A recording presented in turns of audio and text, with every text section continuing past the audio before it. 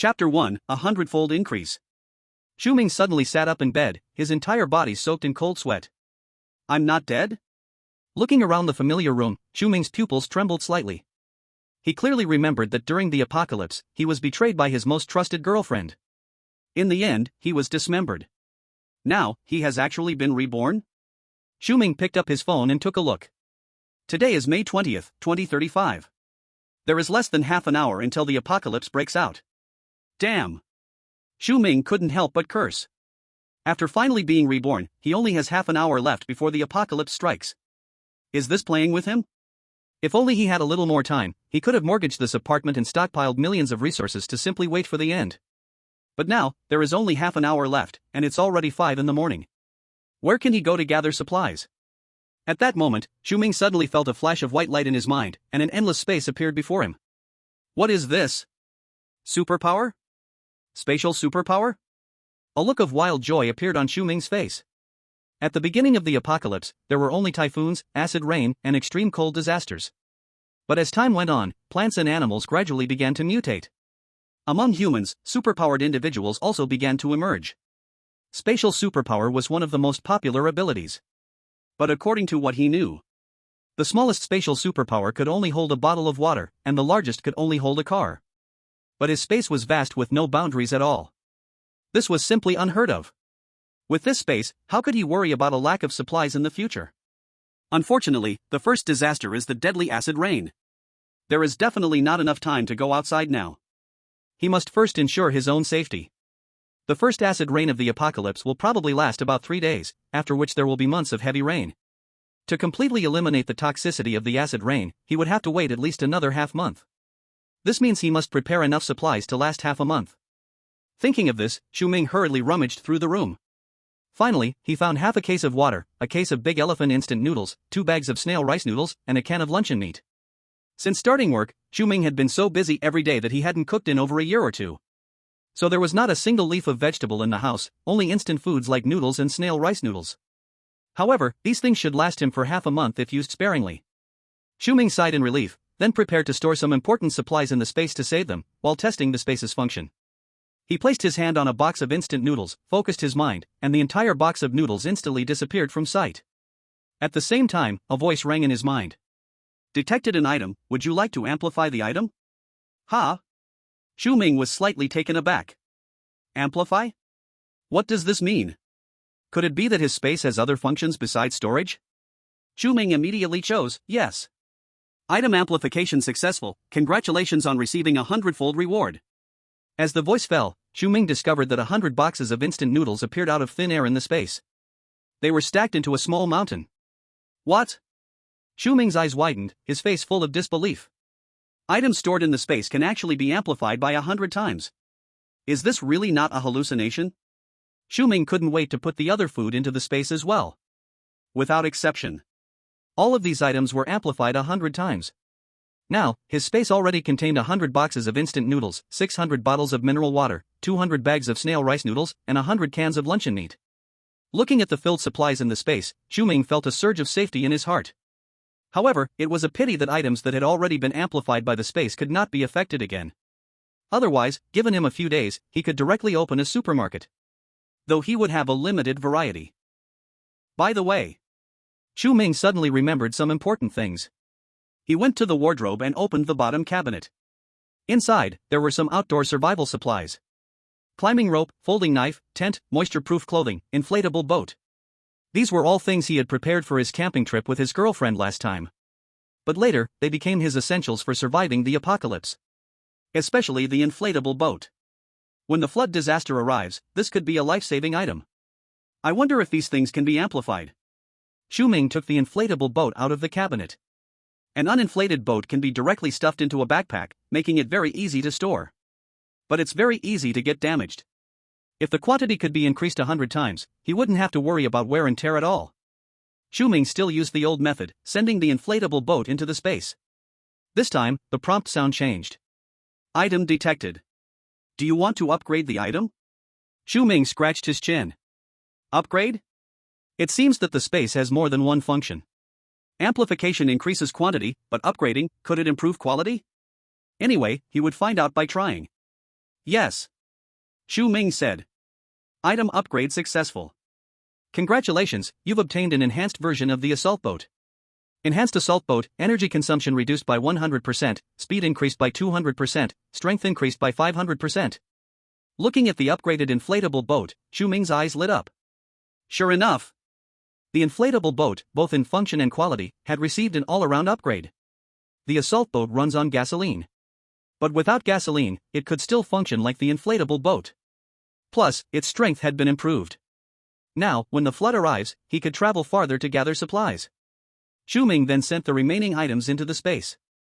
The climbing rope and folding knife were strengthened, while the tent and moisture-proof clothing now had additional cold-resistant features, able to withstand extreme low temperatures of -100 degrees Celsius. Looking at the -100 degrees Celsius value, Chu Ming was stunned. What kind of amazing black technology is this? With Earth's current technology, where could they make such a high-level cold-resistant suit and tent? Boom! At that moment, a deafening red lightning streaked across the sky. Chu Ming's face changed, and he hurried to the window. He saw the pitch-black night sky, as though a gap had been torn open. Splash! Soon, dark red acid rain, like blood, poured down from the sky. The streets and buildings were dyed red. This acid rain carried strong toxicity. Touch it and you'll die. However, because the acid rain fell in the early morning, missing the rush hour for work and school, and with timely news alerts, the number of people who died in this acid rain was not high. And this was just the beginning. ZZZZ.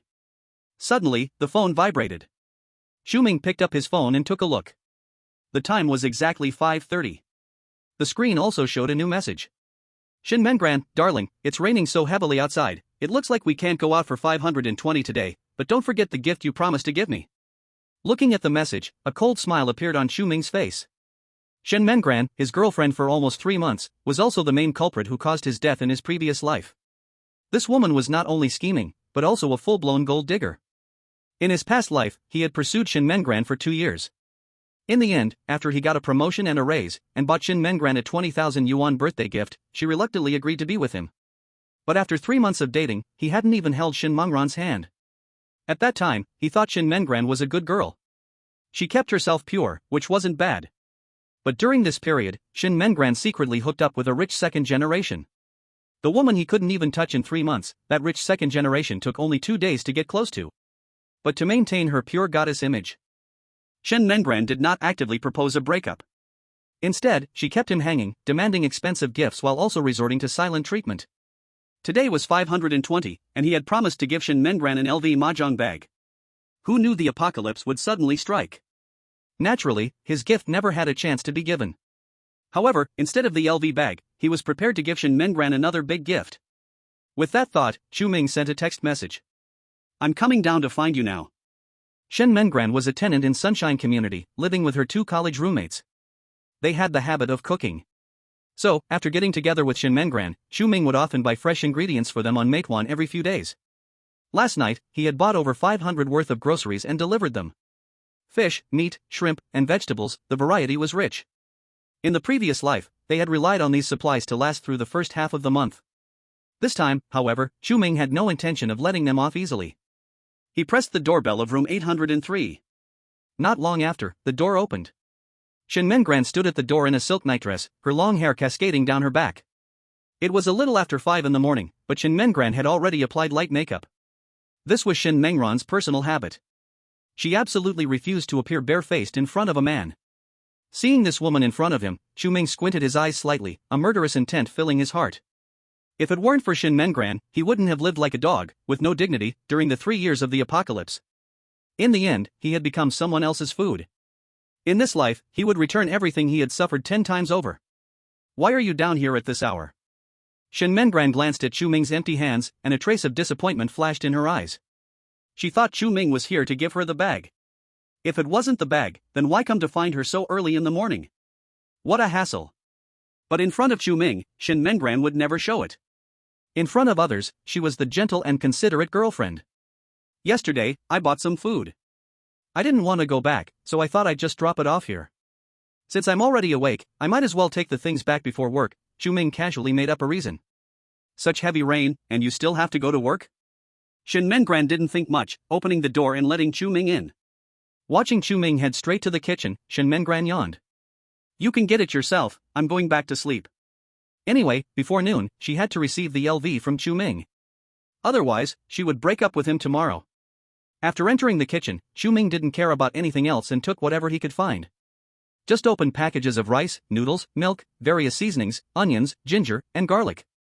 Then, he opened the fridge. Fresh cabbage, cucumber, and carrots that had been bought yesterday. Fruits included grapes, mangoes, bananas, and cherries. In the freezer were 2.5 pounds of pork belly, 3 steaks, a pound of frozen shrimp, dumplings, tang yuan, sweet rice dumplings, and a 5-pound pack of cured meat. Chu Ming searched the kitchen and found a live base in the sink. He tried to store it in his space but couldn't. So, he had to use a knife to deal with the base first before storing it in his space. Looking at the empty kitchen and fridge, Chu Ming nodded in satisfaction. 80% of the items here were bought by him. Now, he was taking everything with him, leaving the remaining 20% as interest. Chu Ming left a rotten vegetable leaf in the kitchen. Then, he left gracefully. When Shen Mengran and her roommates woke up, they would learn what the cruelty of the apocalypse really was. Back in his room, Chu Ming checked the current supplies. Apart from the canned food and dry rations in his own room, the items he scavenged from Shen Mengran's place, after being amplified by his space by 100 times, would be enough for him to last for 1 or 2 years. And there was meat, vegetables, fish, and shrimp. This was the kind of life he never even dared to dream of in his previous life. With his tense nerves finally easing, Chu Ming now only wanted to fill his stomach. He cooked a pack of snail noodles, added an egg for himself, and topped it off with some thick, crispy fried pork belly. Just the smell alone made one's appetite stir. In the apocalypse, this was simply the most luxurious way of eating. Now, he didn't have to worry about such things. The space was piled high with supplies, enough to let him feast on meat and fish every day. He no longer had to agonize over whether tomorrow's meal would be tree bark or grass roots. Chu Ming devoured his meal hungrily, feeling like he was brought back to life. At that moment, his phone received an official text message. At 5:30 a.m. this morning, a large-scale abnormal weather pattern occurred globally, with several cities experiencing extremely rare, highly toxic acid rain that has a high fatality rate. Citizens are advised to close their doors and windows and stay indoors. Again, the toxic acid rain is highly deadly. Please do not go outside. At the same time, the news on TV began to report on the acid rain.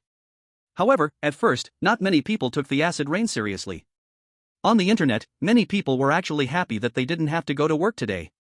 Schools were also closed. Wasn't this a good thing for everyone to celebrate? As for the people who died in the acid rain, all anyone could do was express their regret. After all, every year many people die in typhoons and earthquakes. Now it was just a little acid rain. Once the rain stopped, everything would go back to normal. However, what everyone didn't know was, this was just the beginning. Outside, the acid rain poured down in torrents, while Chu Ming took a nap. When he woke up, he opened his phone. He found dozens of missed calls and several text messages. Shen Mengran, Chu Ming, have you gone mad? Did you take everything from the kitchen? Not even a cucumber left for me? Shen Mengran, did you see the news? The acid rain outside is extremely deadly. I can't go out now, and you've taken everything. What are we going to eat today? Shen Mengran, what's your deal? You're not answering your phone. Now I'm telling you, bring the food back or we're breaking up. Looking at the several text messages from Shen Mengran, Chu Ming, in a great mood, typed back, "Baby, weren't you just talking about dieting with your friends? I took everything for your own good, so you wouldn't be tempted to eat. I can see your love handles are almost showing up." Chapter 3, Take this card and spend it freely. Shen Mengran, upon receiving Chu Ming's message, was so angry her face turned green. Has this guy gone crazy? Is he really openly criticizing her for being fat? She had talked about dieting, but it was just something she said casually. Who knew Chu Ming would really come and take all the food? He didn't even spare the half-used bag of salt. Mengran, I'm starving. Go get Chu Ming to bring back the food. It's raining so heavily outside, we can't even go out. We can't just not eat today. A slightly chubby girl complained. Mengran, I don't think your new boyfriend is that great. He won't even spend a few $100. Do you really think he's going to buy you an LV today? He'll probably just make excuses and brush you off. Another girl, lying on the sofa with her legs spread, played on her phone and said. Exactly, the boyfriend Mengran found this time is really not up to par. He's only bought us groceries a few times. Look how he's acting like it's such a big deal. The slightly chubby girl rolled her eyes. I'm just playing with him. Once I get my LV, I'll come up with an excuse to dump him next week. Shen Mengran huffed. A boyfriend who made her lose face? She didn't need that. She was going to marry into a wealthy family in the future. Shen Mengran didn't want to lose face and go ask Chu Ming for food. But as the acid rain became heavier, she began to feel a sense of crisis. This acid rain, it won't last for several days, right? She had seen the videos online. Anyone who got caught in the acid rain started bleeding all over their bodies within minutes. In less than 10 minutes, the person passed away. As long as the acid rain hasn't stopped, she absolutely cannot go outside. After hesitating repeatedly, Shen Mengran still decided to go find Chu Ming. She put on her shoes, went out, and took the elevator to the 15th floor. Inside the room, Chu Ming was playing a game on his tablet. On the computer next to him, there was a massive external hard drive connected, downloading all kinds of single-player movies, novels, and anime. It wasn't until the knock on the door that Chu Ming slowly put down his tablet. Chu Ming, open the door quickly and give back everything you took today. Shen Mengran angrily knocked on the door, too frustrated to maintain her usual ladylike image. Of course, Chu Ming wasn't going to open the door for Shen Mengran. He stood up and walked to the door, speaking earnestly, Mengran, I know you're hungry right now, but you have to control yourself. Losing weight isn't something that can be done in 1 or 2 days. I can't watch you continue to fall like this. %UN #at. Shen Mengran's mind was filled with curses. Who the hell wants to lose weight? She was almost starving to death. At that moment, Shen Mengran saw Chu Ming slide a bank card under the door. Baby, take this card and spend it freely. It has 500,000 in it. The password is 123456. If you can get down to 80 kilograms, I'll give you another 500,000. Chu Ming searched for a while before finding a bank card with only 5 yuan in it. In the apocalypse, money is just waste paper. But for Shen Mengran, he was already at his limit with spending 5 yuan. 500,000? Hearing that number, Shen Mengran instantly forgot about her hunger and quickly picked up the bank card. If I get down to 80 kilograms, you'll really give me another 500,000? Shen Mengran eagerly asked. She was already 85 kilograms. Getting to 80 kilograms, how hard could that be? A few days of hunger would do the trick. Of course, I've never told you, but I actually like slim girls. Chu Ming casually made up an excuse. He just wanted to slowly torture this woman, breaking her both physically and mentally. Sure enough, after hearing this, Shen Mengran was instantly as excited as if she'd been injected with energy. Darling, don't worry, I'll definitely get down to 80 kilograms and appear in front of you looking beautiful. With that, Shen Mengran left with the bank card, completely forgetting her original purpose of coming. Idiot. Chu Ming sneered. Shen Mengran was only thinking about getting money. The temptation of 500,000 was far more attractive to her than a few cucumbers or carrots. But she would soon find out, money is nothing. What's more, his card only had 5 yuan. Shen Mengran wouldn't even feel any pleasure from it. Shen Mengran happily returned to 803. When Wang Jiayi and Zhang Wen saw her come back empty-handed, they were both stunned. Mengran, where's the food? Why did you come back like this? Zhang Wen immediately asked. Sai, my dear at home wants to supervise my weight loss. For my own good, he took the food away. Shen Mengran proudly held up the bank card and said, he even gave me 500,000. When the rain stops, I'll go withdraw the money. You've got to be kidding me. That loser would actually give you 500,000? I don't believe it. Wang Jiayi said with a face full of doubt. He wouldn't dare lie to me. Shen Mengran said with full confidence. You guys saw how he's been licking my boots for these 2 years, right? He even promised that after we get married, he'll add my name to the property title. You know how expensive the property in G City is. Of course, I definitely won't marry him. He's not worthy. Shen Mengran said arrogantly.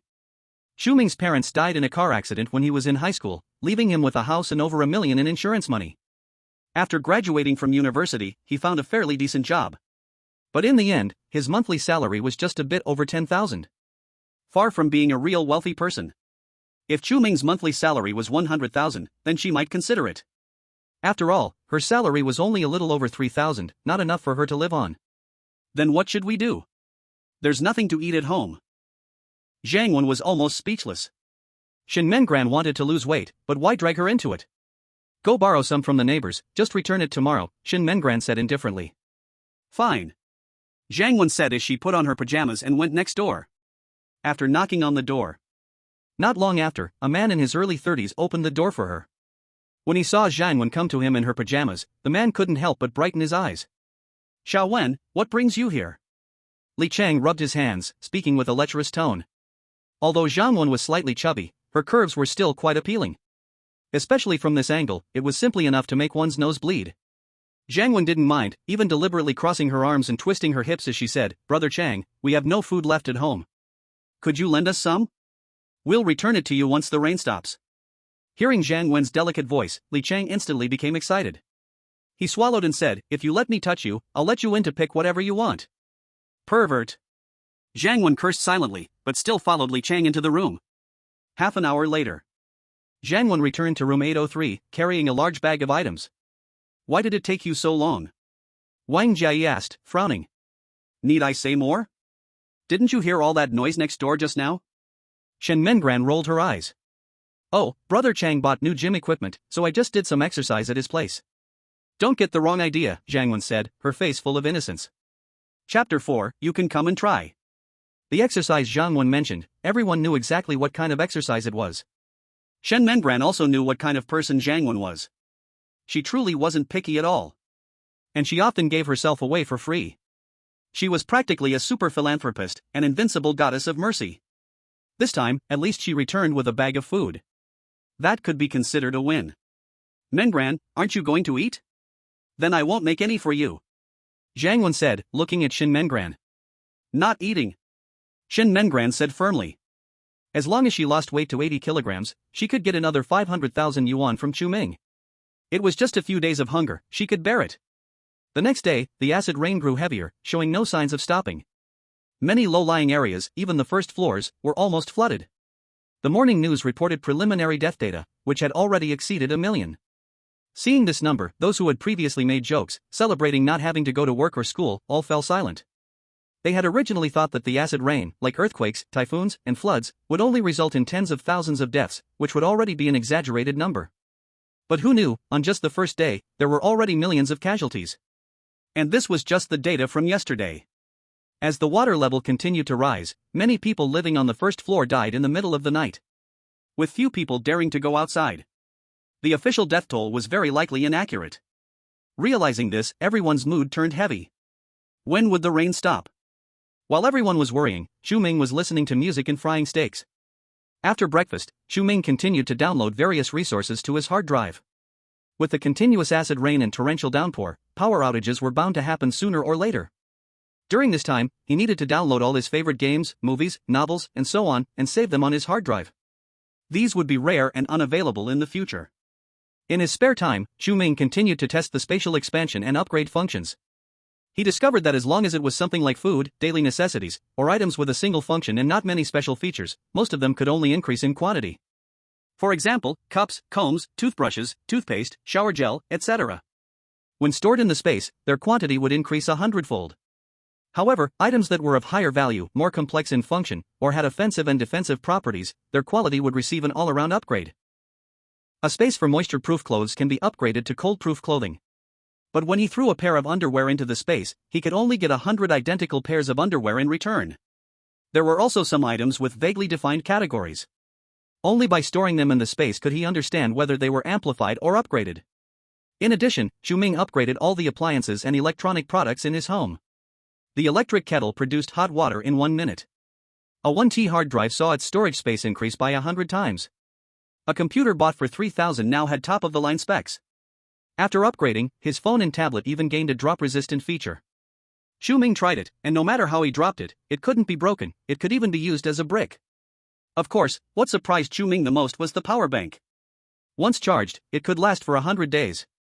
In the future, even if there was a power outage, he could rely on the power bank for a while.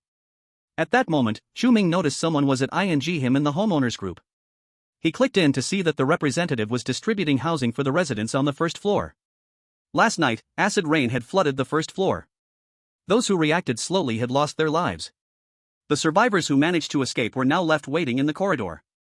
Thus, the representative took the initiative to assign housing to these survivors. And Chu Ming became one of the unlucky ones. Lu Hongwei, everyone, don't worry. The loss caused by this acid rain disaster will definitely be compensated by the country, so right now we must unite and get through this tough time. Lu Hongwei, all the residents on the first floor have moved out of their homes, but they can't keep living in the corridor. Those with empty rooms at home should help out their neighbors. Lu Hongwei, at Chu Ming, I remember you only live alone, right? So let Grandma Wu and her grandson stay at your place for a few days. The elderly and children don't eat much, and you can take care of the meals. After at Chu Ming, Lu Hongwei began assigning other households.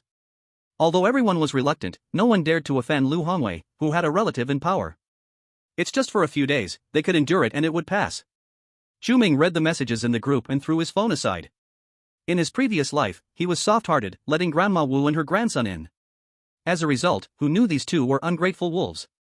Not only did they never express gratitude, but they also complained about his home's simple decor, saying it was uncomfortable to stay and that the food was junk.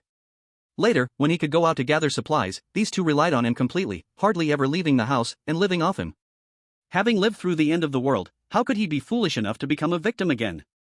After witnessing the harshness of the apocalypse, this time he would not show weakness to anyone. Chu Ming didn't respond in the group, but that didn't stop Lu Hongwei from taking matters into his own hands and arranging for people to come over. Before long, Chu Ming heard a series of knocks on the door. Chu Ming, we are sent by Representative Lu. Come on, open the door. My grandson hasn't had breakfast yet, let him in to eat something. Grandma Wu shouted, straining her voice. Chu Ming found it noisy and simply put on his headphones.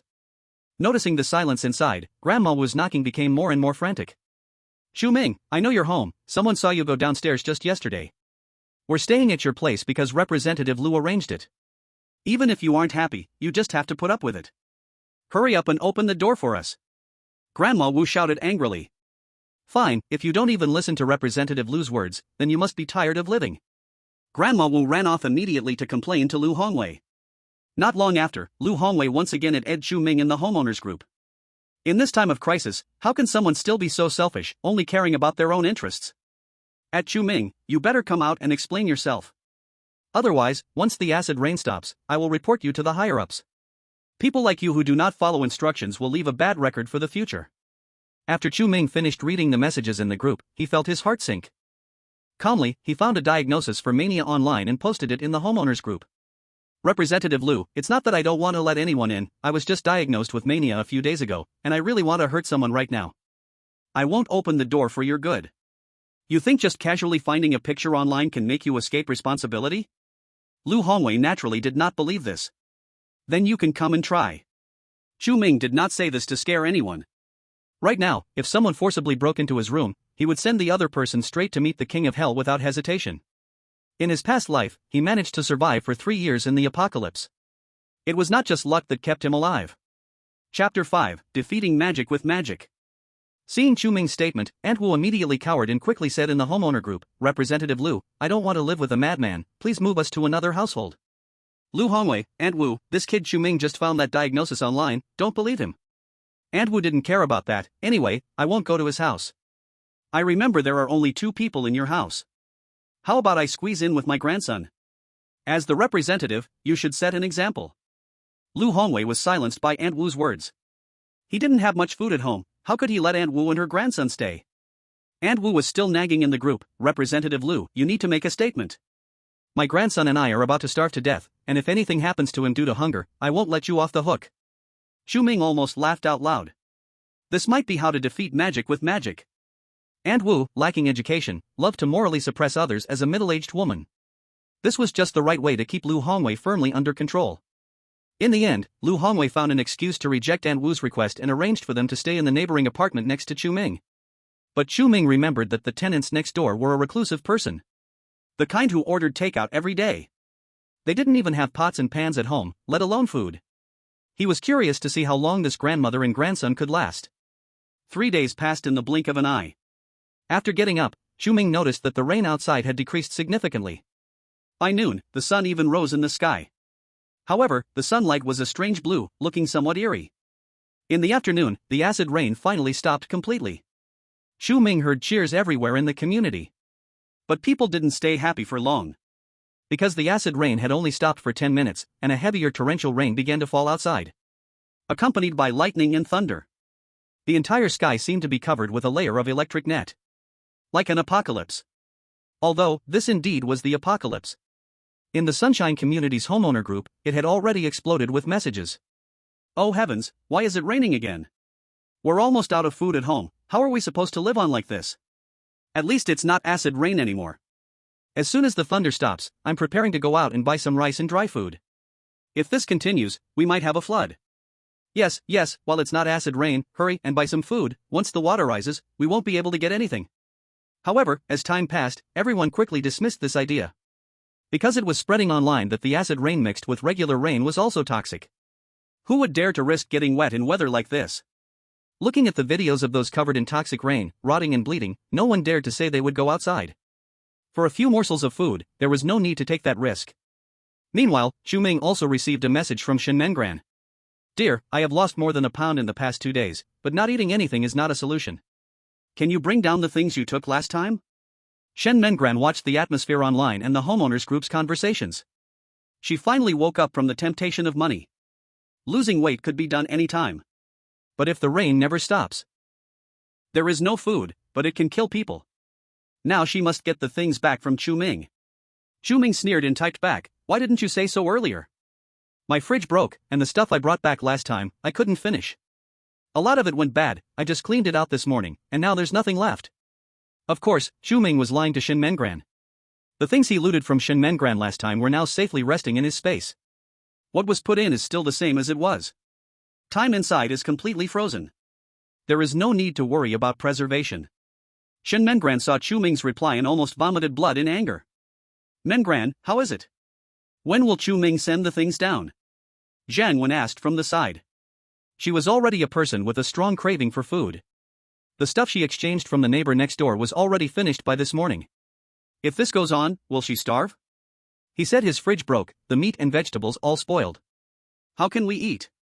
Shen Mengran said irritably. No way. Wang Jia, upon hearing this, immediately sat up from the sofa. So we have no food? What will we do in the next few days? In Shen Mengran's and her friends' minds, this kind of heavy rain surely wouldn't last too long. But even so, they couldn't just survive on nothing for the next few days. How about you go next door and borrow some food from Li Chang? Shen Mengran said to Zhang Wen. Alright, I'll go again. Zhang Wen, unable to bear her hunger, had no choice but to go next door and knock on Li Chang's door again. Half a minute later, Zhang Wen successfully entered Li Chang's house. This time, she lay down on the ground, spread her legs, and seductively said, "Brother Chang, can you lend me some food?" Li Chang originally didn't want to lend anything. Letting Zhang Wen in was only to take the opportunity to flirt. But seeing the scene in front of him, how could Li Chang hold back? If he didn't go for it now, was he still a man? Hearing the noises from next door, Wang Jia couldn't help but frown. Is it okay for us to trade food like this? If this gets out, won't our reputation in the building be ruined? Zhang Wen, you know what she's like. She probably even enjoys it. Shen Mengran said indifferently. That's true. Thinking about Zhang Wen's usual behavior, Wang Jia stopped worrying. By night, the rain had flooded the second floor. Because the rain still contained the poison from acid rain, the residents on the second floor had no choice but to move out. Lu Hongwei once again called on everyone to accept the refugees from the second floor. But this time, very few people were fooled. Now, everyone was busy taking care of themselves. Who had extra food to feed outsiders? Seeing no one responding, Lu Hongwei immediately felt that his authority had been challenged. Are you all pretending to be deaf? You don't even listen to my arrangements? Let me tell you, I have connections above. If any of you dare to disobey my arrangements, once the rain stops and they start clearing up, you will be seen as troublemakers, and I'll have you all thrown in jail. Lu Hongwei was, of course, not trying to be kind by taking charge. He simply wanted to show off his official status and make everyone listen to him. After all, the role of property owner representative was the only thing he could flaunt. What can you expect from a person who uses studying for government exams as an excuse to live off his parents until he's 30? But in times like this, everyone was no fool. No matter how much Lu Hongwei shouted in the property owner group, no one paid him any attention. Chapter 6, Planting Base and Generator. The turmoil in the property owner group didn't really matter to Chu Ming. After the acid rain stopped, he had been thinking about collecting supplies. The supplies in his space were already enough for him to last for a while. But to have no worries at all, these things were completely insufficient. The longer he delayed, the fewer fresh ingredients he can collect. So he must plan ahead. With the heavy rain washing and diluting, the toxicity of the acid rain will greatly weaken in just a few days. Even if accidentally contaminated, it won't be life-threatening. At that time, he must be the first to rush to the planting base outside the city. It is located at a higher altitude, and many vegetables and fruits are grown in greenhouses, making them less likely to be polluted by acid rain. If he's lucky, he might even find some seeds. They will be useful in the future. As for many vegetable markets and supermarkets inside the city, they will be flooded by then. To salvage supplies, one must dive. Without professional equipment, it is undoubtedly a path to death. There is no need for him to take this risk. For the next few days, Chu Ming paid no attention to the outside world. Other than eating, sleeping, exercising, and playing games, there was nothing else to do. Although it was boring, it was still a life far better than those outside. During this time, Shen Mengran called a few more times. Chu Ming didn't answer. Until the 8th day, when everyone was trapped at home.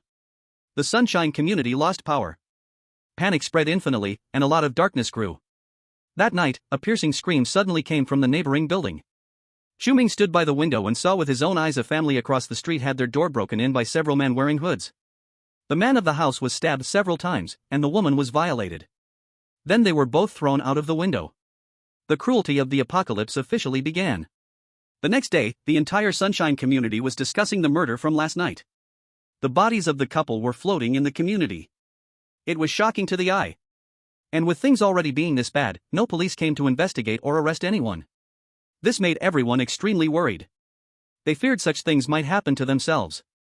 Chu Ming observed the two bodies downstairs, but he was clear about one thing. The time he was waiting for had come. The weakening of the toxicity of the acid rain had an important sign. That is, it no longer corrodes the skin. The two bodies thrown out last night now looked clean and white, with only slight swelling. This showed that the toxicity could no longer enter through the skin. Unless they accidentally ingested rainwater, that would still be life-threatening. But for Chu Ming, this was already enough. He prepared the inflatable boat, carried a large black backpack, and left the door. He didn't want to expose the space yet, so he needed the backpack to cover the existence of the boat. The Sunshine community was already flooded up to the 5th floor. The high-rise hallways were filled with people. They looked no better than refugees, with dirty clothes and messy hair. In contrast, Chu Ming was clean and tidy, his face glowing. He didn't look like someone who was starving at all. "Young man, you have food, right?" A middle-aged woman blocked Chu Ming's way. "If I had food, would I risk going out?" Chu Ming retorted. "What? You want to go out?" Upon hearing this, the middle-aged woman immediately looked shocked. "Young man, the rain outside is poisonous. Many people who try to go out have suffered. Don't act impulsively." An elderly man not far away advised earnestly. "We're all going to die anyway, might as well go out and try." With that, Chu Ming strode down the stairs. Through the 5th floor window, Chu Ming successfully got outside. He inflated the boat and, following his original plan, headed straight for the suburbs. Such a big commotion naturally caught the attention of many people. Among them were Shen Mengran and the others. "Mengran, isn't that Chu Ming? He even has an inflatable boat." Wang Jai shook Shen Mengran's arm, saying with great excitement. "Yes." Shen Mengran was also overjoyed. "Now we finally have food." Chu Ming was her boyfriend. If he went out to find food, how could he not share some with her? These past few days, Zhang Wen had almost drained the nearby Li Chang. "Originally, I thought it was only necessary to keep developing the business upstairs. But now, it seems there's no need to go to such lengths." Zhang Wen has no shame, but she still cares about her reputation. Now she has ruined her reputation, how will she ever have a chance to marry a rich man in the future? 2 hours later, Chu Ming arrived at the foot of a mountain on the outskirts of the city. Looking at the rising floodwaters, he was glad that he had come early. Otherwise, the planting base on the mountain would eventually be flooded. Chu Ming packed up the inflatable boat, then began to climb up the mountain road. It didn't take long before he saw large greenhouses on the mountain, along with a few scattered buildings. These greenhouses were of very good quality, with only a few damaged by the rain. The rest were all intact. Chu Ming walked into one of the greenhouses, which was filled with large patches of leeks. He only needed to walk along the central path, and both sides of leeks, along with the soil, were all collected into his space. And at the same time, the collection was already completed with a 100-fold increase. The quantity was nothing short of astonishing. Thus, Chu Ming went from one greenhouse to another. Cabbage, cauliflower, bok choy, lettuce, garlic, coriander, chili peppers, tomatoes, loofah, winter melon, pumpkin. Almost every type was present. Chu Ming spent a full 7 to 8 hours before finishing collecting all the vegetables from the entire planting base. In addition, he also found more than 10 greenhouses. Inside, there were strawberries, grapes, bananas, dragon fruit, watermelon, oranges, and other fruits. Some were in season, and some were out of season. It looked like they were still testing, and the number of greenhouses wasn't large. But once stored in the space, the quantity became truly terrifying. Chu Ming could never finish them in several lifetimes. And for convenience, he took them with the roots. Once the weather warms up and he finds a suitable place to live, he can replant all of these. This trip was truly a great harvest. Hundreds of greenhouses of vegetables, dozens of greenhouses of fruits. After the hundredfold increase, it would be equivalent to the yield of tens of thousands of greenhouses. In a few years, when resources were in severe shortage, a fresh fruit could trade for a campus beauty. This was no joke. After scavenging the materials from the greenhouses, Chu Ming turned and walked towards a few buildings not far away. There were greenhouses here, so there must be warehouses. Maybe he could find some useful supplies. Before he got close, Chu Ming saw many decaying corpses on the road outside. There were also small delivery trucks nearby. Food was not lacking here. So they could only have died in the acid rain. As for the vegetables in the trucks, they had naturally all rotted. Chu Ming only glanced at them before continuing on. When he reached the building, he found there were indeed many warehouses. However, many of the warehouse doors were wide open. The acid rain had soaked in, and all the food and people inside were dead without exception. Chu Ming walked around the first floor warehouse a few times. Seeing that there was nothing useful, he went up to the second floor. At the same time, he heard the sound of a generator. In his previous life, Chu Ming wouldn't have cared about something like a generator. But now that he had space, a generator was absolutely essential to ensure a good quality of life in the future. He could even get an electric car later if he had the chance. But Chu Ming didn't rush to find the generator. Instead, he checked every warehouse along the way. Here, he found many sweet potatoes, and corn. These types of crops were easy to store and could fill you up. When there was no rice, they could completely serve as the main food. Naturally, Chu Ming stored all of them in his space. The total amount of supplies in these warehouses was at least several thousand tons. After the hundredfold increase in his space, setting up a grain station would be no problem. In another building, Chu Ming also found a large amount of crop seeds, an astonishing quantity of fertilizers, and even materials for building greenhouses. With these, he could completely move to another place and continue establishing planting bases. In the apocalypse, this is definitely the most profitable business. After thoroughly scavenging several buildings, Chu Ming hurried to the location of the generator. It was a separate metal shed. Inside, there were many iron racks, metal sheets, and various parts piled up. All kinds of tools were also complete. Chu Ming collected everything without missing a single item, then headed to the basement of the metal shed. This was the place for the generator. Looking at the large generator before him, Chu Ming's eyes lit up. A generator of this size would cost at least $1 million on the market. He didn't expect to find such a good item. At the same time, he discovered more than 10 barrels of diesel nearby. After putting them into his space, they instantly became over 1,000 barrels. As for the generator, Chu Ming studied it for half a day, ensuring he recovered all the wiring before placing it into space. Detected items. Do you want to upgrade the items? Yes. Item upgrade successful. Congratulations on receiving the enhanced generator. Enhanced generator, energy consumption reduced by 99%, power increased by 500%, special attribute, never damaged. Chu Ming's pupils shook. What kind of heaven-defying technology is this, to be truly indestructible? And with energy consumption reduced by 99%, doesn't that mean no energy cost? He realized. The more valuable the good, the greater the space upgrade would be. This generator was the most valuable item he had put into space. Therefore, after the quality upgrade, it was the first time a special attribute had appeared. It seemed he could do more experiments in the future, maybe there would be different surprises. After a turn in the basement, he discovered another room at the very back. That generator seemed prepared for this room. Chu Ming exerted some effort to open the iron door of the room. In an instant, a rush of cold air hit him. There's even a cold storage here? Chu Ming shivered, took out a winter suit from his space and put it on before entering the room. Inside, there were many unexpected ingredients stored. Various seafood, a 5-grade Wagyu beef, ham, and some wild game. All the dates were very fresh. The quality was all top-notch. This must have been a secret business run by the plantation boss. Now, it became a bargain for Chu Ming. He collected all the ingredients from the cold storage into his space.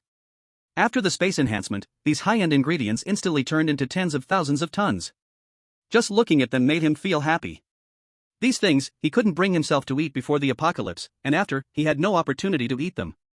Now, it could be considered a compensation for his regrets. After emptying the entire base, Chu Ming realized it was almost midnight. He had to spend the night in the metal house of the plantation base. It was actually quite suitable for living. The terrain was high and there were no annoying neighbors. But the problem was that this was the outskirts. Those terrifying monsters crawled out from the remote wilderness. He couldn't take that risk. though he would eventually leave City G, leaving the sunny neighborhood he grew up in. But now was not the time. More people, in the early days, was the best protection. The next morning, Chu Ming rushed back to the sunny community. Just as he jumped into the corridor from the 5th floor, he was blocked by a few people. "Kid, you've been out for so long, it seems you've got quite a harvest," said a burly man with a greedy look, staring at the backpack behind Chu Ming. They had come from the nearby building. Early yesterday, they had already noticed Chu Ming, so they had been waiting here for a catch. They thought he would die outside since he hadn't returned all night. Now it seemed they hadn't come in vain. Chu Ming glanced calmly at these people, not saying a word, grabbed the nearest one and smashed him against the windowsill. As the opponent was stunned, his hand revealed the previously upgraded folding knife. Gently opened, then without hesitation, he cut the opponent's neck from behind. As blood splattered, the other people were all frozen in fear. "Kill, he's killed." Someone trembled as they spoke. What the hell is going on? They just wanted to grab some food. How can this guy talk about killing so casually? Is he crazy? Chu Ming let go and discarded the body, turning to face the remaining people. "Run!" It was unclear who reacted first, but one person shouted loudly. Immediately, these guys scrambled away, rolling and crawling down the hallway. The building had many twists and turns, and the light was dim. Chu Ming didn't bother chasing. In a one-against-many situation, he was actually at a disadvantage. But when it came to ruthlessness, these people just coming out of civilized society were no match for him. After 3 years surviving in the apocalypse, who wasn't someone who crawled out from a pile of corpses? He had even specifically learned combat and killing skills. In his eyes, these guys were simply not worth his time. Chu Ming threw the body out the window, washed the folding knife with water, and then steadily went up the stairs. Starting from the 10th floor, more people began to fill the hallway. They discovered that Chu Ming had actually returned alive. Many had different thoughts. But seeing the bloodstains on Chu Ming, those with ill intentions suddenly backed away. This guy looked like he was not to be messed with. Since the acid rain appeared, it had only been 9 short days. Usually, everyone was a law-abiding good citizen. Chu Ming looked like he had just killed someone. Let alone asking for food. Even starting a conversation, they didn't dare. Just like that, Chu Ming smoothly returned to the 15th floor. He knew. Many people must be keeping an eye on him after this outing. But most were thieves in heart without the guts to act. Plus, moving against him would require some mental preparation. They were nothing compared to the few who had tried to rob him at the window earlier. Civilization and morality had all decayed bit by bit. These guys were still not enough to pose a threat to Chu Ming. Just as Chu Ming was about to open the door to his room, Aunt Wu from next door rushed over as if she had timed it perfectly. "Chu Ming, what good food did you find this time?" Aunt Wu looked at the backpack behind Chu Ming, her eyes shining, and she even reached out to pull the zipper. Chu Ming turned around and dodged Aunt Wu's action. "What do you want?" Chu Ming asked coldly. "Oh, we are all neighbors, don't be so distant." Aunt Wu stared eagerly at Chu Ming's backpack, imagining it was filled with food, her mouth almost watering. At this moment, a boy about 10 years old rushed out from next door and shook Aunt Wu's arm, saying, "Grandma, I'm so hungry, I want to eat meat." "I want to eat meat." Aunt Wu looked helplessly at Chu Ming and said, "You see, my grandson is almost starving, we can't let the child suffer, give me some food to fill his stomach, when my grandson grows up, he definitely won't forget you, uncle." As she spoke, Aunt Wu tried to pull the backpack again. However, this time, what welcomed her was the sharp blade of the folding knife. Aunt Wu was wearing thick clothes, and this cut only grazed the surface of her arm. But Aunt Wu screamed as if her arm had been chopped off, blood gushing from the wound. "Someone's been killed! Someone's been killed!" Aunt Wu's grandson, Dog Dan, was completely stunned. He glanced at the knife in Chu Ming's hand, then ran back next door without looking back, slamming the door shut with a bang. He slipped away so fast. The action of closing the door was so smooth. Aunt Wu was also shocked by Dog Dan's reaction, too stunned to even howl, simply staring blankly in the direction next door, seemingly unable to believe that her grandson would treat her this way. Chu Ming shook his head speechlessly. Aunt Wu's unconditional spoiling of her grandson was something he had seen in his past life. Plus, Aunt Wu herself was timid, trouble-averse, and selfish in nature. It's no surprise that she raised such a grandson. Chu Ming didn't bother with Aunt Wu anymore and opened the door to walk in. He shut out all the noise and ugliness outside. Chu Ming felt his whole body relax. This house, where he had lived for over a decade, felt comfortable. Having been out for so long, Chu Ming had hardly eaten anything decent. He took out the lamb chops he had scavenged from the cold storage, ready to stew some lamb soup to drink. It was only May, but the weather was unusually cold. After the heavy rain, a more terrifying cold wave would come. He should prepare in advance. On the other side, upon learning that Chu Ming had returned, Shen Mengran and the other two girls were extremely excited. Chu Ming actually came back alive, he must have a lot of food. Jiang Wen's eyes were almost glowing green with hunger, wishing she could offer herself to Chu Ming right now. But she knew that Chu Ming didn't look at her that way. This matter had to be left to Shen Mengran to handle. Mengran, stop dawdling, hurry up and find Chu Ming, he has a speedboat and will definitely be able to feed us three. Wang Jiayi urged from the side. What's the rush? I'm almost done. Shen Mengran was sitting at the vanity, carefully drawing her eyebrows. She never wanted to appear too disheveled in front of a man. With the spots and pimples on her face, and the dullness under her eyes. How could she face people without a foundation to cover it? Mengran, you can't ignore Chu Ming like before, now we need him. When you see him, remember to sweeten him up a bit to make him totally dependent on you. Jiang Wen came to Shen Mengran's side and said. If the rain keeps coming, then Chu Ming would be their long-term meal ticket. They certainly had to treat him well so he could work hard for them in the future. So you don't understand men. Shen Mengran put down her eyebrow pencil and glanced at Jiang Wen. If I were like you, spreading my legs for every man I see, they would only treat you like a toy and wouldn't listen to you at all. But when you were with young Master Wang, you went to bed with him right away. Jiang Wen muttered softly. Shen Mengran's face stiffened, then she seriously said, that's different, I genuinely loved young Master Wang, going to the hotel was beyond my control. Jiang Wen curled her lips. What nonsense true love, wasn't she just after his money? On the surface, Shen Mengran seemed pure, but she was no less involved with men than anyone else. The only difference was that Shen Mengran preferred to sleep with rich men. She was open to any man as long as they were wealthy. Who was more high and mighty than whom? I'm not talking to you anymore, I have to go find Chu Ming. Shen Mengran changed into her prettiest dress and boldly walked out the door. On her way, she received many burning gazes. Shen Mengran completely didn't care. She thought it was just her charm. Unaware that the moral standards of civilization were gradually declining. Beautiful women like Shen Mengran often faced a tragic downfall in the apocalypse. Arriving at the 15th floor, Shen Mengran was surprised to find that Chu Ming's door was open. Chu Ming was busy welding, fixing the iron plate onto the security door. These were tools he had found from the planting base. Just in time to reinforce the house. Chu Ming, what are you doing? Why did you make the door look like this? It's so ugly. Shen Mengran curiously walked up. Preventing burglars. Chu Ming said without looking up. Hearing this, Shen Mengran felt delighted. Chu Ming indeed brought back a lot of good things, otherwise, why would he go to such lengths to reinforce the door? Darling. Shen Mengran suddenly stepped forward and wrapped her arm around Chu Ming's, her voice almost dripping with sweetness. Did you find a lot of food this time? Not bad. Chu Ming didn't deny it. I'm your girlfriend. Shouldn't you give me half? At this point, Shen Mengran immediately changed her tone, but I still have two sisters, how about you give us all the food, and tomorrow you can go out to find more.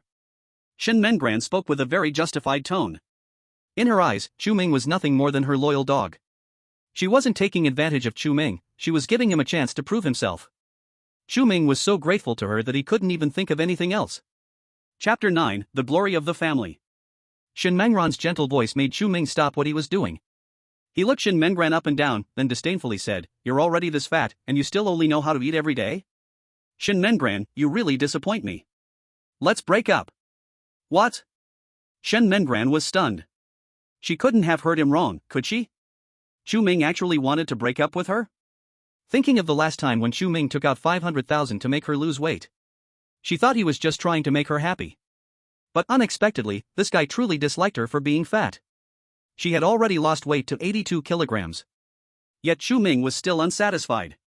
Did Chu Ming prefer those who were thin as bones? Wait until you lose 70 pounds and come find me. By then, I'll still take you back. Chu Ming pushed Shen Mengran's hand away and slammed the door shut. It was the first time Shen Mengran had been dumped, and she fell into self-doubt. She really wanted to find Chu Ming and ask for an explanation. But when she raised her head, she saw that not only was Chu Ming's door reinforced with iron plates, but it was also covered with densely packed iron nails and many sharp, rusted iron pieces. She didn't even know how to knock on the door. In the end, she could only return to room 803 in despair. Looking at Shen Mengran returning empty-handed again, Jiang Wen and Wang Jiayi both looked stunned. Mengran, where's the food? Jiang Wen glanced at Shen Mengran, then looked behind her. Chu Ming didn't follow her back either. Eat, eat, eat, all you care about is eating. Shen Mengran was furious, I'll never go to Chu Ming again. It's just some food, I can find a way to get it myself. Chu Ming had chased after her for 2 whole years. Such a loyal dog, she had never even bothered to glance at him before. Now, he even dared to dislike her. She had made up her mind. Even if Chu Ming begged her on his knees in the future, she would never change her mind. Mengran, you're not throwing a princess tantrum again, are you? Now, we all have to rely on Chu Ming to go out and find food. We can't offend him. Wang Jiayi frowned and said. She, of course, knew how Shen Mengran usually treated Chu Ming. Even though the two of them were officially together, Shen Mengran never took Chu Ming seriously, treating him only as a tool in a wallet. But now, the situation was different. Chu Ming had a speedboat. As long as Chu Ming was willing to support them, they wouldn't have to worry about going hungry anymore. Anyway, I will never go to him again. I don't believe that besides Chu Ming, no one else can find food. Shen Mengran, of course, didn't want to tell Zhang Wan and Wang Jiayi that Chu Ming had dumped her. It was too embarrassing. With her looks, as long as she opened her mouth, there would be plenty of people willing to send her food. Why should she rely on that guy? She would rather die than soften up to her loyal dog. Chu Ming spent the whole day reinforcing the doors and windows. The windows were also sealed with iron sheets. Behind the door, he added 10 more bolts. Whether someone tried to pry the lock or break down the door, it was almost impossible. After all, the hallway outside was only a little over 1 meter wide. There was no way to charge at the door with any force. Moreover, he had welded iron nails and iron pieces all over the door.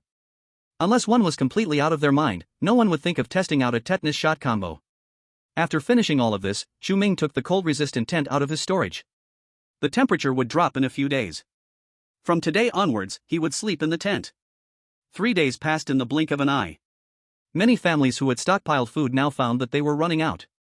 But everyone feared the toxicity of the acid rain and still didn't dare to go out to gather supplies. Even the fresh food supermarket across the community had no one daring to take a trip there. Knowing that this approach was not a solution, Lu Hongwei gathered everyone together, wanting to discuss a countermeasure. The final conclusion was that they needed a means of transportation. To put it simply, they needed a boat. And which family in Sunshine Community had a boat? It was obvious, right? So after discussing, the group marched to Chu Ming's doorstep. But when they saw the door in front of them, they all froze in place. Originally, they thought that if Chu Ming didn't lend the boat, they would just break the door down and steal it. After all, if they were pursued later, they could say it was a decision made in an emergency, and it wouldn't be a serious responsibility. Moreover, there was only one Chu Ming, while there were so many lives at stake. Chu Ming should make a sacrifice.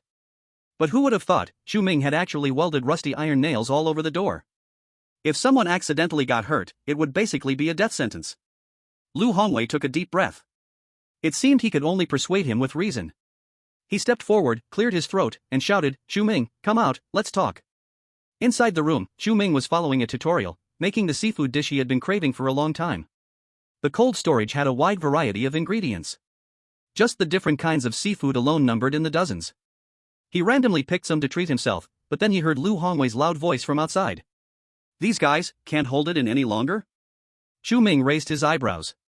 He put down the ingredients he was holding and opened the monitor on his phone.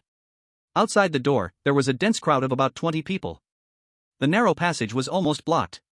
His smart lock had monitoring and communication functions. He just needed to connect via Bluetooth on his phone to use it. After thinking for a moment, he decided to turn on the microphone of the smart lock. If there's something to say, just say it directly.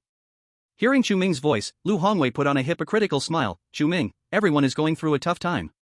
Can you lend the inflatable boat to everyone for a while? Chu Ming guessed Lu Hongwei was there for the boat, but he didn't expect this guy wouldn't even bother pretending. A while and a day or two were completely different meanings. If he foolishly lent out the inflatable boat, he could forget about getting it back forever. Seeing that Chu Ming didn't respond, Lu Hongwei quickly added, the supplies we gather will be distributed by everyone, ensuring no one goes hungry. By helping so many people, when the flood is over, you will definitely be recognized by the authorities. This is a matter of great honor for your family. Even now, many people shared Lu Hongwei's thoughts. Once the flood was over, everything would return to normal. After all, natural disasters happened every year. This year was just a bit worse than before. It was normal for the authorities to be unable to provide timely help. As long as they endured this period, they wouldn't have to live such a miserable life anymore. But whether they could hold out depended on whether Chu Ming was willing to lend the inflatable boat. Thus, many people began to use their eloquence. Chu Ming, you can't be so selfish, hiding in your room eating meat while forgetting your neighbors. Yes, if you lend us the inflatable boat, we will find food and can share a portion with you. After all, we aren't taking advantage of you too much. My child hasn't eaten for 3 days. If you don't lend us the inflatable boat and something happens to my child from hunger, you will bear the main responsibility." Listening to the neighbor's accusations, Chu Ming found it amusing. He hadn't said anything yet various accusations were already on his head. As if their suffering were all caused by him. But having so many people crowding at his door was indeed annoying. Chu Ming picked up his phone and said, "Don't blame me for not reminding you, the acidity of the rain had weakened 3 days ago. Otherwise, I won't be able to come back alive. If you're smart, you should have rushed to the nearby supermarket to collect supplies, instead of listening to Lu Hongwei's and wasting time with me here. If others beat you to it, you're completely finished. You little brat, who are you calling?" Lu Hongwei was so angry he nearly jumped up. The other neighbors, however, caught on to the key point in Chu Ming's words. "The toxicity of the acid rain has weakened? Does that mean they can go out now?" The fresh supermarket across from the community is only a few dozen meters away from them. The risk of going out isn't very high. However, the fresh supermarket mostly sold fresh vegetables and meat. By now, it had all been ruined by the flood. There probably isn't much left that can be eaten. Realizing this, those who had followed Lu Hongwei immediately scattered.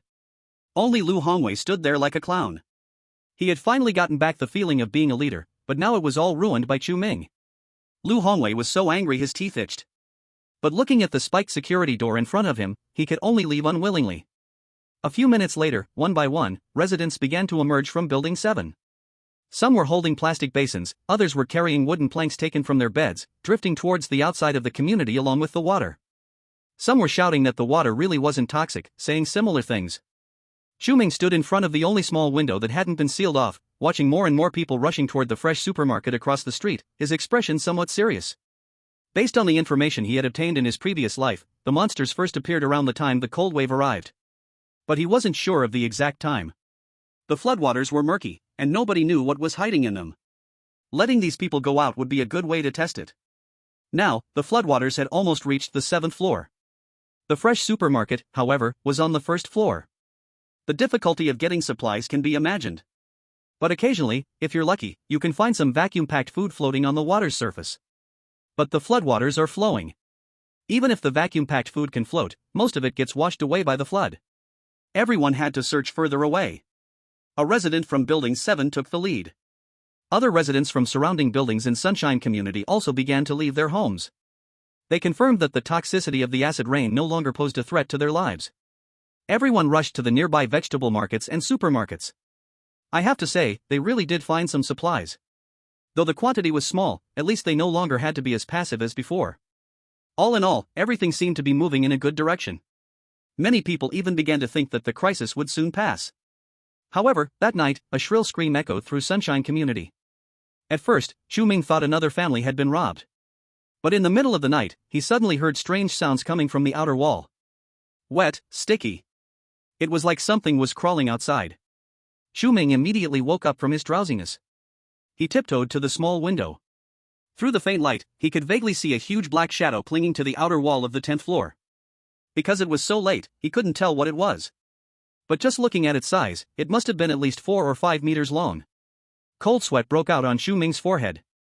He knew the mutated creatures would appear, but he didn't expect one right under his own building. In the early stages, the vast majority of mutated creatures had been born in the wild or the sea. The probability of them appearing inside the city was very low. What kind of lottery did this guy win? But early-stage mutated creatures didn't have much destructive power. His doors and windows had been reinforced. This creature definitely couldn't break in. Moreover, there were so many residents in Sunshine Community. This creature had no reason to focus on his tough spot. For a short period, he was still safe. But unfortunately, he had no special ability. Otherwise, solving this monster shouldn't be a difficult task. Wait. Special ability? Doesn't he have spatial ability? Doesn't this mean he also has offensive capability? No, he has to give it a try. Chu Ming quietly retreated to the living room, then started using spatial ability to make various attempts. But to his disappointment, the attacking ability he imagined did not appear. Could it be that it wasn't the right time yet? In his past life, the earliest special ability users didn't appear until at least 3 months later. He even learned of special ability users only half a year into the apocalypse. This showed just how poorly he did. In the apocalypse, class differences were very obvious. And he was undoubtedly at the bottom. Not to mention coming into contact with special ability users. Right now, he was essentially blind, lacking both practical and theoretical experience. But one thing he was very sure of. The core of mutated beasts could enhance the strength of ability users. Therefore, in the apocalypse, this thing was the most valuable. Thinking of it this way, the appearance of this giant outside might not be a bad thing. He now had to get a core to test.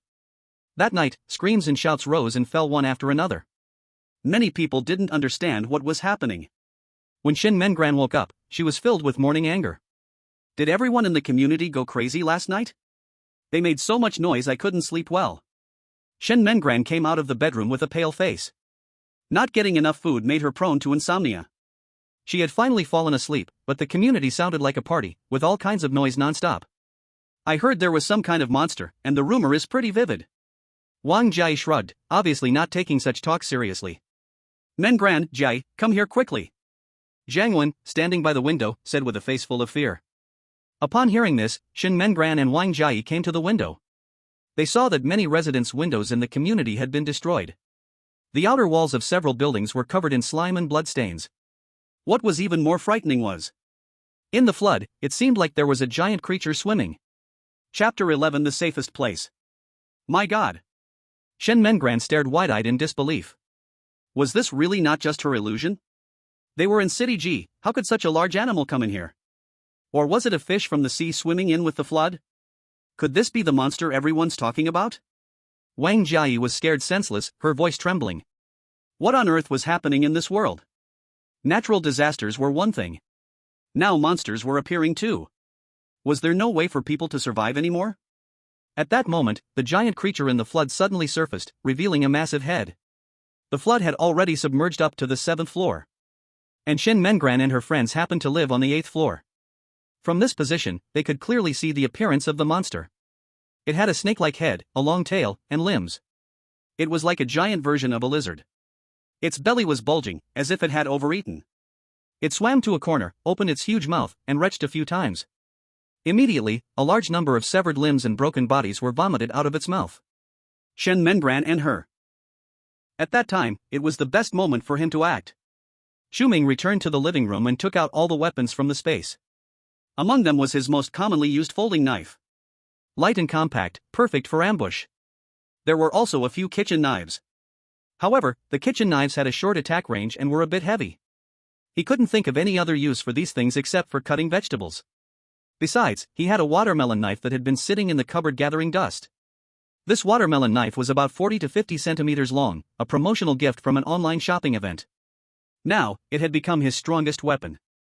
After the space upgrade, the watermelon knife could cut through iron like mud. He had used the watermelon knife to cut the iron sheet sealing the windows and doors, as easily as cutting through paper. Most importantly, with an attack range of nearly half a meter, it gave him a great sense of security. But even so, he still felt it wasn't enough. The mutated lizard might hibernate, but it wasn't truly out of breath. If it attacked back at the last moment, it could end his life. If only I had a ranged weapon, he thought.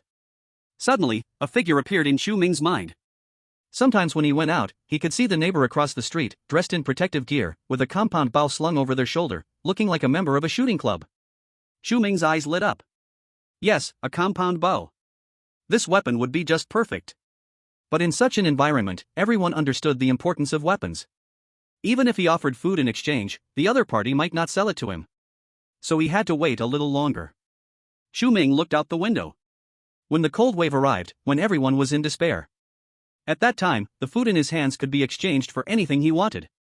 The appearance of the mutated lizard made every resident of Sunshine Community anxious. Everyone was huddling carefully in their homes, daring not to make a sound, let alone approach the windows. Although the mutated lizard was large, it couldn't enter the residential buildings. But its tongue could catch prey through the windows. So, the hallways that everyone had previously found bothersome gradually became crowded. Because many places in the hallways had no windows. Despite the harsh environment, it was still better than losing their lives. Shen Mengran and her two friends were also forced to move out of 803. They lived on the 8th floor, the closest to the ground. The mutated lizard only needed to stick its head out to easily spot them. Staying in 803 made them even more dangerous than others. Mengran, what should we do? Are we going to be trapped here? Zhang Wen said, her voice tinged with tears. This was no longer about whether there was a flood or not. It was about monsters outside their community. Even if the flood receded and the rain stopped, could they really go outside? And after such a long power outage, they had no idea what was happening outside. This sense of despair could drive a person mad. Why don't we go to Chu Ming's house? I saw him seal his doors and windows with iron sheets last time. It must be very safe inside. Shen Mengran hesitated before saying, although she had made up her mind to never talk to Chu Ming again. But this was an extraordinary time. She could reluctantly endure and spend some time with Chu Ming. But that didn't mean she forgave him. If he didn't perform well, she'd take him off her backup list. In the future, even if Chu Ming wanted to be her loyal follower, he wouldn't be qualified. Shen Mengran imagined unrealistically. Why didn't you say it earlier? Then let's go now. Chu Ming just went out a few days ago, he must have plenty of food at home. Jiang Wen still had her mind on food. Yes. We've known Chu Ming for more than 2 years, he will definitely take us in, Wang Jie hurriedly nodded. The last 2 times Shen Mengran went to find Chu Ming, she returned empty-handed. But in Wang Jie and Jiang Wen's eyes, it was just a small couple's quarrel. After all, Shen Mengran always acted like a fairy. She had a bad temper and loved to create trouble. Over time, how many men could endure that? But now, life and death were at stake, and Chu Ming had no reason to watch them die.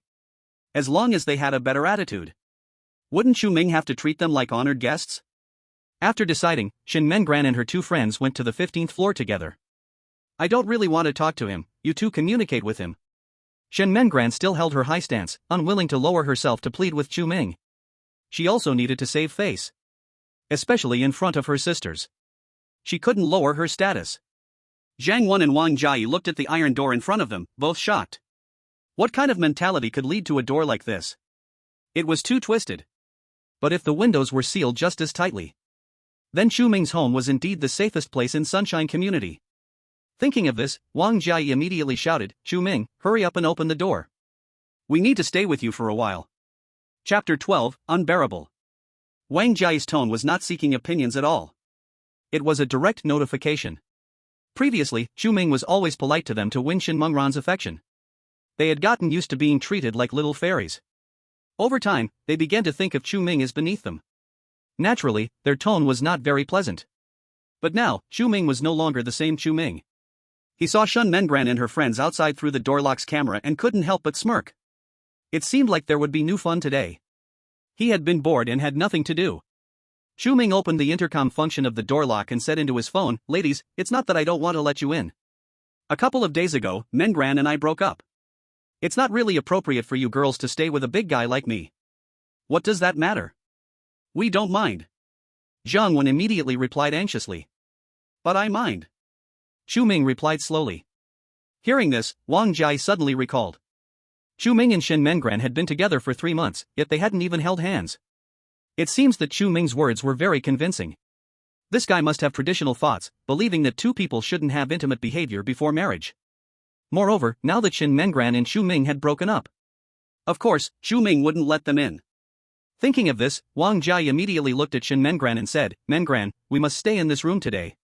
Don't throw a tantrum, hurry up and reconcile with Chu Ming. I don't want to. Shen Mengran crossed her arms and stood proudly aside. She already felt embarrassed. Now Jiang Wen and Wang Jie didn't even know she was the one who got dumped. If she softened to Chu Ming, what would she become?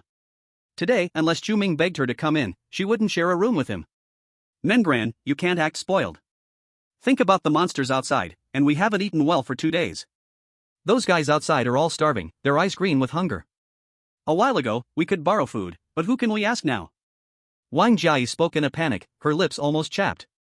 In their situation, Shen Mengran still wanted to maintain her image. If she wasn't afraid of tearing their friendship apart, she would have liked to tie Shen Mengran up and send her straight to Chu Ming's bed. Yes, Mengran, I'm so hungry I could gnaw on the floor.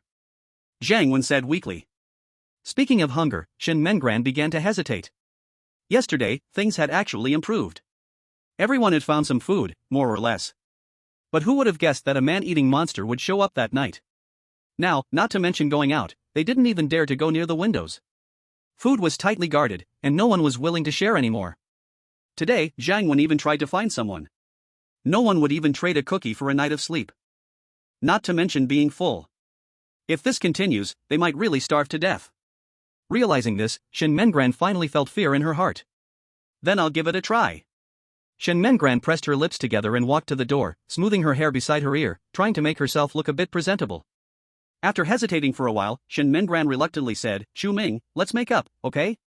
As long as you let me live in your house, I can share a room with you. The implication was already very clear. How could Chu Ming possibly not understand? Before, Shen Mengran only treated him like a moving ATM. He did want to do something for Shen Mengran. But Shen Mengran wouldn't let him at all. Simply put, she felt he didn't spend enough money. However, now the opportunity was right before him, yet he had no wicked thoughts. Because as soon as he thought about this woman eating meat. Moreover, it was his meat. He felt disgusted and wanted to vomit. Seeing that Chu Ming didn't respond, Jianwen could no longer hold back and said, if you don't have enough rooms, all three of us living in your room is also fine, you can do whatever you want then. Lying on the sofa, Chu Ming was almost hit by his phone. This Jianwen was as fierce as ever. In his previous life, he moved to 803 to protect Shen Mengran. As a result, Jianwen always intentionally or unintentionally flirted with him. Although he didn't take the bait. But he did see the formidable nature of this woman. For the sake of food, Jianwen could abandon all her bottom lines. Looking at the three women outside the door, Chu Ming suddenly had an idea. He picked up his phone and said, actually, I really want to let you in, but you also know how scarce resources are right now. The things I have here are only enough to support one more person. Why don't you discuss first and see who should come in? He knew very well that Shen Mengran and the other two were merely plastic sisters. Rather than refusing them now, it was better to watch a good show. Hearing Chu Ming's words, the first to blow up was Shen Mengran. Chu Ming, what do you mean? I am your girlfriend, you just need to let me in, what do you care about them? Shen Mengran glared angrily with wide eyes. We're all friends, right? After knowing each other for so long, how can I bear to see you die from lack of help? Besides, we've already broken up, I can't act special. Chu Ming pretended to be distressed and said. Yes, we're all friends. Mengran, how can you be so selfish and only think of yourself? Jianwen had already developed a slight opinion of Shen Mengran.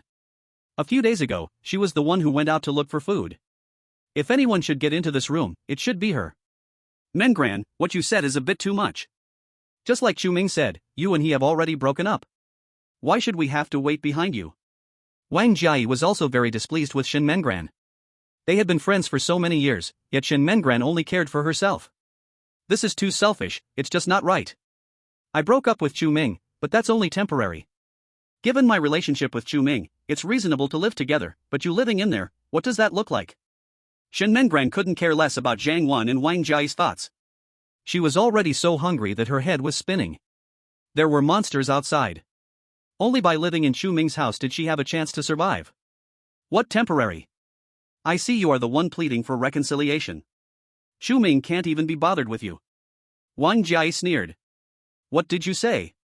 Shen Mengran felt she had never been humiliated like this. Chu Ming was just her devoted admirer. On what basis did Wang Jiayi think that Chu Ming would suddenly stop liking her? Now she had only gained a little weight. Once she got down to 70-something pounds, Chu Ming would definitely be begging her to get back together. Chapter 13, does he really look like such a good person? Actually, Chu Ming's words did influence Shen Mengran to some extent. So in the past period, she had been trying to eat less. And if this continued, skinny down to just over 70 pounds, isn't it just a matter of time? By then, Chu Ming will still have to come back and lick her. After all, if Chu Ming doesn't like her, why would he give her 500,000? Even now, she still hasn't had the chance to take the money out. But it still shows Chu Ming's attitude. I still think this opportunity should be given to me. For the first half of the month, it was me taking care of you all. Now, I just need to stay inside for a few days, then you can switch in. Jiang Wen said naturally. Once you go in, do you think you'll still want to come out? Besides, let's be clear, we returned the food you traded before. Wang Jiayi said. That's right, I can let you pick a few of the clothes and bags in my room. Those would be enough for you to buy snacks for a whole year. When Shen Mengran said this, a little pain tugged at her heart. Her luxuries were all hard-earned, collected with great effort. And how much were the bits of food Jianwen traded for worth? She was already quite generous to her friends. Who cares about your clothes and bags? Jiangwen rolled her eyes and said, today, I must go in. Mengran, you've already been dumped, isn't it embarrassing to stay with Chu Ming? As for Jiayi, your relationship with Chu Ming isn't that great, is it? My relationship with Chu Ming isn't good. Are you very familiar with him? And Mengran, I'm not saying this to hurt you, but you and young Master Wang haven't cleared things up yet. Wang Jiai said sarcastically. What nonsense are you talking about? Where is there a young master? Wang Shenmengran knew Chu Ming could hear, and immediately retorted sharply. At that moment, a loud noise suddenly came from the end of the hallway. Boom! Then a sticky sound echoed from the wall. Shen Mengran and the other two looked over in confusion. They saw a huge head at the end of the hallway window, staring directly at them. The eyes of the mutated lizard twisted oddly. Its crimson tongue flicked in and out, as if it had spotted a delicious meal. Ah! The three girls shrieked in terror. And the mutated lizard did not disappoint. Its long tongue shot out like a rubber band, and the window at the end of the hallway shattered instantly. Wang Jiai, closest to it, was directly wrapped by the lizard's tongue. In the next second, she was pulled into the lizard's mouth. All of this happened too suddenly. Wang Jiai didn't even have time to say her last words before becoming the lizard's breakfast. Shen Mengran and Zhang Wen were so shocked they were frozen. When had they ever seen such a terrifying scene? Moreover, the one that just got eaten was their roommate. Seeing the mutated lizard about to make its next move, it was Zhang Wen who reacted first, pulling Shen Mengran to hide in the corridor. TSK, what a pity. Seeing this, Chu Ming shook his head. He thought he could see two more die. The mutated lizard was very sensitive to noise. The three women loudly arguing in the corridor would certainly attract the mutated lizard. Chu Ming turned off the surveillance, too lazy to care about what was happening outside. Next, all he needed to do was wait for the cold wave to arrive. The weather grew colder day by day. The sunshine community became quieter day by day. Occasionally, a body could be seen thrown out of a window. Many people had starved to death. But very few dared to risk being discovered by mutated lizards to go out searching for food. And once they went out, no one would be foolish enough to come back. So, those who remained in the sunshine community had no choice but to wait to die. In despair and hunger, many violent incidents naturally occurred. Even darker things were happening in certain corners. As for Chu Ming, during this time, he simply shut himself off from the outside world.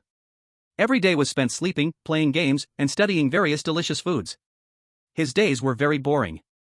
But compared to the outside, felt just like being in heaven. As the weather grew colder. That day, the neighbor living across from him finally felt like going out. The mutated lizard had been wandering around the sunny community. At this time, most people went out only when they were forced into a corner. Chu Ming looked at the compound bow on the other person's body. He knew that if he didn't act soon, he might not get another chance. This guy going out might not even make it back alive.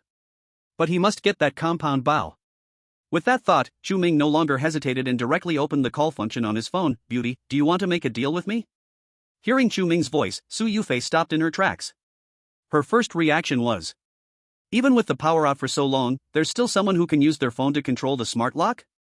But she didn't dig too deep, she just asked in a calm tone, what kind of deal do you want to make? Su Yufei was dressed in a black protective suit, her long hair tied up in a ponytail, her features somewhat cool. But she could definitely be called a beauty. Without makeup, she could still score above 9 points. Seeing that Su Yufei could communicate normally, Chu Ming let out a sigh of relief. You've seen how fast and responsive that monster outside is. If you go out, you might not come back alive. Since we're all going to die sooner or later, why not gamble a bit? Su Yufei said with a look of indifference to death. Looking at Su Yufei's stubborn expression, Chu Ming dared not let her leave now. Otherwise, his compound bow would also be lost. Don't rush to seek death, I can give you some food, but you must exchange your compound bow and arrows for it. Chu Ming stated his intention directly.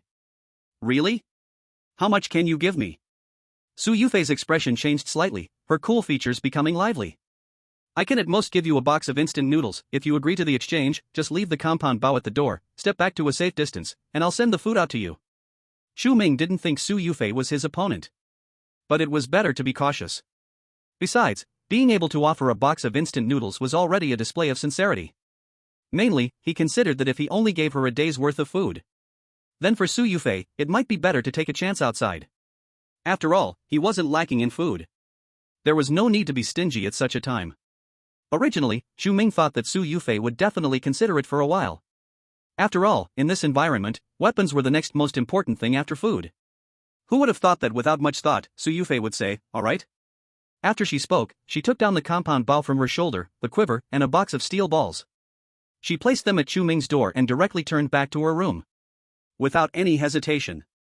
She didn't worry at all that Chu Ming would go back on his word. Chu Ming. Did he really look that much like a good person? Chapter 14 Lockpicking. Chu Ming observed for a moment through the monitor. confirming that the door across was closed and that Su Yufei wasn't trying any tricks. He took out a box of instant noodles from the space. After opening the door, he checked again for the mutated lizard nearby. After ensuring there was no danger, he casually tossed the noodles and picked up the items on the floor before retreating back into his room. Hearing the sound of the door closing, Su Yufei reopened her door and came out. She glanced at room 1501 across, smirking in disbelief. Is this guy a rabbit? Why does he run so fast? While complaining, Su Yufei checked the instant noodles. Seeing that Chu Ming was trustworthy, she moved the noodles back into her room. After closing the door, she headed to the living room and pushed open a hidden door in the corner. This was a completely enclosed collection room. When Su Yufei opened one of the cabinet doors, she was amazed to find it filled with various types of compound bows and even some small crossbows. If Chu Ming were here, he would understand why Su Yufei felt no nostalgia when she tossed aside the compound bow. Because this thing, there is plenty in her home. If she could exchange it for a box of instant noodles, it would definitely be a win for her. If she couldn't, she wouldn't lose much either. Moreover, Su Yufei had her guard up against Chu Ming. So, staying in her room was actually the safest option for her. However, Chu Ming kept his promise and really gave her a box of instant noodles. This actually added quite a bit to his points in Su Yufei's eyes. In that situation just now, Chu Ming could have easily taken the items without acknowledging it. It was just that she had enough confidence to bet on Chu Ming's character. On the other side, having obtained the compound bow, Chu Ming couldn't wait to store everything in his spatial bag. The 30 arrows in the quiver increased to 3,000. 100 steel balls increased to 10,000. Finally was the compound bow. Its quality had received an all-around upgrade. Item upgrade successful, congratulations on receiving the enhanced compound bow. Enhanced compound bow, penetration power increased tenfold, automatically aims at vital points within 15 meters. Looking at the introduction of the enhanced compound bow, Chu Ming felt completely pumped up. 10 times the penetration power. It can even auto-aim at vital points. This was simply tailor-made for him.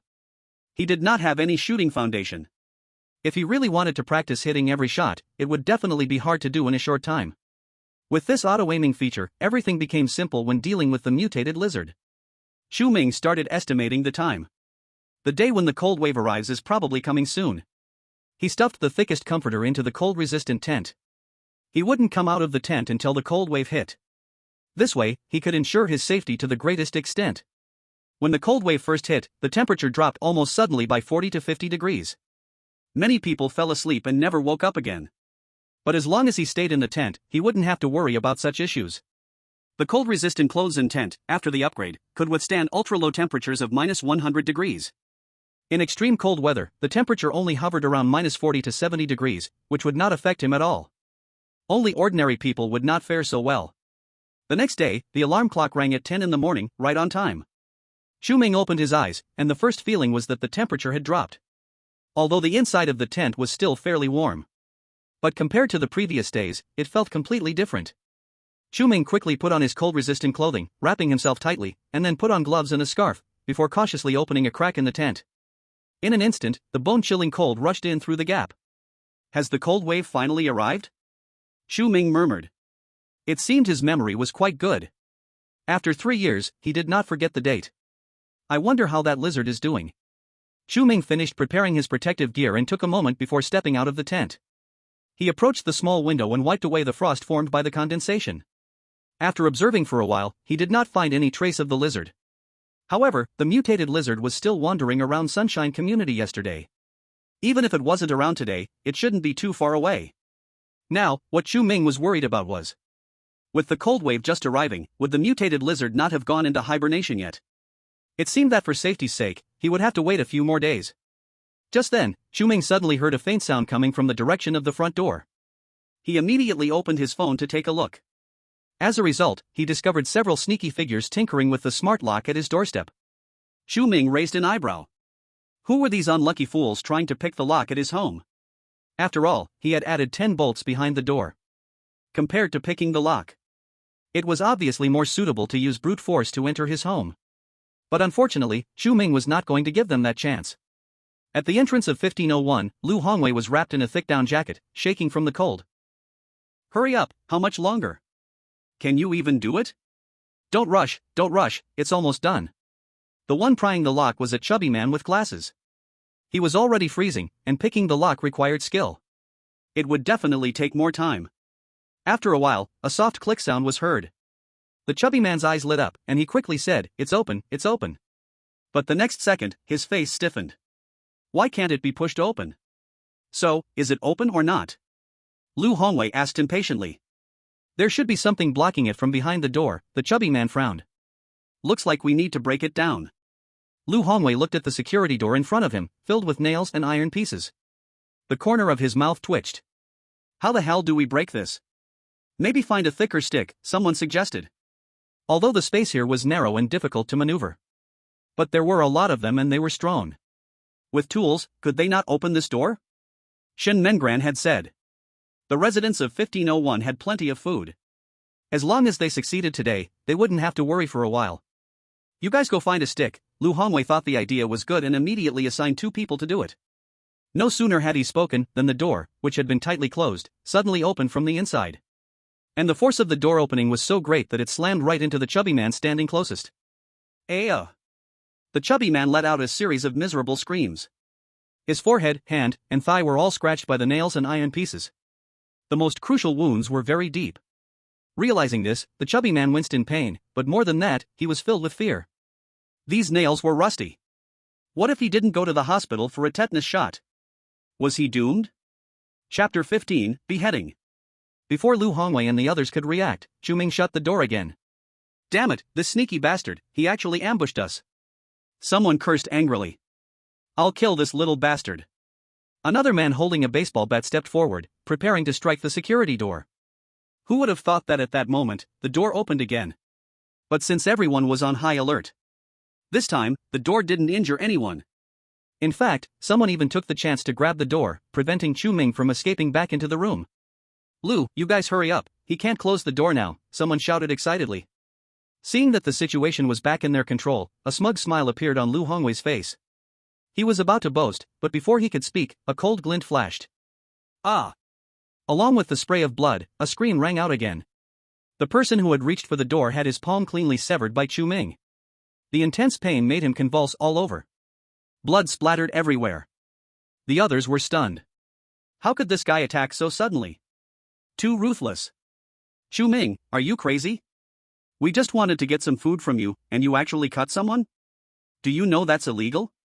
Lu Hongwei was also scared out of his wits, but that didn't stop him from pretending to be tough. Is it illegal to break down a door? Chu Ming, holding a watermelon knife, sneered. Who told you to be so selfish, keeping food at home and not sharing with your neighbors? We did this because you forced us. Lu Hongwei gritted his teeth. Stop wasting time with him, let's rush in. The man holding the baseball bat had a vicious expression and, relying on the length of his weapon, charged toward Chu Ming. A cold light flashed in Chu Ming's eyes, and his watermelon knife immediately met the bat. The baseball bat was supposed to be tough, with no lack of hardness. But when it collided with the watermelon knife, it broke into 2 pieces as if it were tofu. Then, Chu Ming swung the watermelon knife horizontally. The man with the bat was instantly bisected at the waist. Watching the round, rolling head fall at his feet, Lu Hongwei only felt his mind go blank, and then he immediately vomited with a wow. As he vomited, he happened to make eye contact with the severed head on the floor. Frightened, Lu Hongwei stumbled back several steps. He's gone mad. Gone mad. Chu Ming is really crazy. In these past days, he had seen fights, seen people stab knives. But he had never seen this kind of way of killing. Decapitation. Is this something a normal person could do? He suddenly remembered. Chu Ming had mentioned in the owner group that he had manic disorder. Now it seemed like he might have been telling the truth. This is a mental illness. What reason could a normal person argue with a mentally ill person? If Chu Ming slashes him with a knife, he'd be in big trouble. Thinking of this, Lu Hongwei immediately ran without looking back. The others saw this and scattered as well. Chu Ming didn't chase after them, nor did he deal with the body at the door. He just calmly closed the door and locked 10 security bolts behind it. Downstairs, Shen Mengran, who had been waiting, saw Lu Hongwei and the others return. And immediately rushed forward to ask, how did it go? Did you get the food? Shen Mengran was already so hungry that her face was yellow and thin, her cheeks sunken. She looked nothing like the goddess she used to be. Don't even mention it, that guy is a madman. Lu Hongwei said, his face full of fear. No way. Shen Mengran couldn't understand, there were 5 of you. And you couldn't handle just one person? In her memory, Chu Ming was just a useless weakling. How come these guys couldn't even handle someone weaker than a weakling? That guy had a big watermelon knife, and he slashed at anyone he saw. I think we better not provoke him, said the fat guy who had been picking locks, holding his forehead where he was hurt. But there were 5 of you. Even if he had a watermelon knife, he could only slash one person. Couldn't the rest of you subdue him? Shen Mengran felt her logic was clear. 5 against 1, isn't that just common sense? She had already provided such important information. Yet these guys didn't bring back even a single thing. They were just a bunch of useless fools. Mengran, you don't know how terrifying that guy is. Li Chang's head was even chopped off by him. We should think of another way. I'm never going to 1501 again, Lu Hongwei swallowed nervously. Recalling the scene just now, it was enough to give him nightmares for a month. He would rather go to the newly opened cafeteria on the 10th floor than deal with Chu Ming again. That's too exaggerated. Shen Mengran couldn't believe Lu Hongwei's words. Even if Chu Ming really killed Li Chang, you shouldn't back down. He only has one life. If you all fight him to the death, surely you can get some food back. Shen Mengran, are you talking without thinking? The fat guy who had been picking locks became upset at once. Why is your life so precious, but ours isn't? If you're so capable, you go to 1501 yourself. The others also silently agreed. Shen Mengran's words were indeed too selfish. Did they just deserve to die? That's not the same, you're men, isn't it your job to do this kind of thing? Shen Mengran said, as if she realized she couldn't stand her ground. She quickly added. Although I can't fight with you, at least I will support you mentally. Who the hell cares? The fat guy snorted. Stop arguing, it's so cold today, it's minus 30 degrees outside. If we don't get some food, we're all going to starve to death. I'm going to the cafeteria on the 10th floor, surviving is more important than anything else, Lu Hongwei sighed. I'm not going. Shen Mengran couldn't help but feel nauseous thinking of the corpses collected on the 10th floor these past days. Zhang Wen had secretly gone to the 10th floor yesterday. But she said she would never eat that kind of thing. The arrival of the cold wave almost plunged everyone into despair. But Chu Ming was curled up in his cold-resistant tent. Today, he was eating hot pot. Tomorrow, I will eat snail rice noodles. In the sealed space, he was already starting to sweat a little. Thanks to the portable charger from before, it was upgraded and good enough for him to use for a long time. As long as there is electricity, he can boil some hot water and cook some hot food. The problem isn't too big. If worst comes to worst, he can still bring out the generator. No matter what, it won't affect his quality of life. After finishing the last sip of hot soup from the snail rice noodles, Chu Ming walked out from the cold-resistant tent. Today marks the 3rd day of the drop in temperature.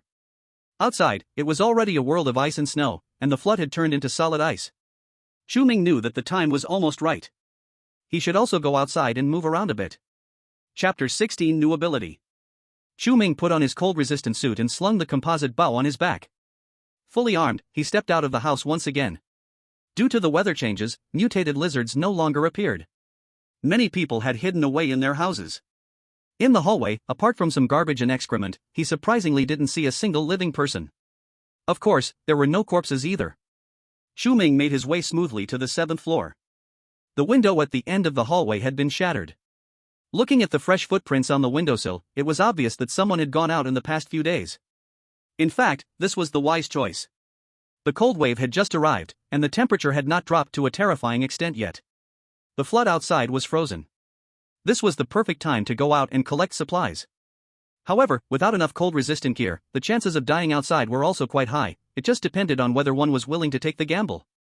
But for Chu Ming, minus 30 degrees was nothing serious at all.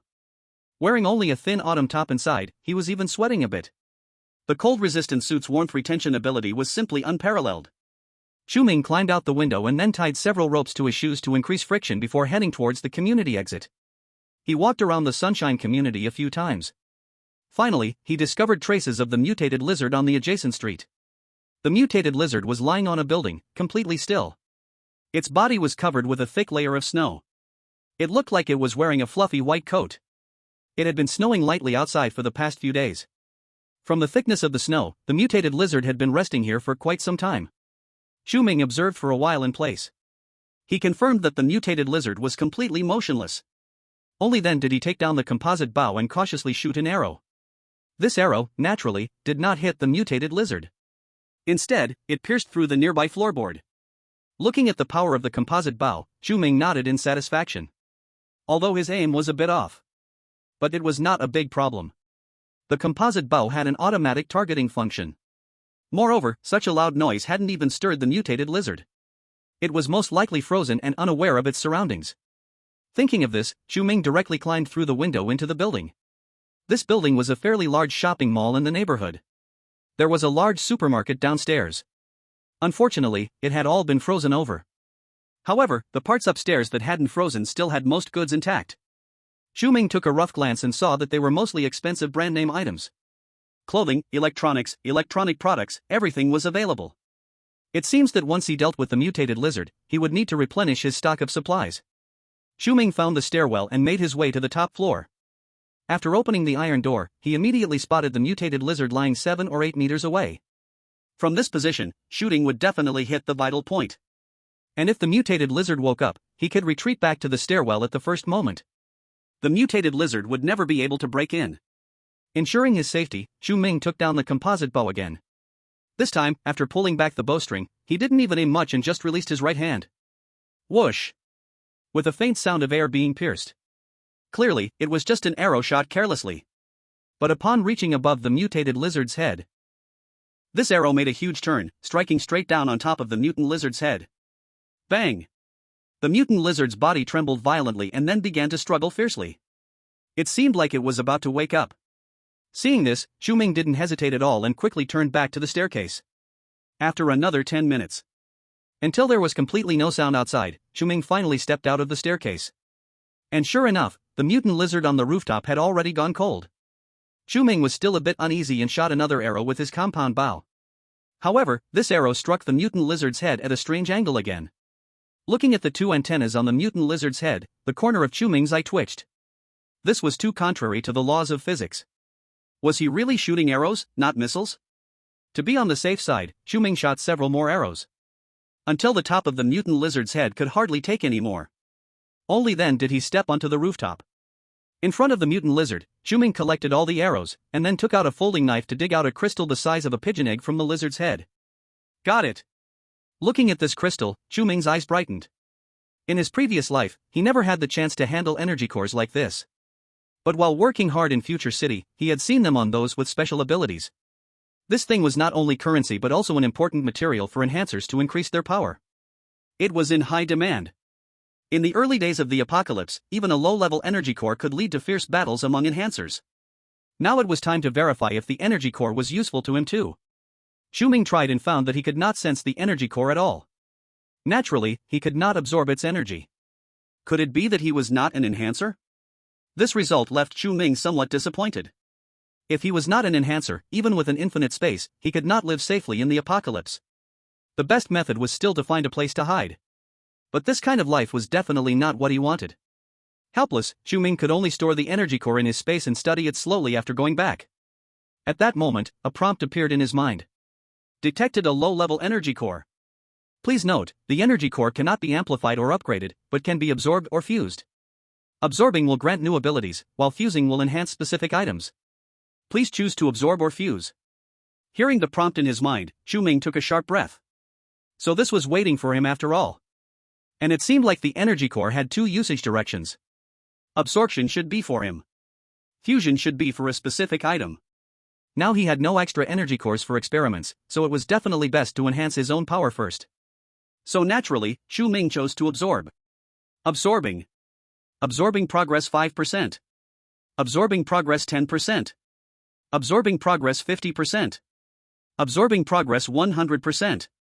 Low-level energy core absorbed. Congratulations, you have gained a new skill, space cutting. Space cutting, able to slice through objects within 3 meters, not restricted by any material state. Chu Ming's expression shifted slightly. Space cutting? He remembered that only enhancers of level 7 or 8 could use such advanced skills.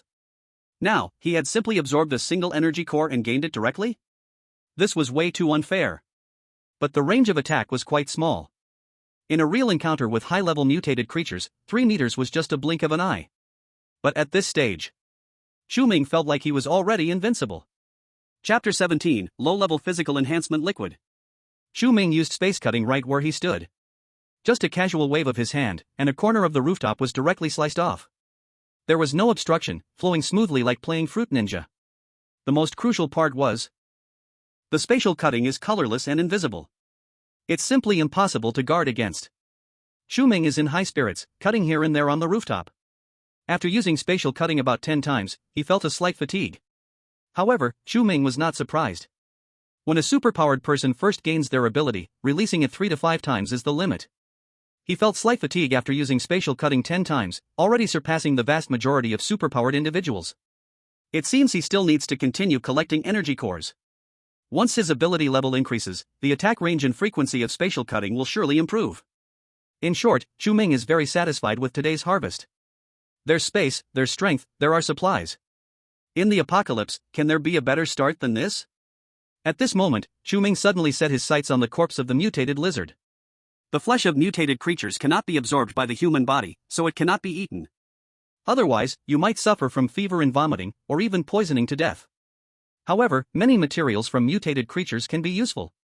Thinking of this, Chu Ming stored the mutated lizard's corpse into the space. Detected first-level mutated lizard, do you want to decompose?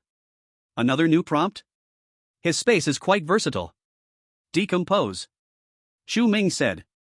First-level mutated lizard has been decomposed, harmful components and impurities have been automatically removed. Congratulations on obtaining first-level physical enhancement liquid, lizard skin, lizard tongue, lizard blood. First-level physical enhancement liquid, after consumption, it can enhance physical ability in all aspects. Lizard skin has a certain defensive effect. Lizard tongue has good elasticity and stickiness. Lizard blood has strong antibacterial properties. The mutated lizard is only a first-level mutated creature. The materials on it can only be considered average, without particularly outstanding parts. Moreover, whether it's enhancement, upgrading, or decomposition, the space can only take effect once. So Chu Ming merely glanced at these materials before tossing them into a corner of the space. What he truly cares about is the first-level physical enhancement liquid.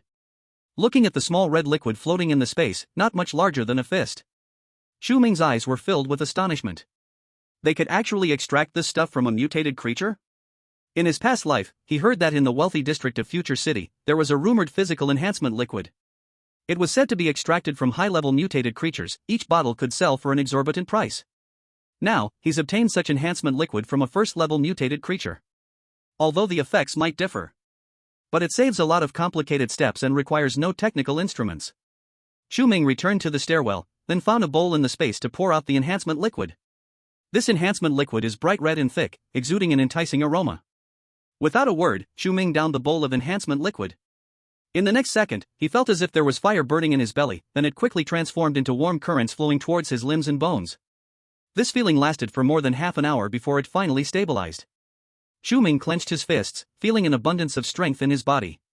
He reached out and forcefully twisted the staircase handrail. The steel handrail instantly deformed. This effect is so obvious. Chu Ming's eyes lit up. He hadn't even exerted much force.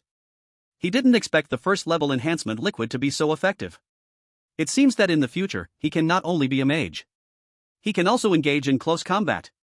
Chu Ming ran back to the rooftop, testing his speed and jumping ability. Indeed, they are worlds apart from his previous self. Now, even if he participated in the Olympics, he could easily break world records. Chu Ming exercised for a while on the rooftop. Until the wind and snow outside grew stronger, he returned to the mall. Next, it's time to get to work. The top floor of the mall has many entertainment facilities. There are cinemas, game halls, the library and a sports goods store. In the cinema and arcade, Chu Ming did not find too many useful things. Most of the equipment was all connected to the floor and walls. It would take quite a long time just to dismantle them. The key point was that they were not much use to him. So in the cinema, Chu Ming only took some massage chairs, 3D glasses, and VR glasses. In the arcade, he only picked a few games he liked to play. Then it was time for the library and the sports goods store. There were many items here that could be very useful. The books in the library covered various novels, physics, chemistry, astronomy, geography, biology, medicine, agriculture, animal husbandry, and more. Who knows when they might come in handy someday? If not, storing them in space wouldn't take up much room. The sports goods store had many practical items. In addition to common balls, there were various fitness equipment, goggles, telescopes, skiing gear, wrist guards, knee pads, gloves, protective clothing, sportswear, shoes, socks, and more.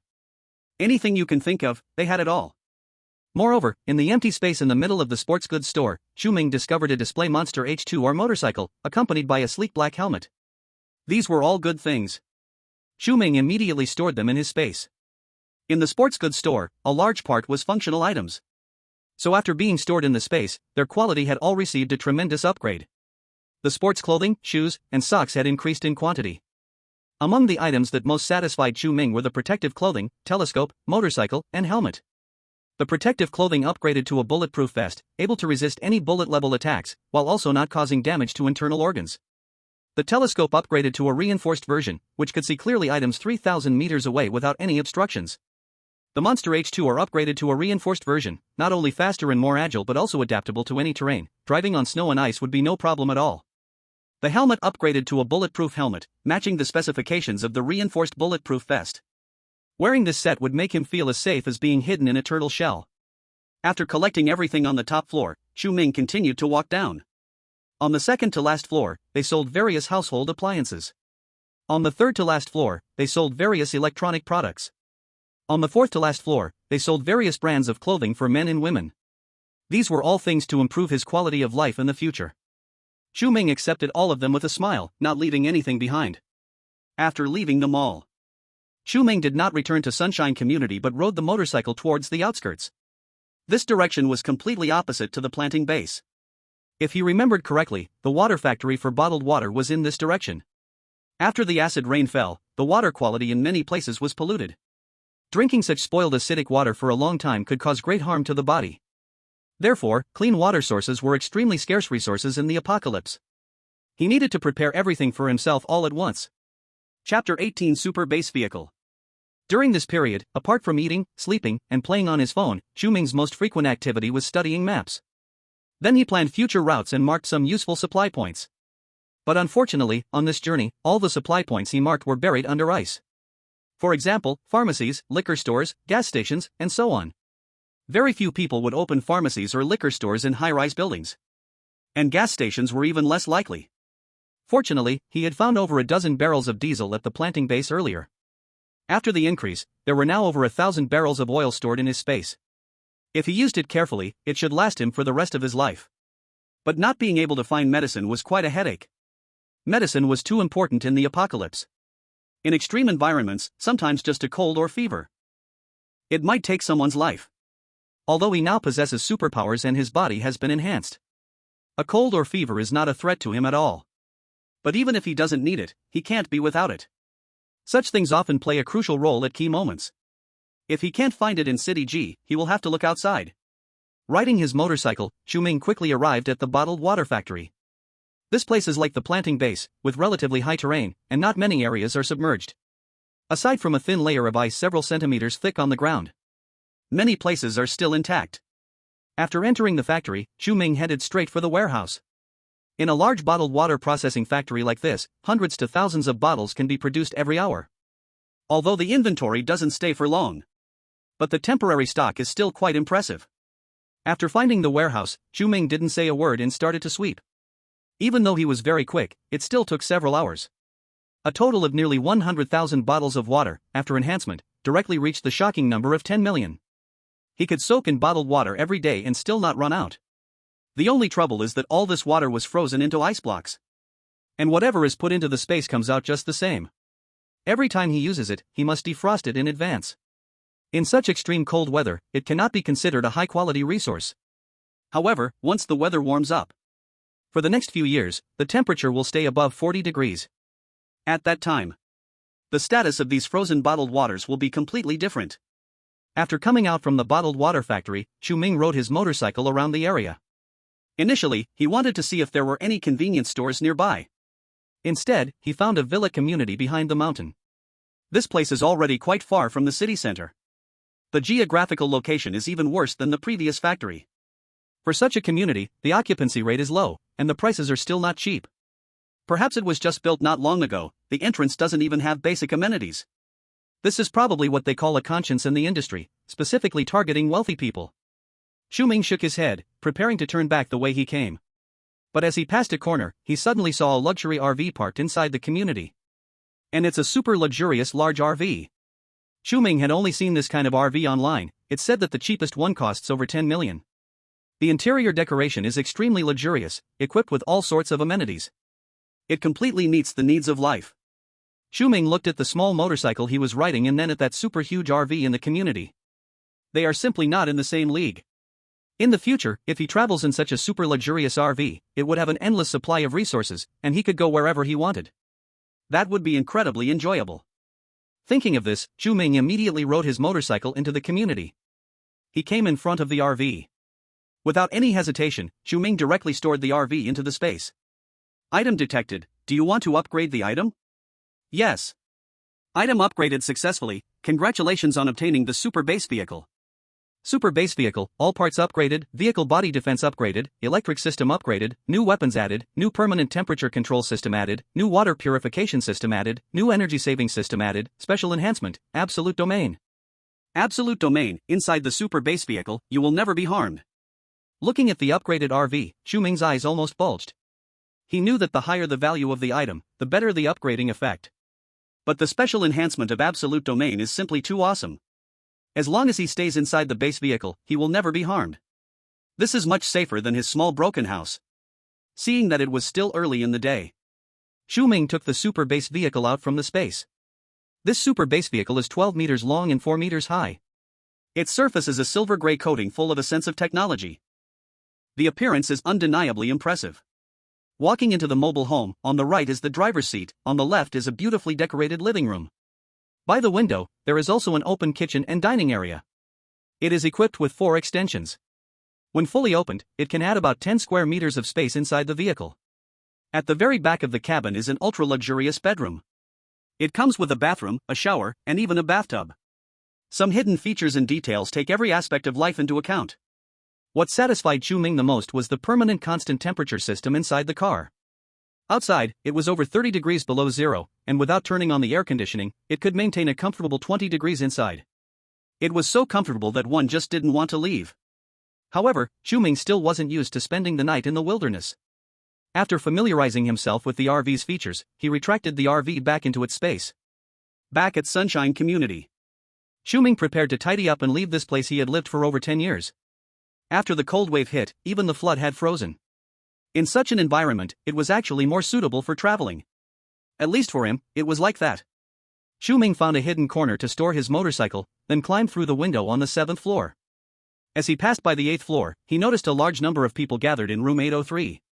Shen Mengran also spotted Chu Ming. She immediately closed the door, afraid that Chu Ming would hear something. Miss Shen, is everything you said true? Is there really a shelter outside G-City? Someone asked excitedly. Why would I lie to you? Shen Mengran took out a radio from her bag. I found this in the landlord's storage room yesterday. I saw that the battery still worked, so I fiddled with it a bit, and unexpectedly caught a signal. It really does say there are shelters outside the city. As long as we get to the shelter, not only will we no longer starve, but we'll also have the protection of the army. Shen Mengran sounded somewhat proud. From now on, she would be the savior of these characters.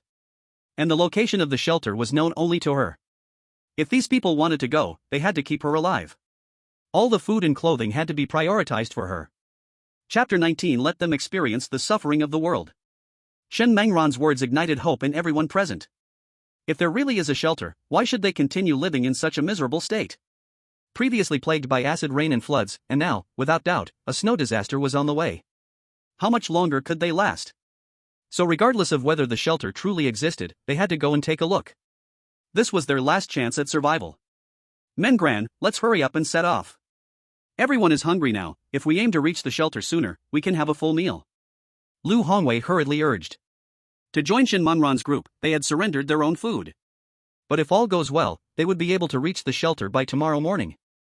In this little time, everyone could still hold on. But if they delayed further, the situation wouldn't be optimistic. It's better for us to wait until dark to set off, so that no one else finds out. Otherwise, if so many people go to the shelter, they'll be splitting food that rightfully belongs to us. Shen Mengran wasn't foolish. Now everyone was struggling. The shelter might not be able to support too many people. Moreover, too many people could lead to chaos. How many would still be willing to listen to her then? Mengran is right, we can't let too many people know where the shelter is. Only those in our house should go. Zhang Wen, who had been going to the 10th floor cafeteria these days, actually looked much healthier. But the monster outside, has it really left? Will we be eaten if we go out? Someone worriedly asked. I've observed it, since the temperature dropped, the monster hasn't appeared again. It might have frozen stiff by now. Plus, didn't you see that just now Chu Ming came back from outside? He lived well all by himself, and we absolutely won't have any issues going out. Shen Mengran said firmly. Mentioning Chu Ming, she was filled with anger. So this time when organizing the team, she deliberately did not invite Chu Ming. While she enjoyed the food and drink in the shelter. That loser named Chu Ming could just wait here to die miserably. Back in room 1501, Chu Ming packed everything in the room into his space. Including the old furniture, the inheritance left by his parents, and the photos hanging on the wall. He even took apart the kitchen stove. He couldn't take the reinforced concrete, but he could take away the memories of his former home. Chu Ming took one last look at the room, then turned around and opened the door. As a result, Su Yufei was just coming out of her room at that moment. Oh, so late, are you going out? Su Yufei looked at Chu Ming, fully armed, and couldn't help but ask curiously. Aren't you going out too? Chu Ming raised an eyebrow, not answering directly. I was planning to find you, Su Yufei said. Find me? Chu Ming was slightly taken aback. Yes. Su Yufei revealed a small smile on her face. Are you interested in cooperating with me? I know a great place with medicine and food, perfect for a stronghold. Medicine? Chu Ming seized on this keyword and immediately asked, how much is there? This place is actually the pharmaceutical company where my cousin works. Before the acid rain came, my cousin was working overtime at the company and got trapped there. Su Yufei spread her hands helplessly, so this time I'm going there for the medicine and to find her. As for the quantity of medicine, they are in that line of work, so it won't be lacking. How do you know she is still alive? Chu Ming didn't know Su Yufei well, so he wouldn't easily believe her words. But if he could really find a pharmaceutical company, he'd be more than willing to go. After all, medicine was the thing he lacked the most in the supplies he had collected. My cousin works on a high floor, and their company only rents the top few floors. Also, the cafeteria is on the upper floor, so don't worry, she definitely won't die anytime soon. Su Yufei said confidently. After a moment's thought, Chu Ming asked, where is that company? How long will it take to get there? Not far, just in the new district. I have a mountain bike at home, and if we ride there, we should be able to get there in a few hours. Su Yufei replied without hesitation. Chu Ming looked at Su Yufei speechlessly. He was just testing her, yet she actually gave him the address. Last time during the trade for the compound bow, it was the same. Didn't she worry about him changing his mind at the last moment or killing her to cover it up? But right now, he couldn't be sure Su Yufei was telling the truth. Whether to kill Su Yufei and take the medicine for himself would have to wait until they got there. Forget the mountain bike. I found a motorcycle when I went out today. Let's take my motorcycle instead. Chu Ming refocused his thoughts and said. As for the RV, he definitely would not easily expose it in front of others. Then wait for me a few minutes, I will go back to pack my things. Seeing Chu Ming agree, Su Yufei's face immediately lit up. I'll go get the motorcycle first. Let's meet at the 7th floor exit. Chu Ming said. Okay. Su Yufei nodded. Chu Ming climbed out of the window on the 7th floor. He looked around to see if anyone was around, then took out the motorcycle from his space, and also took out a backpack to pack 2 pieces of clothing and some food inside. After doing all this, he patiently waited at the exit. A few minutes later. Instead of Su Yufei, he saw Shen Mengran and others. Seeing Chu Ming, Shen Mengran's expression immediately changed. What are you doing here? Shen Mengran looked at Chu Ming warily and then reacted, saying, did you eavesdrop on us in the hallway just now? It must be so, the sinister and despicable scoundrel killed Li Chang last time. We can't let this murderer follow us. Lu Hongwei said angrily. What are you saying? I don't understand, Chu Ming said faintly, glancing at Shen Mengran. These guys, what kind of madness are they spouting again? Stop pretending to be stupid. Even if you kneel down and beg me today, I won't take you to the shelter. Shen Mengran said, her tone full of pride and arrogance. Knowing the location of the shelter, she felt like a savior. But who to save, and who not to save, would all depend on her mood. As for Chu Ming, he wasn't worthy of joining her team. Hearing the word shelter, memories from Chu Ming's previous life surfaced in his mind. At that time, they also knew about the shelter's existence. They ran there at the first opportunity.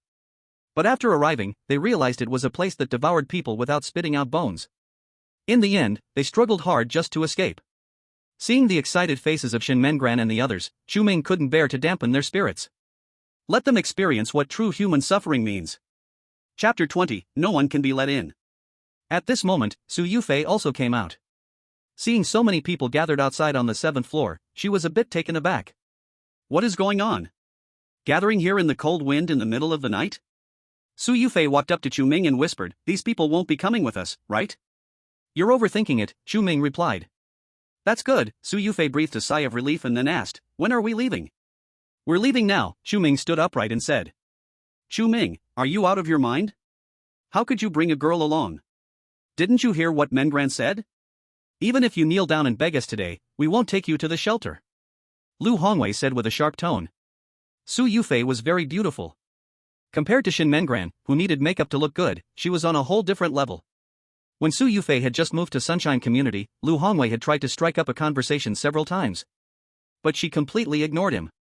That's why he turned to flatter Shin Mengran instead.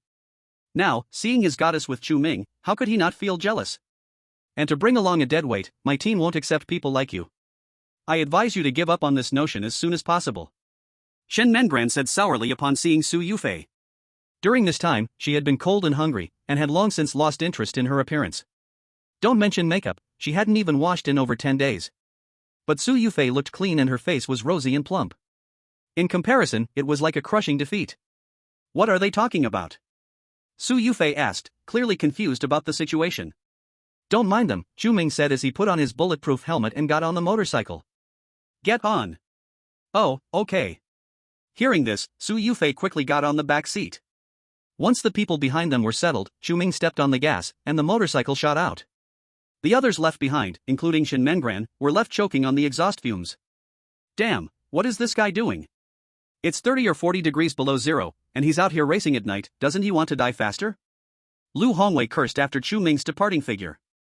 "Mengran, it seems he wasn't waiting for you at all, you might have been overthinking it," Jian Wen said gleefully beside her. "If you don't shut up, no one will think you're mute." Shen Mingran's face looked extremely ugly.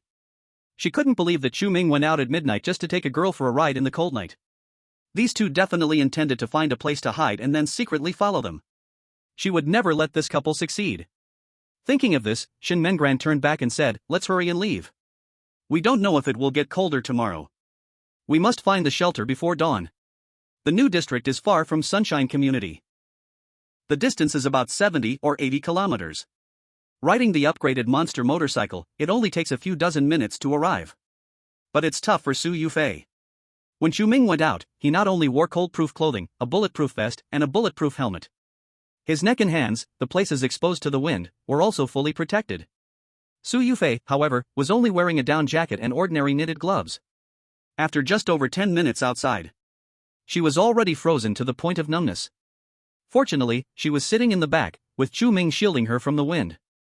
Otherwise, she couldn't have lasted too long. After about 40 minutes, the motorcycle stopped in front of a tall building. Chu Ming looked up. This building has a total of over 50 floors. Only about 7 or 8 floors are submerged. If there is enough food, there should still be many survivors inside. Su Yufei shivered as she got off the motorcycle, stomping her feet to keep warm, and said, "This is it. Before the power went out, I arranged to meet my cousin here. She must still be waiting for me upstairs. Lead the way." Chu Ming flipped off the motorcycle but did not take off his helmet. In this strange environment, he could not expose his weaknesses. He wasn't worried about people. He was afraid of more mutated creatures appearing. "Okay." Su Yufei nodded, then found the entrance to this building. Chu Ming took the opportunity, while Su Yufei wasn't paying attention, to put the motorcycle into his space before following closely behind. This building mainly served as a business office. But there were also some floors with apartments. So there were definitely many residents. However, as Chu Ming and Su Yufei walked along, they did not hear any sounds. Moreover, all the doors were wide open. Many had signs of forced entry.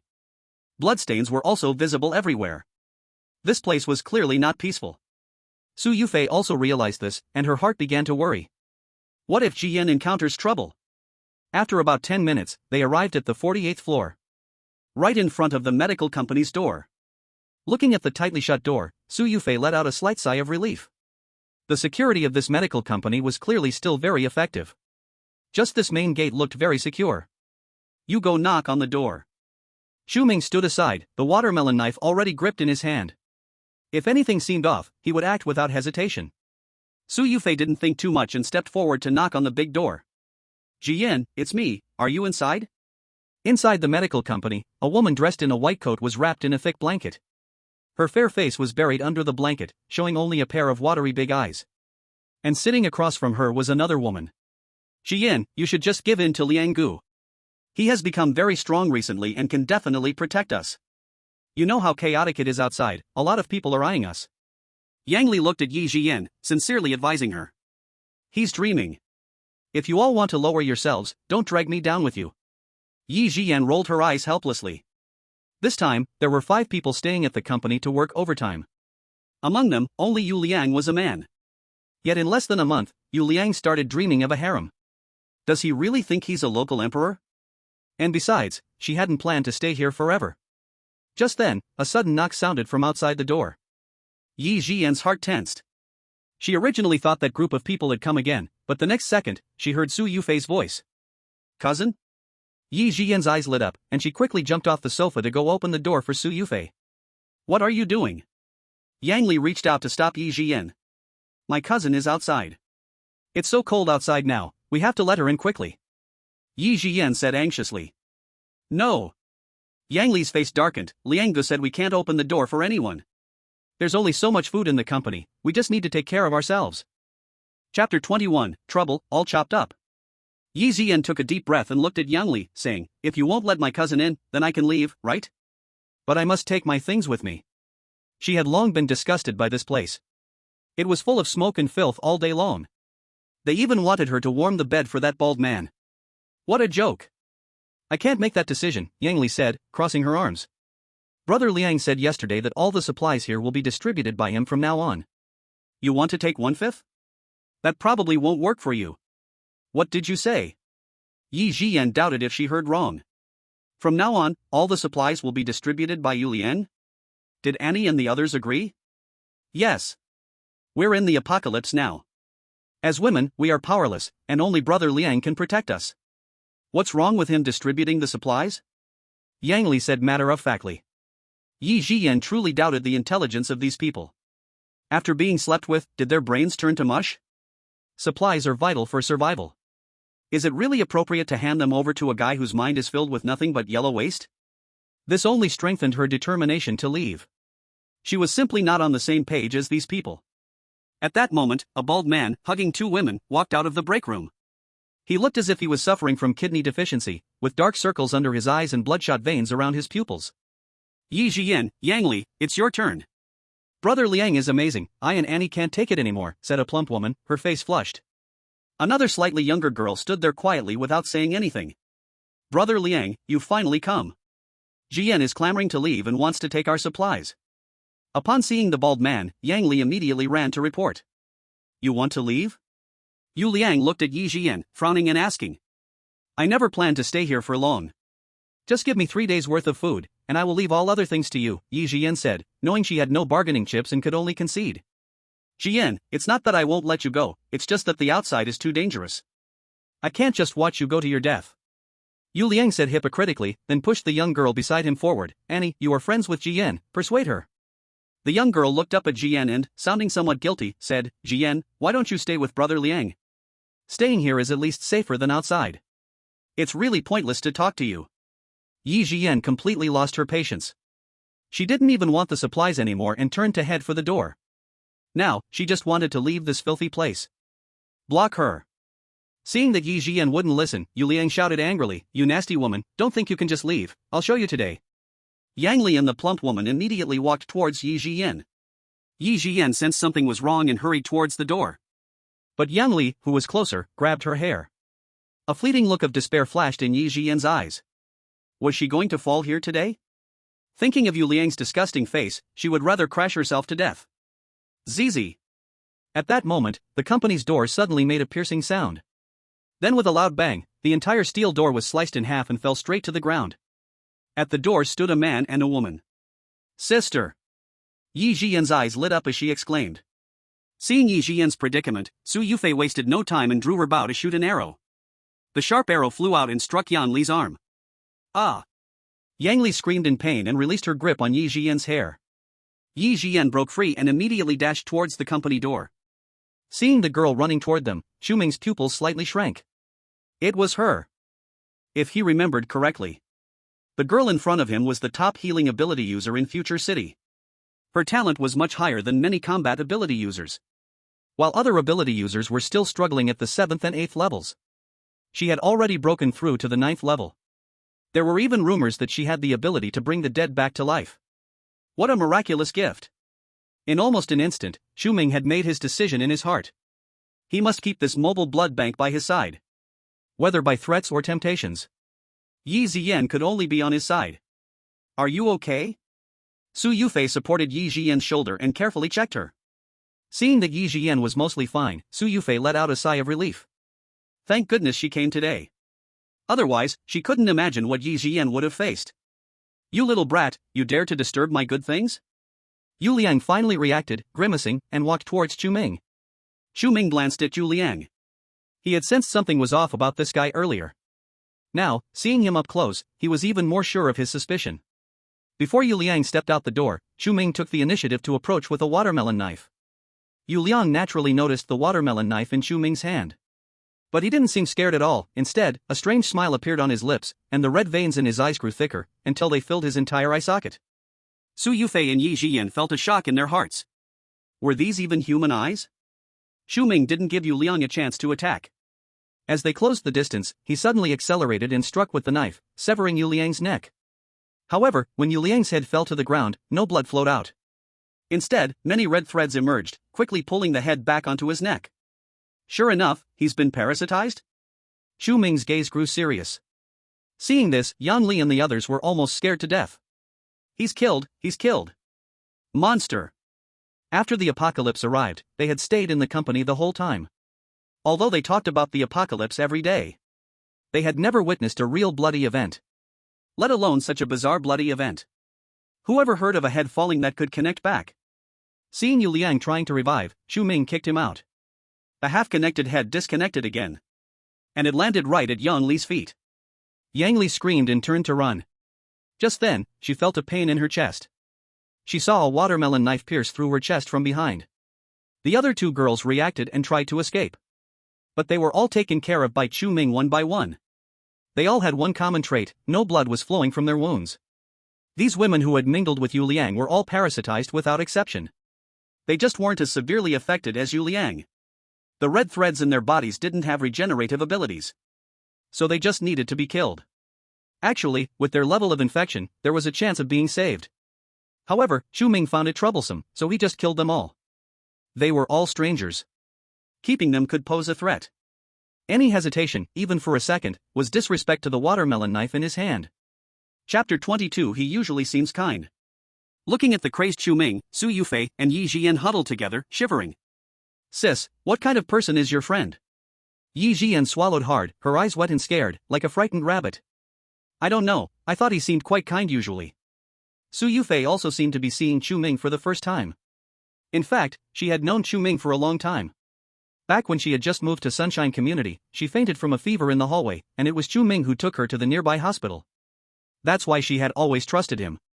But she never knew, when Chu Ming killed, he could be so insane. One knife for one, just like harvesting leeks. Chu Ming threw the several corpses in the room out the window. Yu Liang's body can still regenerate. But as long as he leaves this room, he can go anywhere he wants to be reborn. Chu Ming didn't care at all. However, when he was closing the window, he vaguely caught sight of something moving outside. It seemed that this place was not safe to stay for long.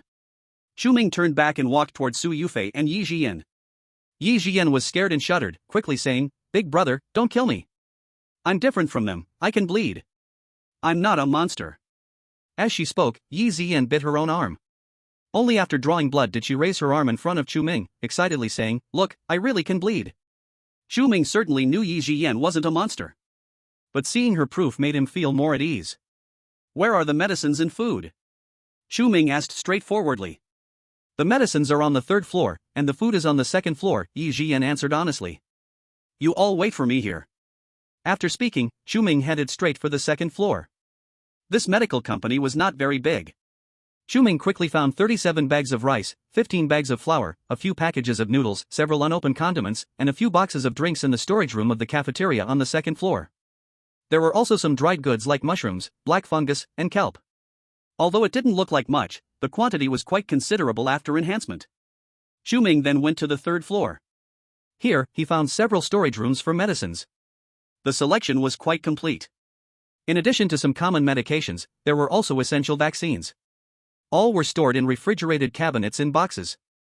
And to prevent power outages, there was also a small generator in the warehouse, specifically to power these vaccine refrigerators. Chu Ming collected everything without missing anything. Since medicines are functional items, once stored in his space, they all received quality upgrades. He casually took out a box of fast-acting heart-saving pills. The effects listed on it were no longer just for treating chest pain due to stagnation. Even if the heart was injured, as long as it wasn't a case of immediate death, it could slowly help you recover. Suddenly, Chu Ming heard a faint sound coming from the warehouse. Upon closer inspection, a crack had appeared on the wall at some point. Inside, faint red threads were trying to squeeze out. Chu Ming didn't dare to delay and hurriedly returned to the first floor of the company. "Why didn't you take anything?"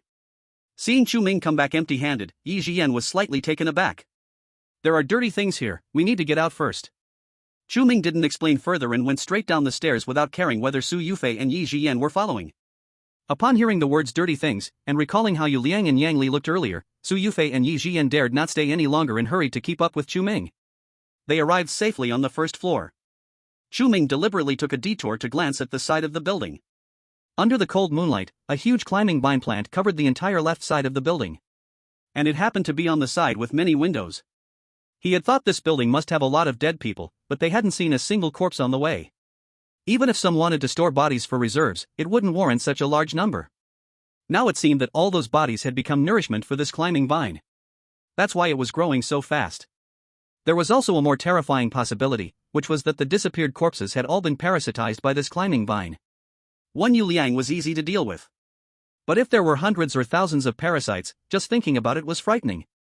At this moment, Su Yufei and Yi Jian caught up with him. When they saw the climbing vine on the building, their faces were filled with shock. "Oh my god, how did this thing grow so big?" Su Yufei said in disbelief. "Sis, look at those red tendrils above. Don't they look a lot like the ones on Yu Liang's neck?" Yi Jian, however, had observed the key point.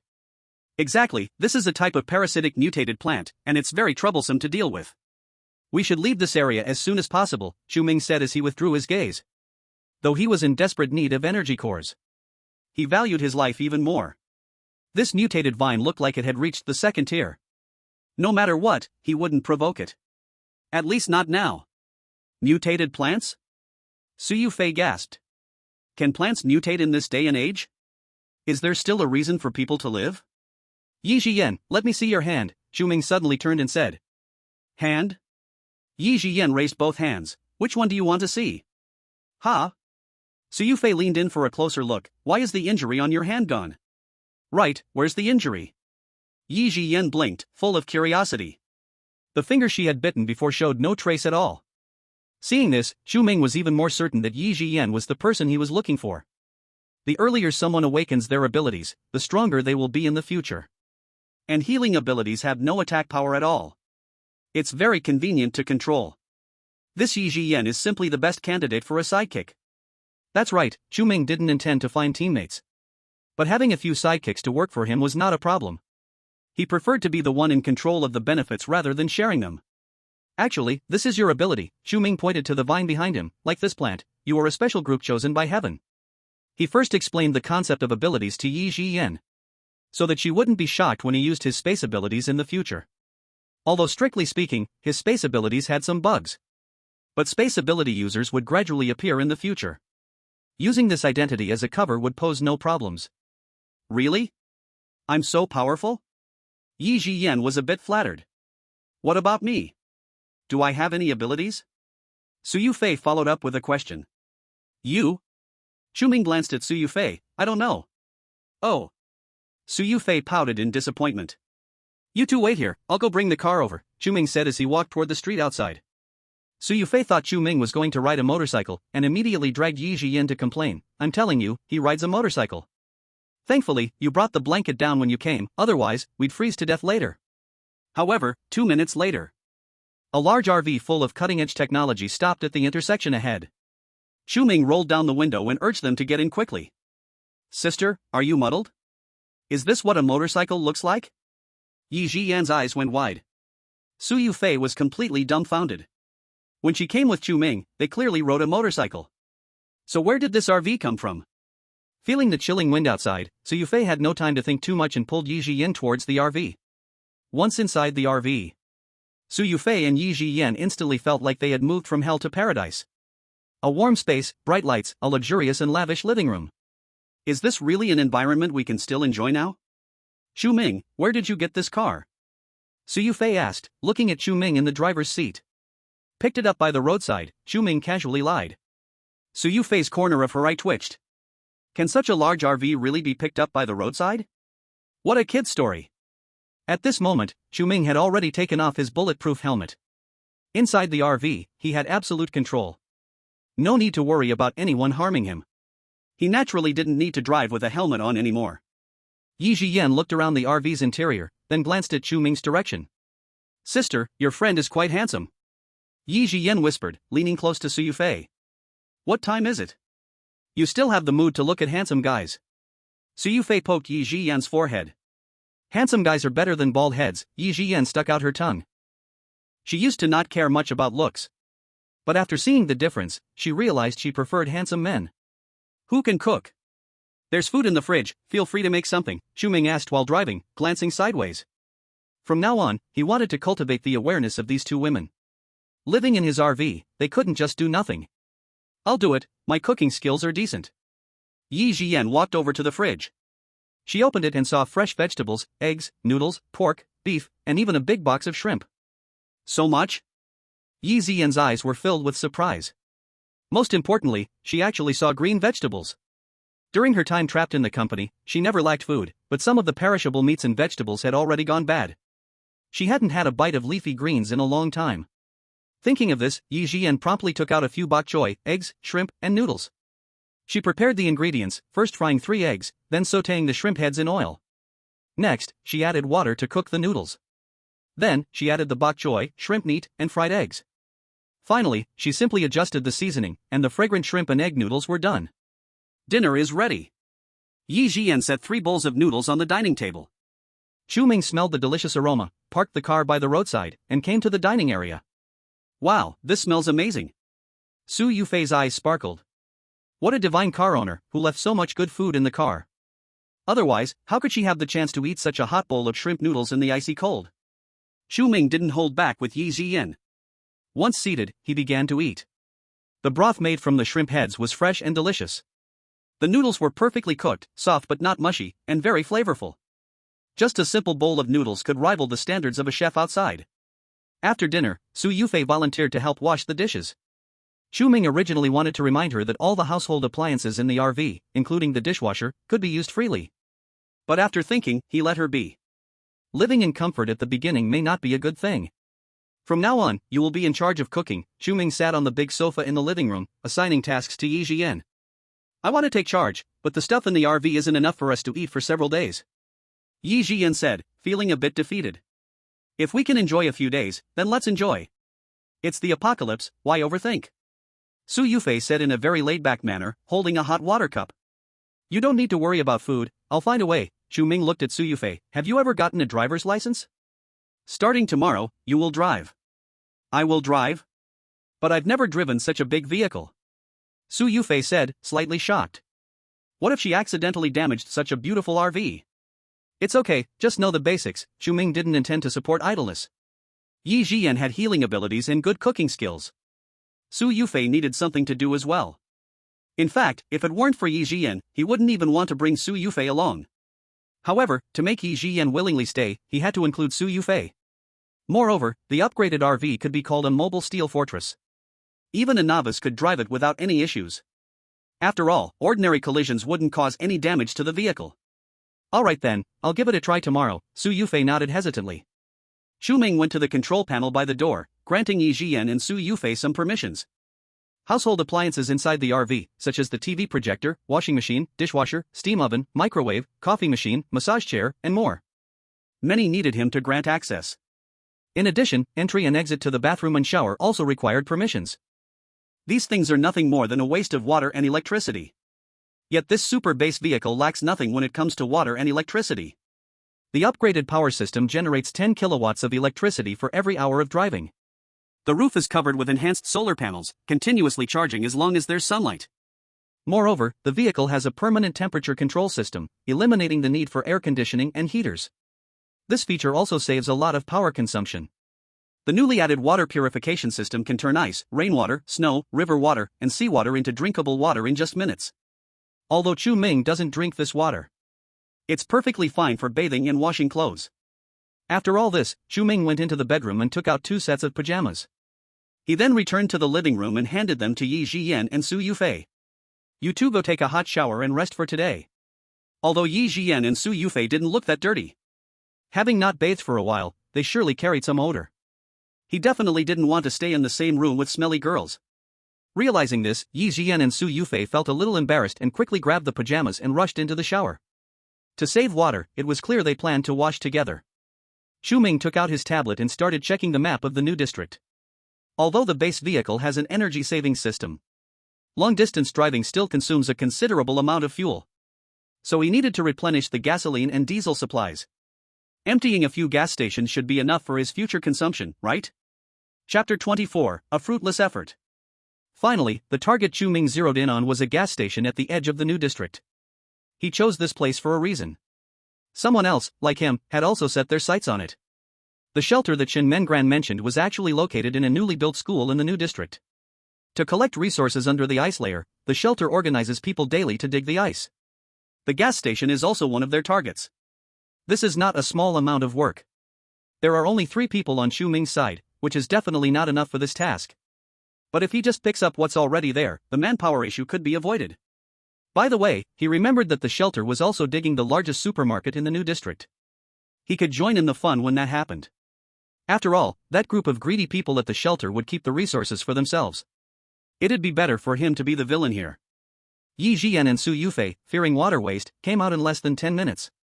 The pajamas Chu Ming prepared for Su Yufei was a purple silk nightgown with intricate patterns, while he got a white lace short skirt for Yi Jian. These were all brand name items he picked up at the mall, and the quality was unquestionable.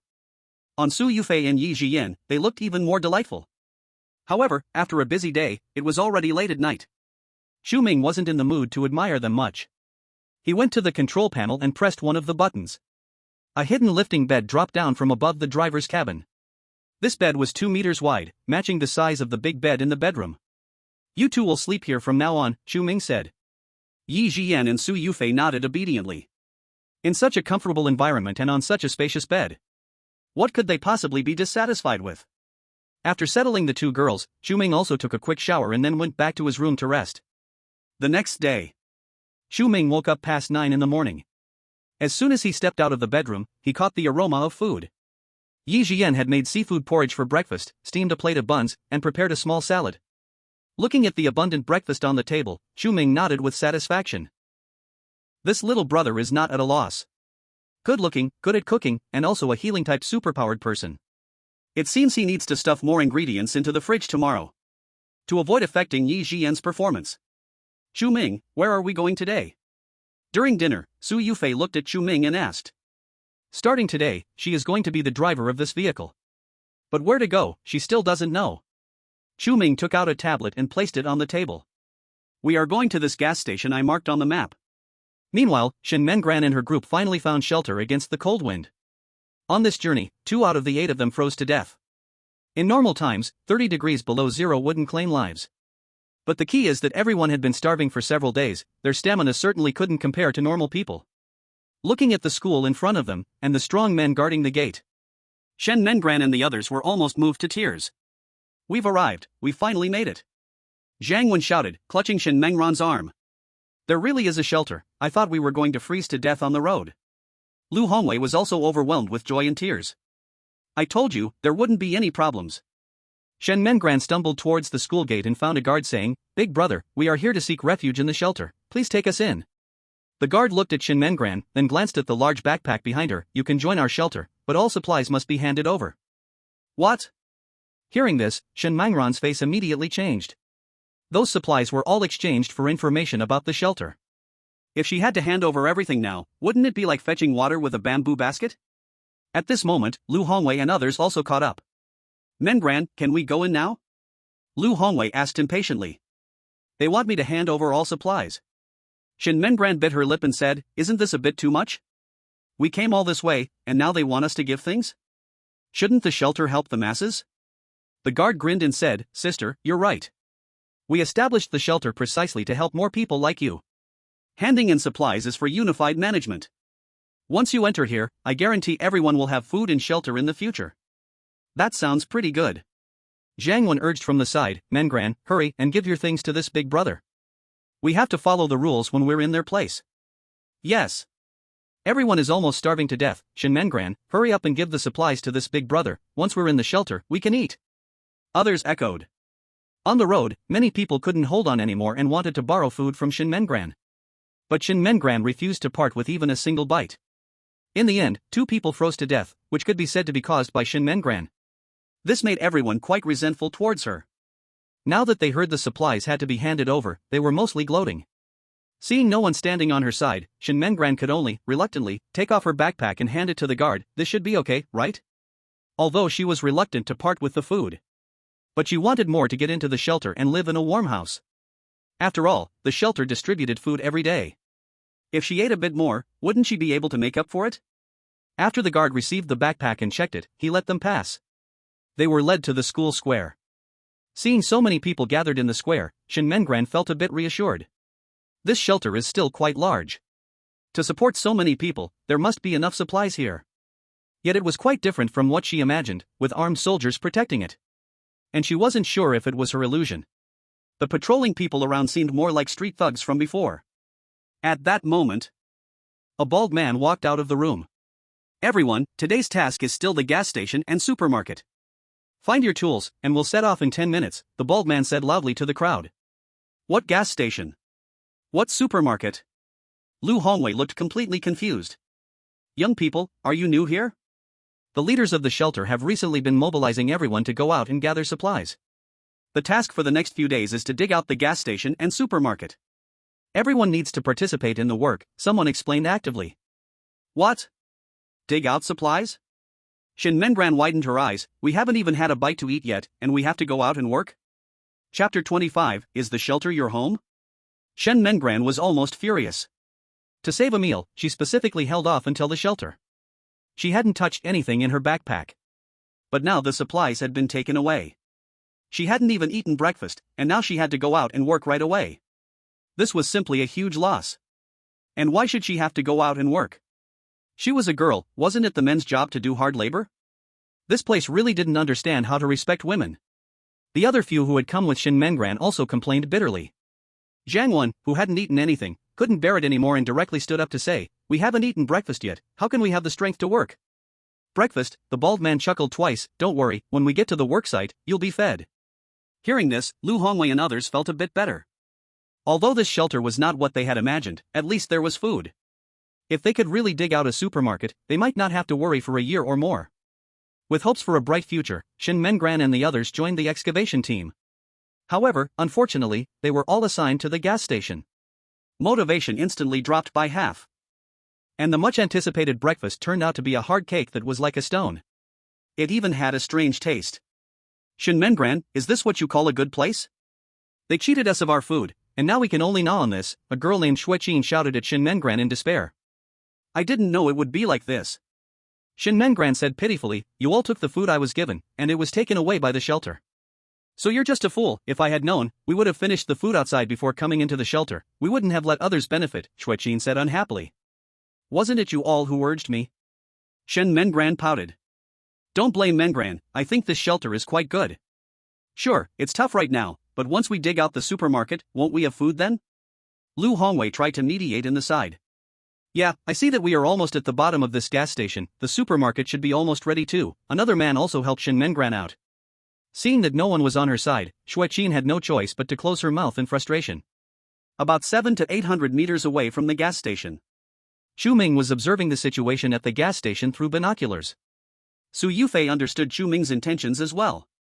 If they wanted to live in such an RV, they obviously needed diesel. Unfortunately, the gas station had already been occupied.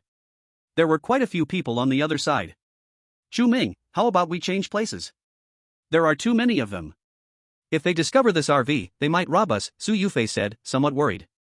Want to rob? Chu Ming put down the binoculars and sneered, let them come. He was just worried about not having a chance to try out the weapon system of the base vehicle. After observing for a moment, Chu Ming suddenly got up and walked towards the car door. Chu Ming, are you going out? Yi Jian, who was snuggled on the sofa watching a show, poked her head out of the blanket and asked curiously. You all stay in the car and don't leave. I will be back soon. After saying this, Chu Ming set the parking mode on the control panel, then put on his bulletproof vest and cold weather suit, and got out of the base vehicle. In parking mode, no one can drive the vehicle away. Also, many important permissions inside the vehicle will be automatically shut down. For example, the entry and exit permissions to the bedroom, the control panel, the water tank, the fuel tank. All of these are locked. This is to prevent anyone from doing something sneaky while he is away. After getting off the vehicle, Chu Ming swaggered directly toward the gas station. When the cold wave arrived, this shelter in the new district took in many refugees every day. Everyone looked like strangers to each other. So, blending in with the digging team, no one would notice anything unusual. The nearby guards just thought he had gone outside to take a leak and was coming back. Chu Ming took a glance at the digging progress. As he guessed, it was almost done digging. The shelter's goal was the gas outlet outside. Now it was 30 degrees below zero, not even close to the fuel's freezing point. As long as they dug outside, they could extract oil normally. But Chu Ming's target was the oil tank in the basement. In first-tier gas stations like this, each underground oil tank was 50 cubic meters in size. It was impossible to move them with the strength of the shelter's residents. But for Chu Ming, he could just directly put them into his space. He wanted to empty the entire gas station right under everyone's noses. Chu Ming casually picked up a stick and mingled in the crowd to act inconspicuous.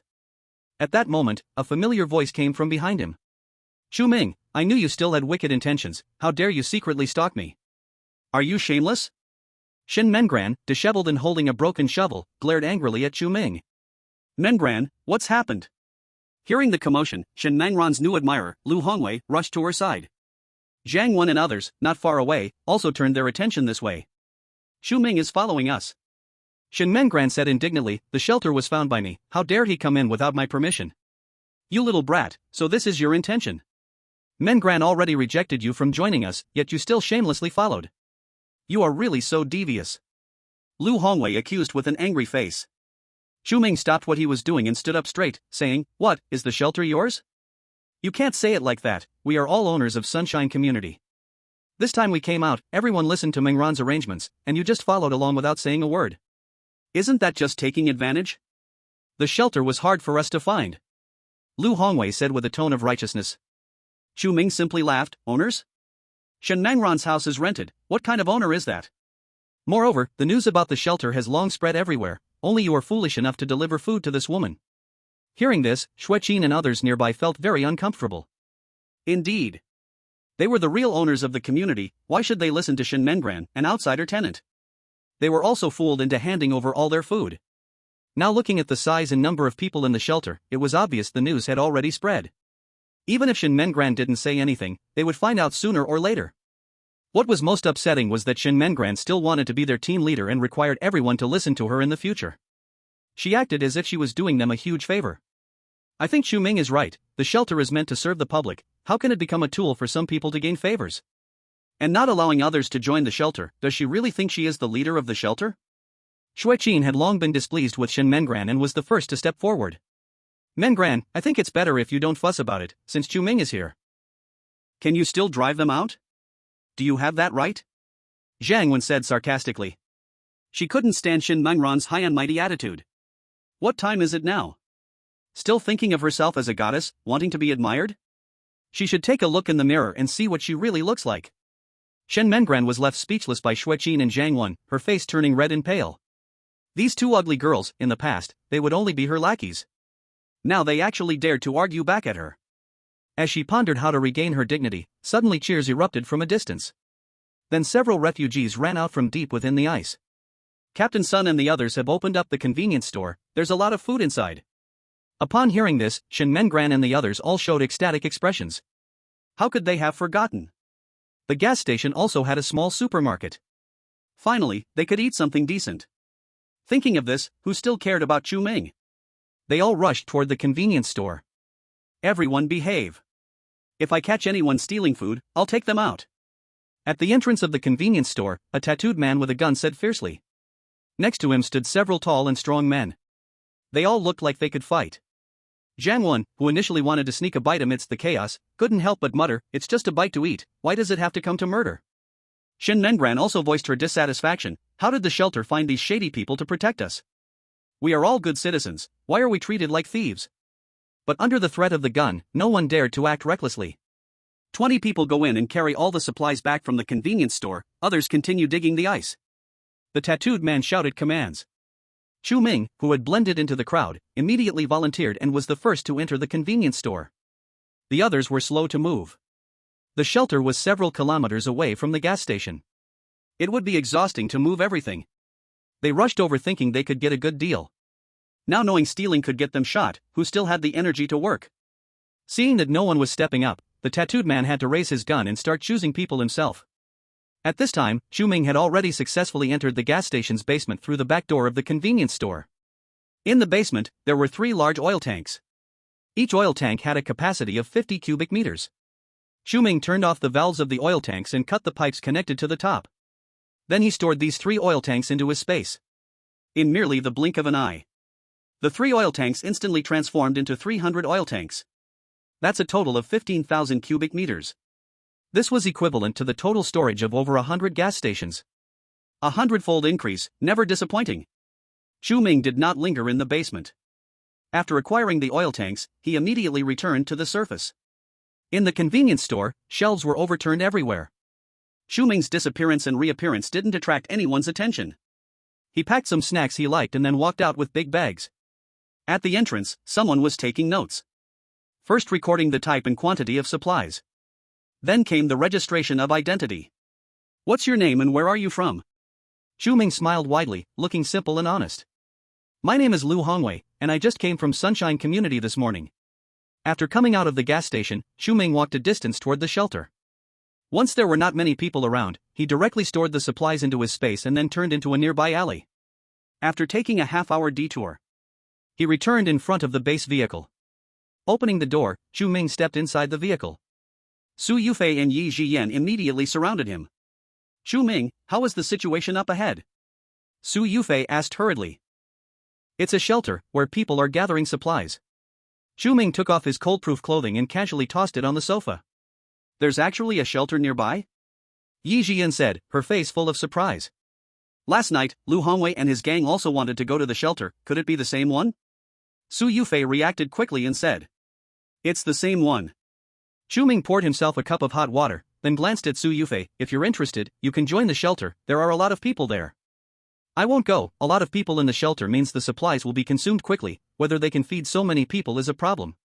We're going out to find supplies anyway, it's the same if we do it ourselves." Su Yufei said almost without hesitation. You're right." Chu Ming nodded. "Why don't you ask me?"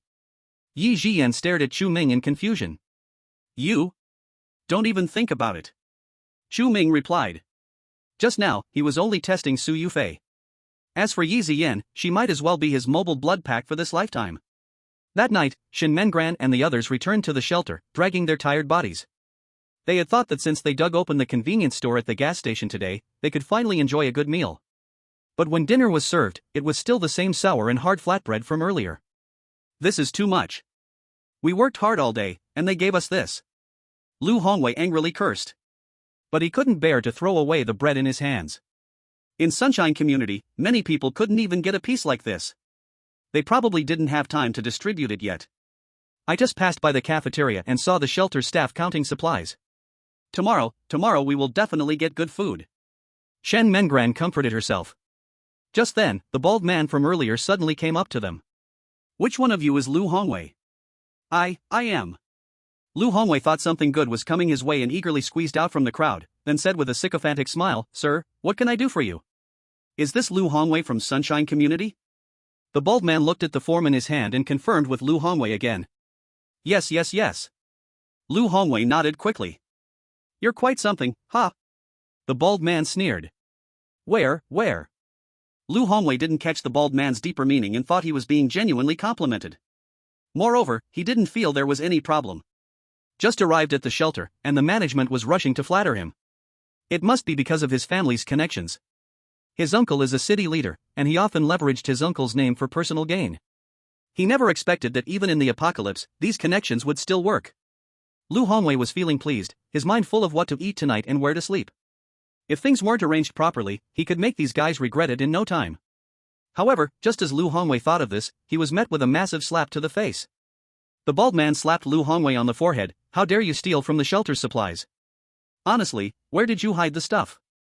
What supplies? Lu Hongwei was stunned by the slap. This was completely different from what he expected. Wasn't he supposed to be arranged in the best room of the shelter and treated with fine food and wine? Why did he get slapped? And why was he being asked about supplies? When did he steal anything from the shelter? When we were clearing out the convenience store today, you took about 60 pounds of supplies, all high-calorie food. It's recorded in black and white. Do you still want to play dumb? The bald man glared at Lu Hongwei. I didn't. Lu Hongwei was so anxious he broke out in a cold sweat. I was with my neighbors the whole time. They have never been to the convenience store. Don't believe me, you can ask them. Then your neighbors are your accomplices. The bald man didn't want to listen to Lu Hongwei's explanation, he only cared about where the supplies went. In today's world, supplies are more valuable than human lives. Hearing the bald man's words, Shen Mengran and the others immediately panicked. Originally, they really thought Lu Hongwei had connections in the shelter. As neighbors, they thought they could also enjoy the benefits and live a comfortable life. Who knew the situation would take a sudden turn? After all this, Lu Hongwei was suspected of stealing supplies. Now they were being suspected too. They weren't going to take the blame for this. Brother, we have nothing to do with this, Shen Mengran said immediately, worried about being dragged into it. But I remember Lu Hongwei left for a while this afternoon. I went to poop. Lu Hongwei quickly explained. Sorry, I didn't mean to accuse you of stealing supplies. I was just saying what I saw, please don't blame me. Shen Mengran said with an innocent expression. I can vouch for Mengran. Lu Hongwei did leave for about half an hour, but what he did, we don't know, another neighbor added. You took half an hour to poop? The bald man looked at Lu Hongwei. I'm constipated. Lu Hongwei wanted to cry but had no tears. Empty words, how can you prove that during the time you were missing, you didn't go to steal supplies? The bald man coldly questioned. How can I prove this? Lu Hongwei was stunned. He couldn't just scrape what he pooped out earlier to show the bald man, right? Since you're not being honest, it seems I'll have to change the way I ask. The bald man waved his hand behind him, and soon two strong men walked toward Lu Hongwei. Beat him until he talks. Lu Hongwei stared in terror, his eyes wide. You dare? My uncle is a city leader. If you touch even a hair on me today, I'll make you regret it. City leader? The bald man was slightly taken aback. Yes. Lu Hongwei thought the bald man was scared, his tone grew more arrogant. I advise you to quickly take out the food you dug up today and give it to me, or I'll report you to the higher-ups. You'll be caught for hoarding supplies and abusing power. Lu Hongwei pulled out the tricks he usually used in Sunshine Community. But clearly, this didn't work on the bald man. He grinned maliciously. Kid, today I'm going to teach you a lesson. Here, even if the King of Heaven comes, he has to lie down. Beat him up. Immediately, a series of miserable screams echoed. For dinner, Yi Jian made braised pork, shrimp cakes, stir-fried baby bok choy, and seaweed egg drop soup. Outside, the temperature was -30 to 40 degrees. Chu Ming and the three of them, however, were in the warm RV, eating meat and drinking hot soup. Su Yufei and Yi Jian even felt a slight sense of guilt in their hearts. Is this kind of life too luxurious? Starting tomorrow, we should also go find supplies. The stuff in the fridge will only last for 2 more days, Su Yufei suddenly said. Actually, my home is nearby, why don't we go take a look? Yi Jian suggested. Right. Su Yufei's eyes lit up. You love cooking, so your house must have some supplies. Anyone who cooks usually keeps some rice, flour, and oil at home. Bringing some over should be enough for a few days. Chu Ming, what do you think? Su Yufei instinctively looked at Chu Ming. Although they hadn't said it out loud. But everyone knew who was in charge of the RV. You guys do whatever you want, I'm fine with it. Chu Ming shrugged. He never planned to take care of idle people. Letting Su Yufei and Yi Jian get some exercise outside wasn't a bad thing. Then let's go now, I can bring the stuff from home to the RV, Yi Jian said excitedly. Okay, I'll drive. With that, Su Yufei headed towards the driver's seat. A few minutes later. The vehicle stopped outside a neighborhood. The sound of the engine caused quite a stir in this quiet community. Su Yufei, with a compound bow on her back, was the first to get out of the car. Yi Jian followed closely behind her. Chu Ming, fully armed and wearing his bulletproof helmet, then leisurely stepped out. It was clear that the residents of this neighborhood had tried to go out for supplies. Chaotic footprints were visible all over the ground. From the density of the footprints, it was likely that there was some organization and discipline behind them. Chu Ming was about to remind Su Yufei and Yi Jian. At that moment, a shadow suddenly flashed by not far away. Upon closer inspection, it turned out to be a limping black cat. It cautiously glanced at Chu Ming and the others before darting into the hallway ahead. Chu Ming's pupils shrank slightly. Is this the Nether King? In a previous life, a king-level mutated beast once appeared in City G. Because it was surrounded by nether fire, people called it the Nether King. He was fortunate enough to have seen a picture of the Nether King, which was indeed a limping black cat. Moreover, the Nether King had a very distinct mark. That was a streak of blue flame on its forehead. This matched the characteristics of the black cat from earlier perfectly. Originally, he planned to advise Yi Jian and Su Yufei not to enter the neighborhood. Now it seemed that they had to go in no matter what. Chapter 28 Killed him. After entering the hallway, Chu Ming's gaze kept searching for the trace of the black cat. Now he had supplies and powers. He could afford to keep a cat. In his previous life, the fate of the Nether King was not very good. Although the Nether King was a mutated beast, it always held goodwill towards humans. When the tide of beasts erupted from the sea. If it weren't for the Nether King holding the defensive line of City G, the bases in the rear would have faced disaster. However, the Nether King's friendliness towards humans did not mean that humans would reciprocate. After all, this was a king-level mutated beast. What does it mean for a king-level mutated beast? In 3 years of the apocalypse, the total known king-level mutated beasts in the entire dragon country was less than 10. And most of them were in the sea. As long as one could capture a king-level mutated beast, it meant the possibility of nurturing a 10th-tier powerhouse. What a huge temptation that is. Therefore, Future City used the Nether King's goodwill towards humans to lure it into a trap that had long been set. Then they cruelly killed it. The energy core of the Nether King was absorbed by the strongest person in Future City. When Chu Ming learned about this, he felt quite regretful for the Nether King. The lives saved by the Nether King were countless. In the end, it died a completely unjust death. Many people even felt that it was good that it died. After all, king-level mutated beasts are so powerful. In the eyes of many, creatures stronger than humans should not exist in the world. Moreover, the Nether King had also fulfilled its mission, helping humans block the invasion of the tide of beasts. Even in death, it could create a 10th-tier powerhouse for humans. It could be said that it died for a purpose. Seeing people's attitudes toward the Nether King. At that time, Chu Ming only had one thought. In the apocalypse, one must never be a saint. Otherwise, even a cat would not have a good ending. On the other side, Yi Jian returned home and found that the door had already been pried open. The things inside had already been ransacked. Although she had anticipated it, Yi Jian was still very angry. These guys, if they were going to steal things, fine. But how could they leave her with nothing, not even a pair of underwear? Although Chu Ming had prepared pajamas for them. But there were no spare clothes inside to change into. This meant they would be in the void for at least half of the time. That was really uncomfortable, okay? Let's see if there's anything useful. Yi Jian rummaged through the room, searching for anything that could be used, and packed some usable items into her backpack.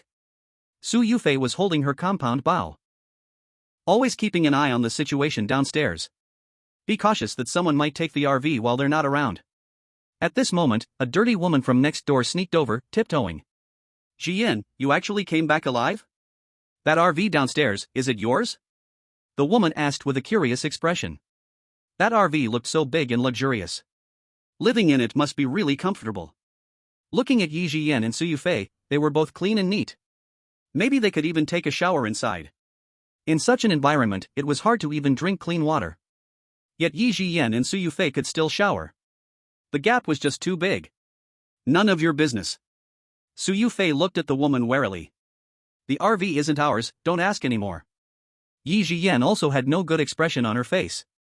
After everything that happened with the company, it was hard for her to trust anyone from the outside now. Moreover, she didn't have a good impression of this neighbor in the first place. There was no way she would tell her anything about the RV. Sis, don't be so distant. Your RV is so big, can you let me stay in it too? There's only me left at home, I won't take up much space. The woman stubbornly stood at the door, speaking. No. At this moment, Chu Ming walked over holding a black cat.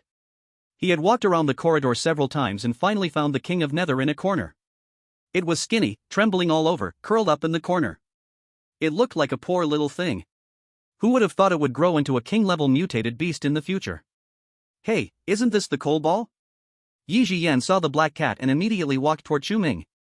Coal ball was a stray cat in the community. She had even fed it for a while. She didn't expect that after so long, the coal ball was still alive. Looking at the black cat in Chu Ming's hands, the woman's eyes moved. This is my cat, you can't just take it. Unless you let me live in that RV, I'll give you the cat for free. The woman grinned and said, in these times, getting such fresh meat is really not easy. If you think about it, you're the ones who got the better deal. Meow. Hearing the woman's words, the black cat immediately bristled. It looked so fierce, as if it could tear a person apart. The woman took 2 steps back, frightened. This cat was way too fierce. According to her, this little beast should have been slaughtered. At least it could have fed them for 2 meals. Looks like it doesn't approve of your words. Chu Ming comforted the black cat's back with his hand, his eyes full of mockery. Coal ball is clearly a stray cat from the community. When did it become your cat? Yi Jiyan also said angrily. I adopted it a while ago, okay? The woman spoke with a guilty tone. Don't blame me for not warning you. Chu Ming suddenly looked out the window. If you want to live in my RV, you still have time to go down now. What? The woman was a bit slow to react. She rushed to the window, looked outside, and immediately slapped her thigh, cursing, these damn sons of bitches, how come they're faster than me? Downstairs, 7 or 8 people had already surrounded the RV. They were smashing doors, smashing windows. If she delayed any longer, they would have already driven the RV away. Thinking of this, the woman ran downstairs without looking back. Su Yufei and Yi Jiyan watched the scene, both anxious like ants on a hot pan. It's over, it's over. Will they steal the RV? Yi Jiyan looked at the things in her bag. If only she hadn't come back. If they lost the RV over these garbage people, that would be losing big over something small. Chu Ming walked to the window and said calmly, kill them. What? Su Yufei's pupils contracted. I said kill them. Chu Ming looked at Su Yufei, or do you want to sleep on the streets? I don't want to. Su Yufei gritted her teeth and decisively took off her compound bow. She knew very well. If they were still in the RV, once these people broke open the car doors and windows, what their fate would be. To survive, everyone no longer needs a bottom line. But these guys should understand. When you want to plunder others' things, when you want to hurt others, you must be ready to lose your life at any time. Su Yufei's gaze sharpened, and she released the bowstring in her hand. In the next second, the arrow shot through the air, directly hitting the target's head. After hitting the target, Su Yufei did not stop. Instead, she swiftly shot the second arrow, then the third arrow. In the blink of an eye, 4 or 5 people lay on the ground. The remaining people reacted, hurriedly finding places to hide. Chu Ming cast an admiring glance at Su Yufei. Yesterday at the pharmaceutical company, he noticed that Su Yufei's archery was very accurate and her shooting speed was extremely fast. If she were equipped with a space-upgraded compound bow, Su Yufei's combat power would rise to several levels. To follow him, that's barely passing. At the same time, the woman from earlier also ran downstairs. When she reached the RV, she found that the ground was covered in corpses. My God, what happened? Chapter 29, The Glutton. Li Xueme clutched her chest, clearly frightened. Before going downstairs, these people were all fine. How did they all end up lying down in a blink of an eye? This is truly bizarre. Looking at the luxurious RV in front of her, greed and desire filled Li Xueme's eyes. To give up, she certainly couldn't bear to. But stepping forward, she feared she might meet the same fate as these people. If she died, everything would be gone. Thinking of this, Li Xueme could only choose to retreat for now. But just as she was about to turn around, she heard a sound in the corner, as if someone was eating something. Smacking, it sounded really delicious. Who is it, hiding here stealing food? Li Xueme's craving was stirred. Everyone is from the same neighborhood, how could they not share good food with her? Thinking this, Li Xueme tiptoed over. Then she saw a disheveled woman crouching in the corner, gnawing on a giant chicken foot. Hearing the noise, the woman turned her head. Her face was smeared with blood, her skin was pale, and her pupils were only the size of sesame seeds. But her mouth was terrifyingly large, nearly stretching to her ears. Her teeth were sharp and vicious, covered with bits of flesh and bone. Seeing this scene, Li Xueme was scared to the core. She wanted to escape, but her feet felt like they were filled with lead, unable to move an inch. Eat! The woman crouching on the ground suddenly stood up, making strange noises. Her eyes fixed intently on Li Xueme, then she lunged towards her. Not long after, Chu Ming and the 2 others walked out of the community. Su Yufei and Yi Jiyan rushed over to check the RV's situation. They found that despite the previous attack, the RV showed no signs of damage, even the windows had no scratches. Chu Ming, what material is this RV made of? It's so tough. Su Yufei exclaimed in wonder.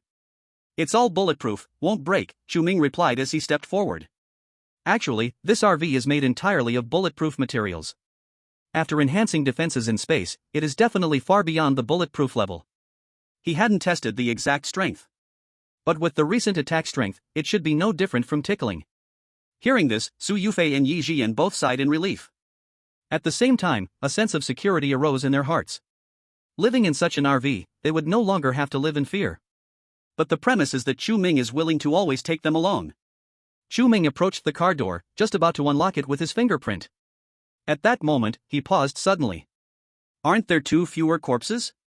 Chu Ming asked sideways. Corpses? Su Yufei looked around, her expression changing slightly. She had shot 5 arrows in total, each hitting the enemy's vital spots. Logically speaking, there should be 5 bodies here too. But why are there only 3 bodies? Meow. Suddenly, the black cat in Chu Ming's arms let out a warning cry. A strange smell of blood inexplicably filled the air. Chu Ming heard a faint sound not far away, and almost on instinct, he took a watermelon knife from the space and turned around, using all his strength to slash into the air. With a sizzle, the thing he struck was ripped apart, black blood spraying out and soaking Yi Jian and Su Yufei. Ah! What is that? Yi Jian exclaimed. Chu Ming flipped open the car door and tossed the black cat to Yi Jian. Get in the car. Su Yufei reacted and pulled Yi Jian up into the RV. The injured monster slowly crawled up from the ground. Chu Ming looked at this creature that was neither human nor beast, his face dark as a pot bottom. He never expected to encounter a glutton here. Gluttons are not mutated beasts. Instead, they are humans who awaken special powers in extreme hunger. Humans who become gluttons can eat anything. As long as they eat, they become stronger. In the later stages, they are very hard to deal with. Unexpectedly, abilities only began to appear one after another after the cold wave arrived. This indicates that the glutton in front of him must have just awakened not long ago. But the blow he just struck with all his strength left only a wound on the glutton's body. If it were an ordinary person, they would have been split in half long ago. It seems this guy has eaten quite a bit. Before Chu Ming could think too much, the glutton immediately launched an attack. She crouched down and leaped at him like a frog. At that moment, an idea flashed in Chu Ming's mind. He took a step back and jumped into the RV. There was no time to close the car door in such a short time. The next second, the glutton's attack was right in front of him. But when it was less than 10 centimeters from him, the glutton seemed to hit an invisible barrier and could not move forward at all. Chu Ming took the opportunity to stab the glutton and kicked her away. Just as I thought. Chu Ming looked a bit excited. After upgrading, the RV added a special enhancement of absolute domain. The effect of this enhancement is that as long as he is inside the RV, he will not take any damage. Wasn't the glutton's attack just now blocked by the absolute domain? Chu Ming felt like he had discovered an incredible bug. That is to squat at the car door and farm monsters. As long as he is within the RV's range, enemies cannot harm him a hair. And he can attack normally. Even if a royal-level mutated beast comes, he doesn't need to panic at all. But Chu Ming knew very well. If the level gap is too big, his attacks would also be ineffective. But to deal with this freshly awakened glutton, he was more than enough. After awakening, gluttons lose their reason completely. Their minds are only filled with one thing. That is to eat. The knife Chu Ming just gave the glutton did not stop her thirst for food. After hitting the ground, the glutton ignored her wound and continued to attack Chu Ming. Because she understood that as long as she could eat this young man in front of her, her wounds could heal. Seeing the glutton already lost in madness, Chu Ming did not want to waste any more time. When the glutton got close, Chu Ming seized the opportunity and released the space cut. The glutton, who had just jumped into the air, was instantly decapitated by an invisible force. From Su Yufei and Yi Jian's perspective, Chu Ming looked like an immortal from the heavens, easily taking the enemy's head with a wave of his hand. This is so cool. Chapter 30, Change of Attitude. After the glutton's body fell to the ground. To be safe, Chu Ming used space cut one more time on her head before stepping down from the RV. He rummaged through the glutton's head and dug out a blood-red energy core. This trip was quite rewarding. Not only did he obtain a pet, but he also got an energy core. Chu Ming rinsed the energy core with water, without intentionally avoiding Su Yufei and Yi Jian, directly putting the energy core into his space. Detected a first-level energy core, please choose to absorb or fuse. Chu Ming unhesitatingly chose to absorb. Now, every energy core was incredibly precious, and it had to be prioritized to enhance his strength. As long as he had strength, wouldn't he be able to get energy cores in the future? Moments later. First level energy core absorbed, current upgrade progress 10%, space cutting attack range increased by 0.1 meters. Chu Ming rubbed his chin. The upgrade progress was only 10%. The increase in space cutting wasn't particularly obvious either. At this speed, if he wanted to become a second-level superpower, he would need at least 9 first-level energy cores. That would take a long time. Moreover, in his RV, there was also Yi Jian and the King of the Underworld, both needing energy cores. It was a complete financial loss. It seemed he would have to venture into some places he had previously avoided. After all, he had already found a stable and safe way to farm monsters. As long as he didn't provoke second-level mutated beasts. That would definitely be safe. Chu Ming returned to the RV, discovering Yi Jian and Su Yufei standing respectfully in the living room. The King of the Underworld was also honestly sitting on the living room floor. It seemed to be waiting for his command. Chu Ming took off his bulletproof helmet and removed his bloodstained coat. Su Yufei hurried over to take his things. Don't get the RV dirty, I'll help you clean it. Yi Jian then looked around, went to the fridge, took out a bottle of drink, and personally handed it to Chu Ming. You worked hard, have a drink to quench your thirst. In just a few minutes, Su Yufei and Yi Jian's attitude towards Chu Ming had undergone a tremendous change. Chu Ming's displayed strength made Su Yufei and Yi Jian realize one important thing. That they could only thrive in the apocalypse by relying on Chu Ming. Whether it was the mutated plants from the previous pharmaceutical company or the monster they encountered today. Without Chu Ming, they might have already lost their lives. Chu Ming had the ability to protect them, this was beyond doubt. Thus, they naturally had to perform well and strive for the chance to stay. After all, strong people like Chu Ming would definitely have no shortage of little brothers in the future. They couldn't let others surpass them. Chu Ming did not refuse the good intentions of Su Yufei and Yi Jian. He took the drink and drank a few sips, then walked to sit in front of the sofa. You should have seen earlier, I am also a superpower. Su Yufei and Yi Jian were not foolish. The watermelon knife that appeared out of thin air in Chu Ming's hand and the final move to cut off the glutton's head. That was not something an ordinary person could do. Yi Jian had powers, so it was not strange that Chu Ming had them too. So what is your superpower? Su Yufei asked curiously. Space. Chu Ming raised his hand, and the bottle of drink he had drunk half of vanished from his hand in the blink of an eye. Seeing this, Su Yufei and Yi Jian's eyes widened. Although they had already witnessed it earlier. Seeing it again from such a close distance still felt very magical. It was like magic. No, it should be called magic. Chu Ming had never intended to keep his powers hidden. Otherwise, every time he collected supplies in the future, he would have to find another reason to explain. That would be too troublesome. I also have powers, why am I not as strong as you? Yi Jian said somewhat sadly. Each has their own specialty, your power is healing, so you are naturally weaker in attack. Chu Ming reached down to lift the coal ball from the ground. Try to see if you can heal its hind leg. The Hell King will someday grow into a powerful king-class mutated beast. But the injury on its hind leg will more or less lower its combat effectiveness. Now is the time to test Yi Jian's special ability. Alright, I'll give it a try. Yi Jian said as she took the little coal ball and placed her hand on its hind leg. After about 10 seconds, a faint green light emerged from the palm of Yi Jian's hand. And the wound on the little coal ball's hind leg started to heal at a visible speed upon contact with the green light. This healing process lasted for a full 5 minutes before the coal ball's broken leg was completely healed. Yi Jian's face turned slightly pale. But her eyes could hardly hide the excitement she felt. It turns out she really has special abilities, Chu Ming did not lie to her. The healed coal ball regained some vitality. It jumped into Chu Ming's arms, rubbing against his hand with a hint of affection. Meow meow. Clearly, the little coal ball knows who is the boss here. Chu Ming took out a fresh sea base from his space, placed it in a large bowl, and then brought the coal ball to the edge of the bowl. Eat up, if you follow me, you'll always have meat to eat. Seeing the food, the coal ball immediately crouched at the edge of the bowl, devouring happily. Su Yufei and Yi Jian couldn't help but swallow hard. This is fresh fish. How long has it been since they had any? And now Chu Ming was casually tossing it to the coal ball. How extravagant. Su Yufei found herself actually starting to envy a cat. Looking at Su Yufei and Yi Jian's hungry expressions, Chu Ming couldn't help but smile and said, tomorrow I'll make steamed sea bass. Yi Jian immediately cheered, yay. The next morning, Chu Ming took out fresh ingredients from his space to stock the fridge, and also brought out some snacks he had swiped from the gas station to place on the coffee table in the living room. Seeing the fridge packed full of food and so many snacks that girls love, Su Yufei and Yi Jian nearly fainted with happiness. Whoever can marry Brother Chu in the future will surely be so happy. Yi Jiyan said enviously. Why let others benefit?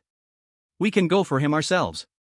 Su Yufei blinked and said, but I wonder if Brother Chu can handle two at once. Both she and Yi Jiyan are not bad looking, each with unique figures. If Chu Ming doesn't fancy them, it would probably be hard for him to find a girlfriend in this life. At this moment, Chu Ming came out of the bedroom with a tablet in hand. Su Yufei and Yi Jiyan immediately sat up straight, as if they had been caught doing something guilty.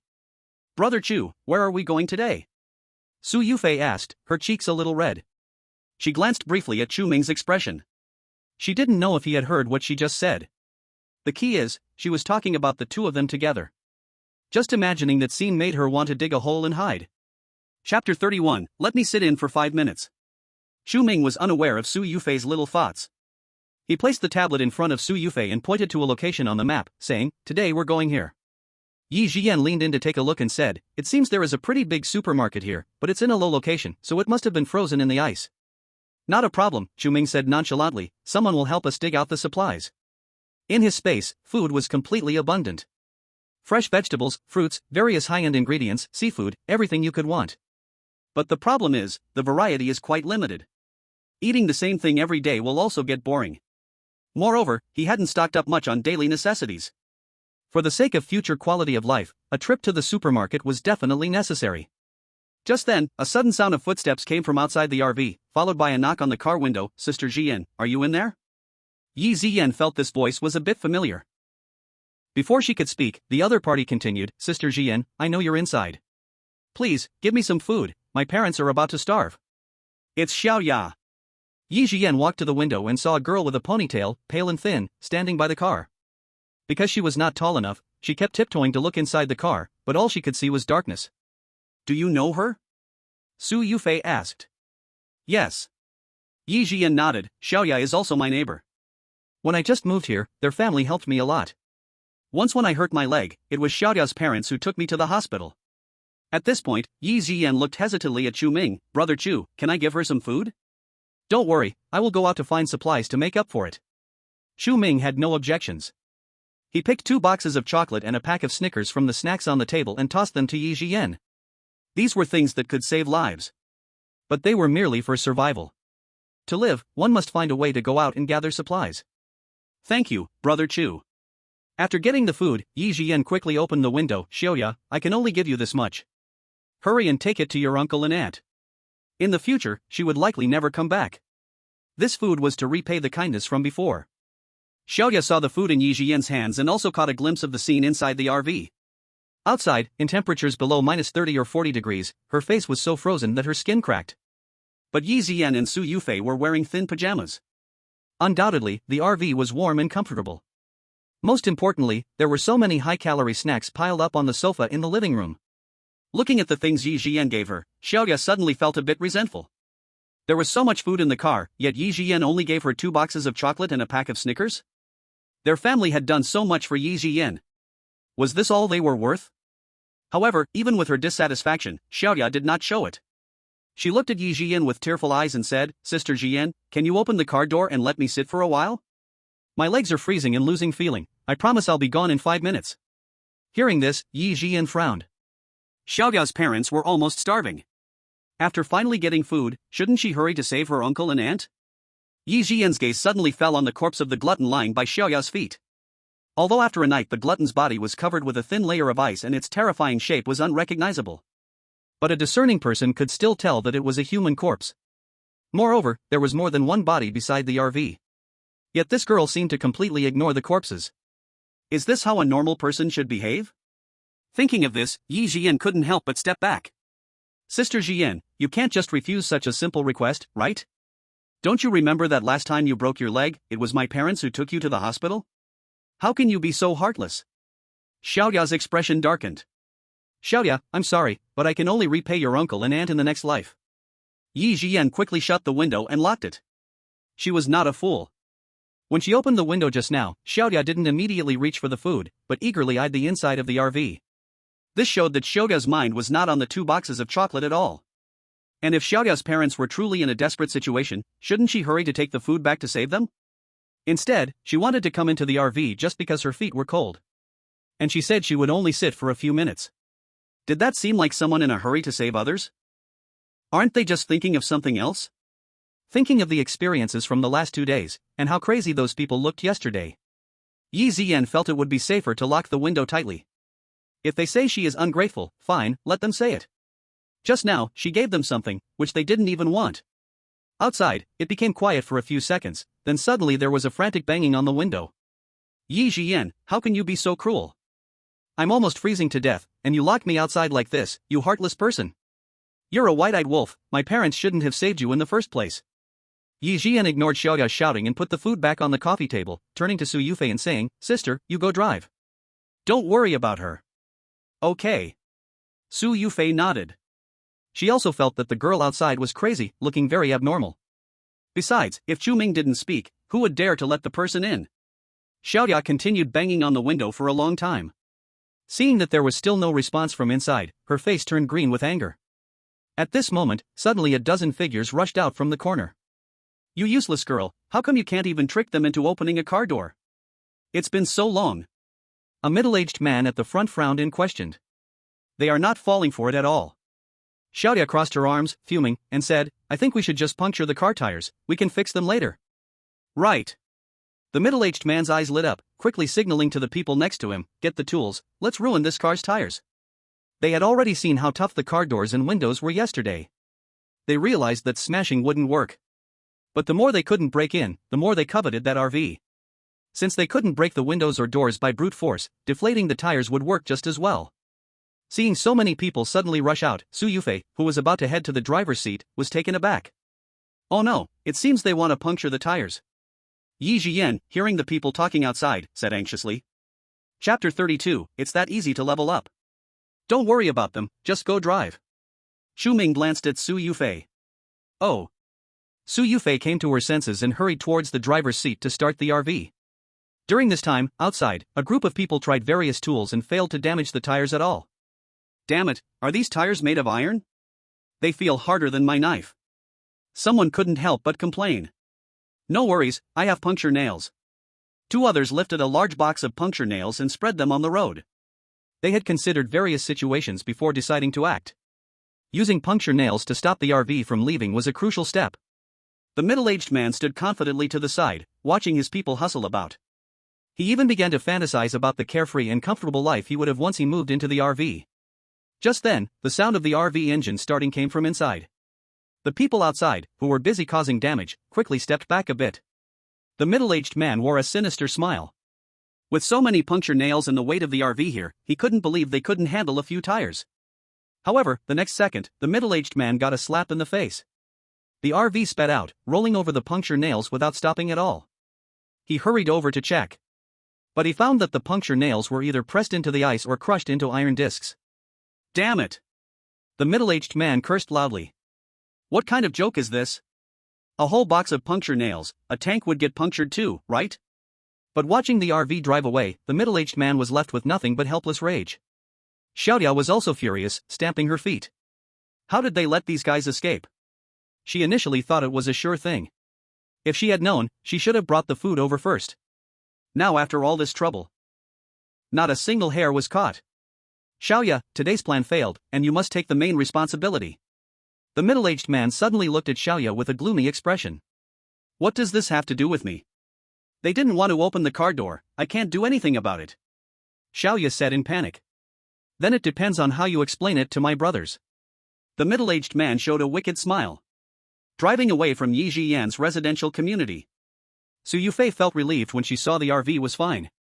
Just now, seeing all the broken tire nails, she thought the RV couldn't move anymore. Unexpectedly, Chu Ming let her drive right over them. At that moment, she almost closed her eyes and stepped on the gas. Yet as they rolled over those broken tire nails, she surprisingly felt no bumps at all. Looking at the dashboard, the tire wear level was still at 0. This is too sturdy. However, Su Yufei didn't stay happy for long.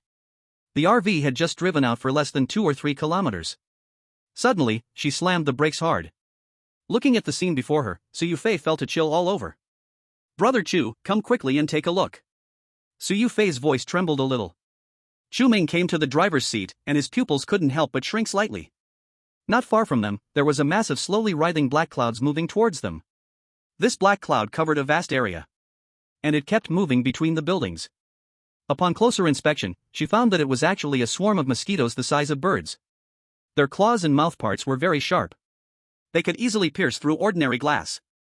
Plus, they had nimble bodies, able to squeeze into many corners. Anyone targeted by these creatures would surely be doomed. Moreover, their numbers were ridiculously large. In this area, every living creature, including mutated beasts. I'm afraid they would all become their food. At this rate, G-City's new area would see a beast wave before even the extreme cold ends. Oh my god, how can there be so many big mosquitoes? But it's winter right now. Yi Jiyan, who was behind Chu Ming, was also shocked by the sight before her. Such big mosquitoes, wouldn't they drain a living person dry? No, it's June. Chu Ming reminded her. Before the cold wave arrived, it was the warming season, the peak outbreak time for snakes, insects, mice, and ants. So he guessed that many creatures had mutated more than half a month ago. Otherwise, ordinary mosquitoes would have frozen to death long ago. There's no way they would just now mutate. What should we do? Is there still time to take a detour?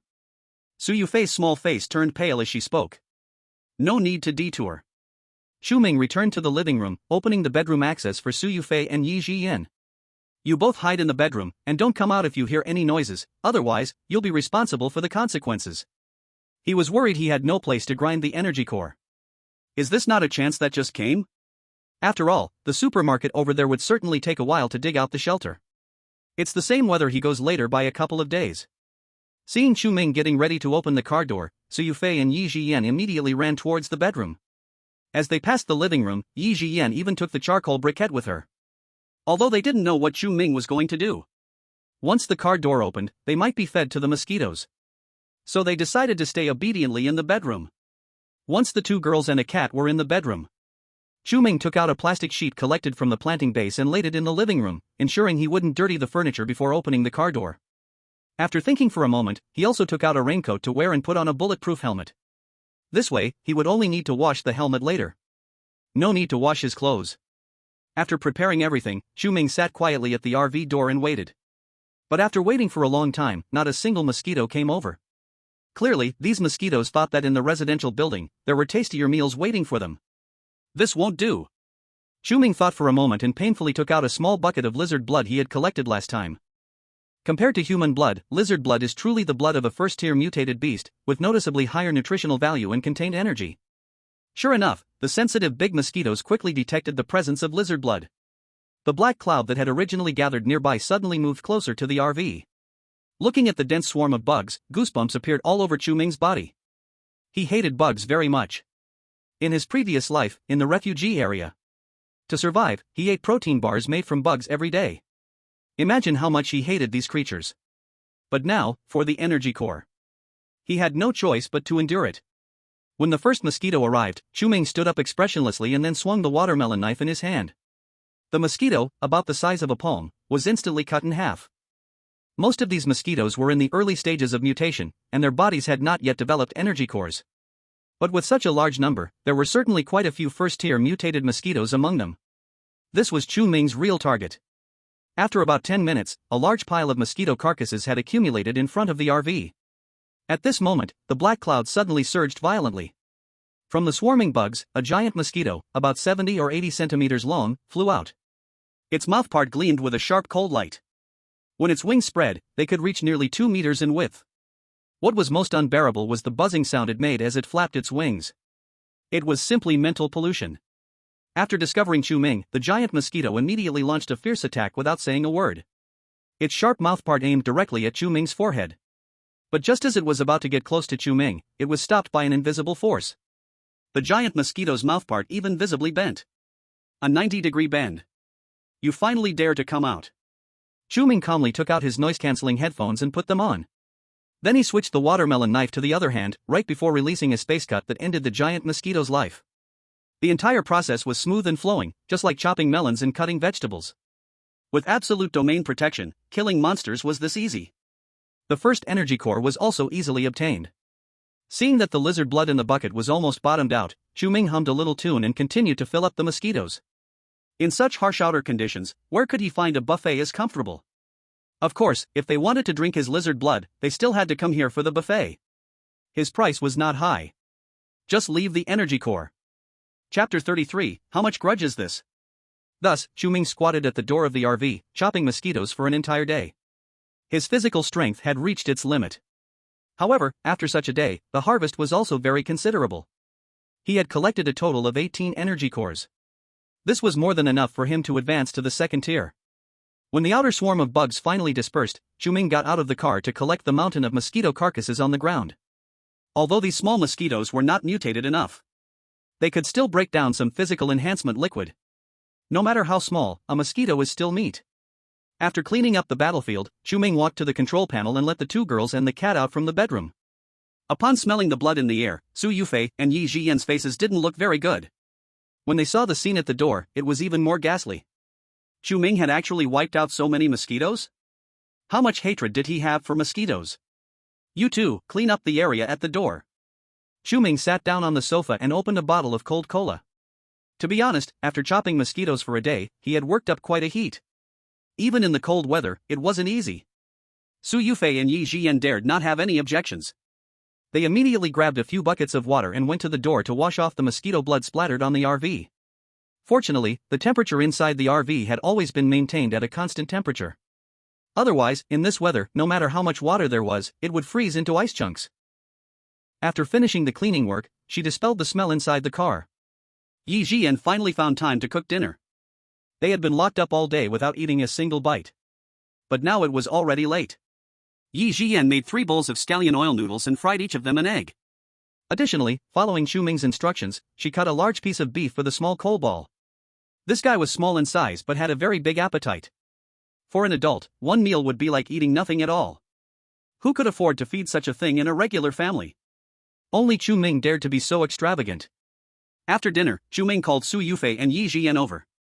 Today, besides the 18 energy cores harvested, the large amount of mosquito corpses also brought him plenty of first-level physical enhancement liquid. Roughly speaking, it looked like at least 4 or 5 liters. He took out 3 bowls, pouring some into each. What is this? It smells so good. Yi Jiyan sniffed and curiously asked. It's something that can enhance physical ability. You must drink 1 bowl every day from now on, Chu Ming said without worrying about having enough. He had just tested it himself.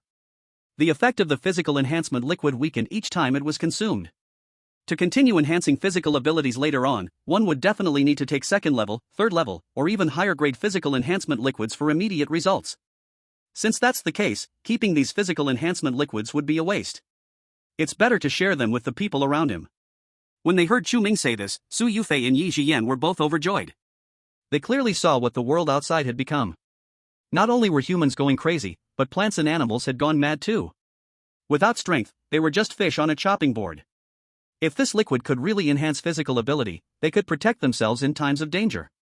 Moreover, such a precious thing, and yet Chu Ming was willing to share it with them. How could they not be moved by that? Su Yufei and Yi Jiyan drank the physical enhancement liquid in their bowls in one go. The remaining bowl was saved for the small coal ball.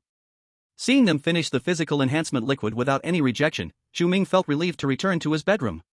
After a busy day, it's time to get down to business. Chu Ming took out the 18 first-level energy cores, one by one, and stored them back in the space, choosing to absorb them. First-level energy core absorbed, current upgrade progress 20%. First-level energy core absorbed, current upgrade progress 30%. First-level energy core absorbed, current upgrade progress 40%. When he absorbed the 9th one, the upgrade progress reached 100%. The attack range of space cutting increased from 3 meters to 4 meters. Now he was just a hair's breadth away from the 2nd level. But when Chu Ming prepared to continue absorbing to break through to the 2nd level, a new prompt appeared in the space. Absorbing first-level energy cores has a high probability of causing advancement failure. Do you wish to continue absorbing? At that moment, Chu Ming suddenly remembered. The strongest in the future city in his past life broke through to the 10th level after absorbing the energy core of the Underworld King. This means, to break through to the 2nd level, he must absorb a 2nd-level energy core. No wonder it becomes more difficult for abilities users to advance as they go further. It's completely unrealistic to rely on low-level energy cores to level up. Looks like he should find a chance to return to the pharmacy company where Yi Jiyan worked. That 2nd-level mutated plant could just fulfill his needs. But how to deal with that big guy, Chu Ming temporarily had no idea. Mutated plants are different from mutated creatures. Most of them have territorial awareness, only guarding their own small patch of land. However, Chu Ming also tended to be more cautious and stable. For him to leave the camper and challenge second-level mutated plants directly. Wasn't that a joke? Forget it, I should first gather supplies from the supermarket. Let's consider the issue of the second-order energy core. Chu Ming stopped thinking too much. Today he had been swatting mosquitoes all day long and was already exhausted. He simply took a quick shower and then collapsed into a deep sleep. The next day, Su Yufei rented a room at the location designated by Chu Ming. Chu Ming picked up his binoculars and looked at the situation near the supermarket. To his surprise, there was not a single person outside the supermarket. How could there be no one? Chu Ming was slightly taken aback. In just 2 short days, the shelter couldn't have emptied out the supermarket, could it? Where did they get so many people? The more Chu Ming thought about it, the more he felt something was off, so he decided to go take a look himself. You guys wait for me in the car. After greeting Su Yufei and Yi Jiyan, Chu Ming put on his cold weather gear and left the RV. He rode his monster motorcycle directly to the supermarket. At the front of the supermarket and the back warehouse, there were 2 artificially dug ice paths. Although it was possible to access the warehouse from inside the supermarket, digging another ice path inside the supermarket was no small task. So the best method was to dig simultaneously from the supermarket and the back warehouse. This was the fastest and closest way to obtain supplies. And Chu Ming's target, of course, was the warehouse. He stored his motorcycle and came to the entrance of the ice path in front of the warehouse. After observing for a moment and confirming there was no one inside, he slid down the ice path. The ice path was about 10 meters long and came to a bottom. The entrance of the warehouse was right beneath this ice path. Chu Ming roughly estimated the distance and figured it was about 7 or 8 meters to reach the warehouse door. Since no one was around, he decided to do it himself. Chu Ming took a couple of steps back and waved his hand, releasing several spatial cuts. The solid ice below was instantly sliced into fragments. He then stored the broken ice in his space and continued cutting down. In this way, he released over 20 spatial cuts before successfully reaching the warehouse entrance. If he hadn't absorbed 9 energy cores yesterday, bringing his strength to the peak of the first stage, he really wouldn't have been able to deal with this warehouse today. Chu Ming pulled out a watermelon knife and slashed open the warehouse door before stepping inside. Fortunately, this warehouse was extremely well waterproofed. It also had a design with different elevations. Aside from a small portion of supplies being frozen in the icy layer, all the other supplies were perfectly fine. Chu Ming was not very interested in the supplies frozen in the ice. Most items that had been flooded would definitely have their quality affected. Moreover, the difficulty of excavation was high. He decided to leave that for the shelter to dig out slowly. Chu Ming went directly to the upper level to start looting. Box after box of piled supplies were all stored in his space. And the enhancement was completed instantly. This supermarket had hundreds of stores in G City. Almost all the stores were supplied from this warehouse. After all, the former new district was just the suburbs. Building the warehouse here was the lowest cost. This shows just how ridiculous the storage capacity of this warehouse was. Chu Ming's hands were getting sore when he finally stored the last cardboard box in the warehouse into his space. At last, the variety of stocked items in his space was finally complete. The only trouble was that there were too many things in his space, making it too complicated to find them. He would need to set aside some time to organize everything later. Chu Ming wandered around the warehouse again, confirming that there were no remaining items before retracing his steps back. As soon as he reached the entrance of the warehouse, he saw several figures emerging from the ice path. One of them, Chu Ming found somewhat familiar. Chapter 34, You Are Too Selfish. Seeing Chu Ming, the few people were startled. Who are you? One girl with red hair asked, her face full of vigilance. Not just her. The other members of this group were all girls too. They looked quite young. They should still be in school. I came first, you came later, shouldn't I be asking you this? Chu Ming replied, holding the watermelon knife in his hand. Wearing a black bulletproof helmet, he looked nothing like a good person. We just want to go in and get some food. Can you let us in? The red-haired girl said nervously while protecting her companions behind her. Go ahead. Chu Ming moved aside to let them pass. The red-haired girl swallowed hard and slowly moved into the warehouse. The others, like little chicks hiding behind a big bird, all stayed behind the red-haired girl. As the two sides switched places, they immediately hurried into the warehouse without looking back. The red-haired girl was the last to run in. Wait. Suddenly, Chu Ming called out to her. Is your name Suing? Suing stopped and looked back in surprise. How do you know? It really is you, Chu Ming raised an eyebrow. In his past life, when he met Suing, it had already been 3 years after the apocalypse. At that time, Suing was the captain of an elite team in Future City. She was beautiful and held a high position. She was a goddess in the hearts of many men. He had only seen her from a distance but left a deep impression. But now, Su Ming clearly looked like a little kid. It was hard to say if she had even graduated high school. Her appearance was naturally a bit immature. Of course, none of this was the key point. The most important thing was that Su Ming was a fire-type ability user. Fire-type abilities were the most effective against mutated plants. He was worried about how to deal with that vine outside the pharmaceutical company. Now a solution had just come to him. Are you interested in making a deal with me? Chu Ming got straight to the point. What kind of deal? Su Ming asked curiously. Actually, she was more curious about how Chu Ming knew her. In her memory, there was no such person as Chu Ming. After all, Chu Ming was quite handsome. If they had met, she would definitely remember. I can make you stronger. Chu Ming took out an energy core from his pocket. You should really need this, right? From the reactions of the other girls, it was obvious they viewed Su Ming as their protector. What situation would make those girls trust Su Ming so much? There was only one possibility: Su Ming had already awakened her powers. As long as she was an ability user, she couldn't possibly have no reaction to the energy core. Sure enough, when Su Ming saw the item in Chu Ming's hand, her eyes lit up. In this time, she had tried many ways to strengthen her abilities. But none had shown significant results. Until Chu Ming took out the energy core. She instantly knew. This was the thing she had been searching for. What do you want to trade with me? Su Ming asked eagerly. She remained cautious of Chu Ming. But she couldn't help but desire the energy core in his hand. Fortunately, there was only one person with him. If Chu Ming wanted to pull any tricks, she was confident she could handle it. It's simple, just come with me to a place and set something on fire. Chu Ming decided to get Su Ming on board first. After all, he still had 9 energy cores in his hand. Now that Su Ming couldn't deal with that second-tier mutated vine, letting her absorb a few energy cores might just do the trick. But the precondition was that Su Ming was willing to come with him. Hearing Chu Ming's words, Su Ming was a bit surprised. How did this person know she could use fire? Had someone leaked her ability? Hadn't she said she could not tell anyone? Su Ming was not very happy, but she didn't show it. I need to discuss it with my classmates, Su Ming said after thinking. I advise you not to discuss it with them. Just tell them your decision directly. Whether they want to follow you is up to them.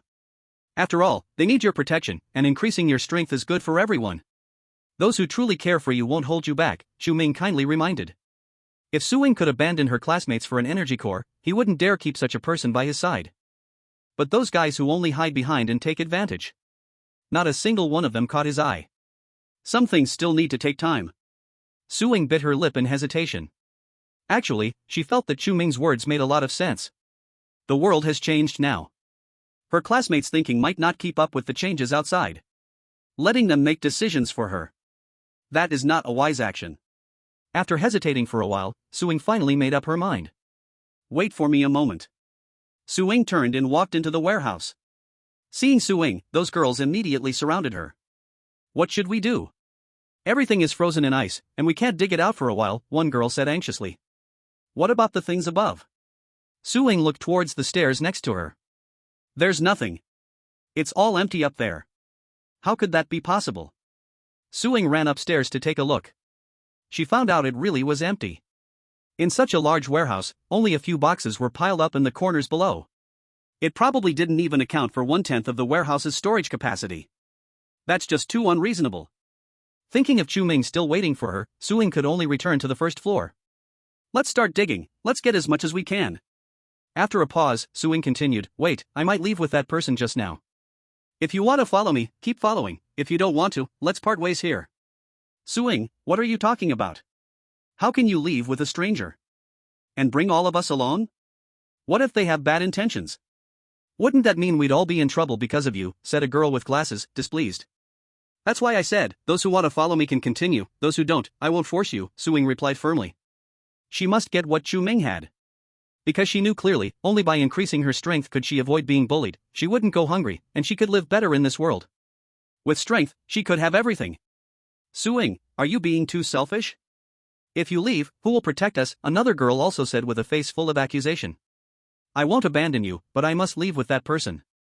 I'm informing you now, not asking if you want to come with me. You decide for yourselves. Su Ming said. Chapter 35 Sorry, we are already full. Su-Ying finally understood what Chu Ming meant with his words. If she really ran to discuss with her classmates, then she would absolutely not be able to leave today. She had the ability to protect everyone, but that wasn't her obligation. But why did everyone think it was a matter of course? Xiaoying, I'm definitely going to follow you. At that moment, a short-haired girl stood up and said. Me too, said another tall and thin girl. They were originally good friends. Through so many difficulties before, they had endured together. It's unreasonable to part ways now. Another two girls remained neutral. Now, the two girls who opposed also had nothing more to say. After all, they knew very well. Without Su-Ying, they had no ability to protect themselves. Seeing everyone compromise, Su-Ying couldn't help but breathe a sigh of relief.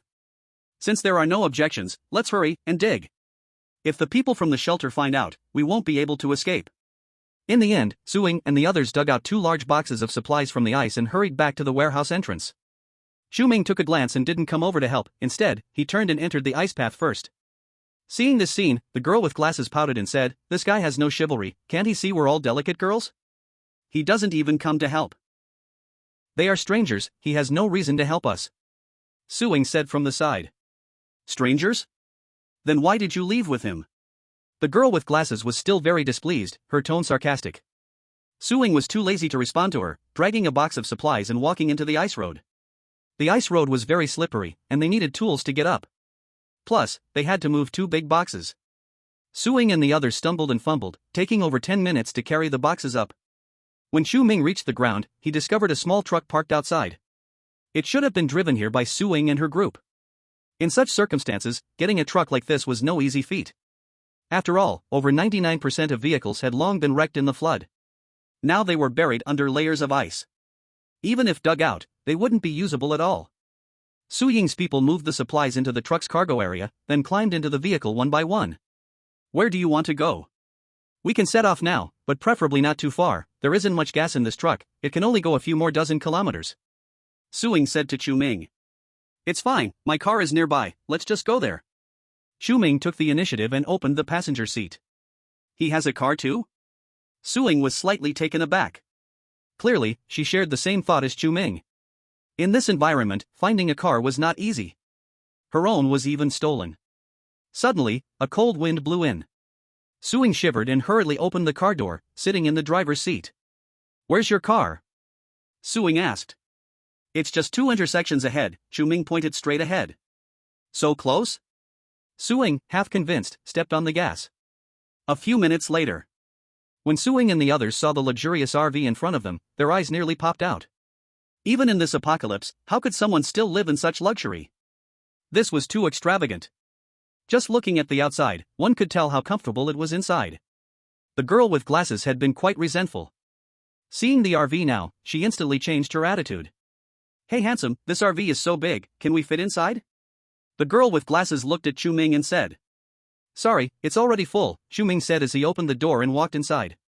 Although it was just a brief glance, Su-Ying and the others clearly saw the scene inside the RV. The luxurious interior, the warm lights. And there were 2 stunning beauties standing by the door.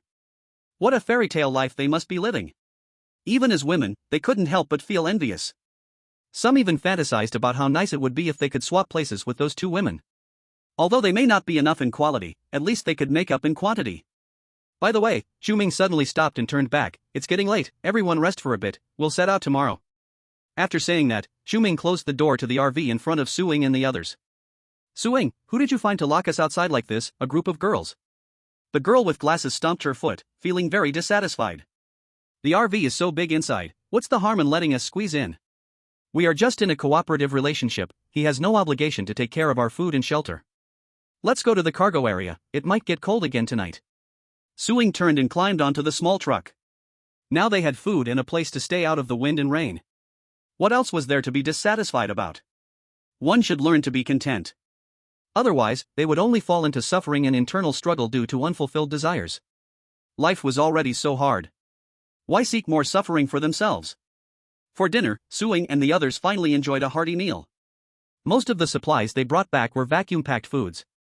Having been soaked in floodwaters for a while, they remained fresh. But the problem was they were too salty. They had no water to drink, nor were there conditions to boil water. As thirst set in, That feeling was beyond uncomfortable. Su Ying, go borrow some water from the RV in front, we can't go without water. The girl with glasses put down her half-eaten sauced duck and looked at Su Ying. Forget it, let's go outside and collect snow water. Su Ying found an empty mineral water bottle in the corner of the compartment. During this time, even though the temperature outside was very low, the snow falling was all fine and powdery. A thin layer made it hard to collect clean snow water. And drinking it could easily cause diarrhea. But the conditions were like this now. We can only make do with it.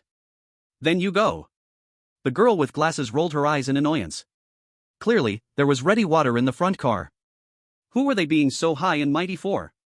At that moment, someone suddenly knocked on the compartment door from outside. Su Ying walked over and opened the door, revealing a tall and beautiful woman standing outside. Brother Chu is afraid you'll freeze to death, so I brought you 2 comforters. Su Yufei handed over 2 down comforters, then tilted her head to look inside the compartment. Inside, a few square meters of space were packed full with 7 girls. Finding a place to lie down and sleep would probably be hard. The conditions were truly difficult. Thank you. Su Ying quickly took the comforters. The other girls gathered around. What thick comforters? Great, we won't freeze tonight. The girls couldn't help but reach out to touch the comforters. As a result, they left behind one dirty handprint after another on the comforters. Su Yufei couldn't stand it anymore and immediately said to Su Ying, "Little sister, Brother Chu wants you to come over, he said he has important matters to discuss with you." "Oh, I'll go over now." Su Ying hugged the comforter back to place. Before leaving, she thought for a moment and still brought the empty water bottle with her. Today, she would borrow a bottle of water. At worst, she would do a bit more hard work to return it. Her abilities should still come in handy. Following Su Yufei to the front of the RV, Su Yufei knocked on the door. Soon, the door inside opened. Looking at the clean and luxurious decoration inside, Su Ying felt self-conscious for the first time.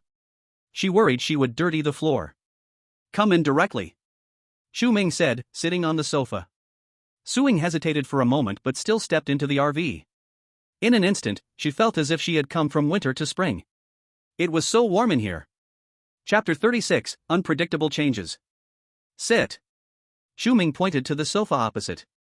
"My clothes are dirty, let's skip it." Su Ying stood still, refusing to move. Being in an environment like this, she felt like a clown. Although she thought she didn't look bad. But she hadn't showered in so long that she smelled. And by Chu Ming's side were 2 fragrant young ladies. The contrast was too evident. Chu Ming did not insist. He held a cold ball, petting the cat while saying, "Since you agreed to cooperate, why don't you start by telling me about yourself?" "What kind of situation?" Su Ying cautiously asked.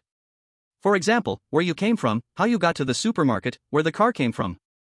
Chu Ming paused. "Of course, the most important part is your abilities." Su Ying. This felt like an interrogation. But with Chu Ming's good conditions, he wouldn't care about her old junk car or the 2 boxes of sauce duck that had been soaked in water. Thinking of this, Su Ying honestly replied, "We all escaped from the shelter, the biggest one in the new city, and we also stole the car from the shelter." "Wait, you escaped?" Chu Ming caught the key point in Su Ying's words. "What happened at the shelter?" "Yes, last night at midnight, a bunch of rats came into the shelter, attacking many people. Although the shelter's leader eventually sent people to kill all those rats, the chaos didn't calm down. We took advantage of the chaos to escape." Su Ying recalled those rat swarms from last night. "I couldn't help but tremble. Who usually pays attention to mice? But when the number reaches a certain level, it is definitely a disaster." Chu Ming frowned. From Su Ying's description, these mice were clearly attacking in an organized manner. Among them, there must be mutated mice.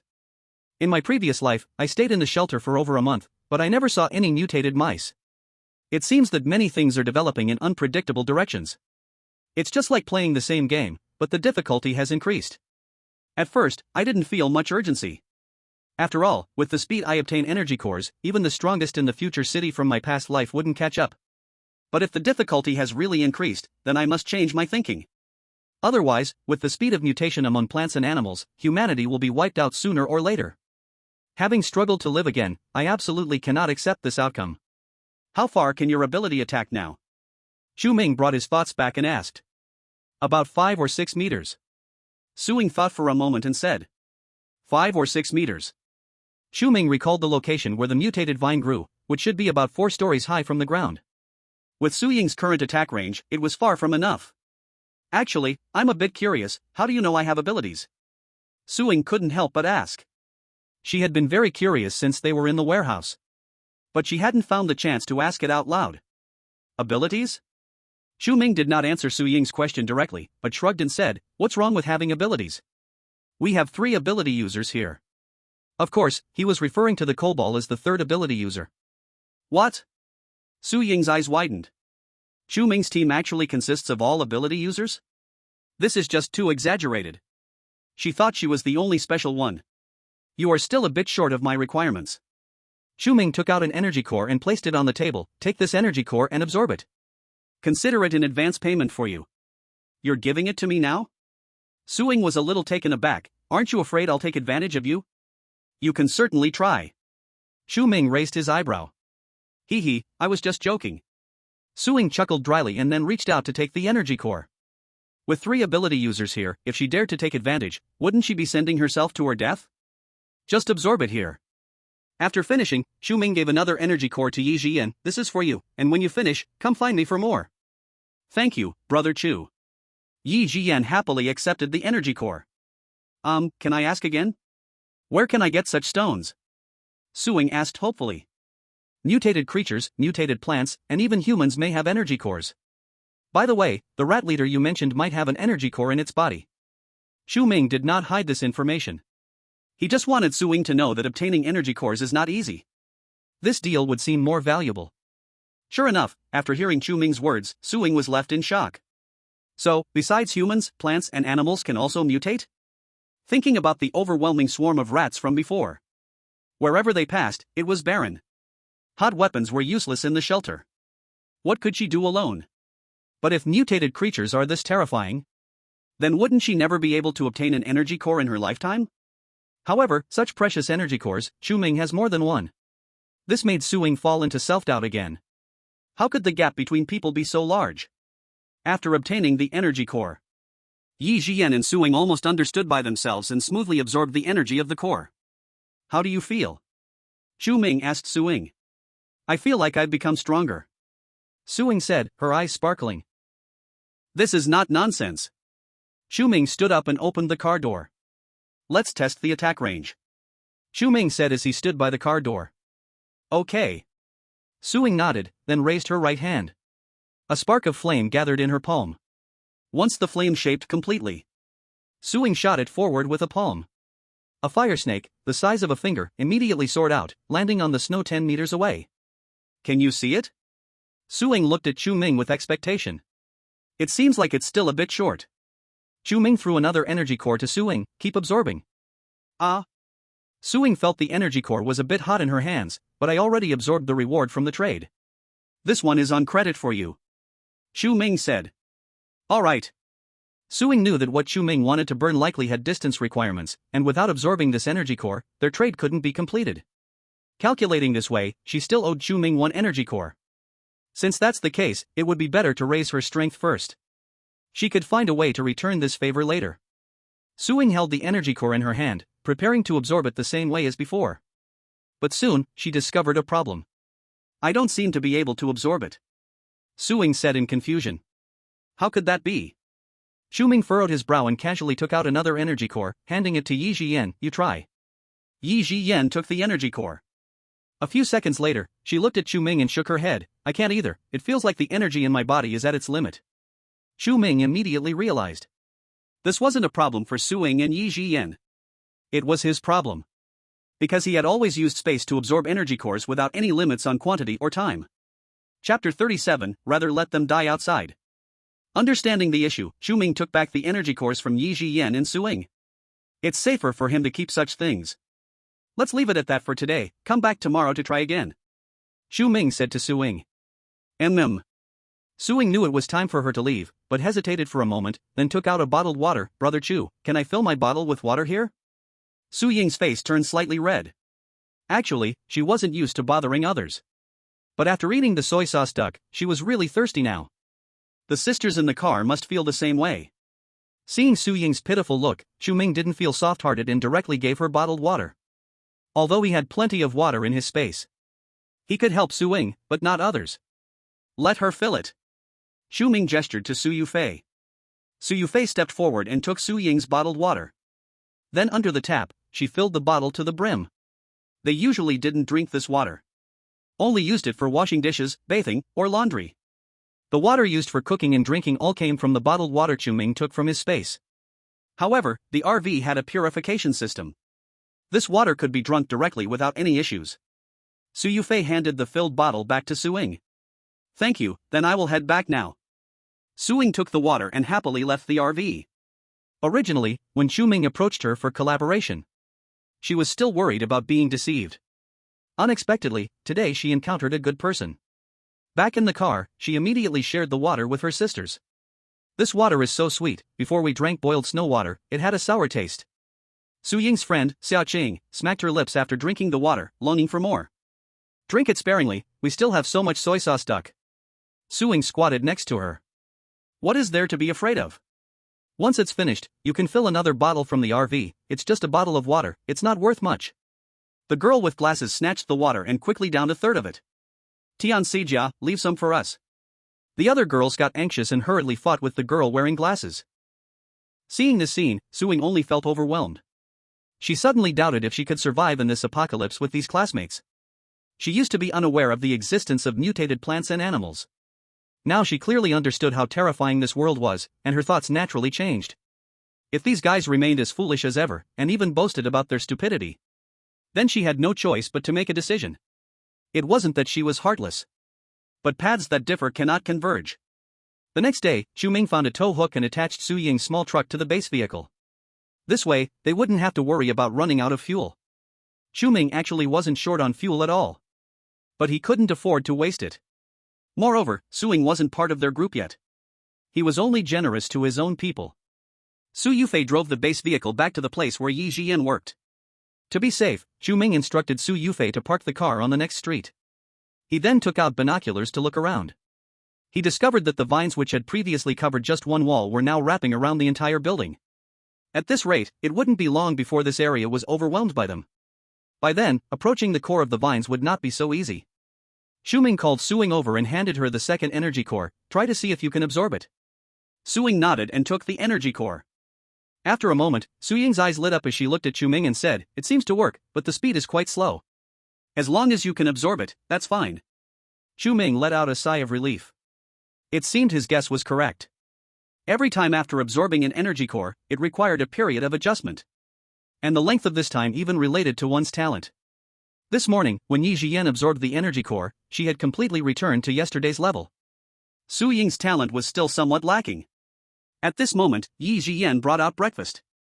There were fried dough sticks, freshly ground soy milk, and 2 baskets of buns. The aroma of the food made Su Ying's mouth water, and her eyes widened. Heavens, is this real? These guys could still eat soy milk, fried dough sticks, and small buns? And the ingredients looked very fresh. Not like the soaked grains in the shelter. Do you want to eat together? Chu Ming asked after sitting down. No, thanks, Su Ying waved her hand. These foods were too precious. If she really ate them, when would she be able to repay Chu Ming's kindness? Originally, she already owed 1 energy core. If she accumulated more debt, she would have to sell herself to pay it back. What are you being polite for? Jian made so much, we can't finish it. Su Yufei walked over from the driver's seat and stuffed a bun into Su Ying's hand. Today, Chu Ming asked Yi Jian to make extra breakfast, just for Su Ying. She understood Chu Ming's intentions. Su Ying was at least an ability user, and the girl had a kind heart. Having someone like her in their team would benefit their overall strength. Su Ying held the warm bun in her hands, struggling internally for several seconds. In the end, she still chose to compromise. After taking a bite of the bun, the flavor of the dough and the meat juice burst in her mouth. Su Ying felt as though her soul had been elevated.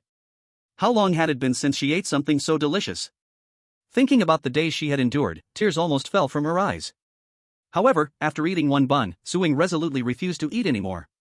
Her classmates were still in the back of the truck, gnawing on frozen, hard-flavored duck. And here she was enjoying warm buns. This made her feel guilty.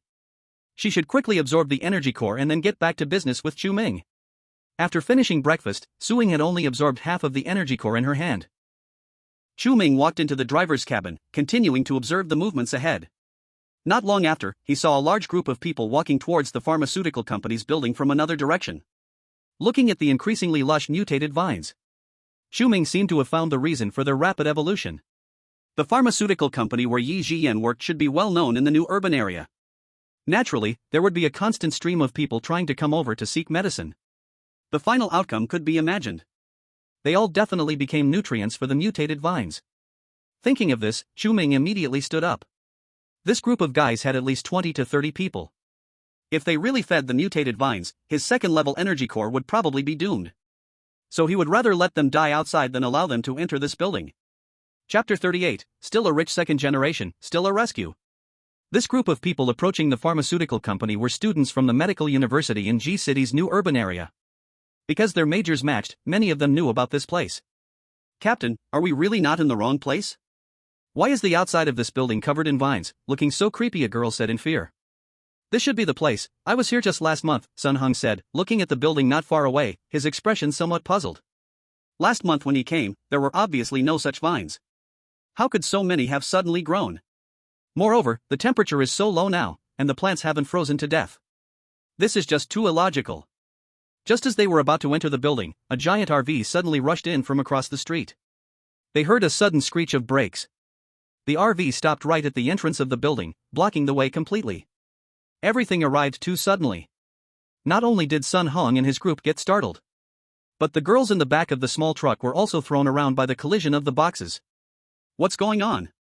The driver in front doesn't even know to say something. Tian Sijia adjusted her glasses on her face, then climbed to the small window in front of the cargo area to take a look, but her eyes immediately lit up. You guys come look, isn't this person from the medical university, Sun Hong? The other girls also crowded over. It really is Sun Hong, they have so many people. Who is Sun Hong? You don't even know Sun Hong? He's the campus heartthrob of the medical university, his family is said to have billions in assets, he's a super rich guy, if we stick with him, we might wait for rescue. Right, with Sun Hong's background and status, his family would definitely find a way to rescue him. Thinking of this, the girls in the cargo area all ran down from the vehicle. On the other side, Sun Hong was blocking the RV's door with his group. Everyone inside, come out. Sun Hong furiously knocked on the door. Classmate, what's going on? Tian Sijia stepped forward to ask. You ask me? I want to ask you. Sun Hong glanced impatiently at Tian Sijia. Why does your RV block the entrance of the building? We just want to go in and get a few boxes of medicine, such a big pharmaceutical company, do you think we can empty it? Classmate, please don't get excited, there must be some misunderstanding, we are also students from the nearby dance academy, our friend is in the vehicle, I will ask him to move the car. Tian Sijia volunteered to say, trying to gain Sun Hong's favor. Students from the dance academy? Hearing this, Sun Hong sized up the group of girls in front of him and found that they were indeed all quite good-looking.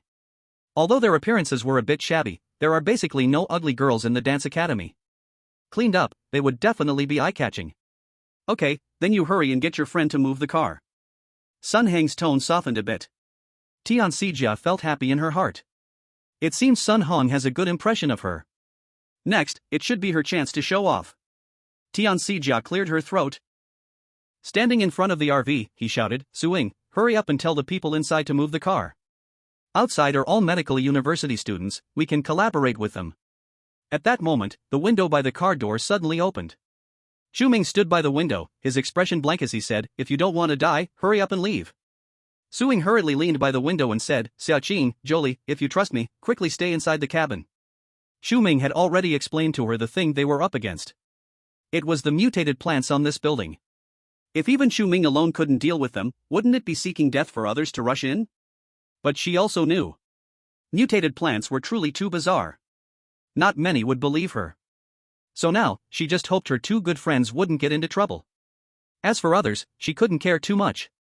Hope for the best. Xia Qing and Zhou Li hesitated. Because they knew, if they could follow Sun Hong, they might really be able to wait for rescue. But Su Ying's anxious expression didn't look fake at all. Given the relationship among the three of them, Su Ying would never harm them. Realizing this, Xiao Chang and Zhou Li immediately hid back in the cabin. Tian Sijia looked puzzled. Suing, stop acting mysterious here, okay? Do you know who this person is?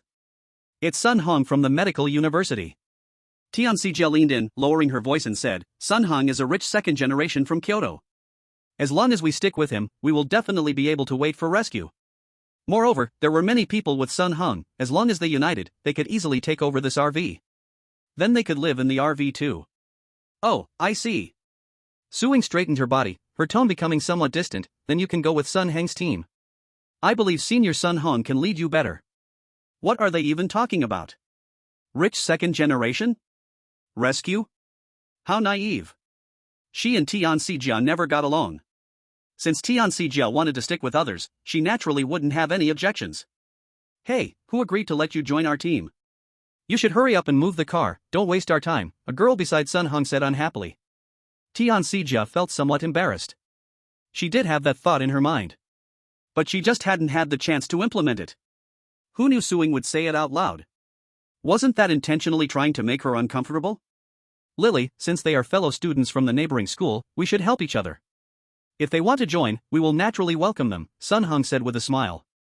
He had just glanced into the RV, there were 3 stunning beauties inside. If they could all join his team, his days wouldn't be so dull anymore. More importantly, this RV. Even before the apocalypse, it wouldn't be cheap. Living in such a luxurious RV was worthy of his status. Hearing Sun Heng's words, Tian Sijia instantly felt overjoyed. I knew Senior Sun Hong wasn't a petty person. From now on, you are our captain, feel free to give any orders. The other girls also echoed in agreement. Sun Hong smiled perfunctorily, then turned to Suing inside the car. This student, I have a team of over 100 people at the medical university. As long as you are willing to join us, food and safety will be guaranteed. And we are all the same age, so it will be more harmonious to get along and disagreements will be less likely. After all, sometimes a large age gap can create gaps in understanding. Sun Hong intentionally glanced at Chu Ming. After all, he was the medical university's campus heartthrob. Yet Chu Ming was even a bit more outstanding than him. That kind of worldliness, he couldn't fake it. People like him naturally attracted girls. He could definitely not keep such a competitor by his side. However, for now, he had to get this RV first. Once all these girls joined his team, Chu Ming was a lone commander, so what was there to fear? Chapter 39, Gaining New Skills. Chu Ming could clearly hear that Sun Hong wanted to dig into his territory. And it wasn't just Suing he was after. Even Su Yufei and Yi Jian, Sun Hong had taken a few sneaky glances at. That expression, any man would know what he was thinking. Chu Ming smiled coldly. Daring to cast his eyes on him, it seemed he was tired of living. Sorry, I'm not interested, Suing coldly rejected Sun Hong. She had just escaped from the shelter. If she joined Sun Heng's team, wouldn't it be jumping from the tiger's mouth to the wolf's den? This was no longer a peaceful era. In the face of scarce resources, the more people there were, the easier disputes would arise. So she did not believe a word of what Sun Hong said. Moreover, she had already awakened her abilities. Rather than joining any team, she wanted to learn more from Chu Ming. This was what would be useful for her in the future. After all, in other places, she might not meet so many ability users. And who would willingly give her 2 energy cores right upon meeting? That was something that could never be found again. Suing, Senior Sun Hong personally invited you, why refuse? Tian Sijia, looking at the people in the RV, said in a sharp and sarcastic tone, following these guys, even a bottle of water would require borrowing, I really don't see what's so good about it. Hearing this, Suing rolled her eyes in silence. She really wanted to say. Following Sun Hong, she probably wouldn't even get a bottle of water to drink. The rich second generation before the apocalypse. What does that count for now? At this moment, a dense sound of footsteps suddenly came from inside the building. Chu Ming looked back and then turned his head to say, I'll give you 10 seconds to leave, if not, it will be your doom. With that, he directly closed the window and walked toward the driver's seat. Bah, what is this guy so proud of? Is having a broken RV a big deal? Tian Sijia looked at Sun Hong and flattered, Senior Sun Heng's family must have something better than this. That is natural. Sun Hong smiled awkwardly. But the key was that he didn't have it right now. Forget about a luxurious RV, he couldn't even pull out a shabby tricycle. He's still threatening us, looks all decent, but his quality is really low. Lily, right next to Sun Hong, spat. Meanwhile, inside the car, Suing looked through the car window and saw what was happening on the other side of the RV. Her blood suddenly froze. She saw shadows squeezing out from the hallway. They were pale all over, moving strangely. Red threads, like blood vessels, spread all over their bodies. Their eyes were a blood red, and it seemed like something was wriggling inside. What were these? Zombies? Evil spirits? They surely were not human, right? Chu Ming, sitting in the driver's seat, silently counted to 10. Then he pressed the accelerator. The base vehicle along with the small cargo truck directly rushed towards the next intersection. Sun Hong was just about to curse. In the next moment, a large number of parasitic monsters crawled out from the windows of the building. My God, What kind of monster is this? That handsome guy just blocked the entrance, so he was actually saving us? Woo, don't come over. Ah. Soon, screams rang out. Sun Heng's team instantly fell into chaos. Chu Ming parked the base vehicle on the left side of the building. Watching Sun Heng and others fleeing everywhere, Chu Ming nodded in satisfaction. This was good. Better not die inside the building. And also led most of the parasitic monsters away. Next, it was time to see Su Ying perform. Chu Ming opened the car door and pulled the still unaware Su Ying out of the car. Do you see the place where the vines are most dense on the 4th floor? Chu Ming looked up at the 4th floor's window, where all the vines were growing from. The location where the mutated plant's main body resides. Su Ying dazedly nodded. Her hands trembled slightly. Even though she had mentally prepared for this. The scene just now still scared her quite a bit. Those things that were neither human nor ghost. They were far more terrifying than the rat swarm they encountered at the shelter before. Set it on fire and burn it down. Chu Ming said. Su Ying's flames, gathered using her ability, were at least 10 times hotter than normal flames. Plus, fire-based abilities are naturally effective against mutated plants. That's why he asked Su Ying to deal with this mutated vine. If it were really just a matter of setting a fire to solve the problem, he could have simply burned the entire building without needing to take such a long detour. I will do my best. Su Ying took a deep breath and gathered a flicker of flame in her palm. She adjusted the distance and angle, making sure everything was fine before throwing the flame from her palm. In an instant, a fire snake thicker than last night soared through the air, trailing a long tail, and flew toward the 4th floor window. It must be said, Su Ying's aim was indeed good. The fire snake accurately landed inside the window. Soon, a blazing fire erupted. And the vines around it twisted and thrashed as if they could feel pain. Seeing this, Chu Ming quickly brought Su Ying back into the car and drove away from the corner. Next, they could only wait patiently. Su Ying stood by the window, nervously watching the building not far away. The vines, burned by the fire, had completely come alive. Its writhing body wanted to attack, wanted to escape. But there was nowhere to run. A tremendous force shattered the entire building. A large amount of debris fell from the sky. This scene was comparable to a 5D blockbuster. Hiding in the back of the cargo compartment, Xiaoqin and Jolie observed this scene up close. Their eyes almost popped out. Was this really not an illusion for them? Why was this world completely different from what they understood? And the humanoid monsters that had charged out from the building were no different from zombies in the movies. If they hadn't listened to Su Ying and hidden in the cargo compartment beforehand, they would have probably died long ago. The fire burned for a full 2 days.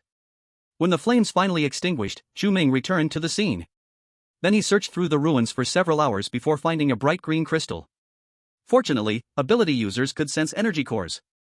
Otherwise, he would have likely waited until next month to find this crystal. After obtaining the 2nd-tier energy core, Chu Ming did not hesitate at all and directly stored it in his space. Detected 2nd-tier energy core, please choose to absorb or fuse. Absorb, Chu Ming said. 2nd-tier energy core absorbed, level up successful, congratulations on obtaining new skill, Space Jump. Space Jump can instantly move to any position within 10 meters. Chapter 40, Several Places That Must Be Visited. New skill again? Chu Ming was overjoyed. Based on his observations, only 6th tier or above ability users could potentially master more than 2 skills. But for him, it seemed every level up allowed him to gain a new skill. Moreover, the new skill he acquired this time was a life-saving skill, Space Jump. Wasn't that just too profitable? In his past life, he had heard people gossiping out of boredom. The strongest space ability user in Future City could use Space Jump. But the jumping distance was only a mere 5 meters. Most importantly, this space ability user's storage space was only the size of a 10 square meter room. But his space was infinite. The difference was simply not small at all. So thinking about it, it made sense that he learned Space Jump at the 2nd tier. Additionally, Space Jump was not only a life-saving skill. It was also a perfect assassination skill. Other skills, if they are attacks, always have traces to follow. Only space jumping cannot be perceived at all.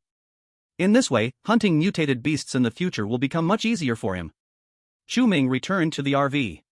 Su Yufei immediately brought a basin of clean water for him to wash his hands, while Yi Jian handed him a new towel. After a simple wash, Chu Ming looked at Su Ying and said, "What are your plans now?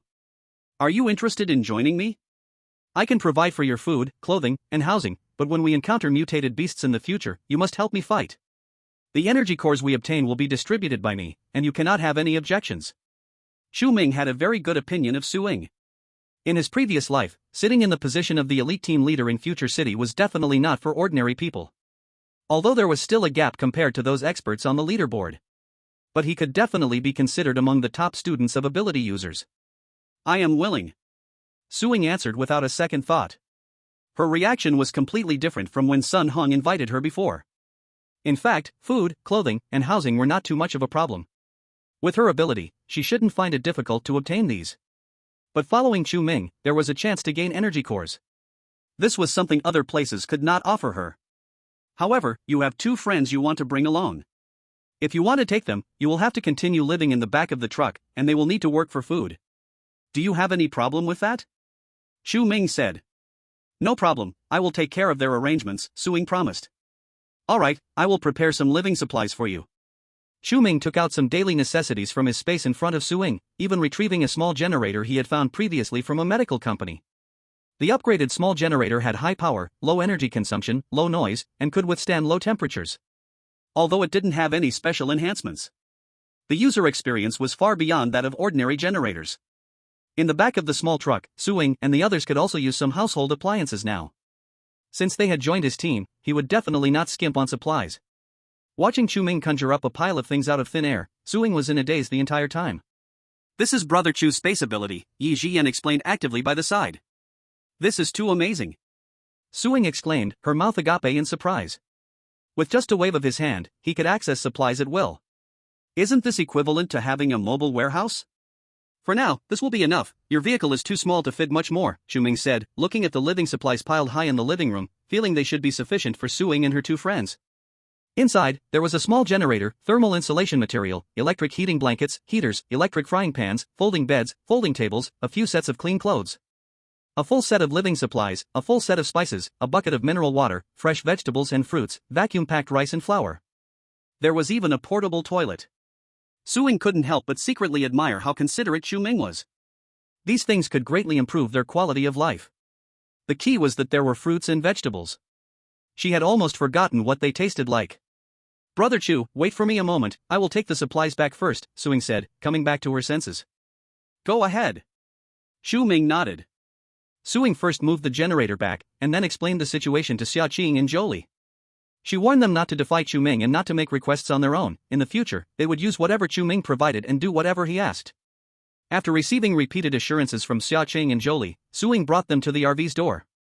In just a few minutes, they had finished moving everything. They cleaned the compartment where they lived thoroughly, fixed the thermal insulation, laid out the electric blanket, and turned on the heater, instantly warming the compartment. To save space, Su Ying even moved the generator and 2 boxes of sauce duct to the front driver's cabin. Anyway, they usually don't have to drive this car. In this way, the back would completely belong to their living space. Though small, it was warm and cozy. At this moment, Xia Qing and Jolie were incredibly grateful that they had listened to Su Ying a couple of days ago. Otherwise, they wouldn't know if they were alive or dead right now. How could they have the chance to stay in such a warm and comfortable environment? At the same time, Chu Ming was lying on the sofa, enjoying the massages from Su Yufei and Yi Jian. In the past 2 days, Su Yufei and Yi Jian had been increasingly attentive to Chu Ming. Especially after Su Ying and her group of girls appeared. Their performance became even more obvious. Su Yufei was wearing a thin black nightdress, sitting closely beside Chu Ming and massaging his legs. When she bent over, certain scenery was fully visible. Yi Jian, on the other hand, was wearing a pink dress, sitting in front of Chu Ming and massaging his head. Occasionally, it felt like a heavy mountain was pressing down. Chu big brother, where are we going next? Yi Jian asked softly. Going north. Chu Ming closed his eyes, enjoying while he spoke. Once the extreme cold ends, the mutation of plants and animals will reach an explosive period. At that time, the seaside will be the most dangerous place. So the G city certainly cannot be stayed for long. Moreover, due to the geographical reasons in the north, along with adequate cold-proof facilities, the impact of floods and extreme cold on many northern regions will not be devastating. In the apocalypse, most bases will appear in the north. He had so many supplies in hand. Of course, he needed to go to places with more people to showcase their value. For example, energy cores. Once there are more ability users in the future, he might be able to trade a few small items for something in return. Apart from that, there were a few places he must go. Thinking of this, Chu Ming turned over and sat up from the sofa. Let's drive. We'll first go to Taoyuan village next to G City. Chu Ming patted Su Yufei's long thigh. Not to mention, it felt quite nice. Su Yufei blushed slightly but did not refuse Chu Ming's action. I'm going now. Su Yufei stood up, put on a jacket, and walked toward the driver's seat. Chu big brother, what do you want to eat for lunch? Yi Jian squatted beside Chu Ming, asking sweetly. Chu Ming was a bit distracted by the two great mountains in front of him. Just feed me down there. Chapter 41, The Mutated Peach Tree. At noon, Yi Jian made Chu Ming a luxurious red-braised beef noodle. Su Ying and the others ate ginger duck. To facilitate communication, Chu Ming even asked Su Yufei to send a walkie-talkie to Su Ying. This way, if anything happened, everyone could communicate immediately. No need to run back and forth to pass on messages. After lunch, they set off again. Chu big brother, after we pass the intersection ahead, we can leave the city. We should reach Taoyuan village before dark. Su Yufei reported from the driver's seat. Taoyuan village is a flower viewing paradise filled with peach trees. Every year, it naturally produces a lot of peaches. The reason Chu Ming wanted to go to Taoyuan village was that there was a mutated peach tree there. This mutated peach tree bore fruit that could randomly grant a person one of three basic abilities. These were strength, speed, and perception. These three abilities were not as powerful as elemental abilities. But as long as one ate this fruit, even if they were already an ability user, they could gain a new ability. If it could combine with their own abilities, it often achieved a greater effect than addition. In his previous life, the fruit of this peach tree flowed into various major bases. Many powerful individuals fought fiercely for this fruit. This time, he wanted to take action first. But just as they were about to leave the city, the RV suddenly stopped without warning. What happened? Chu Ming walked towards the driver's seat, confused. Someone has blocked the road out of town. Su Yufei's face didn't look good. Chu Ming also saw the situation ahead. He saw that the icy road was set with layers of roadblocks. They were made of wood and steel frames. The spikes on top could easily destroy ordinary vehicles. The most critical part was that behind the roadblocks, there was an artificially dug ditch. The base vehicle could rush through the roadblocks. But there was no way to drive past the ditch. Chu Ming was considering whether to use space to first store the base vehicle. They would walk over and then take out the RV. Suddenly, a group of armed people rushed out from both sides of the roadblock. The leader was the tattooed man that Chu Ming had seen at the gas station before. And the identities of these people were self-evident. People in the vehicle, I officially notify you that this vehicle has been requisitioned by our shelter. You have 5 minutes to quickly pack your things and get down, the tattooed man said arrogantly. Chu Ming glanced at the number of people outside. There were about 40 or 50. It seemed that the shelter had gained many new members in the past few days. This shelter in the new area was definitely not a legitimate organization. It was secretly established by a construction businessman.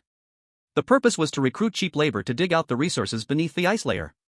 To transport the resources, vehicles were definitely needed. So they set up such a checkpoint at the entrance and exit of the city. Big brother Chu, what should we do? Su Yufei said with a frown. She was not afraid of these guys at all. Because she had already experienced the defensive capabilities of this RV. But the trouble now was that the road was blocked. There was a big pit ahead. They could not force their way through. Just treat them as if they don't exist. I'll find something to fill the road, Chu Ming said before putting on his old three-piece suit and getting out of the base vehicle. Seeing Chu Ming get out of the car, the tattooed man immediately brought his people over. Why is it just you? The tattooed man wanted to see what was inside the car, but Chu Ming had already closed the door. Forget it, quickly hand over the car keys, the tattooed man said impatiently. Now, you have two choices, fill the road, or I'll do it myself, Chu Ming said, his gaze coldly sweeping over the people in front of him as if he were looking at corpses.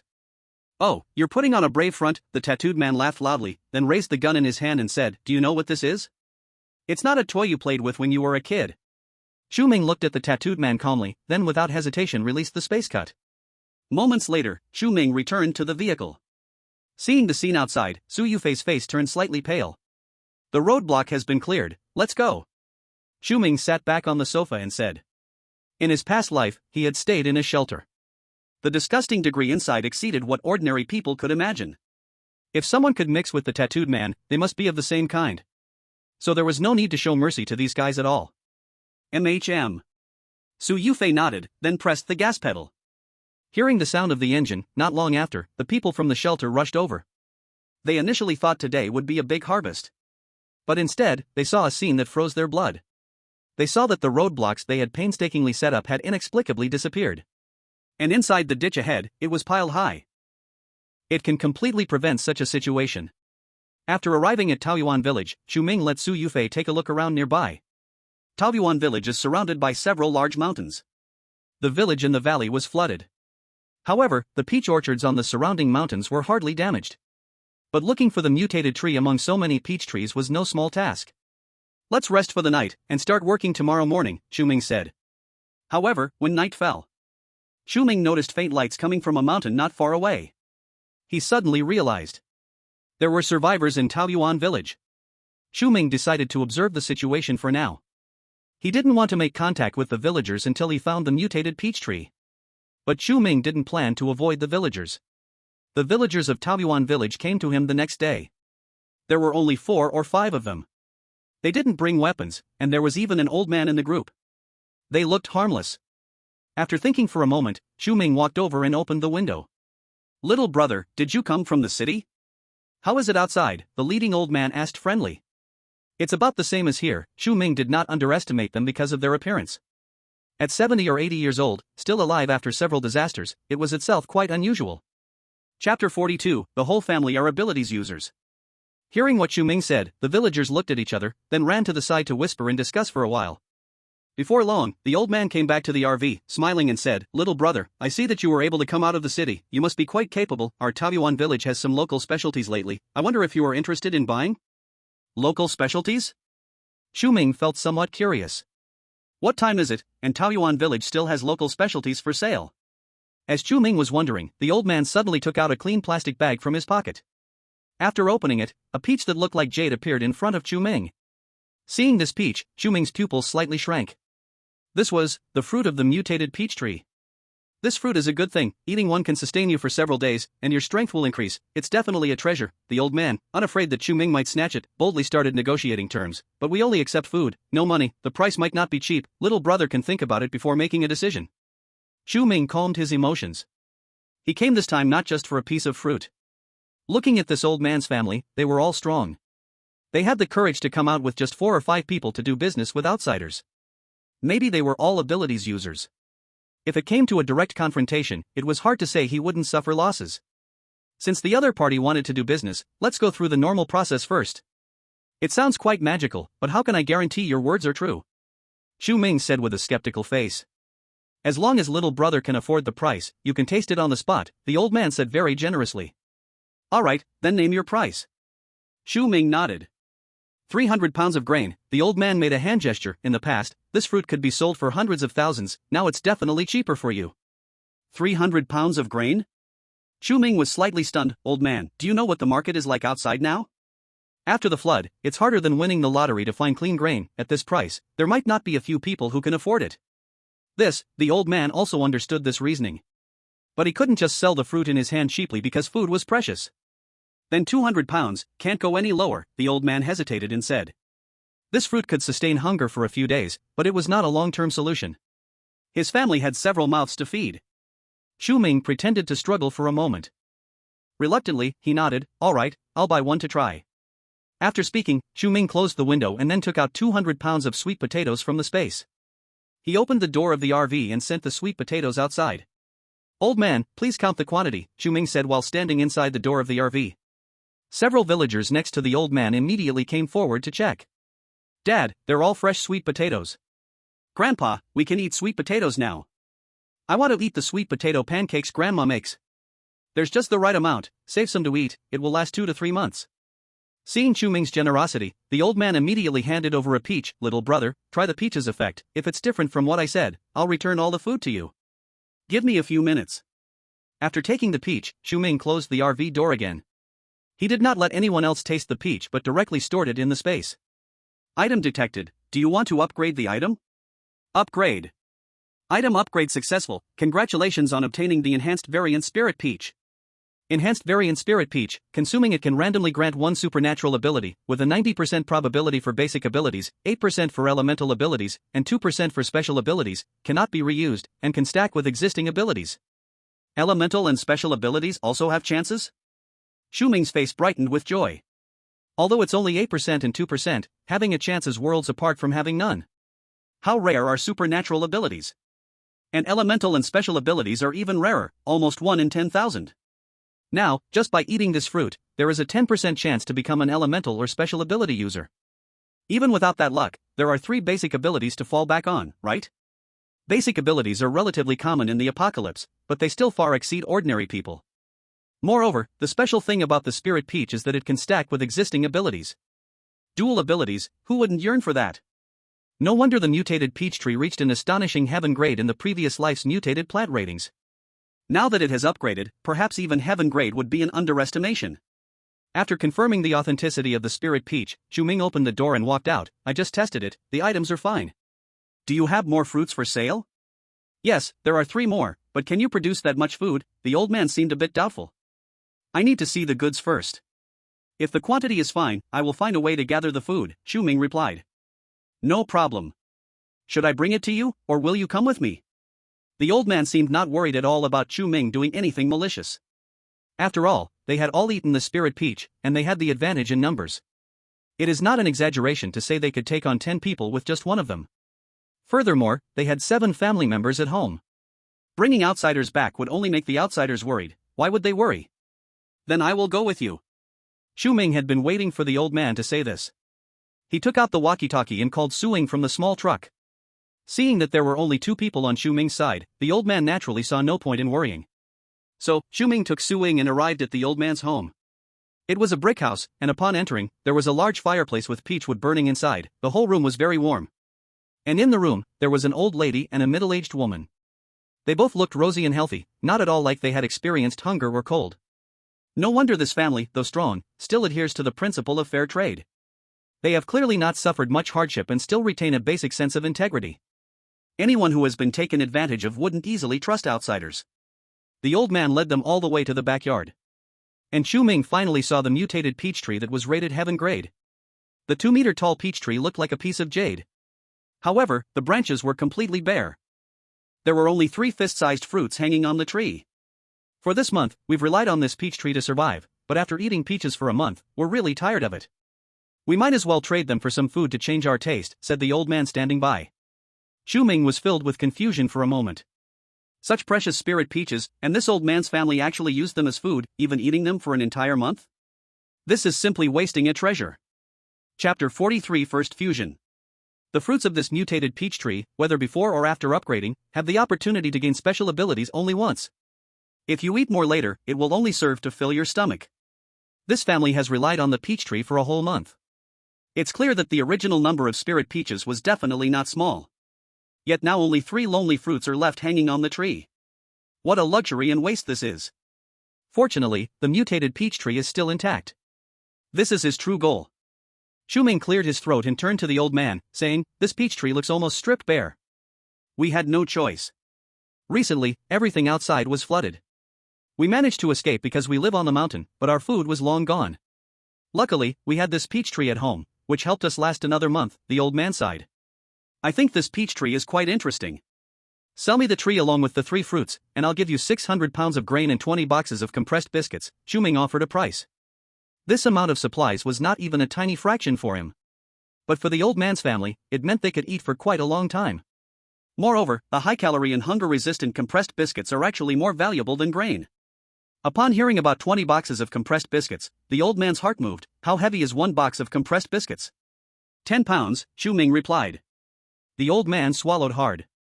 That would be 200 pounds, right? 200 pounds of compressed biscuits have a much better cost-to-value ratio than 200 pounds of grain. However, the old man hesitated for a moment and shook his head, saying, "No, I can't sell this peach tree. It might bear fruit again in the future, and I could trade it for more food." "Are you sure?" Chu Ming walked up to the peach tree and tapped one of the blackened branches. "This tree seems to be dying. I can't say whether it will bloom and bear fruit again, but if it keeps getting colder outside, this peach tree probably won't last much longer." Chu Ming was not lying here. Plants like mutated peach trees need sufficient energy to bear fruit. The initial harvest has already been entirely plucked by the old man's family. If they want the peach tree to bloom and bear fruit a second time, they need to provide it with enough nutrients. Otherwise, it will end up like now, with blackened branches and even signs of withering. As for whether the old man's family can wake up in time before the mutated peach tree withers and successfully find the energy core to prolong its life, the probability is not high. From the few mutated spirit peaches that have been passed down from the past, it's clear that the old man's family has failed to have the peach tree continue to bear fruit. Otherwise, the number of spirit peaches wouldn't be so scarce. So, what he offered, those 20 boxes of compressed biscuits, would essentially be a free gain for the old man's family. If this doesn't work, he also doesn't mind using stronger methods. Even if the old man's family has basic abilities, they are absolutely no match for him and Chu Ming. He has given them enough sincerity. Now, it's just up to the old man's choice. Oh no, it really seems to be dying. The old man took a closer look and suddenly felt intense pain. He was still planning to rely on this peach tree to get rich. If he had known, he would have stocked up more earlier. They could have traded for food enough to feed them for several years. So, how about it? 20 boxes of compressed biscuits. Change or not? Chu Ming asked again. Changed. The old man slammed his thigh and said. Half an hour later, Chu Ming returned to the base vehicle carrying a peach tree. Then he took out a small cart, packed 600 pounds of sweet potatoes and 20 boxes of compressed biscuits, and handed them to the old man's son and grandson.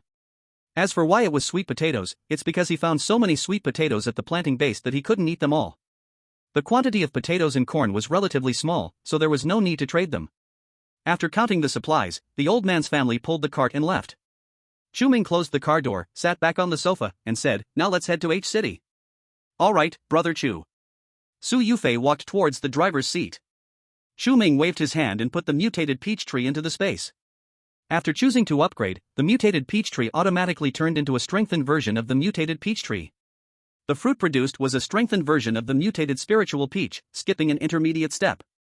Chu Ming looked at the inside space of the RV. He currently had no place to plant the mutated peach tree. So how would he supply energy to the mutated peach tree? Looking at the mutated peach tree, barely alive, he always felt a bit uneasy. Oh right. At this moment, Chu Ming suddenly had a flash of inspiration. He remembered that every time he collected the energy core into the space, there were always two options. Absorb or fuse. What would happen if he fused the energy core with the mutated peach tree? Wouldn't that also count as indirectly supplying energy to the mutated peach tree? Thinking of it, he acted immediately. Chu Ming quickly took out one energy core. He originally had 9 first-tier energy cores. He gave 2 to Yi Jian and Su Ying each. Now he had 5 first-tier energy cores left. Chu Ming put the energy core back into the space, and a prompt appeared. Detected first-tier energy core, please choose to absorb or fuse. Fuse. Please choose the item to fuse. A large amount of supplies appeared in Chu Ming's mind. He directly selected the mutated peach tree that was placed in the corner. Fusion item selected, starting fusion. Fusion progress 5%. Fusion progress 10%. Fusion progress 50%. Fusion progress 100%. First-tier energy core has fused, please check the fusion status. Chu Ming checked the mutated peach tree in the space again. He saw that the mutated peach tree, which had previously blackened branches, had regained its bright green state. The 3 spiritual peaches hanging on it were more and more plump and juicy. Most importantly, on one of the branches of the mutated peach tree, a small flower bud had actually bloomed. Chu Ming's eyes sparkled. It worked. This method indeed worked. And it saved the cumbersome steps of planting a peach tree and supplying energy to it. However, to make this small flower bud bloom and bear fruit, he would need more energy cores. Now he had 4 spiritual peaches on hand. 1 for him, 1 for Yi Jian, 1 for Su Yufei, and 1 for Su Ying. Just enough to share. He would leave the remaining energy cores for now. Once everyone in his team reached the second tier, he could use the surplus first-tier cores to cultivate the mutated peach tree without wasting them. Now, it's time to try my luck. Chu Ming took out 1 mutated spiritual peach. What would his second ability be? Both strength and speed would be completely useless to him. Because taking the physical enhancement liquid could achieve the same effect. And it was a more comprehensive improvement. Aside from these 2 abilities, any other ability, even the basic ability of perception, would bring him a good boost. Chapter 44 show you something fun. Before eating the peach, Chu Ming washed his hands. Feeling it wasn't enough, he ran to take a shower. It's not that he was cautious. But he had always had terrible luck in card draws in games before. So eating this peach always made him feel ominous.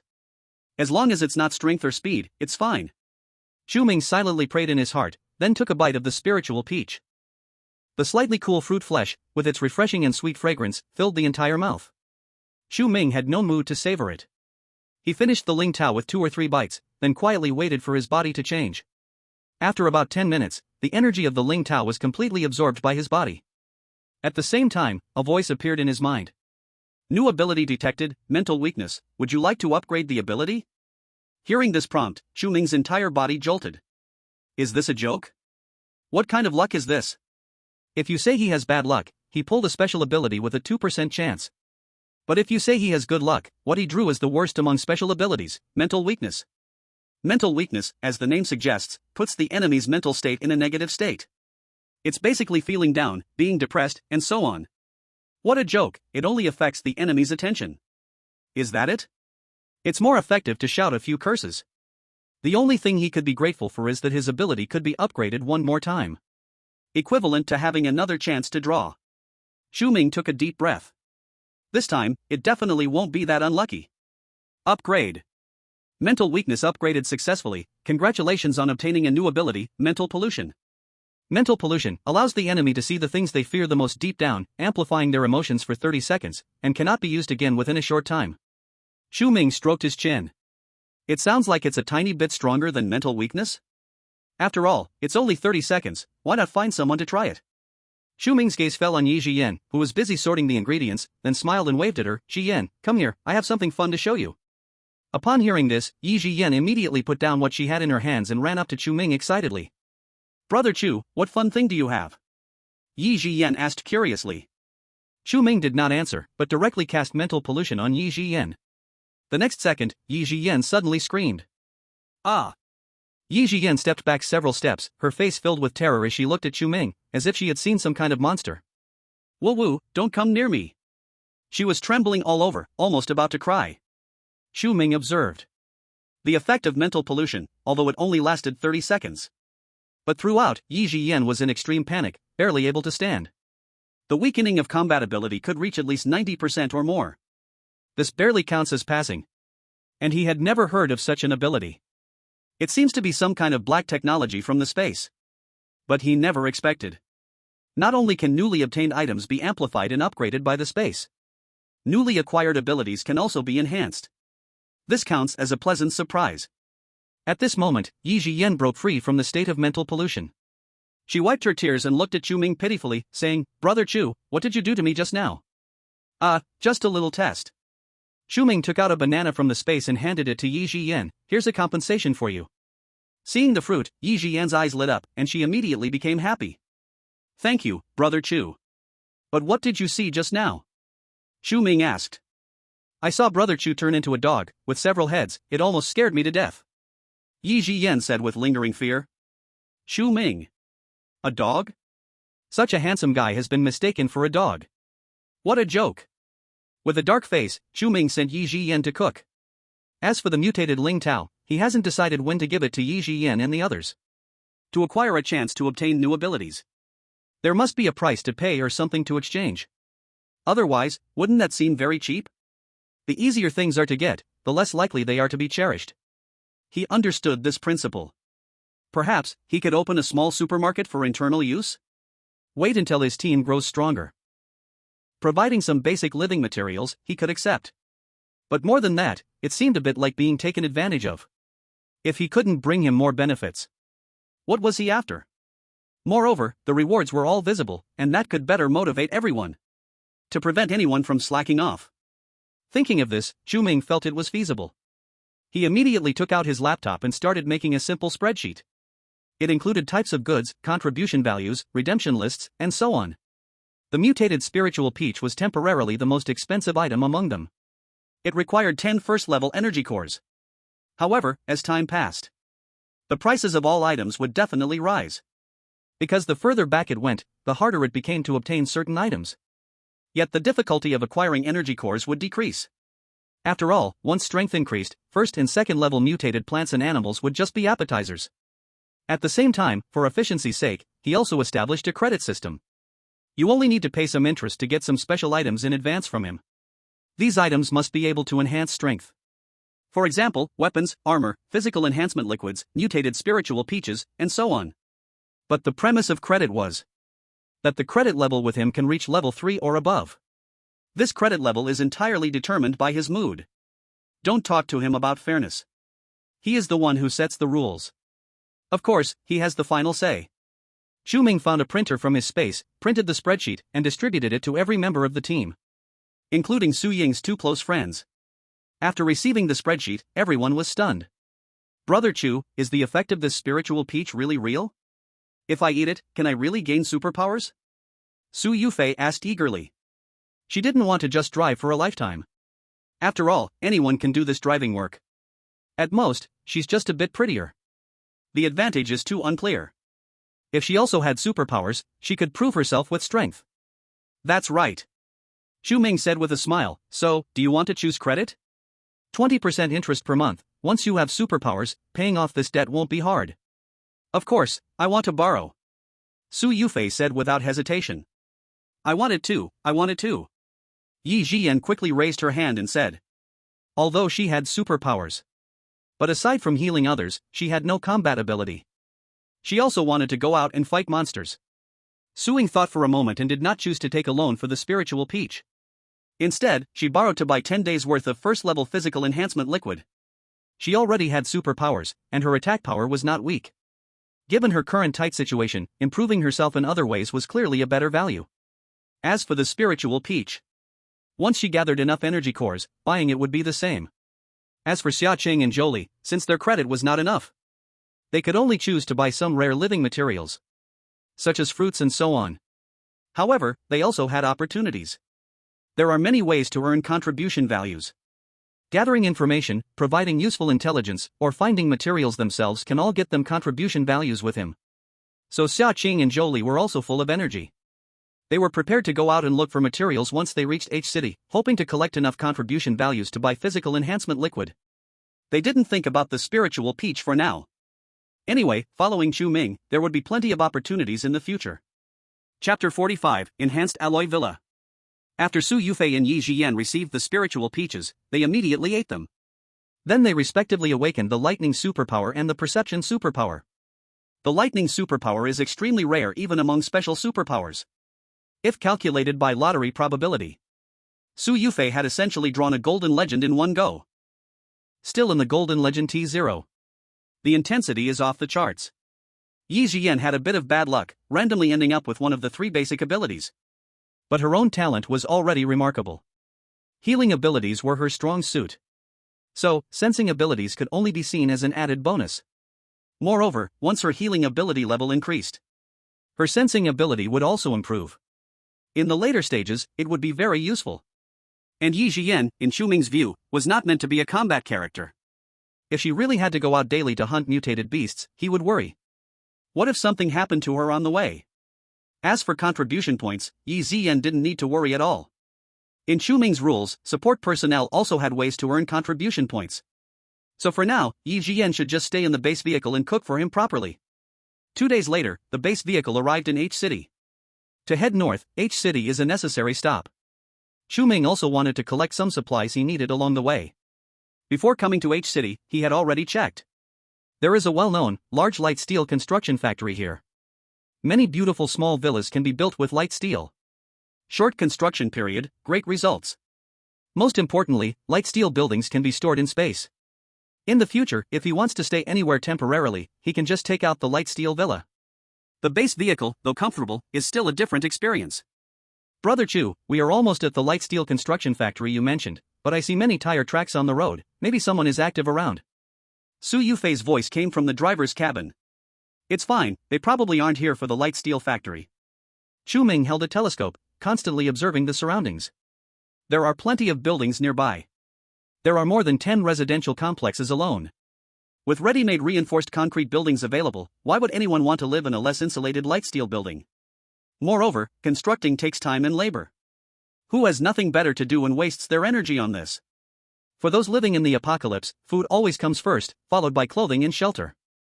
If one can't even survive, what quality of life is there to pursue? So there's only one possibility. That is, there should be a small base nearby. Only those who can support vehicles must be quite strong. The scale of this place might not be smaller than the previous shelters. However, Chu Ming did not want to actively approach these bases. After visiting the light steel factory, he still needed to continue his journey. Half an hour later, the RV stopped outside the light steel factory. Looking at the flat land in front of him, Chu Ming knew that the light steel factory had already been buried under the ice. Digging out such a large factory wouldn't be done in a day or two. Fortunately, he had ability users on his side. Whether it was space cutting or Su Ying's fire abilities, Both were great at digging through ice. Moreover, now that he was a second-tier ability user, he could easily unleash dozens of space cuts. Great power, low consumption. To him, a 20-meter thick layer of ice was like air. Chu Ming found the position of the factory's main door and began using space cuts to chip away the ice. Then he used space to collect the fragments of ice. In just about 10 minutes, he had already dug down to the bottom. Next, it's up to you. Chu Ming stepped aside and made way for Su Ying. Su Ying stepped forward, raised her hand, and unleashed a fire snake. The intense heat instantly melted a large hole through the steel door and the layer of ice inside. Seeing that the interior hadn't been fully accessed yet, Su Ying continued to work. After unleashing 4 or 5 fire snakes, her face turned slightly pale. At this moment, she finally broke through to the internal space of the factory. Chu Ming walked into the opening. Not long after, he found a processing workshop. There were mostly some scattered steel materials and cutting tools.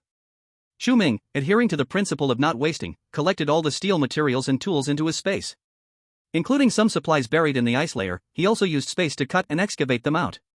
With so much steel, even if it wasn't used to build houses, there were plenty of other uses. He surely had to take everything away. After collecting everything from the workshop, Chu Ming continued to walk further inside. Soon, he discovered a warehouse stack filled with steel. Every type of steel here had its model and category clearly labeled. Chu Ming, who had no expertise in this area, grouped the different models of steel and collected them into his space in batches. Each type of steel was separated by some distance. This way, it would also be convenient to find later. One had to say, the area of this factory was simply astonishing. It was at least tens of thousands of square meters. The light steel inside could easily be used to build hundreds or thousands of houses without any problem. Moreover, there was a hundredfold amplification effect when stored in space. In the future, even if he wanted to create a large base, the amount of this light steel was completely sufficient. After exploring the entire warehouse, Chu Ming found an empty area inside. Here, there were 3 finished light steel villas. Small-sized, medium-sized, and large-sized. One of each type. Moreover, the designs were very exquisite, and even home appliances were already equipped inside. These 3 light steel villas should be used for on-site demonstrations for guests. Similar to model homes. This is quite convenient. Chu Ming unhesitatingly collected the light steel villas into his space. Item detected. Do you wish to upgrade the item? Upgrade. Item upgrade successful. Congratulations on obtaining the Enhanced Alloy Villa. Enhanced Alloy Villa, light steel upgraded to ultra-high strength alloy, can withstand level 10 attacks, newly added temperature control system, newly added water purification system, newly added power system, all appliances upgraded, all furniture materials upgraded, special enhancement, absolute domain. The same prompt appeared 3 times in a row. The 3 finished light steel villas were each upgraded. Moreover, like motorhomes. After the upgrade, the light steel villas all had the special enhancement of absolute domain. This kind of building or vehicle with residential attributes. The special enhancement of absolute domain could bring considerable security. Chu Ming was naturally very satisfied.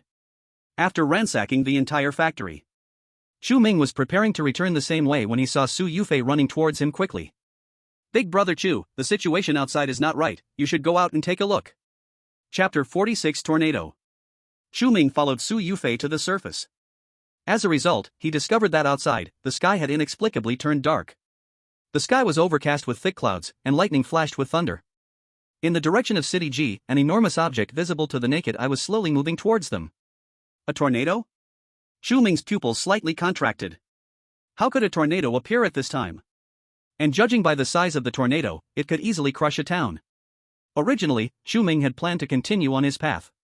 Now it seemed he could only find a place to take shelter first.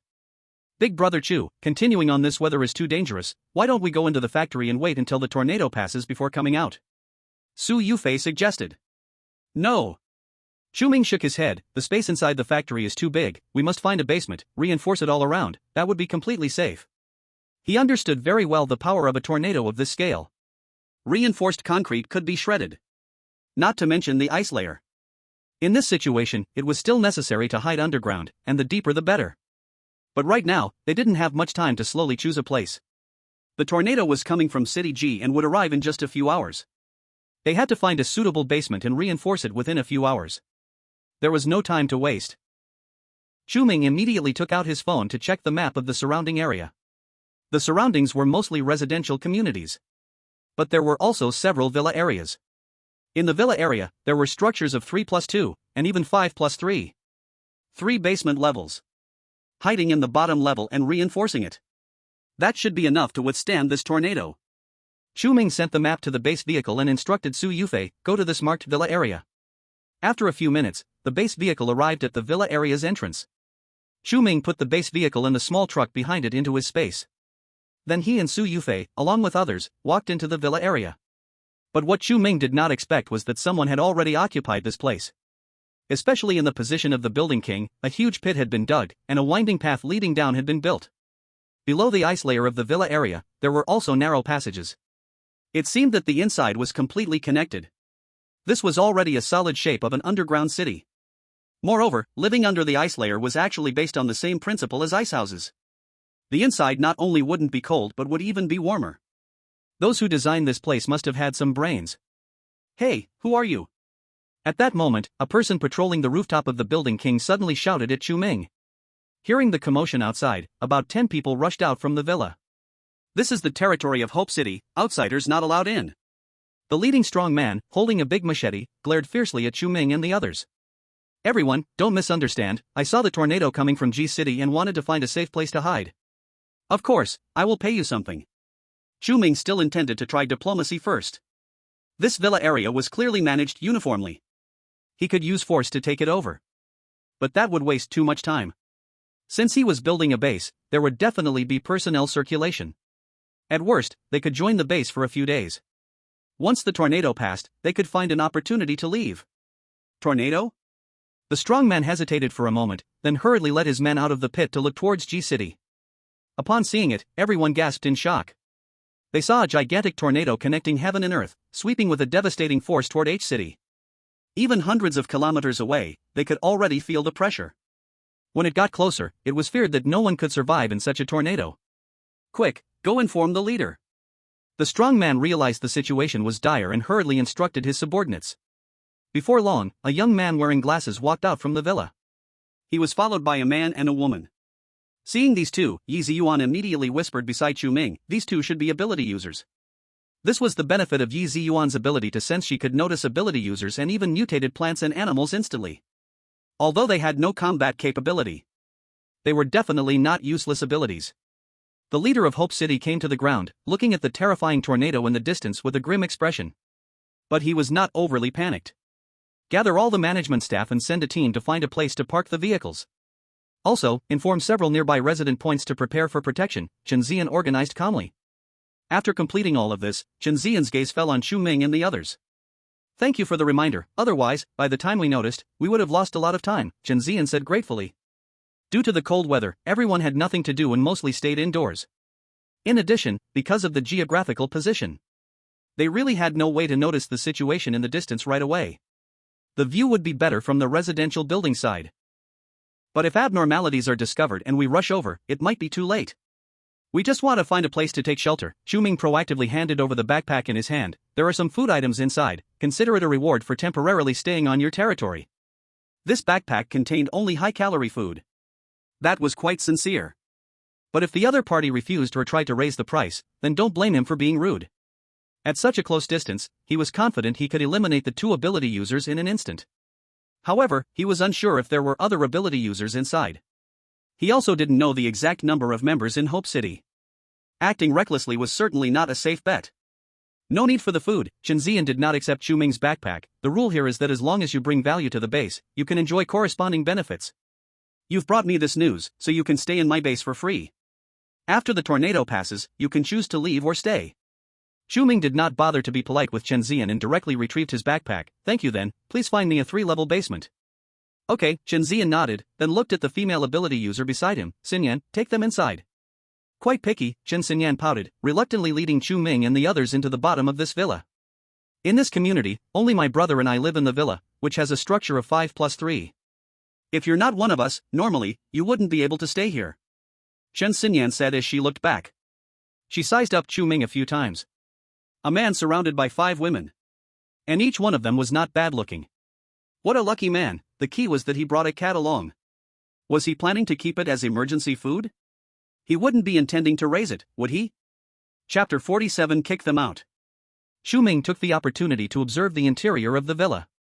The furniture and appliances here had all been soaked by floodwaters. They were practically completely ruined. Moreover, many places had not been cleaned of the ice, so there was no way to talk about any living experience. This girl in front of him, however, treated this place as if it were treasure. In just 1 month's time since the apocalypse, people had already lowered their survival requirements to the minimum. Even these seemingly wealthy siblings hadn't been able to avoid this. Can we go to the basement now? Chu Ming withdrew his gaze and said, "Follow me." Chen Xinyan turned and walked towards an iron door. Following Chen Xinyan into the basement, Chu Ming clearly felt the temperature around him rise significantly. That's why so many bases in the apocalypse like to build underground. Because underground is warm in winter and cool in summer. Although they still faced many problems. But it was definitely more comfortable than living on the surface. Those who could design underground ice channels naturally understood this principle. So everyone lived in the basement. Just on the first level, Chu Ming saw around 30 people. "Is that you?" At this moment, a familiar figure rushed into Chu Ming's view. Looking at Shin Mengran wrapped in a thick down coat, Chu Ming raised his eyebrows in surprise. This woman hadn't died? But it was good she hadn't died. He felt a slight regret for not witnessing the woman's fate with his own eyes. "So, you two know each other?" Chen Xinyan, who didn't like Shin Mengran, became even more unfriendly towards Chu Ming. "Since you know each other, Shin Mengran, take them to the third basement level. I have other things to attend to, so I'll go up first." After saying that, Chen Xinyan left without looking back. Shen Mengran looked at Chu Ming with a face full of disdain. "Why are you like a stubborn gum, always haunting me? I tell you, Chu Ming, I already have a boyfriend now, and we can never be together in this lifetime." Recently, there was a rat tied in the shelter. She escaped from G City by car with a few old people from the shelter. After arriving in H City, she discovered this base. She only learned when she arrived at this base. It turns out there are supernatural beings. The leader of the base, Chen Zian, she usually had little chance to interact with. But the two supernatural beings often led teams to search for supplies. She suddenly understood where her way out was. The only male supernatural being in the base, Wang Biao. As long as she could win his favor. In the future at the base, she could walk with confidence. No need to worry about food and sleep. So she put in a lot of effort, getting close to Wang Biao every day while searching for supplies. Finally, yesterday, they confirmed their relationship. She successfully moved into the villa reserved for core members only. She originally thought a good life was about to come. But today, just as she moved her things, before she could even settle down, she saw Chu Ming walk in as well. Why did this guy get to come in? Shin Mengran, are you too self-confident? Chu Ming looked at Shin Mengran with a mocking glance. "With you, how do you compare with any woman by my side?" At that moment, Shin Mengran realized the women behind Chu Ming. Some were elegant, some were young, and some were cute. There was every type. And each one was dressed neatly, a stark contrast to her month without a bath. Shen Mengran's face turned pale. When did Chu Ming become so popular? Did she really overlook it? No. Her current boyfriend is a supernatural being. Chu Ming is nothing. Wait, she would let Wang Biao kick all these people out. Wang Biao is the second in command of the base. As the future wife of the second in command, she couldn't decide the fate of a few people? Just as Shin Mengran was lost in her thoughts. Chu Ming had already led his people into the basement's second floor. This place also had many beds, but it wasn't as noisy as above. And the environment was much better than upstairs. Clearly, the real core members lived on this level. Shin Mengran mistakenly thought she had entered the core of the base. But she was still at the bottom level. Chu Ming continued down, eventually reaching the third basement level. This area was divided into many rooms. It could accommodate around 10 people. There was even a room stacked full of supplies, with armed guards patrolling at the entrance. However, these supplies were clearly damp. Chu Ming wasn't very interested. He took a look or two before looking away. Brother Chu, is it safe here? Yi Jian asked nervously, stroking the little coal ball in her arms. It should be safe, Chu Ming nodded. But unfortunately, this is someone else's territory. Otherwise, a little reinforcement with iron sheets would actually make it safer and more secure. Meanwhile, Shin Mengran couldn't hold back any longer and actively ran out to find Wang Biao. Baby, why are you out here? Seeing Shin Mengran, the tall and strong Wang Biao couldn't help but smile. Before the apocalypse, he was just a farmer with no education, moving bricks at a construction site. He never expected that after awakening his powers, he could find such a beautiful girlfriend. However, it seemed that Qin Ziyan and Shen Xinyan didn't really approve of him being with Shin Mengran. So when he brought Shin Mengran over this time, he could only temporarily arrange for her to stay on the first basement floor. But when he had the chance, he would still bring Shin Mengran to live with him. Brother Biao, could you kick out those people who just went in? I have grudges with them. Shin Mengran hugged Wang Biao's arm and gently rubbed against him. Hearing Shin Mengran's sweet voice, Wang Biao felt like he was about to stand up straight with pride. But he quickly snapped back to reality and said, "No way, those people were arranged by the leader, they just went in to hide from the tornado. They'll probably leave tomorrow at most, just bear with it, baby. With me here, no one can bully you. I don't care about any tornado. Today, they must roll out from the base." Shen Mengran stamped her foot and said angrily, "Darling, you are the second in command of the base. Do you really need to look to the leader for such a small matter? The leader is just an ordinary person, it's only because of his sister that he can sit in this position today. Besides, Chen Xinyan is not as capable as you, she can only make some mud, how can she compare to your immense strength? I think you are more suitable to be the leader than Chen Xian. Today, you need to show your power in front of everyone and let them know that you are the person with the most say in the base." Shen Mengran kept encouraging. "This isn't really good. Wang Biao seemed a bit troubled, the leader has been kind to me, and if I do this, wouldn't I be a white-eyed wolf? To let the base develop better, of course, we need capable people to lead." Shen Mengran said matter-of-factly. "That's true." Wang Biao nodded. "Besides, I'm not telling you to drive Chen Xian out, you can just give him a position later, right? And this base was founded by Chen Xian. If it becomes bigger and stronger in the future, he will definitely be very happy." Shen Mengran fed Wang Biao all kinds of twisted logic. She had long been dissatisfied with the Chen siblings. If she could take the opportunity to push Wang Biao up, she would become the leader's wife in the future. Then she would make Chen Xinyan serve her. "Alright, I'll go drive those guys away now. You don't need to stay on the first underground floor anymore, just move to the third floor and live with me. We haven't properly slept together yet," Wang Biao said with a smirk. Seeing Wang Biao's eager look, Shen Mengran revealed a shy smile but felt a bit disgusted inside. The men she had slept with could line up all the way out the community gate. But most of them were from good families, decent jobs, and were social elites. While Wang Biao used to be just a migrant worker. Not to mention he was ugly, he also looked rustic and had a certain odor on him. But thinking about the fact that the world is different now, only a supernatural person like Wang Biao can help her live a stable life. Being ugly is just a small price to pay. As long as he isn't a loser. Wang Biao followed Shen Mengran back to the basement. He first helped Shen Mengran pack her things. Then he took their luggage from the first underground floor to the third underground floor. Looking at the environment around, and the corner room piled high with supplies, Shen Mengran felt very satisfied. From now on, this would be her residence. When Wang Biao became the leader, she would drive everyone else out and enjoy this place all by herself. At this moment, Shen Mengran saw Chu Ming and the others in the corner. She wrapped her arm around Wang Biao's and walked over proudly. "Chu Ming, I'm officially telling you now that you can roll out of here. I'll give you 10 seconds to leave, or my boyfriend will take action." Shen Mengran leaned against Wang Biao, proudly saying, "I almost forgot to tell you, my boyfriend is a strength supernatural. He can lift hundreds of kilograms with one hand, you can't find anyone in the entire base stronger than him. If you don't want to end up missing limbs, hurry up and get lost. By the way," Shen Mengran remembered to add, "you probably still don't know what a supernatural person is, right? Have you ever seen sci-fi movies? My boyfriend is just like the superheroes in them." Shen Mengran couldn't wait to show off. She just wanted to prove that Wang Biao was stronger than Chu Ming. Otherwise, just thinking about how Chu Ming had dumped her made her feel unbalanced inside. This was also the reason why she couldn't stand Chu Ming everywhere now. Is he really that powerful? Chu Ming, who was sitting in the corner feeling bored, didn't expect the fun to come to him. Su Yufei and the others who followed Chu Ming were also really struggling to hold back their laughter. The strength supernatural in their team was definitely the type that everyone disliked. After all, when eating the spirit peach, no one wants to draw the 3 basic superpowers. The power superpower is too ordinary to be ordinary. If they want to enhance their physical abilities, can't they exchange contribution points for physical enhancement liquids? However, here with Shen Mengran, it became a means to show off. The key is that this superpower isn't even hers. What is she so proud of here? You all hurry up and leave, don't make me say it a second time. Wang Biao, under Shen Mengran's boasting, couldn't help but feel a little high and mighty, his tone becoming arrogant.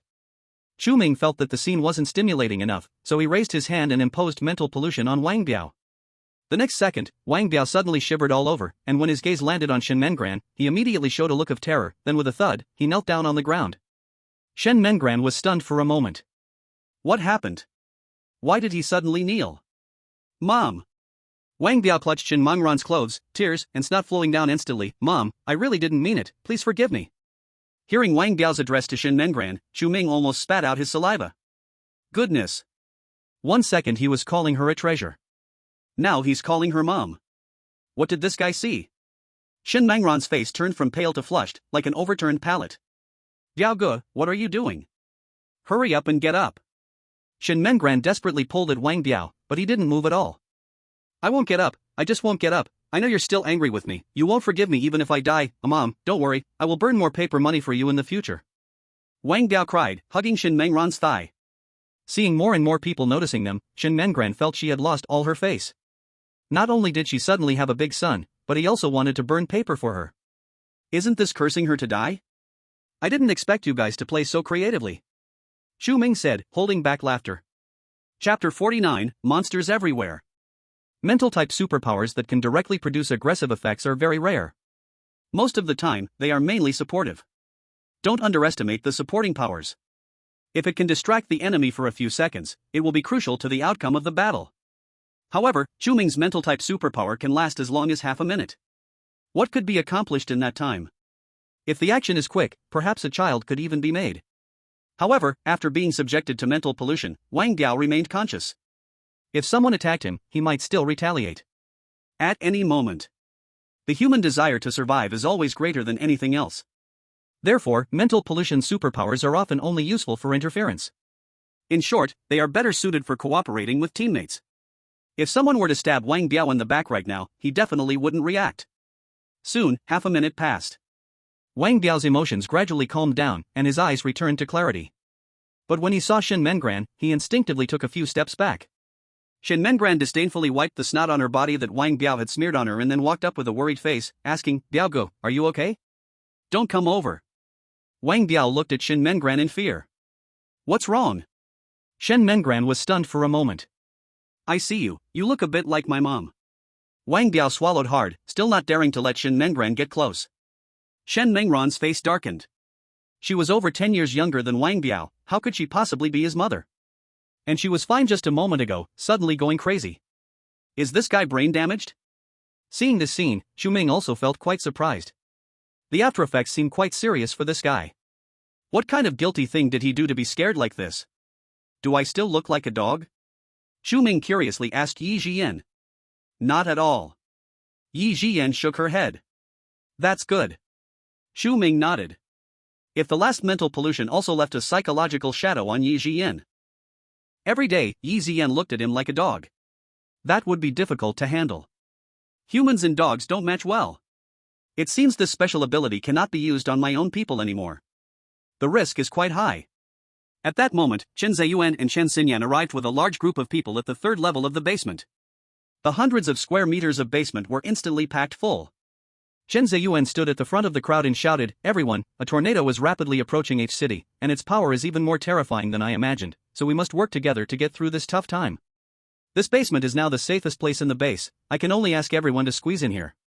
After saying that, he looked at his sister Chen Xinyan, Sister, thank you for reinforcing the basement. Okay. Chen Xinyan nodded and went to the entrance, extending her hands. From her palms, a trace of yellow light emerged. A few minutes later, a wall of soil formed at the entrance of the basement. After sealing the entrance, Chen Xinyan did not stop her movements but continued to reinforce the ceiling, as well as several important beams and load-bearing corners. The entire process lasted nearly 2 hours. Watching Chen Xinyan release so much energy without changing her expression surprised Chu Ming. This little girl seems to have quite a talent. Moreover, she is very suited for infrastructure work as a soil-based ability user. Her combat ability is somewhat weaker. But her defense is very strong. This is exactly the shortfall of his team. Unfortunately, Chen Xinyan has to take care of her family and is supporting so many people below. The possibility of recruiting her is low. After reinforcing the basement, everyone could only stay in place and quietly wait. In the face of the forces of nature, humanity is always insignificant. After the strong winds passed, G City and H City will probably suffer even more severely than in previous disasters. The days ahead will only become more difficult. Everyone's mood was filled with worry and heaviness. About an hour later, the ground suddenly trembled slightly. Dust from the ceiling began to fall down. It's coming. Su Yufei and the others tightly squeezed together with Chu Ming. Chu Ming put on his bulletproof vest and helmet, stuffing several steel plates inside his clothes to ensure that he wouldn't suffer serious internal injuries if something fell on him. If the place wasn't so narrow, he would have insisted on taking the RV out. Outside, he was worried the RV would be blown away by the wind. In this basement, that wouldn't be a problem. Boom! Suddenly, a loud noise came from outside. The previously slight tremors turned into strong vibrations. In an instant, the entire basement began to shake. It was clearly the wind howling above, yet it felt as if an earthquake had occurred. Even the reinforced ceiling showed cracks. In the basement, screams erupted one after another. They were nearly 10 meters deep underground. Additionally, it had been reinforced with soil-based abilities. If this couldn't hold, wouldn't those people outside be all dead? Realizing this, many people felt a surge of despair. When will this kind of life come to an end? Fortunately, this lasted only for a few dozen seconds. The noise gradually faded away. Once everything outside was completely quiet, someone excitedly shouted. "The tornado has passed, we survived." Great! Chen Xinyan approached the basement exit and carefully removed a part of the soil wall. When she saw the scene outside, her entire small face turned pale. They were clearly 3 levels underground. But outside the cave entrance was a gray sky. The entire villa was completely swept away. Most importantly, there were many tall buildings around this residential area. Now, looking around, everything was empty. All gone. Chen Ziyuan's expression was also not good. In the surrounding dozen or so communities, almost all of them were his territory. Given the current situation, no one is likely to escape unscathed. Thousands of lives were swept away by a storm like this. All the effort he put in earlier seemed like a joke. Is there really no way for them to survive in this world? Chu Ming had long gotten used to life and death, so he didn't feel much sentimentality. He took off his helmet, shook off the dust, and walked forward, saying, "Thank you, Chief, for taking us in. Now that the tornado has passed, we will take our leave." "You're leaving already?" Chen Ziyan said in surprise. "We were just passing through." Chu Ming looked at Chen Ziyan and his sister. "Out of gratitude for your hospitality, let me remind you, it's best not to stay in coastal cities." "Brother, the coast is indeed quite dangerous. There was a flood before, now a tornado, and who knows, there might be a tsunami next." Chen Xinyan tugged at Chen Ziyan's sleeve. "We should move. With the wind hitting each city like this, it will surely be hard to find supplies later. Staying here, we won't survive." Chen Ziyan frowned slightly, as if he was considering the feasibility of this matter. The temperature outside is so low. Moving so many people is not an easy task. And with the situation outside, most vehicles would probably be unusable. Walking to another city like this, many people would surely freeze to death on the way. Gurgle, gurgle.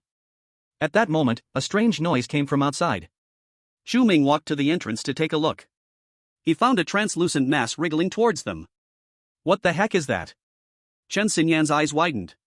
"Maybe a jellyfish, it should have been blown here by the wind." Chu Ming supported himself against the earthen wall and climbed out, then went to a high place to take a look with binoculars. Once he looked, he nearly triggered his trypophobia. On the bumpy ground swept by the tornado, there were giant blue jellyfish everywhere. The small ones were about half a meter, and the largest ones were almost a story tall. Chapter 50, this place, he had contracted it. The tentacles under these jellyfish seemed to have evolved crawling abilities. They could move freely on land. However, due to their own characteristics, their crawling speed could almost be described as slow. But the sheer number was so great that it gave people goosebumps. Anyone else would be scared out of their wits by this sight. But Chu Ming was different. In his eyes, these mutated jellyfish were energy cores, 1 tier, 2 tiers. Maybe there were even 3 tiers. He didn't even have to look for them, they came right to him. Isn't this a good thing? Once he cleared all these mutated jellyfish, how many mutated spirit peaches could he cultivate? Yi Jiyan and the others might even be able to level up to tier 2. Such opportunities were rare. Seeing Chu Ming running out like this, Chen Xinyan and Chen Ziyan were both startled. "Hey, come back quickly, it's too dangerous outside." Chen Xinyan shouted at Chu Ming. Didn't she see the giant jellyfish crawling towards them? What if it's poisonous? What if it eats people? Chu Ming put away the binoculars and returned to the entrance of the basement. "We need to leave. You'd better seal the basement entrance again, there are these things everywhere outside," Chu Ming said at the entrance of the basement. "Everywhere?" Chen Xinyan's pupils constricted. Chen Ziyan also frowned tightly. Not long ago, they had encountered a huge spider. At that time, he thought he was seeing things.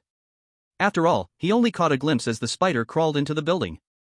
Now it seems, he wasn't mistaken. This kind of biological mutation obviously wasn't an isolated case. Just like Chen Xinyan and Wang Biao, the suddenly appearing powers. This world is developing in an uncontrollable direction. He originally thought that he could lead everyone to survive well in the apocalypse. But the truth proved that he was thinking too simply. As the giant jellyfish drew closer, Chen Xinyan's tone became anxious. You should hurry inside to hide. Even if we have to leave, we must wait until it's safe outside. No need. Chu Ming glanced at Su Yufei and the others. Everyone come out, it's time to work. Hearing this, Su Yufei and the others obediently crawled out from the basement. They didn't think that staying in the basement was safer than being by Chu Ming's side. Moreover, the working Chu Ming mentioned filled them with motivation. Working meant earning contribution points. Thinking of all the great things on that list, the daggers in their hands were already itching with excitement. Watching Chu Ming and the others leave, Chen Xinyan was full of confusion. Weren't they afraid at all? At this moment, Shen Mengran rushed forward saying, Chen Xinyan, they are going to their deaths. Why do you care about them? Quickly seal the entrance. Chen Xinyan hesitated, then nodded and used her ability to reshape a wall of earth. So she naturally did not see it. When Chu Ming passed by the mutated jellyfish, he waved his hand and cut the jellyfish over a meter tall in half. Watching the liquid flowing from the jellyfish corrode the ground and the ice instantly. Chu Ming knew that this jellyfish was likely highly poisonous. Everyone be careful, try to use long-range attacks. This thing has weak defenses, just avoid its internal venom. Chu Ming turned back and advised. Su Yufei and the others all obediently nodded. Chu Ming stepped forward to collect the jellyfish corpse, and also obtained a first-order energy core. Detected first-order mutated jellyfish, do you want to decompose? Decompose. First-order mutated jellyfish has been decomposed, harmful components and impurities automatically removed. Congratulations, you have obtained first-order physical enhancement liquid, jellyfish skin, concentrated jellyfish venom. First-order physical enhancement liquid, consuming it can enhance physical abilities in all areas. Jellyfish skin can block venom erosion from the same level jellyfish, also offers some defense against other poisons. Concentrated jellyfish venom, strongly corrosive to all substances except metal. If the venom enters the body, it will quickly cause hemolysis, nerve paralysis, and other negative effects, effective against mutated beings. Seeing the decomposed items, Chu Ming nodded in satisfaction. He didn't expect this fellow to have quite a few good things on it. Especially the jellyfish skin. With this, he wouldn't have to be cautious while collecting energy cores. Let's go, find a place to set up camp first. Chu Ming officially announced. He had taken over this entire area of mutated jellyfish. After the tornado passed, the entire city looked like it had been gnawed by dogs. The roads were uneven, cluttered with trash and debris. Everywhere were the ruins and frames of buildings devastated by the tornado. It was certainly impossible to drive on such roads. Chu Ming could only find a relatively stable spot nearby and took out the RV and small truck from his space. Big brother Chu, what should we do now? Su Yufei asked actively. Do you see these jellyfish? Don't touch the ones over 2 meters, but the rest, you all bring back for me. Contribution points will be calculated as written on the previous table. Saying this, Chu Ming looked at the 2 girls, Jolie and Xia Cheng, who had no abilities. If you also want to earn contribution points, you can help carry the jellyfish corpses. For every one you carry, I'll give you 1 contribution point. Additionally, if you see jellyfish over 2 meters, you can note the location and come back to tell me. That will also earn you 1 contribution point. Su Yufei and Suing had no previous experience in hunting mutated beasts. Running back and forth to carry corpses was indeed too slow. Let him follow behind and collect the bodies, it really is a waste of talent. Jolie and Xia Cheng, 2 idle people, are just right for this kind of job. They can also practice the courage of these little girls. There's no harm in it. Hearing Chu Ming's words, Xia Cheng and Jolie felt both excited and nervous. As they walked along, seeing those soft, squishy jellyfish made their scalps tingle. But compared to the parasitic creatures they encountered earlier at the pharmaceutical company, these jellyfish at least have a cute appearance. Moreover, a few mutated jellyfish they encountered along the way were easily killed by Su Yufei and Suing. Following behind to collect bodies should not involve much risk. Brother Chu, don't worry, we guarantee to complete the task. Xia Cheng said firmly. She knew very well that if she didn't improve herself now, opportunities to earn contribution points would likely become fewer and fewer in the future. Once they completely lagged behind the main team, they could be abandoned at any time. Suing could protect them for a moment, but not for a lifetime. Only by proving their value could they truly become part of Chu Ming's team, instead of living as a burden. Chapter 51 Great Harvest. But the jellyfish are poisonous, shouldn't we find something to block it? Jolie said on the side. I've already prepared it for you.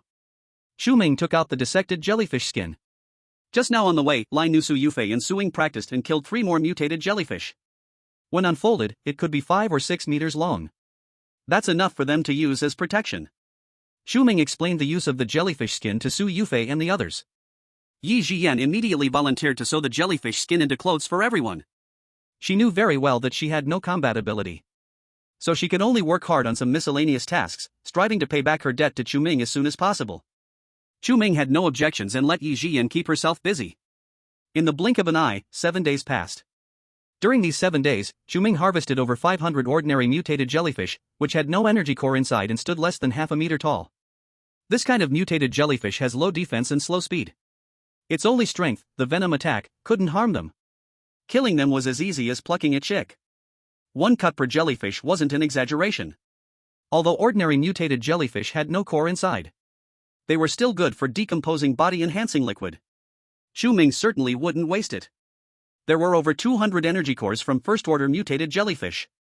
Among them, over a dozen were absorbed by Su Yufei and Suing. Chu Ming also used some. After all, hunting mutated jellyfish required energy consumption. What Su Yufei and Suing used not only replenished their internal energy but also raised their ability levels. It's a double benefit. For Chu Ming, it was also a necessary investment. He naturally wouldn't mind. For second-order mutated jellyfish, there were only less than 5 cores left. Chu Ming had already absorbed them at the first moment. Now the upgrade progress was about 25%. He probably needed 15 more second-order energy cores to hope to advance to third-order. One can see that the upgrade speed will become more difficult as time goes on. However, Chu Ming was not in a hurry. Many newly awakened ability users probably hadn't even seen what energy cores look like. Yet he was already thinking about the third order. To be strict, the evolution speed of mutated creatures couldn't keep up with his monster hunting speed. That was a bit excessive. Forget it, let's take it slow. At night, Chu Ming sat in the RV counting the spoils. Su Yufei and others were calculating contribution points there. Everyone was in a very good mood. This time, besides over 200 first-order energy cores, the biggest harvest was 5 barrels of first-order body-enhancing liquid and only about a liter of second-order body-enhancing liquid. Chu Ming is now taking the first-level physical enhancement liquid, and it has completely lost its effect. One-handed strength has reached around 200 kilograms. It's almost catching up to the strength of a superhuman. Not to mention that the physical enhancement liquid provides a comprehensive improvement to the body. In this regard, the strength superhumans can't even compare. Chu Ming decided that starting tomorrow, he would take the second-level physical enhancement liquid. He aimed to quickly elevate his physique to the second level. Big brother Chu, I already have over 5,000 contribution points here, just deduct the 1,000 contribution points for the spirit peach directly. Su Yufei said to Chu Ming. According to the current exchange ratio, 1 first-level energy core can be exchanged for 100 contribution points. In the past few days, Su Yufei has hunted around 50 first-level mutated jellyfish, and the remaining points came from hunting ordinary mutated jellyfish. Suing is not much different in number, also around 40 to 50. This means that the vast majority of energy cores were still collected by Chu Ming himself. The two of them combined didn't even match the number of mutated jellyfish killed by Chu Ming alone. Don't worry, I've already deducted it for you. Chu Ming said, opening the computer to check the contribution points in the team. After Su Yufei deducted 1,000, she still had 4,300 contribution points left. Suing had 4,900 contribution points. Xia Cheng had 171 contribution points. Jolie had 158 contribution points. Yi Jian only had 50 contribution points. In addition, she still owed Chu Ming 1,000 contribution points. These days, Yi Jian has been shouting to go out and collect corpses, to earn some hard-earned money. But she was ruthlessly refused by Chu Ming. Among the few girls in the team, only Yi Jian is someone he willingly supports. After all, she is the future super healer who can use resurrection skills. Even if she does nothing, Chu Ming will still prepare resources for her to level up.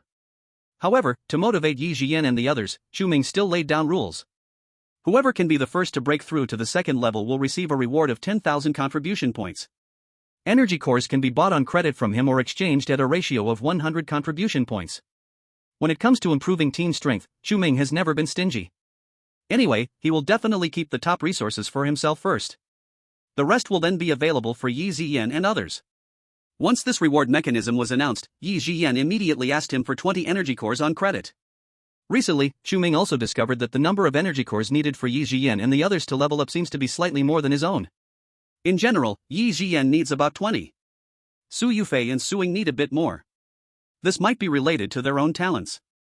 To break through to the second level sooner, Su Yufei and Suing also asked Chu Ming to exchange some energy cores. As for Xiaoqing and Zhou, they redeemed the physical enhancement liquid they had been yearning for. Chu Ming generously gave everyone a day off. Today is a rest day. Tomorrow, they will change locations and continue. At the same time, a group of people from the Hope base finally dared to step out of that dark basement. Looking at the devastated city before them, everyone's faces were not looking good. Before, they thought it was already the end of the world. But the scene before them refreshed their understanding of that term. I told you, where would so many monsters come from outside? You were all fooled by that kid. Shen Mengran gritted her teeth as she said. During this time, over 100 people from the Hope base were squeezed into a tiny basement. Let alone daily life, even lying down to sleep was a challenge. Now the food was almost gone. If she had come out earlier, why would she have to suffer this torment? Today, everyone should first go collect food and also look for any transportation tools. Shenzi inside, we really should move. With H City in this state, it would probably be hard for them to find a place to live in the future. Leaving early might still leave them a chance to survive. Leader, I think I saw a car, no, 2 cars. Suddenly, a person with binoculars said excitedly. Hearing this, Wang Biao quickly snatched the binoculars away. Brother Chen, there really is a car. It's a luxury RV. Wang Biao's mouth nearly watered as he looked at the RV in the distance. Let's not mention that it's the end of the world. Even before, when he was working in the city, he had never seen such a luxurious RV. If they could get this RV, they could go anywhere and stay anywhere. Just thinking about it made him feel alive. Most importantly, Wang Biao knew that as an ability user, he could definitely live in it. But the condition was that this RV had to be theirs. Thinking of this, Wang Biao dashed straight towards the RV without a second thought. Seeing this, the others could only follow. When they reached the RV, Wang Biao knocked on the door. When there was no response, he tried to smash a window with an iron rod. After smashing for a long time, he still couldn't break it. Noticing a small truck behind, he turned around and headed for the truck's back door. It was lunchtime now. Yi Jian served the freshly made braised pork on the dining table, then looked outside the window. It's the people from Hope City. It seems they are quite interested in that vehicle. Don't mind them, let's eat first. Chu Ming was already famished, picking up a plate of fragrant rice and starting to eat heartily. Wang Biao went around to the back of the truck and punched a few times. He found that the outer shell of this truck was far from as good as the RV in front. There's hope. Wang Biao's eyes lit up, randomly picking a stone from the ground, ready to smash the door open first. Wang Biao, there should be people inside the vehicle, don't act rashly. At this time, the Chen siblings also arrived. Seeing Wang Biao wanting to smash the door, Chen Zian quickly stopped him. Brother Chen, I don't want to act rashly either, but the people inside are like turtles, reluctant to come out. Wang Biao said impatiently. Exactly, leader. Shen Mengran stepped forward, agreeing, we are not unreasonable people. Right now, we want to leave this terrible place, and we certainly need transportation, but if they don't come out, we can't talk. After these few days, Wang Biao had cleared his mind a lot. Even when he was dazed from sleep, he could easily mistake her for his mother. But it was already much better than before. In order to establish his place in the team, Shen Mengran still stubbornly chose to stay with Wang Biao. Otherwise, she wouldn't even have a say now. No matter what, we can't smash their door, we are not bandits. If we really break the door, how will we negotiate later? Chen Xinyan said with a frown. The Chen siblings established Hope City to unite more people and live better in the end times. If they encounter a little difficulty and then rob others' supplies, isn't that the same as being thieves? Just then, the car door suddenly creaked open. Suing, with a ponytail, wearing a bunny onesie and fuzzy slippers, walked to the door. Who wants to smash my car door? Su Ying's youthful face showed a hint of anger. It's you? Chen Xinyan immediately recognized that the girl in front of her was from Chu Ming's group, looking quite young, probably only 18 or 19. Looking at the inside of the truck, the decor was warm and tidy. There was even an electric heating blanket and a heater. It had been over a month since the power went out, yet someone still managed to use electrical appliances. What kind of luxurious life was this? So everyone knows each other, that's good. Wang Biao tossed aside the stone in his hand, smiling as he walked closer. Little girl, can you lend us these 2 cars for a few days? Once we transfer our people to the neighboring city, we promise to return the cars to you intact. No way. Suing replied immediately without thinking. Little girl, I remember that we took you in, right? A few days after the tornado passed, it started becoming unfriendly? A female manager from Hope City said sarcastically. One thing at a time, we traded food back then, it was your leader who refused. Su Ming snorted lightly. Diao brother, look at this car, doesn't it look like the one I drove over before? Shen Mengran covered her mouth and exclaimed, they didn't steal the base's car, did they? Yeah, this car belongs to our base. Besides our base, where else can you find a car within dozens of kilometers? This is too much. Just a few days after leaving our base, they turned around and stole our vehicle, planning to borrow it for a couple of days without returning it. Talk about saving a thankless wolf. Hearing these discussions, Su Ming curled her lips and said, Shen Mengran, you escaped from the same shelter as me, do you not know the origin of this car? Besides, with your piece of junk car, how can you even compare with mine? I think you all are not just blind but also foolish. Little sister, we absolutely don't mean to accuse you of stealing the car, but we really need this vehicle, and we promise to return it in a few days. Chen Zian spoke sincerely. You already accused us, yet you say you don't mean it. Su Ming rolled her eyes in disbelief. You all better leave, I have a good temper, if you anger Brother Chu, you will only suffer. You talk big. Wang Biao, feeling unconvinced, cracked his knuckles. Little girl, don't you know I'm an ability user? I could knock out your pretty-faced captain with one punch. That's right, Biao brother can punch out a cow. What's Chu Ming? Just a bit handsome, and you all think he's a treasure. Shen Mengran mocked. PFF. This time Su Ming didn't get to speak, as Xia Qing and Zhou Li in the truck couldn't hold back their laughter. What are you laughing at? Wang Biao felt a bit confused. They are laughing at how foolish you are. At this moment, Chu Ming finally finished the braised pork and opened the window of the RV. Through the window, Shen Mengran saw the interior of the RV and instantly turned jealous, with her eyes turning red. Others in Hope City reacted similarly. Seeing such an RV, who wouldn't want to claim it as their own? The key was they could smell the fragrant pork. The aroma of braised pork. These damn guys actually had braised pork to eat. Unbelievable. This is too much. Diao brother, I want to stay in this RV, you kill these guys, and then we will live in the RV, no one else is allowed. Shen Mengran tightly pulled Wang Biao's sleeve, excited yet whispering. No wonder so many women are around Chu Ming. In the apocalypse, having such an RV, who couldn't sleep with as many women as they wanted? Wang Biao couldn't help but be swayed by Shen Mengran.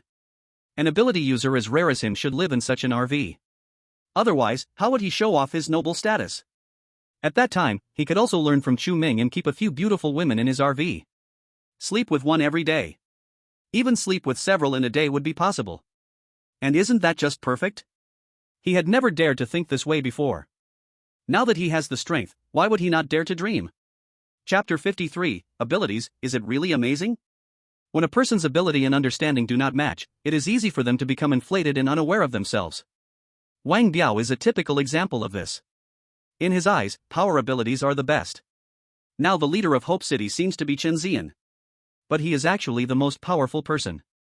He calls Chen Zian Brother Chen, purely out of respect. So when he decided to take this RV, he didn't inform anyone and suddenly aimed at Su Ming. In his mind, capturing a hostage first to force the other party to hand over the car was a clever plan. But just as his hand was about to touch Su Ming, a flash of fire suddenly flashed before his eyes. Immediately, a sharp burning pain spread from the back of his hand. Ah! Wang Biao let out a heart-rending scream. A ball of flames ignited on his hand. Seeing the flames about to spread over Wang Biao's body, Chen Xinyan reacted quickly and wrapped his arm with earth elements, barely stopping the fire from spreading further. However, when she removed the earth elements, she found that Wang Biao's entire arm had already been burned to char. In just a few seconds, a human body could be reduced to charcoal. How terrifying is that temperature? If it were any later.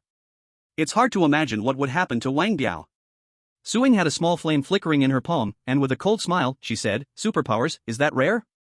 Being able to punch a cow to death means nothing. If you're capable, you should go kill a mutated beast. Seeing this scene, the crowd instantly began to murmur. Superpowered individuals. They actually have superpowered individuals, and their fire powers. That's way stronger than Wang Biao.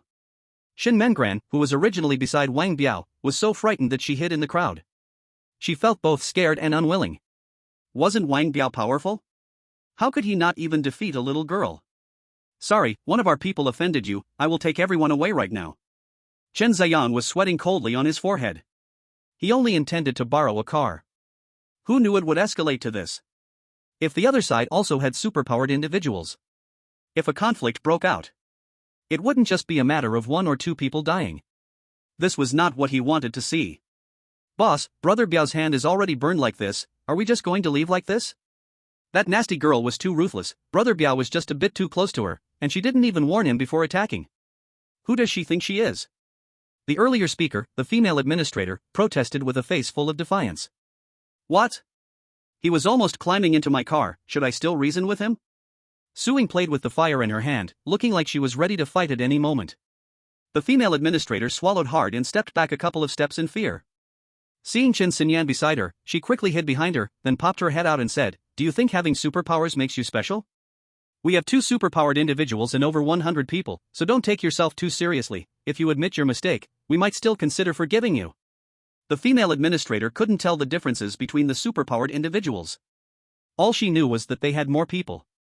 Whether in terms of the number of superpowered individuals or total people. In any case, they seemed to have the upper hand. Since that's the case, why be so timid? Who told you we only have 1 superpowered individual? Chu Ming raised an eyebrow and then patted Yi Jiyan and Su Yufei's backs, signaling them to show these guys a thing or two. Yi Jiyan and Su Yufei immediately walked to the window, one raised her hand to release a flourishing green healing power, while the other raised her hand to unleash a purple lightning bolt. Looking at the 2 superpowered individuals on either side of Chu Ming, the scene instantly fell silent.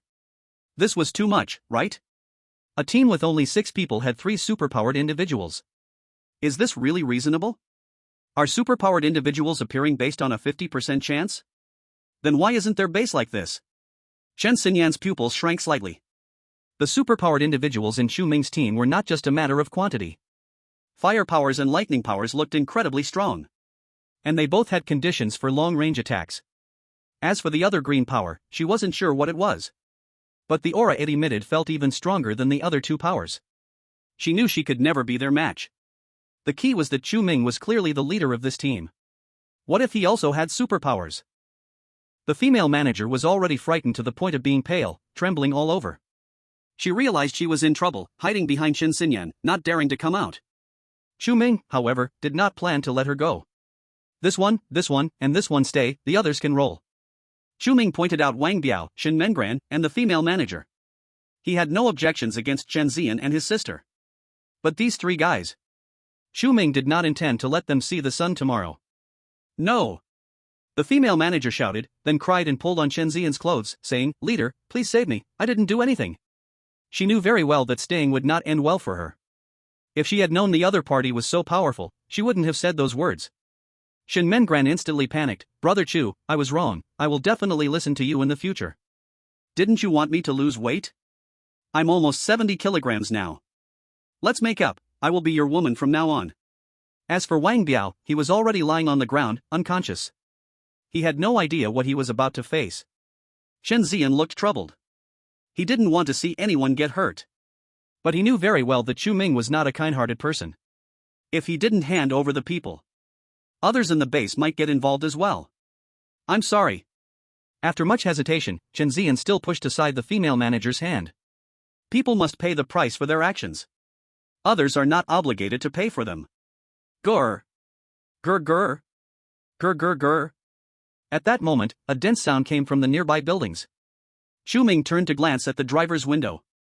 He saw a giant jellyfish, at least 2 stories high, leading a swarm of smaller jellyfish moving towards them. They were moving at a slow pace. Clearly, they sensed the presence of humans and gathered from all directions. The leading jellyfish was the 3rd-level mutated beast that Chu Ming had been looking for. Monster! Run! People in Hope City scattered in a panic. Chu Ming was not hurried, calmly taking out the composite bow from his space and handed it to Su Yufei saying, "Lead that big guy over here." Chapter 54, Powerful Weapon System. This jellyfish was about 5 to 6 meters high. Even those with poor vision wouldn't miss it. Moreover, Su Yufei was already skilled in archery. Handing this task to her was undoubtedly the safest bet. Looking at the composite bow that Chu Ming handed over, Su Yufei felt it was a bit familiar. Wasn't this the one she had given to Chu Ming before? Why did the material seem completely different? Confused, Su Yufei took the composite bow. Upon holding it, she felt the quality of the bow was much better than those she had used before. This was an intuition developed from handling bows too much. Seeing that the 3rd-level jellyfish was about to chase the crowd away, Su Yufei quickly drew the bow and shot an arrow. Upon releasing the bowstring, the sharp arrow shot through the air, directly hitting the jellyfish's body. The jellyfish's body was soft. The arrow penetrated the jellyfish's body, even creating a small pit in the ground. How could this be? Su Yufei stood stunned.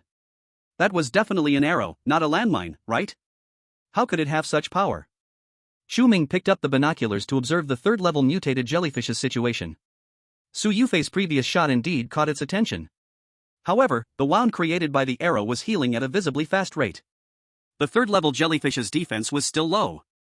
But ordinary injuries seemed to have little effect on it. Moreover, its size was a problem. Killing it was no small challenge. Thinking of this, Chu Ming looked at Su Yufei and said, "Try to infuse the power of lightning into the arrows and see if you can hurt it." "Okay."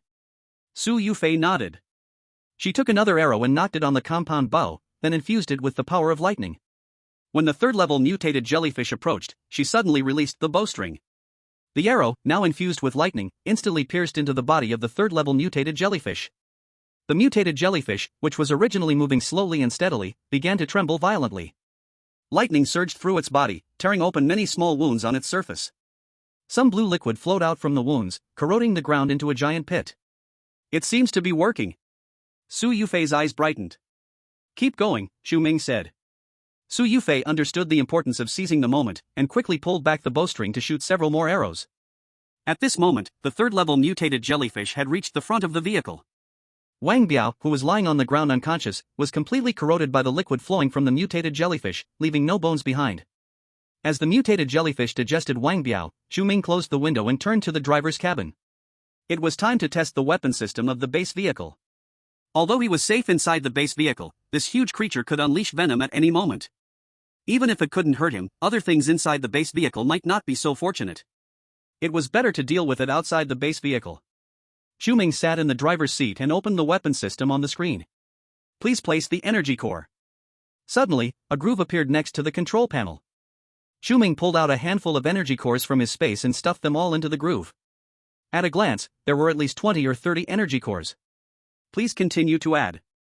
"Chu Ming, are 20-some energy cores not enough? This weapon must be very expensive." But thinking about how he could get a third-level energy core if he could kill that giant outside, it was still a worthwhile investment. Chu Ming gritted his teeth and pulled out another 20 energy cores, gathering the total to 50 and placing them all into the energy groove.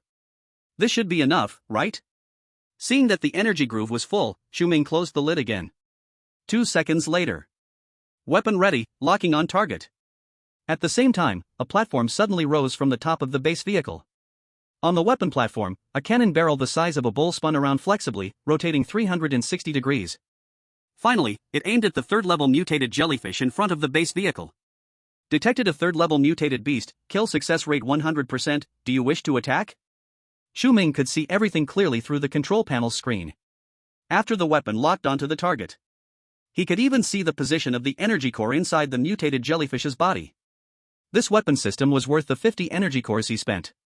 Its functions were indeed quite comprehensive. "Attack!" Chu Ming sighed slightly and then gave the order directly. With his command, the weapon platform began to absorb energy. A mass of white light gathered inside, spinning rapidly. As the light mass grew larger, its rotation speed increased. The weapon emitted a soft hum. At that moment, the light mass suddenly stopped spinning. Then it transformed into a beam of light that shot out from the cannon barrel. The next second, it hit the target accurately. The giant third-level mutated jellyfish deflated like a leaking balloon, slowly collapsing to the ground. Target killed. Friendly reminder, the base vehicle's weapon system can be upgraded separately by merging energy cores. From activating the weapon to killing the target, it took about 30 seconds in total. The time wasn't short. But the results made Chu Ming very satisfied. At least dealing with this mutated jellyfish was completely effortless. Chu Ming exited the weapon system. He got up and went outside the base vehicle. He first waved to collect the corpse of the third-tier mutated jellyfish. Then he searched the ground for a long time before finding the third-tier energy core that had been blasted more than 2 meters deep into the ground. With this third-tier energy core, he wouldn't have to worry about breaking through to Tier 3. However, he still needed 15 second-tier energy cores. He believed he could collect them all along the way. Looking at the hundreds of small jellyfish around, Chu Ming took out the intercom and said, "Everyone come out, it's time to work." He had just consumed 50 energy cores. adding the portion previously taken by Yi Jian and the others. He was left with just over 100 energy cores. Not enough for 3 shots from the weapon. Although the first-tier energy cores were not very useful to him anymore. They were essential for enhancing Yi Jian and the others' cultivation, as well as for feeding the mutated peach tree. Moreover, weapon consumption was a significant expense. He could even upgrade the weapon of the base vehicle. It seemed there was always something lacking. Thanks to those guys in Hope City, they attracted a lot of mutated jellyfish to come over. He would be able to harvest another round. If he could find a few second-tier mutated jellyfish, that would be even better. At that moment, a figure stumbled and ran over. When it got closer, Chu Ming realized it was Chen Xinyan. Her face was pale, and her hands were covered in blood. Seeing Chu Ming, her tears fell instantly. "Do you have any medicine here?" "A hemostatic agent, my brother is dying.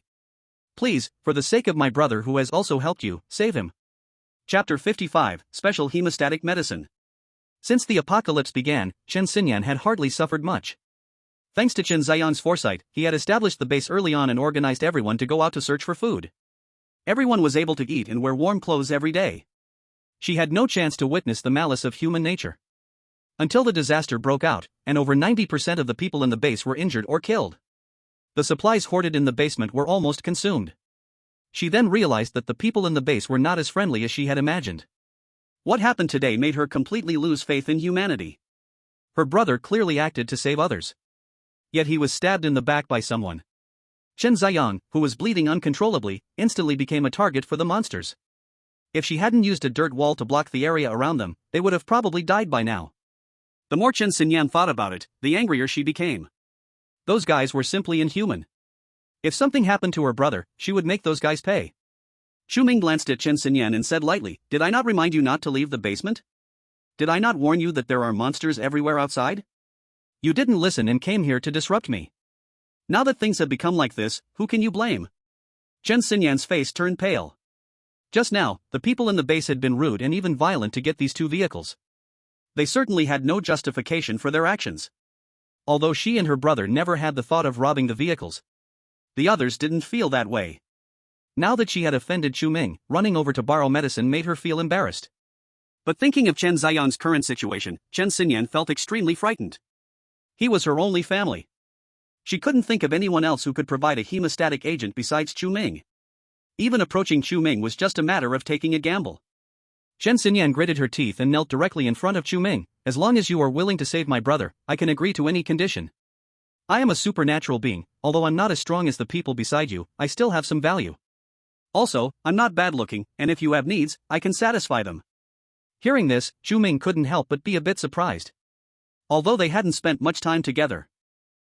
But in his impression, Chen Xinyan was a person with strong self-esteem. Now she was willing to go to such lengths for a box of hemostatic medicine. This shows that she is also a person with feelings and loyalty. And to be honest, Chen Xinyan looks quite good, having that kind of elegant young lady aura. However, for Chu Ming, a pretty face is just a bonus. If he wants to earn his approval, she must bring real benefits.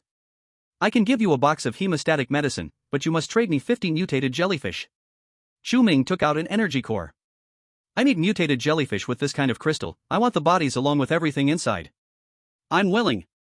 Seeing Chu Ming agree, Chen Xinyan quickly nodded. She had said before. As long as she could save her brother, she was willing to do anything. "Alright, wait for me for 2 minutes. Chu Ming went back to the RV and took out a bottle of Yunnan Baiyao from his space, pouring the powder into a small sealed bag. This bottle of Yunnan Baiyao had been upgraded, so its efficacy was naturally far beyond that of ordinary Yunnan Baiyao. To avoid unnecessary trouble, he had to disguise it a bit. After packing the Yunnan Baiyao, Chu Ming walked out of the RV again. "This is a special hemostatic medicine, and it works very well. You bring your brother over, and I'll give you the medicine." Chu Ming raised the Yunnan Baiyao in his hand. He was not a fool. Chen Xinyan verbally agreed, but that didn't count. What if the siblings ran away halfway? He had to see 50 mutated jellyfish with his own eyes. Only then would the deal be considered done. Before that, Chen Xian had to stay as a hostage. Chen Xinyan naturally understood Chu Ming's meaning. She didn't hesitate at all. "I'll go get my brother right now." Chen Xinyan's expression was very determined. She glanced at the hemostatic medicine in Chu Ming's hand and then turned and ran towards the basement without looking back. Before long, Chu Ming saw Chen Xinyan pulling a wooden board, rushing over here. Before getting close, Chen Xinyan dropped the rope she was using to pull the board and quickly ran to Chu Ming. My brother seems to be dying. Chen Xinyan's eyes were red as she choked out the words. Let's go, let's take a look first. Chu Ming followed Chen Xinyan to the wooden board. Chen Xian was lying unconscious on the board, his waist and abdomen soaked in blood, and due to the extremely low temperature, the clothes around him had frozen. You put the medicine on him. Chu Ming threw the Yunnan Baiyao he was holding over. Once she had the hemostatic medicine, Chen Xinyan quickly applied it to Chen Xian's wound. Now she didn't have time to question the authenticity of the medicine. If she did nothing, Chen Xian would surely die. So she could only try every possible way. After a moment, Chen Xinyan checked Chen Xian's wound again. She found that not only was the bleeding stopped, but it had even begun to scab. Her eyes were filled with shock. This hemostatic medicine was too effective. No wonder Chu Ming said it was a special medicine. Even before the apocalypse, this medicine would definitely be very precious. Thank you for being willing to lend me such a good medicine. Chen Xinyan sniffed and looked at Chu Ming gratefully. Remember what you promised me. Chu Ming reminded. Can I wait until my brother wakes up before I go kill those mutated jellyfish? Chen Xinyan was still a bit worried about Chen Xian's situation. Although the bleeding was stopped now. But having lost too much blood didn't mean he was completely out of danger. Sure, but your brother must stay here with me. Chu Ming replied. All right. Chen Xinyan had no objections. Leaving Chen Xian alone in the basement, she was actually more worried about those guys in the base. Now, apart from Chu Ming, she didn't trust anyone. By the way, you'd better build a room, don't let your brother freeze to death. With that, Chu Ming turned and went back to the RV. Chen Xinyan looked around, found a relatively flat spot, and used her abilities to build a small earth house of a few square meters. She brought Chen Xian inside. Then she went back to the basement to bring the blankets, bedding, and the little remaining supplies over. After starting a fire in the room, she felt a bit more at ease. Brother, you must get better. Chen Xinyan looked at the pale Chen Xian, and her heart ached. In such a harsh environment, could Chen Xian really hold on? If only her ability could heal her brother's injuries. Just as she thought this, Chu Ming suddenly walked in from outside. Do you want your brother to wake up right away? Chu Ming asked. Yes, of course. Chen Xinyan was stunned for 2 seconds, then quickly replied. I can help you, but besides those 50 mutated jellyfish, you must serve me forever, which means you have to leave with me. After a pause, Chu Ming emphasized, just you alone. Chapter 56, Information about the Pig Farm. For someone like Chen Xinyan, who had great potential, Chu Ming really wanted to have her for himself. Right now, Chen Xinyan clearly hadn't come into contact with energy cores. But she could already use her ability continuously. In fact, when Chen Xinyan was building her shelter, he was observing from the base vehicle. He noticed the entire process took less than 2 minutes. Such a talent was almost catching up to Yi Ziyuan.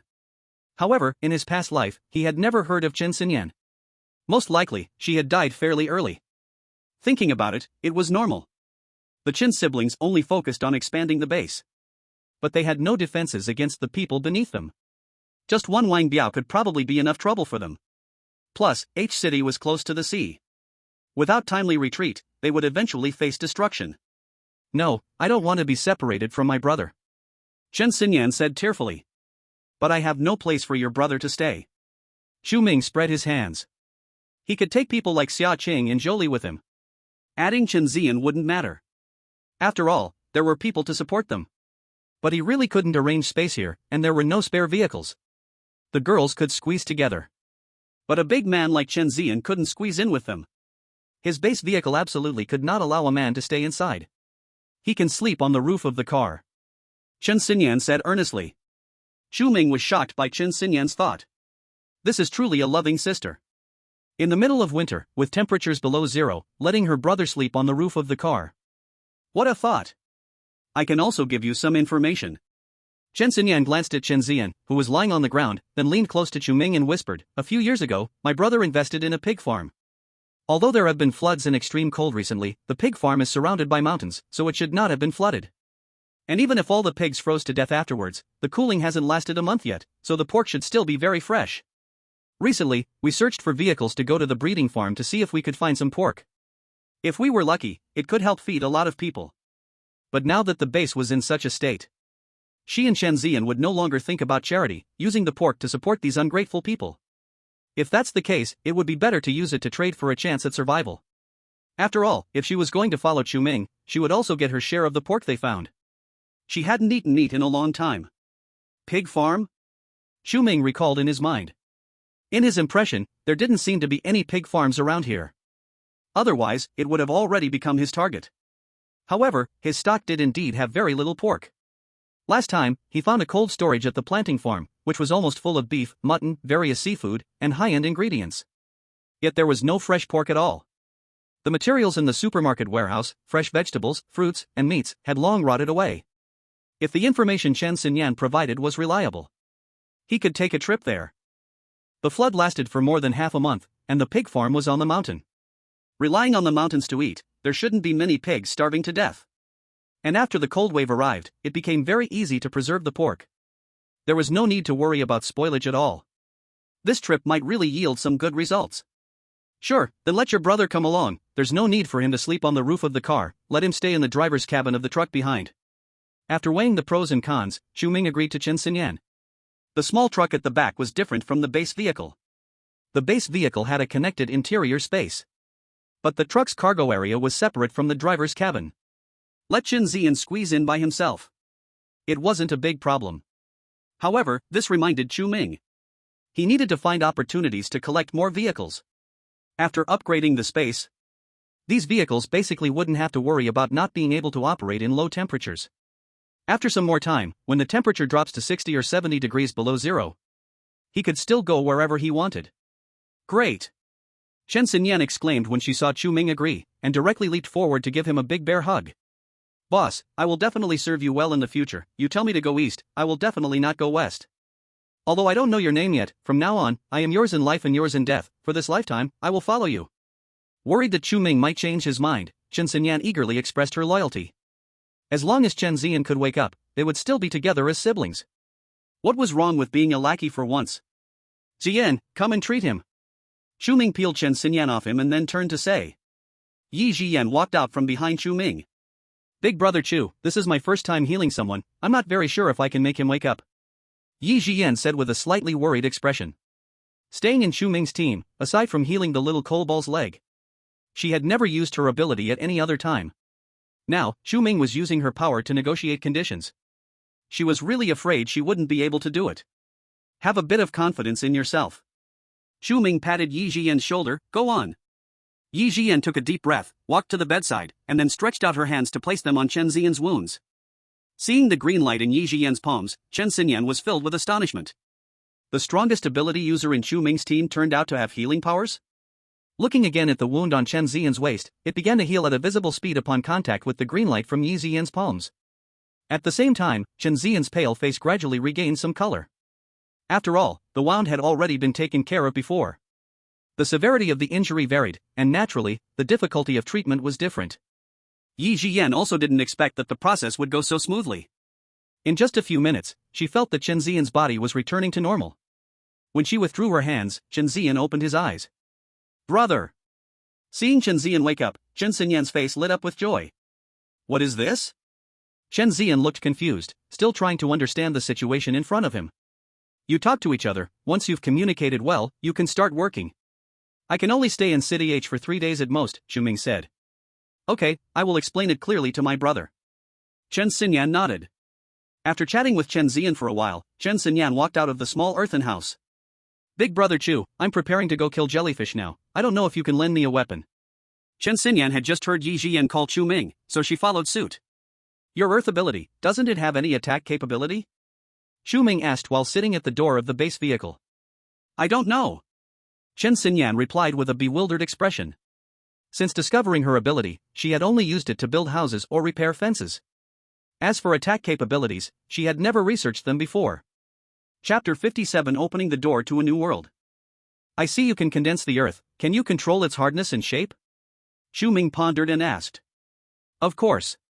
Chen Xinyan replied. She had secretly researched it herself.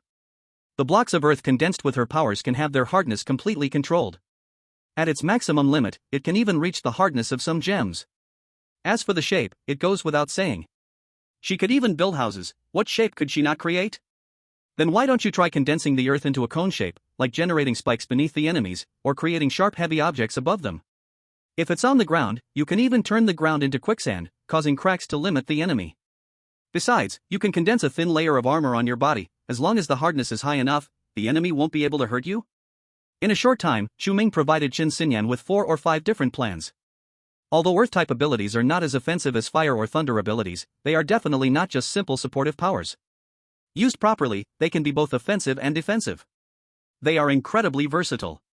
Especially since Qin Xinyan has such high talent, yet spends all her time just building houses. Isn't that a waste of potential? After hearing Chu Ming's words, Qin Xinyan's eyes widened in shock. See, could it be done like that? Qin Xinyan felt she had opened the door to a new world. Her powers, there were so many uses she never considered. How unbelievable. And upon thinking about it, what Chu Ming said seemed achievable. Realizing this, Qin Xinyan immediately tried creating a spike. And she succeeded on the first try. First 1. Then 2. After trying 7 or 8 times, she could generate dozens of spikes on the ground. The covered area was as large as 1 or 2 square meters. If used to kill enemies, it would be nearly unstoppable. Unfortunately, the speed of condensing the spikes was still a bit slow. If she could form them instantly, just thinking about it was terrifying. She initially had no confidence in killing those mutated jellyfish. Now, it seemed not so difficult after all. Chu Ming took out a set of clothes made from jellyfish skin from his space and handed them to Qin Xinyan, saying, "This outfit can resist the poison of the mutated jellyfish, wear it, but try not to get too close to the jellyfish, they have evolved the ability to absorb and eat. If you encounter a jellyfish over 2 meters tall, don't be brave, remember to come back and tell me right away." After a moment, Chu Ming added, "You can also casually kill ordinary small jellyfish to earn contribution points here. If you can kill more than 50 first-stage mutated jellyfish in 3 days, the excess can also be exchanged for contribution points." Looking at the transparent clothes Chu Ming had produced out of thin air, Qin Xinyan felt a fresh wave of shock. Is this his power? She knew it. As the leader of such a powerful team, how could he not have abilities? To make so many ability users submit to him means he must be even stronger himself. That's only reasonable. Brother Chu, what is contribution points? Qin Xinyan pulled back her thoughts and asked about something else she cared about. Contribution points can be exchanged for food and some rare materials with me, Chu Ming said, while taking out a printed chart from his space and handing it to Qin Xinyan. Qin Xinyan took the form and glanced at it. Initially, when Chu Ming mentioned food and rare materials, she didn't take it too seriously. Because a week ago, she had never lacked living supplies. So she thought it was just that conditions were a bit tougher with Chu Ming. Even food needed contribution points to exchange. Who knew that when she saw the items on the chart, her eyes nearly popped out. Are the things on this chart really real? What fresh vegetables and fruits, top-quality Wagyu beef, and seafood do I need to mention? There are even spirit peaches that can grant special abilities, potions that can enhance physical strength all around, and weapons that can cut through iron like mud. Can special abilities be obtained so easily? By saying this, Chu Ming could completely cultivate a legion of superpowered individuals. In that moment, Qin Xinyan only had one thought in her mind. She must hunt down 10 more mutated jellyfish and exchange a spirit peach for Chen Ziyuan to eat. In Chu Ming's team, being without special abilities would be like carrying a useless burden. Staying in such an environment, Chen Ziyuan would feel embarrassed himself. She didn't want her brother to be discriminated against. Thinking of this, Qin Xinyan immediately put away the form and said, "Brother Chu, I'm going to kill jellyfish now." Go ahead. Chu Ming nodded. After Qin Xinyan left, Chu Ming also packed up and got ready to set off. He even took out the monster motorcycle. This way, he could search further afield, perhaps finding more second-tier mutated jellyfish. In the blink of an eye, 3 days had passed again.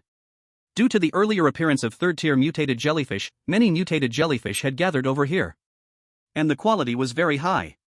Ordinary mutated jellyfish only accounted for a small number. The majority were first-tier mutated jellyfish. So in just 3 days, Chu Ming had hunted over 200 mutated jellyfish. Su Yufei and Su Ying had each hunted more than 70. As for Qin Xinyan, she hunted over 50. Excluding the few energy cores absorbed midway, the remaining ones could barely be counted. The key was that these were all debts she owed Chu Ming. She couldn't use them like Su Yufei and Su Ying to exchange for contribution points. Fortunately, she discovered 2 second-tier mutated jellyfish. This was an important piece of information. In addition to some ordinary jellyfish corpses, she exchanged for over 200 points from Chu Ming. Just enough to buy 2 bottles of physical enhancement liquid. She and Chen Ziyuan each had 1 bottle, barely catching up with the team's progress. At night, Chu Ming counted the energy cores in his hands. For first-tier energy cores, he had more than 100 left from last time, plus this time's harvest of over 400. In total, there were 632 cores. For second-tier energy cores, the 5 from last time had already been absorbed. This time, he harvested another 7 cores. Chu Ming only absorbed 5 of them. He planned to keep the remaining 2 for emergencies. That way, his upgrade progress reached 50%. He was still 10 second-tier energy cores away from the third tier. At this point, the mutated jellyfish in H City had basically been cleared by them. Within a radius of several dozen miles, not a single jellyfish could be found. Next, it was time to prepare to head to the pig farm. Chu Ming opened the map on the tablet and handed it to Chen Xinyan, saying, "Where is the pig farm you mentioned last time? Mark it on the map." Chen Xinyan took the tablet and searched for the location of the pig farm, circling it with a tool pen. "This is the pig farm my brother invested in. There are at least 10,000 pigs inside, and also some chickens, ducks, and geese." Chen Xinyan returned the tablet to Chu Ming. Chu Ming enlarged the map to take a look. Then his expression froze on his face. He couldn't have read it wrong, right? Longxi Mountain? How could he remember that a 9th-tier mutated pig king had appeared here before? Could it be that it was from Chun Ziyuan's pig farm? Chapter 58 here, I can't make the decision. In his past life, although Chu Ming lived at the bottom level, he had heard of some famous mutated beasts. This 9th-tier mutated pig king was said to be dozens of meters tall, truly defined as a monster-level mutated being. In the future, the City Alliance mobilized over 100 superpowered individuals from several surrounding bases to finally kill this mutated pig demon. But that was in his previous life after all. Even though the mutated pig king, it really was at Chen Xian's pig farm. Now, at most, it was only the 3rd level, and the probability of the 4th level was very low. When the time comes, I can just use the weapon from the base vehicle for a shot. Who knows, I might even harvest a 3rd level energy core. Thinking of this, Chu Ming felt even more that he should make this trip. At this stage, even finding a 2nd level energy core requires some effort. Let alone a 3rd level energy core. This time encountering a 3rd level mutated jellyfish was purely a stroke of luck. You have to know. The mutated creatures on the seabed, whether in number or in evolution speed, are far beyond what land can compare. But in order to get the energy core, he definitely couldn't go into the sea to fish, right? Those monsters under the sea are not something he can handle alone. If he really had that ability, he wouldn't be planning to go north. After making a decision, Chu Ming put away the tablet, then let's rest for a night, and tomorrow we will set off for Rongxi Mountain. The next morning, Chu Ming woke everyone in the vehicle, then put the base vehicle and the small truck back into the space.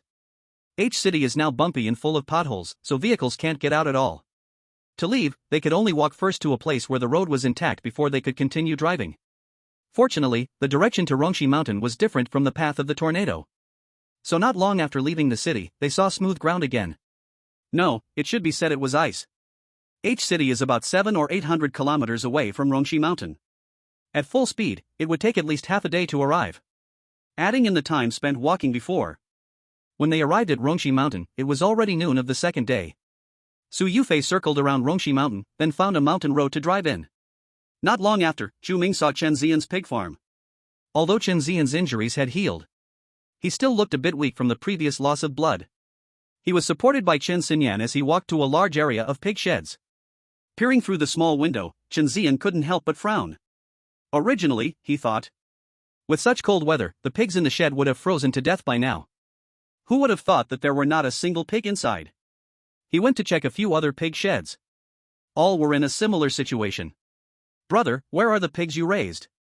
Chen Xinyan was also dumbfounded. She had promised Chu Ming that they would definitely find fresh pork here. But here, let alone pork, there wasn't even pig feed. "I still have a few sheds for raising chickens, ducks, and geese." Chen Xian skeptically walked to the other side of the mountain. But unsurprisingly, the few chicken and duck sheds here were all empty too. And it was clearly done by someone. Chu Ming had not said a word from beginning to end. But the more this happened, the more anxious Chen Xinyan and her brother became.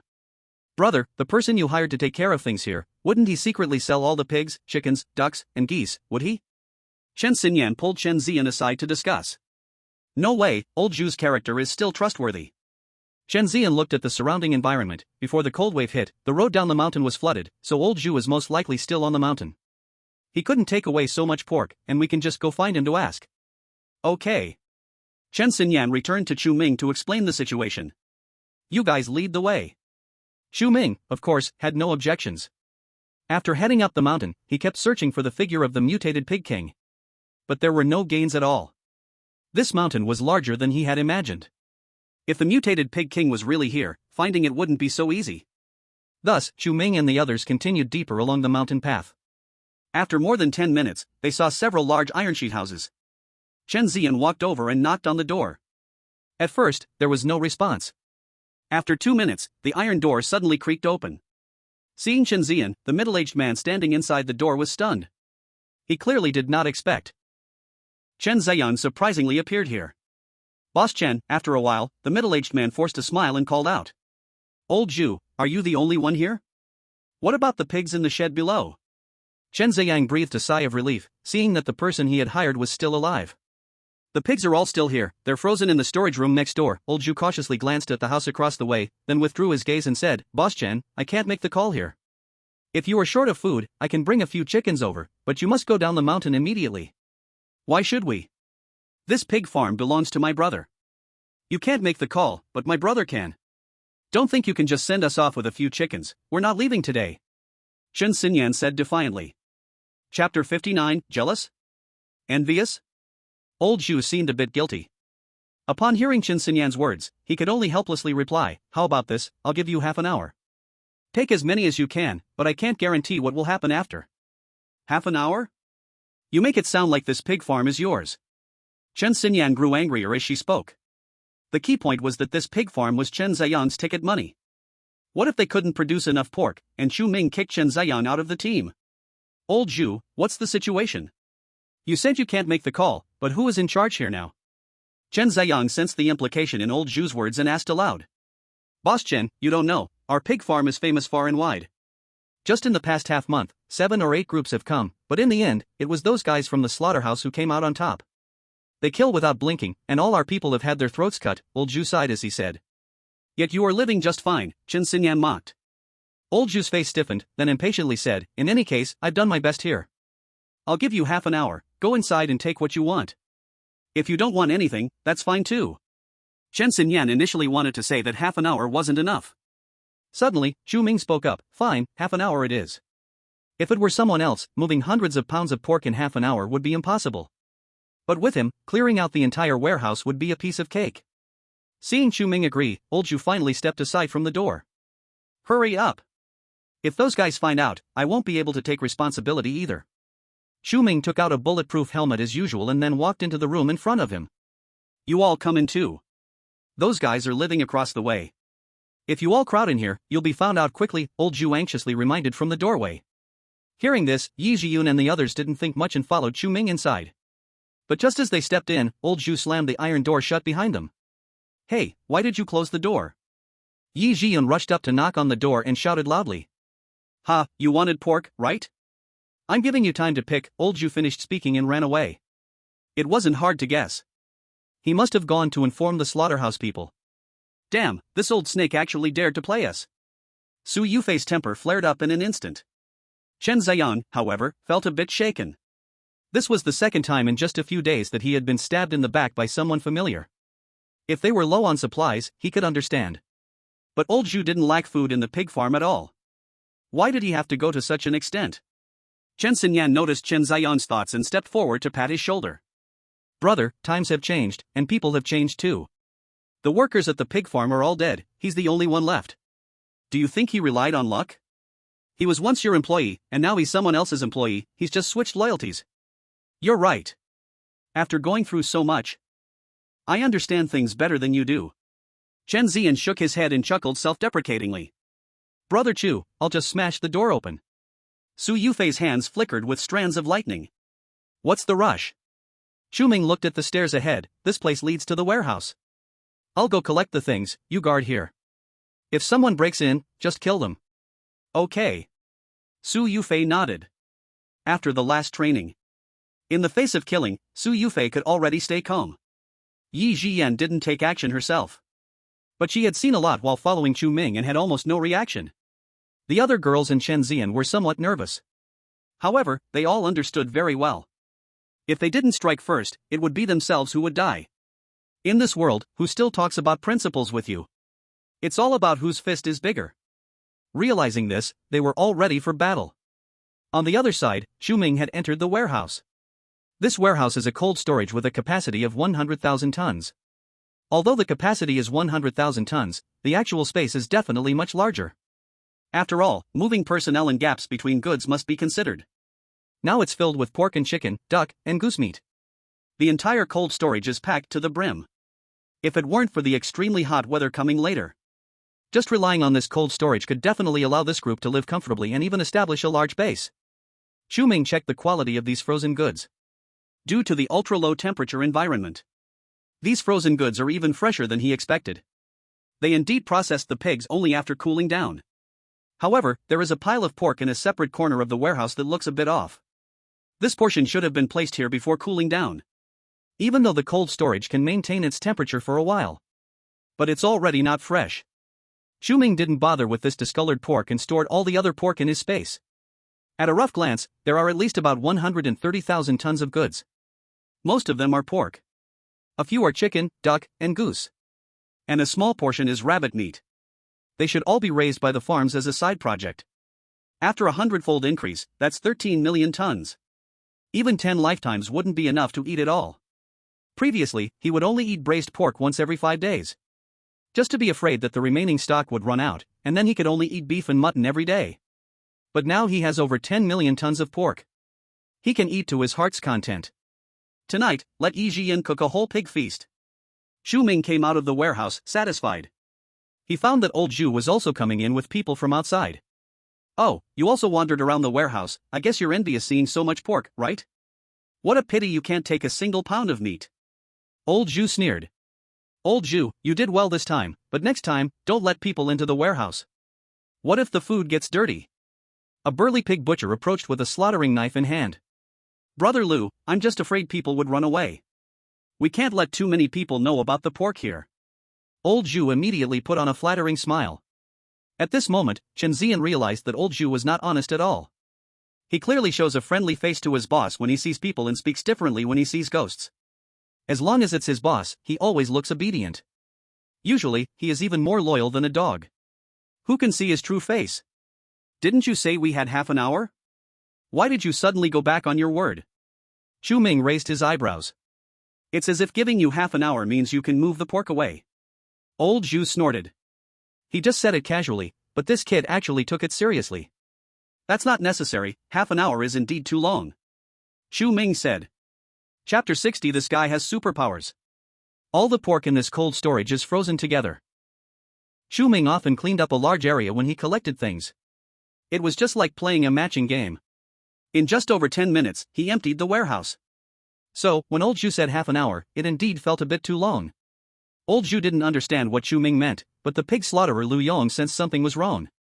He looked at old Zhu and said, "You should check the warehouse." Hearing this, old Zhu immediately dashed to the warehouse door and took a look, then gasped. What happened? Where's the meat? Where did all the meat go? He had checked in the morning. At that time, everything was just fine. I wasn't wrong, was I? Chu Ming turned to look at old Zhu, with a smile that was neither a smile nor a frown, and said, "There's nothing left in your warehouse, just a pile of rotting dead pig meat." I wouldn't even look at it. Don't you think half an hour was too long? Old Zhu, what's going on? Lu Yong felt a shock in his heart and hurriedly asked. Lu Go, old Zhu said with a mournful face, looking at Lu Yong, "It's all gone, all the meat in the warehouse is gone." What did you say? Lu Yong's eyes widened, and he rushed to the warehouse door. Upon seeing it, he nearly choked. Usually, when he came to inspect the warehouse, it was packed to the brim. Except for a few square meters at the door, there was no room to enter anywhere else. But now, the warehouse was empty. Just like his mind, left with nothing but blankness. Old man, is this the warehouse you were watching? Lu Yong came to his senses and kicked old Zhu. At that time, many people died under his command just to grab this pig farm. And now, apart from some dead pig meat, all the other meat had vanished. This was over 10 tons of frozen goods. Lu Go, I swear it was fine before I left. Old Zhu clutched his stomach, his eyes filled with fear. He suddenly pointed at Chu Ming and said fiercely, "It was him, it must be him. Although I don't know what method he used, he just walked out of the warehouse. Lu Go, believe me, it definitely was him." Chu Ming had been enjoying the dog-eat-dog show, but unexpectedly, the finger pointed back at him. Kid, speak honestly, what did you do? Where did the pig meat from my warehouse go? Lu Yong glared at Chu Ming with a fierce expression. The remaining 20 or so pig slaughterers surrounded Su Yufei and the others tightly. Anyway, what I saw is just this, Chu Ming shrugged. Smelly brat, I see you want to drink the punishment wine instead of the celebratory wine. Lu Yong swung the pig slaughtering knife in his hand, angrily rushing at Chu Ming. Chu Ming calmly stepped back 2 steps while waving his hand to unleash spatial slicing. Lu Yong was instantly cut in half. Blood gushed from the cut, splattering all over Old Zhu's face. Old Zhu was completely frightened. Watching Chu Ming's mysterious abilities, he seemed to begin to understand how the meat in the warehouse had disappeared. This guy has superpowers. If he had known earlier, he would have cooperated with these people obediently. But in this world, there are no pills for regret. Chu Ming decisively sent Old Zhu to reunite with Lu Yong. In just a few seconds, Chu Ming waved his hand and killed 2 people. His methods were so brutal. The pig slaughterers, used to bloodshed, were utterly terrified. Seeing they were about to flee, Chu Ming leaped through space and instantly appeared at the door. Kill them all. Following Chu Ming's order, Su Yufei and Su Ying moved first. Chen Xinyan reacted and quickly generated earth spikes under these people's feet. Xia Cheng and Zhou, having been influenced by this for a while, also found handy tools to fight back. In just a few moves, all the pig slaughterers present were entirely done for. Chen Ziyuan swallowed hard. Why were all the girls in this group so fierce? It made him feel like a useless person. Especially Chen Xinyan, he almost couldn't recognize the big change in her. Is this still the little sister who used to follow him around all day, acting cute? In fact, Chen Ziyan didn't know that Chen Xinyan had completely honed herself through hunting mutated jellyfish a few days ago. But when it came to killing people, she realized that killing people was sometimes harder than killing monsters. The difficult part was breaking through the mental hurdle. So throughout everything, she mostly played a supportive role. The vast majority of the corpses on the ground were the result of Su Yufei and Su Ying's efforts. Today's haul isn't bad, I'll reward everyone with a hot shower in my car, and we'll celebrate properly tonight, Chu Ming said as he kicked aside a corpse and looked up at Su Yufei and the others. A hot shower? Hearing this, Xia Cheng and Zhou Li were extremely excited. They usually didn't qualify to enter Chu Ming's RV. Although they didn't lack water daily, it had been a long time since they had a bath. Brother Chu, how much pork did you find in the warehouse? Yi Jian curiously asked. Guess, and if you get it right, I'll reward you with 10 pounds of pork, Chu Ming said with a smile. I guess there are more than 100 pigs, Yi Jian blinked. Chu Ming. This answer didn't seem wrong. Well, it is indeed more than 100, Chu Ming did not deny it. The actual number might even need 4 or 5 more zeros added. But even so, after receiving Chu Ming's confirming answer, everyone present was filled with joy. 100 pigs meant at least several tens of thousands of pounds. With so much meat, if they ate sparingly, they could last for many years. See, I guessed it right, so I'll temporarily leave my 10 pounds of pork in Brother Chu's space to prevent it from spoiling, Yi Jian said smugly. Chen Xinyan and Chen Ziyan, who were not fully aware of the situation, were somewhat surprised at the size of Chu Ming's space. A space that could hold 100 pigs must be at least half the size of a basketball court. Moreover, before leaving, Chu Ming also stored the vehicles away. From this perspective, a basketball court was an underestimation. It must be at least the size of a soccer field. Let's go, we'll head out first. After exiting the room, Chu Ming directly took out the base vehicle and a small truck. He didn't choose to leave, instead, he took out the base vehicle in this place. That was because he wanted to attract some things over. As for Su Yufei and the others, they certainly didn't dare to ask too much. Whatever decision Chu Ming made was never something they could interfere with. Seeing the bloodstains on the girls, Chu Ming kindly handed each person a set of clean clothes. Of course, only those who participated in the battle were eligible. Chen Ziyan could only watch enviously from the sidelines. Even for the shower, Chu Ming only gave him a bucket of hot water and told him to wash in the adjacent room. Eventually, after busying around, it was already close to evening. Yi Jian also began preparing a whole pig feast as per Chu Ming's instructions. But just after she had finished preparing the ingredients, she suddenly felt a powerful aura approaching them. Brother Chu, it seems like something is coming. Yi Jian hurriedly ran to the bedroom door and shouted. In the bedroom, Chu Ming was lying on the bed. Beside him sat Su Yufei, who was dressed in a professional outfit. However, her clothes looked a bit disheveled and her face was flushed. This was the new outfit Chu Ming had specially picked out for Su Yufei today. The professional outfit paired with black stockings was perfect for a long-legged goddess like Su Yufei. And Chu Ming naturally wanted to enjoy the view for a while. So he had called Su Yufei to the bedroom. Unfortunately, just as he was enjoying it, the thing he was waiting for arrived. Chu Ming patted Su Yufei's curvy thigh. Get up, let's handle business first. Su Yufei quickly tidied her clothes and blushed as she stood up from the bedside. Brother Chu, do you need us to help with anything? Su Yufei walked over to Chu Ming's side. Let's first see what it is. Chu Ming took out his binoculars and looked in the direction pointed by Yi Jiyan. The sky was getting darker, and it was completely dark outside. However, the upgraded binoculars had night vision capability, so it wouldn't affect usage. In the distance, in the dense forest, it seemed that a large creature was moving. Wherever it passed, trees fell in clusters. And the target of this creature was clearly them. It seemed the fish had taken the bait. Just from the size, even if what was coming wasn't the mutated pig king he was waiting for, its level definitely wouldn't be too low. If it was a third-tier mutated beast, that would be even better. Chu Ming took out the intercom and notified Su Ying in the small truck behind. You stay in the truck, and no matter what noise you hear, don't come out. This small truck of Su Ying's had been taken into space before. Naturally, its quality had been improved. The most direct change was the enhanced defense. So as long as they didn't get out of the car, they would basically be safe. Not long later, that big creature in the jungle reached the top of the mountain. It dragged its round body, stepping forward to the open space in front of the warehouse. This was a big fat pig, over 2 meters tall. It was nearly 5 meters long. The corpses of humans often attracted mutated creatures greatly. So its first target was the warehouse door. Not the base vehicles and small trucks outside. After all, both vehicles were well sealed. The smell inside was not easy to leak out. This mutated big fat pig would naturally focus its attention on the bloody-smelling warehouse inside. Brother Chu, this seems to be a third-tier mutated creature, the same level as the big jellyfish we saw last time. Yi Jiyan said with some worry. Last time's third-tier mutated jellyfish had very weak defense. Su Yufei could pierce its body with a bow and arrow. But now the big fat pig in front of them looked tough and thick-skinned. It was probably not going to be that easy to deal with. Chu Ming took out the plastic film from the planting base and handed it to Su Yufei and Yi Jiyan, saying, "Cover every corner of the living room."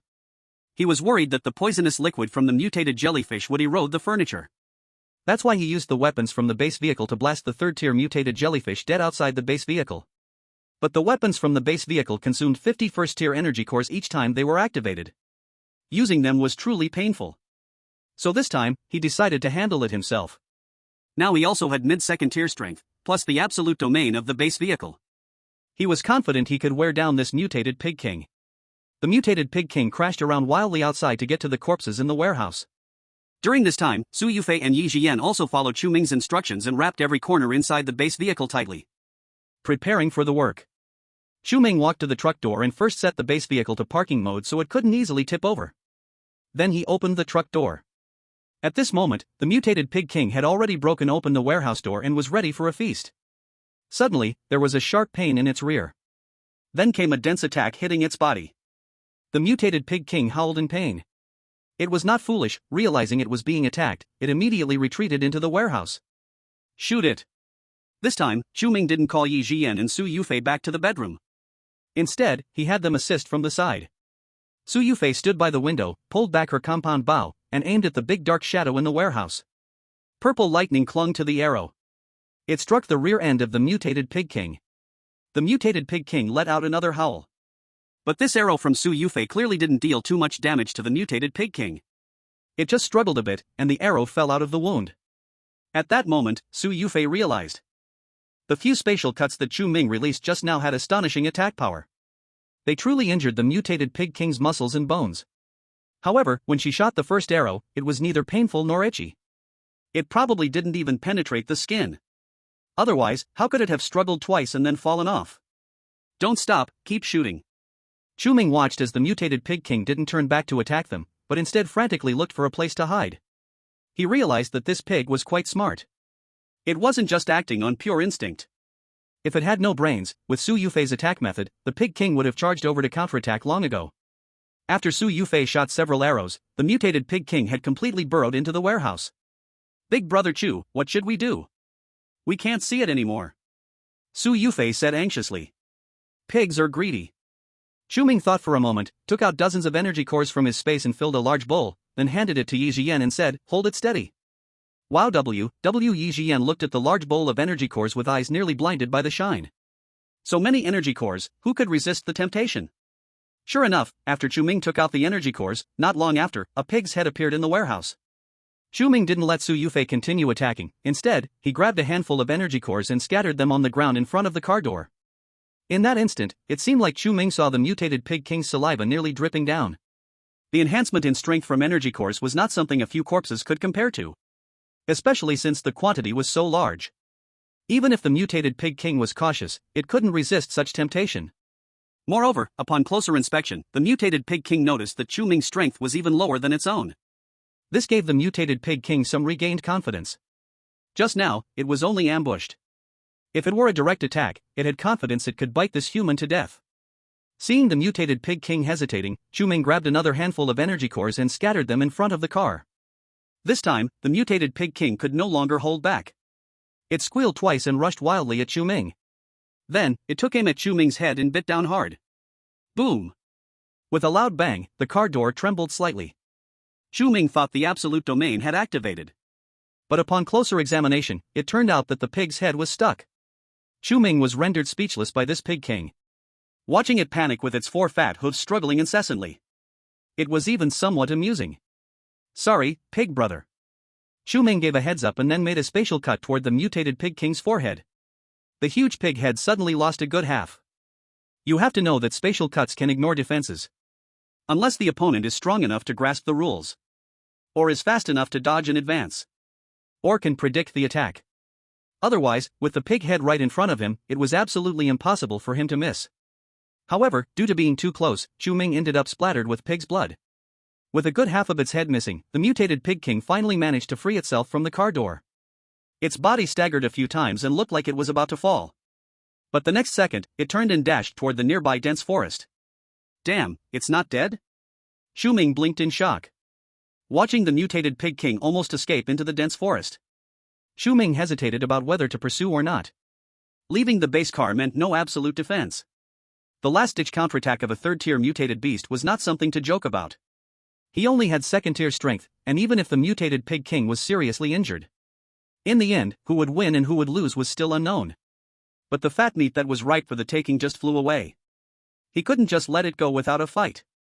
While Chu Ming was entangled, a shadow suddenly darted out from behind him. Little Cole! Yi Jian exclaimed. Everything happened too quickly.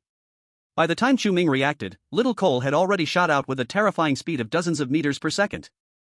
Caught up with the blood-splattered mutated Pig King. It leaped onto the mutated Pig King's head, its claws digging in deeply. A translucent crystal was forcefully pulled out. The mutated Pig King let out one last cry of anguish. It collapsed, never to rise again. Oh my god, Cobalt is so powerful. Yi Jian was completely dumbfounded. Chu Ming looked equally surprised. He had brought back Cobalt, the king of the underworld, during this time. It wasn't that he hadn't fed it energy cores. But each time, Cobalt treated the energy cores like toys, showing no interest at all. Who would have thought it would be this fierce today? This speed, this explosive power. Even the mutated Pig King couldn't withstand one of its claws. The key point was that he remembered the king of the underworld had special powers.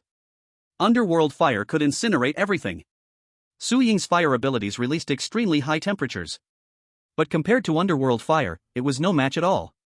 Is the mutated Pig King still breathing? Chu Ming asked Yi Jian. In fact, with the energy core taken out, it was certain it couldn't live.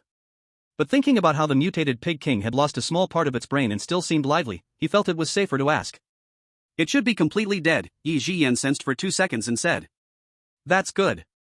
Chu Ming breathed a sigh of relief and got out of the base vehicle. As he approached Little Cobalt, he saw it gnawing on something. Hey! When he realized what it was, he hurriedly wanted to stop it.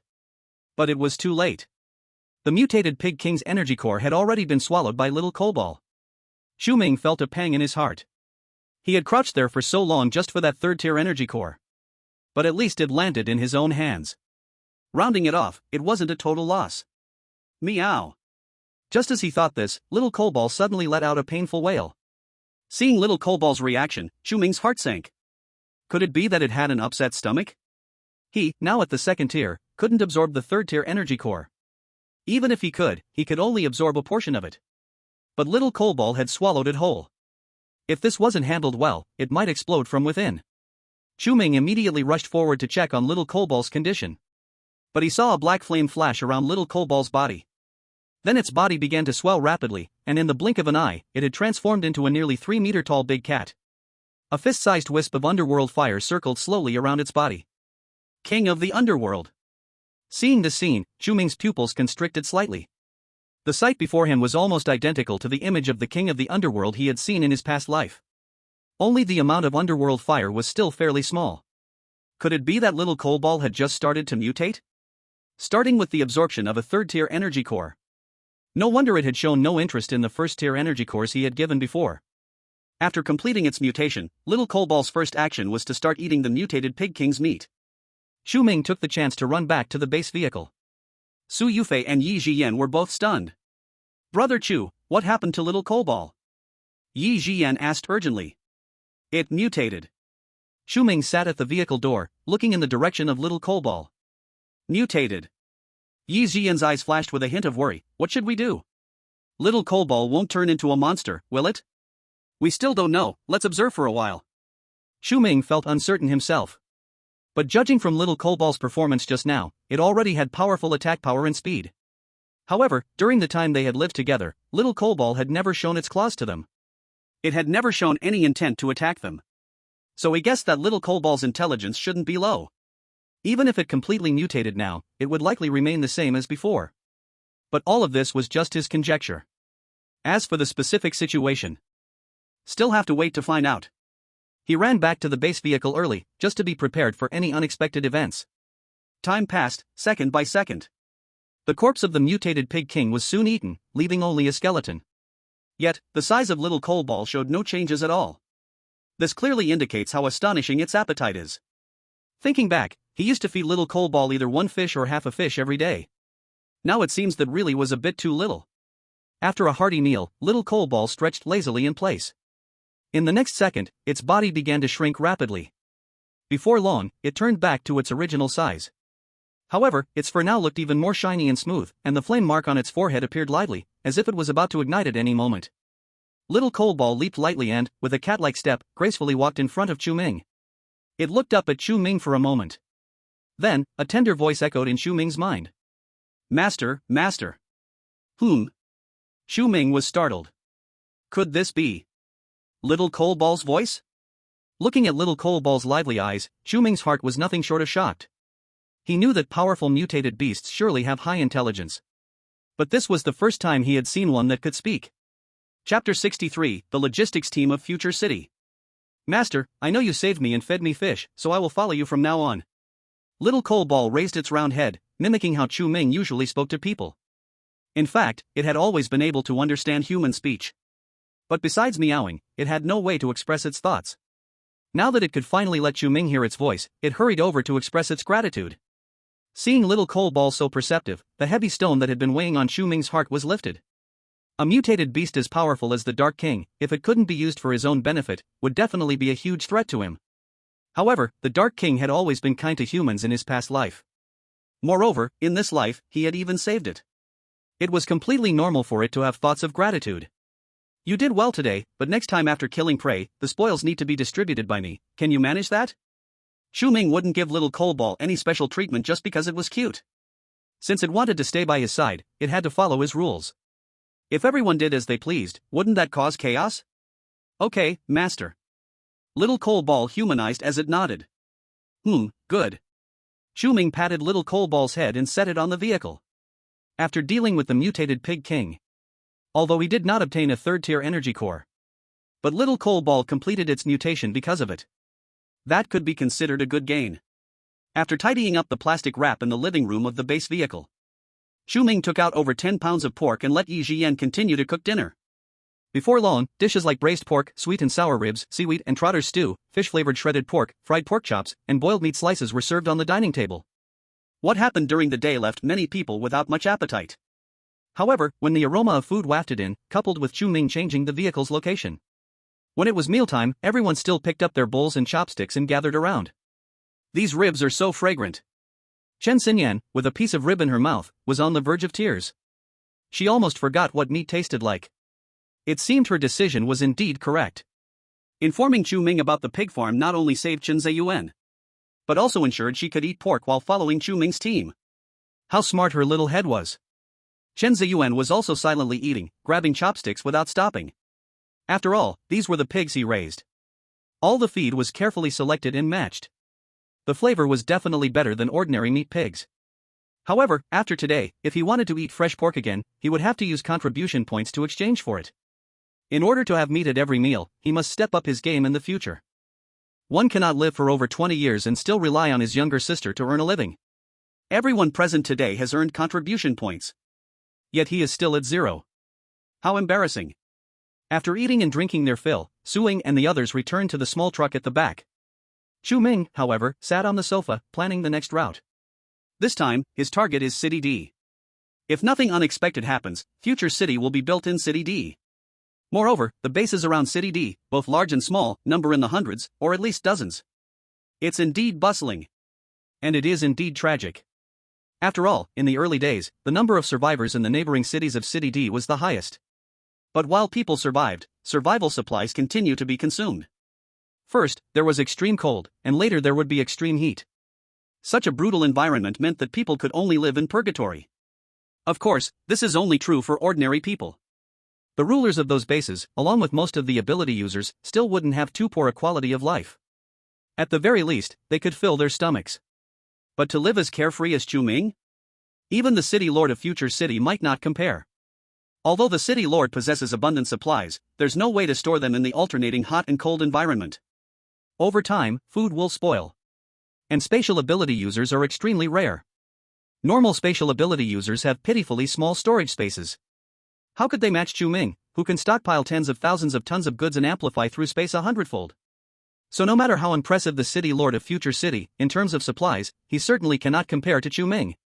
In other aspects, Chu Ming is not anxious. This time, he went to City D to seize a prime piece of land first. In his past life, future city found this place in the second year of the apocalypse. This was also an important trump card for future city to grow into the first base. However, this time, he will gladly take the prime land for himself. After planning the route. The next morning, Chu Ming's team set off towards City D. Longxi Mountain is over 1,000 kilometers away from City D. With stops along the way, it took 2 days to reach the edge of City D. Brother Chu, it seems like the flooding here isn't very serious, many places are only flooded up to 1 or 2 floors. No wonder I still see people walking around outside, Su Yufei said from the driver's seat. Yeah, the city must be livelier, Chu Ming said, using a pair of binoculars to observe the environment around them.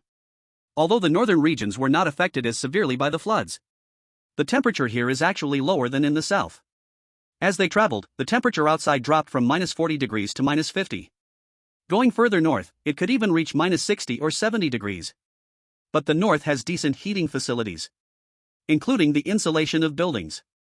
So as long as they don't run around carelessly, the mortality rate isn't too high. Brother Chu, where are we headed now? Su Yufei asked, looking at Chu Ming in the passenger seat. First to enter City D, then to the botanical garden, Chu Ming said, putting down his binoculars. After thinking for a moment, he took out his walkie-talkie and notified Su Ying and others behind them. Be ready for battle at all times.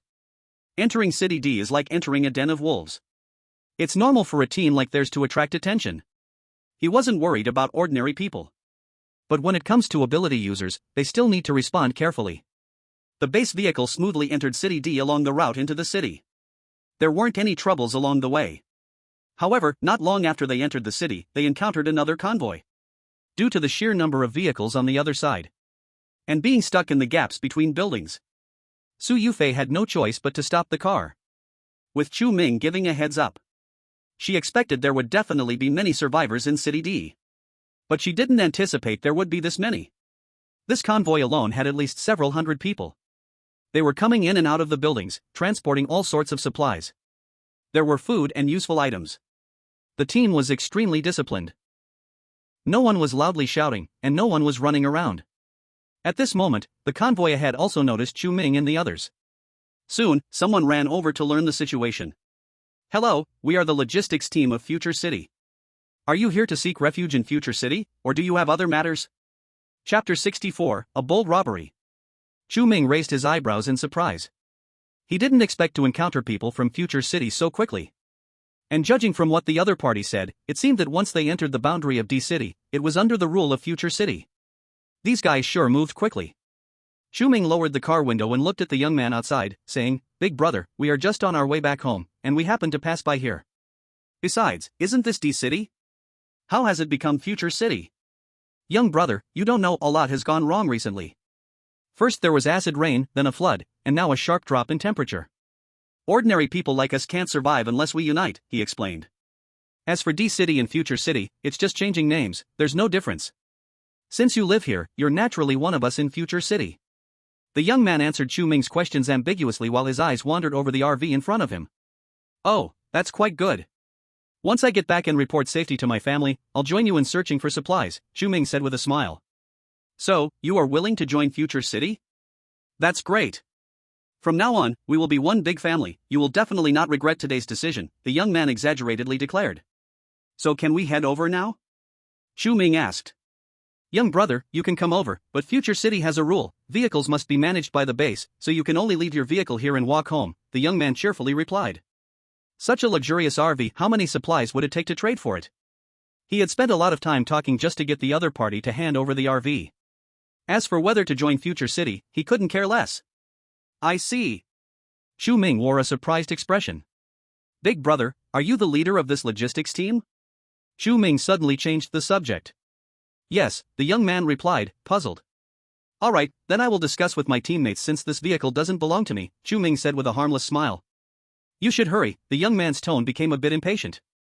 Actually, it doesn't matter if you discuss it, this is the rule of Future City. Since you've entered, you must comply. I can only remind you up to this point. Don't worry, my teammates are very reasonable, Chu Ming said, and then, right in front of the young man, he closed the passenger window, shutting off all sounds from outside. Brother Chu, what should we do? Future City looks very powerful, they won't steal our car, will they? Su Yufei said with some worry. Yi Jian also walked over. Brother Chu, there are several unusual auras ahead, at least 5 of them are ability users in this team, Yi Jian reported the situation she sensed. What? 5 ability users? Su Yufei was startled by this number. This was just a logistics team out finding supplies. To have so many ability users. They had already caught up to the number of ability users in their own team. Compared to the Hope City led by Chen Zian, it was absolutely incomparable. If a fight broke out, they would probably not fare well. Why not just drive over? Our car is sturdy, it definitely won't break. Yi Jian suggested. No, Su Yufei glanced ahead. There are too many of their vehicles, and there are a few large trucks. Even if our car doesn't break, it's likely we won't be able to get through. Moreover, this place is surrounded by densely packed buildings. It's hard for them to even turn around. What are you panicking about? Chu Ming said in a good mood, I was just worrying about not having any vehicles, and these people have delivered themselves to me, saving me a lot of trouble. Hearing this, Su Yufei and Yi Jian were slightly shocked. Chu Ming wouldn't want to rob them, would he? This team looks like it has at least 200 to 300 people. Moreover, this is the territory of Future City. If the battle cannot be ended quickly, they can send reinforcements at any time. They have no advantage at all. As Su Yufei and Yi Jian were thinking, Chu Ming had already stood up and walked toward the living room at the back. He picked up the little coal ball that was napping on the sofa and patted its round head. Little guy, it's your turn to perform. Meow. The little coal ball yawned, its golden eyes looking at Chu Ming and asking, Master, what is your command? Go out and scare those guys. If you encounter any of their superhumans, just kill them directly. You can ignore the others, but remember not to damage the vehicles, Chu Ming said. Okay, Master, the little coal ball obediently replied. Chu Ming opened the window of the living room and let the little coal ball out. The next second, its whole aura changed dramatically. The palm-sized kitten instantly grew to 5 or 6 meters long. Then it lightly leaped onto the roof of a nearby building. Hearing the commotion, a young man still standing by the car turned around to take a look. This glance nearly scared him to death. Monster, monster. With the young man's exclamation, many people ahead noticed this side. My God, what is that? A cat? How can there be such a big cat? Quick, hide in the car. Upon discovering the little coal ball's presence, everyone's first reaction was to find a place to hide. And the place they chose was inside the car. How could the little coal ball let them have their way? It dashed forward and flattened a small pickup truck right in front of everyone. This was just a small car, the master shouldn't mind, right? Sure enough, upon seeing the monster attack the vehicles, many people who originally wanted to hide inside changed direction. Some ran towards the street in the opposite direction, while others attempted to hide in the buildings. But the little coal ball still wouldn't let them have what they wanted. Anyone trying to enter the building was directly blocked at the entrance or attacked the outer wall. These people were scared and scurried around. Soon, the surroundings quieted down completely. As for the several superhumans that Chu Ming mentioned, not a single one dared to step forward. With the little coal balls attacking power and size, anyone with a bit of sense wouldn't come out to show off their heroism. Thus, the little coal ball roamed back and forth along the street. After more than 10 minutes, the area finally became utterly silent. The little coal ball checked each vehicle. After confirming that there was no one inside and the surrounding people had all fled, it returned to the base vehicle and meowed twice. Chu Ming got out of the base vehicle and patted the little coal ball's head. Well done. After being praised, the little coal ball excitedly spun in place twice. Then it leaped again to the other end of the street, on guard for anyone returning. Chu Ming then began to collect these vehicles along the way. Most of the vehicles from the Future City logistics team were mainly trucks. Among them, there were also 3 large heavy trucks, whose bodies were even longer than the base vehicle. The cargo holds were stuffed with goods. Most were canned products. Indeed, robbing was the best shortcut to wealth. Even without his spatial resources, this haul would be quite profitable. Chapter 65, One Good News, One Bad News. Chu Ming counted the vehicles. Except for the pickup that was smashed by the little coal ball, there were a total of 32 trucks. Most of them were small trucks, with about 10 medium and large trucks remaining. Given their value, the upgrade effects for these trucks were certainly not as good as the base vehicle. But their defensive capabilities and resistance to high and low temperatures were basic configurations. Especially those 3 heavy trucks. The cargo holds even had a temperature-controlled preservation function. However, for Chu Ming, no matter how good the preservation feature is, it cannot compare to the convenience of space. But since it's temperature-controlled, it's pretty good for holding people. It's definitely more comfortable than cramming into a small truck every day. Chu Ming hugged the coal ball that had changed back to normal size and returned to the base vehicle. Continue heading out, to the botanical garden. On the other side, the logistics team from Future City ran back to the base headquarters, preparing to find help. The head of the logistics department heard the news, and his expression was not good. You only came back by yourselves, where's the vehicle? The logistics minister asked coldly. This time, the base sent out dozens of vehicles. Among them were 3 large trucks. These are important assets for the base, worth more than these people's lives. Sir, the car is still parked there, you don't know how scary that monster is, it could smash a building with one slap, we had no chance to bring the car back, the young man in charge of leading the team said with a sorrowful face. Useless. The logistics minister slammed the table hard. It's just a beast, how many have we dealt with in Future City during this time? I see you haven't lost many people, just a few with minor injuries. The beast's strength should be about the same. If I find out again that you just know how to run away when you encounter trouble, next time I'll have to change leaders. Hearing this, the young man's face changed. No, sir, that monster has low intelligence. We can just go back later to get the car. Our supplies are still there, and we didn't lose any personnel. Isn't that good? The young man said with a flattered expression. Every time he led people out to find supplies, he made a good profit. If he were to be removed from his position, his life would be much harder from now on. Oomph, it's best to be like that, the logistics minister said with a cold snort. Now you all go back and get the car. If even one is missing, you can get out of the logistics department. Yes, yes. The young man wiped the sweat from his forehead and hurriedly started organizing people, preparing to return to the previous supply point. This supply point is only a little over half an hour's drive from the base headquarters. Thinking about the monster from before, the young man still felt some lingering fear. So, 1,000 meters away from the supply point, he specifically found a tall building, climbed up, and used binoculars to observe the situation. As a result, after looking, he was completely stunned. How could this happen? Captain, how's it looking? Someone beside him asked. The young man swallowed hard. One good news and one bad news. The good news is that the big black cat has disappeared. The bad news is that all the cars are gone. In City D's botanical garden, the location is actually very remote. It's located on a hillside near the outskirts. There are several scenic spots here. Not far from the botanical garden, there's even a small town. It has a population of about 30,000.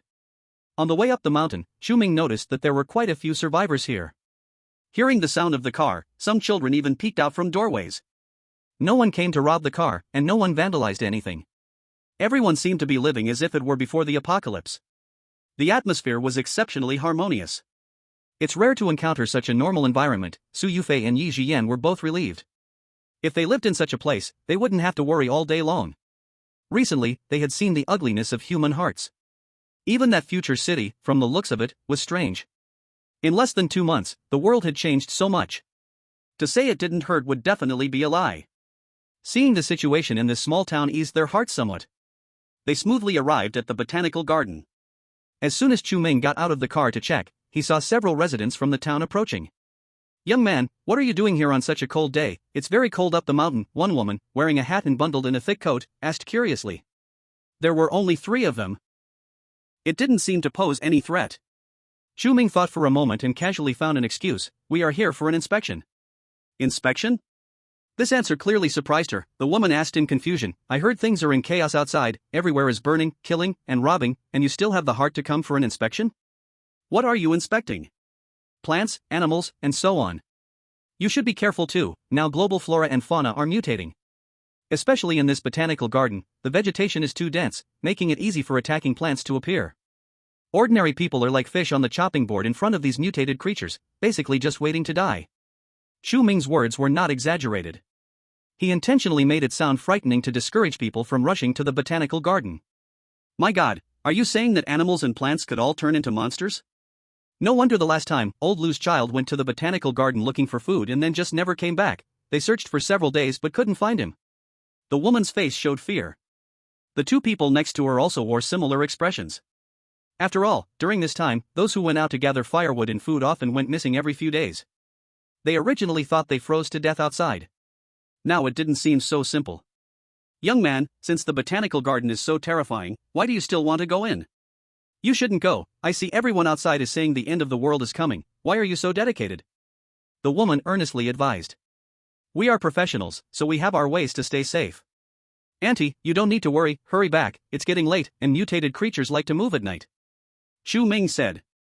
"Then I should go back and quickly notify the others about this news," the woman muttered as she hurriedly left with the other 2.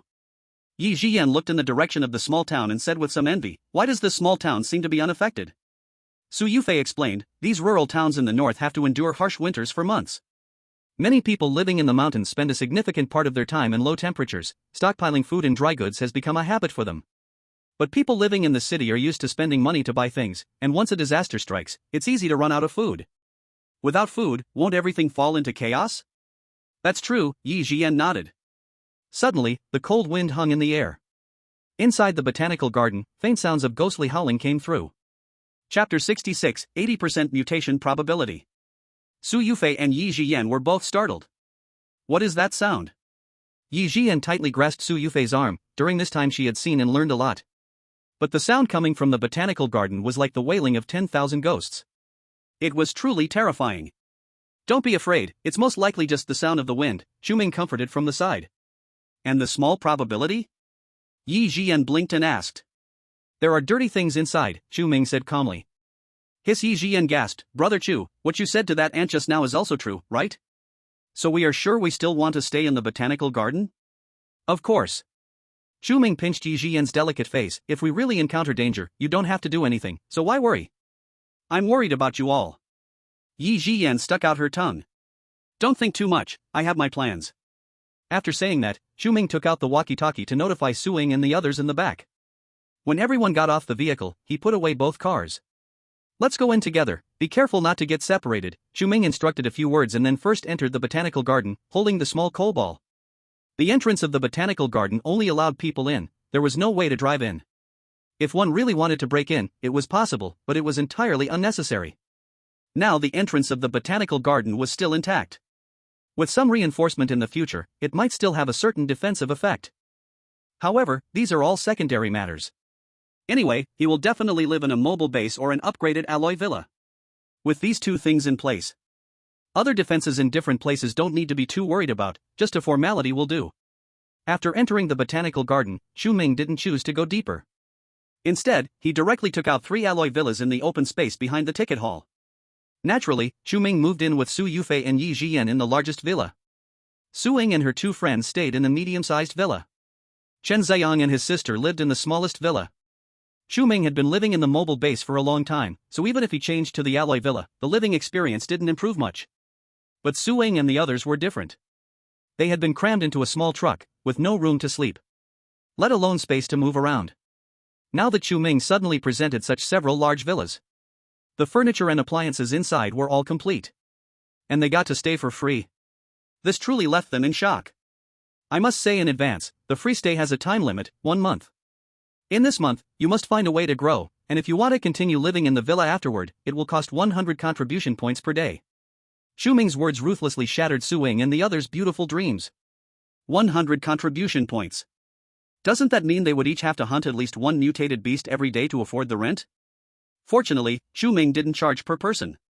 If they shared the costs, they could barely afford one villa. If it really didn't work, they could squeeze with Chen Xinyan and her brother. Going to rent the smallest villa together. Divided among 5 people, it didn't seem so expensive anymore. Chen Xinyan and her brother obviously thought the same. The one feeling the most urgent was still Chen Ziyang. Because besides Chu Ming, he was the only male in the team. Living with the girls would definitely be inconvenient.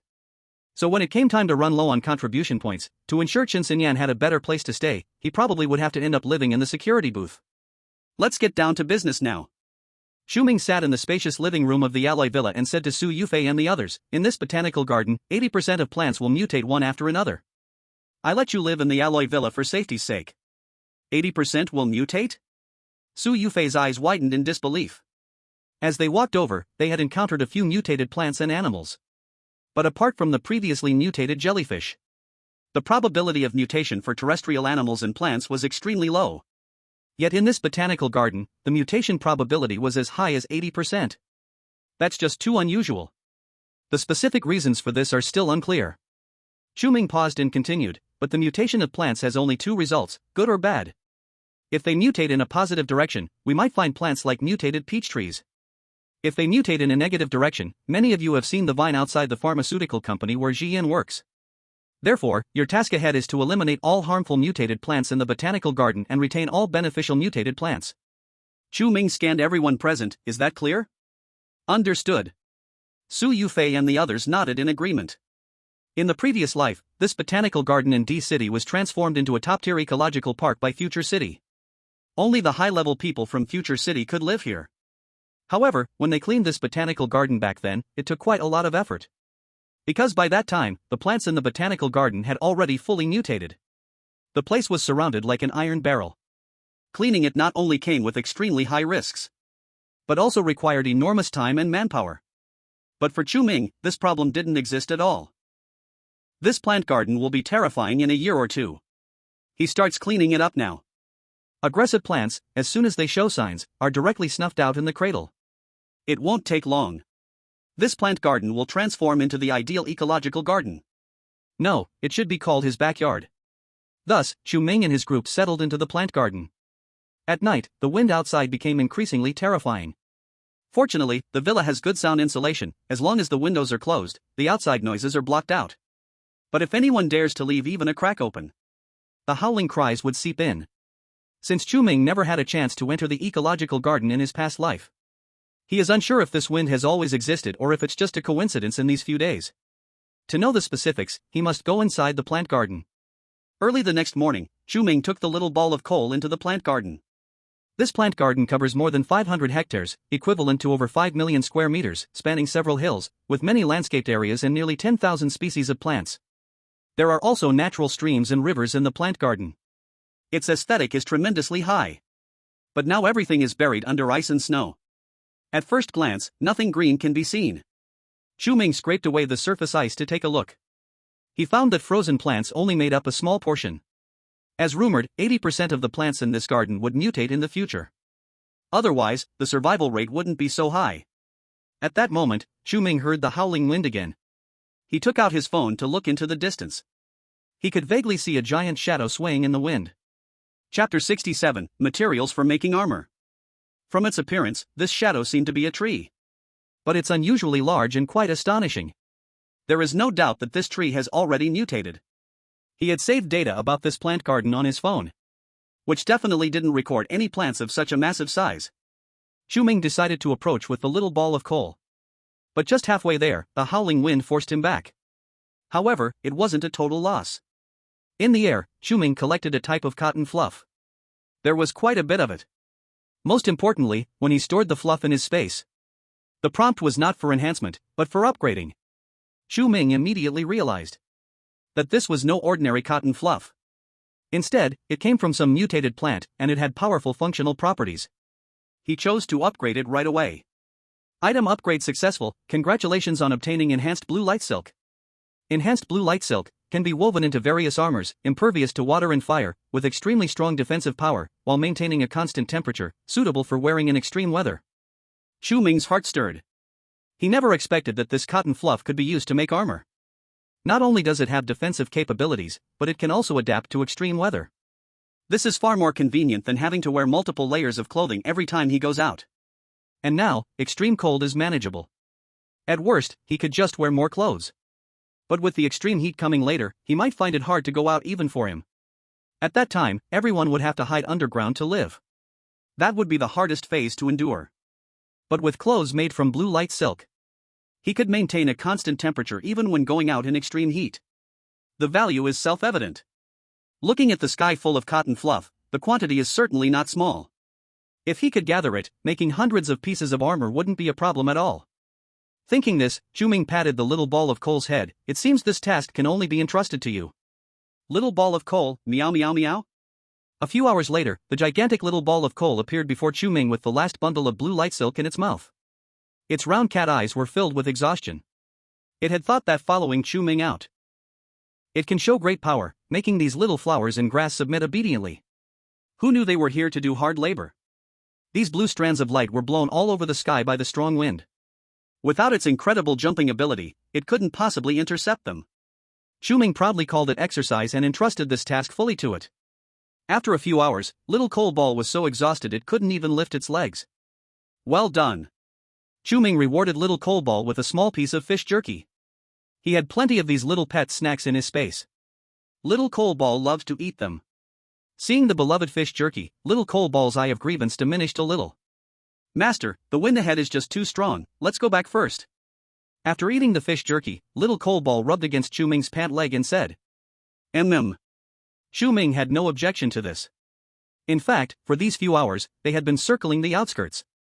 The closer they got to the interior of the botanical garden, the stronger the wind became. Even taking a step forward was difficult, let alone doing anything else.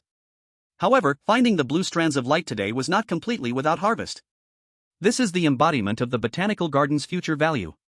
Many plants, after mutation, will develop all kinds of uses. Some are quite useless. But some are as precious as divine medicines or immortal herbs.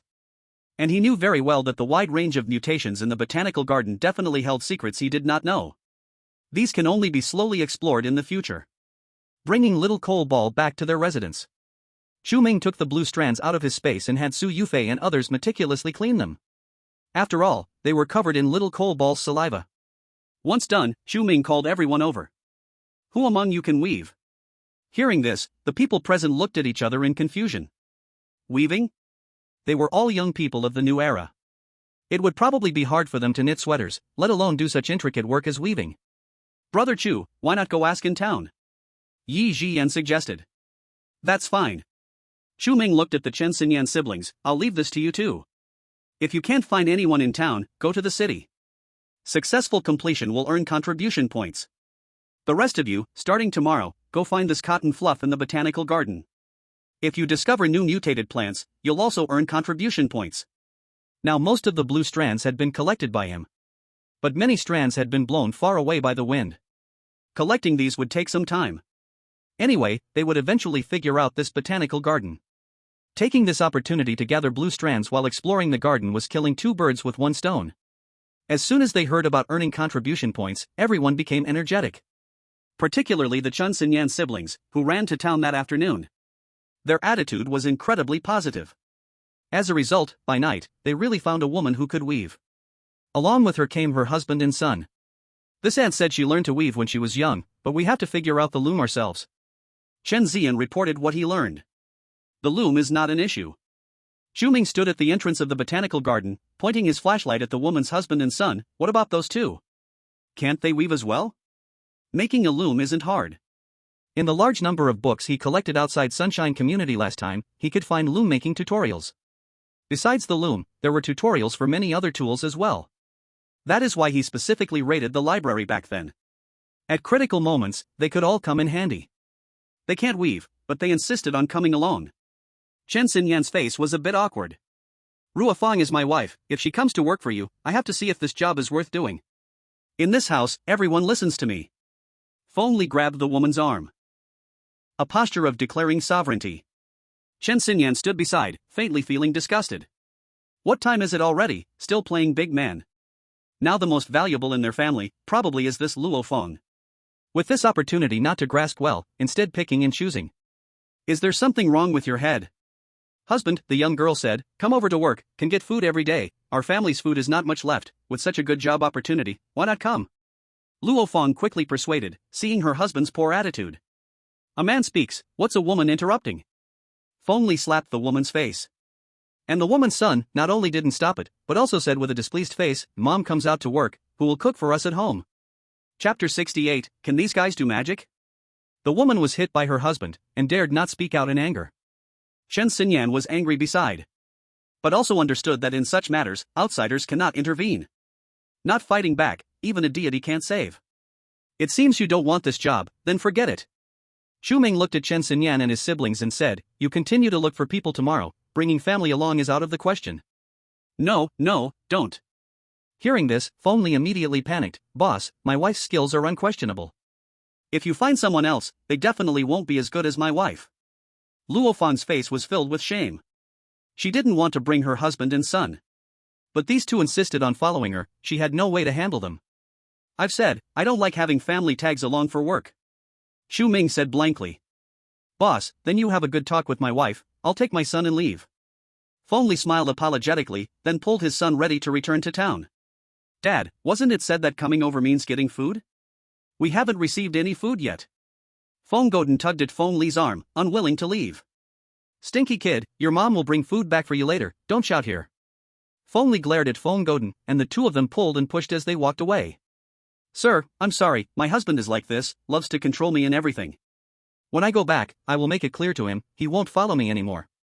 Luo Feng looked at Chu Ming apologetically. As long as you understand. Chu Ming took out a small bundle of green silk from his pocket, handed it to Luo Feng and asked, can you weave cloth with this silk? Luo Feng wiped her hands, then cautiously took the green silk. After a moment, she looked up and said, it can be done, but organizing this silk into usable strands is quite a workload. If I do it alone, the efficiency of weaving cloth might decrease. Don't worry, for such trivial work, I will hire others. Chu Ming looked at the open space outside the botanical garden and said to Chen Xinyan's siblings, tomorrow, you continue to find people in the town, set up a small factory for weaving outside first. Saying this, Chu Ming turned to the woman and asked, what's your name? Sir, my name is Luo Feng. The woman quickly answered. Tomorrow you will first work in the security booth, when the factory is built, you can move there. Chu Ming instructed. No problem, sir. Luo Feng respectfully replied. Though she didn't know how Chu Ming would build the factory.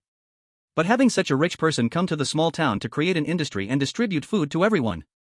This would definitely benefit the small town in the future. Chu Ming returned to the security booth, offered half a kilogram of sweet potatoes to Luo Feng, this is your advance payment, but tonight, I need you to work a bit overtime.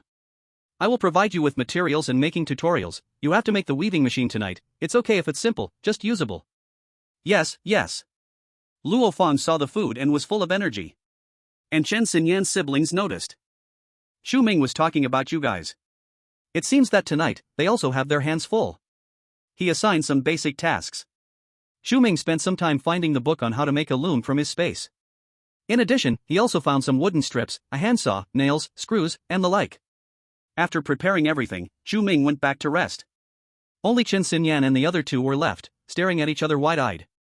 Then let's get started. Chen Xian glanced at the book, as long as we have all the parts ready and the dimensions are right, assembling it will be easy. I am familiar with this, let me do it. Luo Feng said. What parts do you need? I'll make them for you. Suing was planning to cheat with her abilities, she could adjust the material's hardness and toughness that she created with her powers. The loom made by her abilities wouldn't be inferior to a wooden one. The key is that the weather outside is humid. The parts made by her powers can also prevent mold and decay.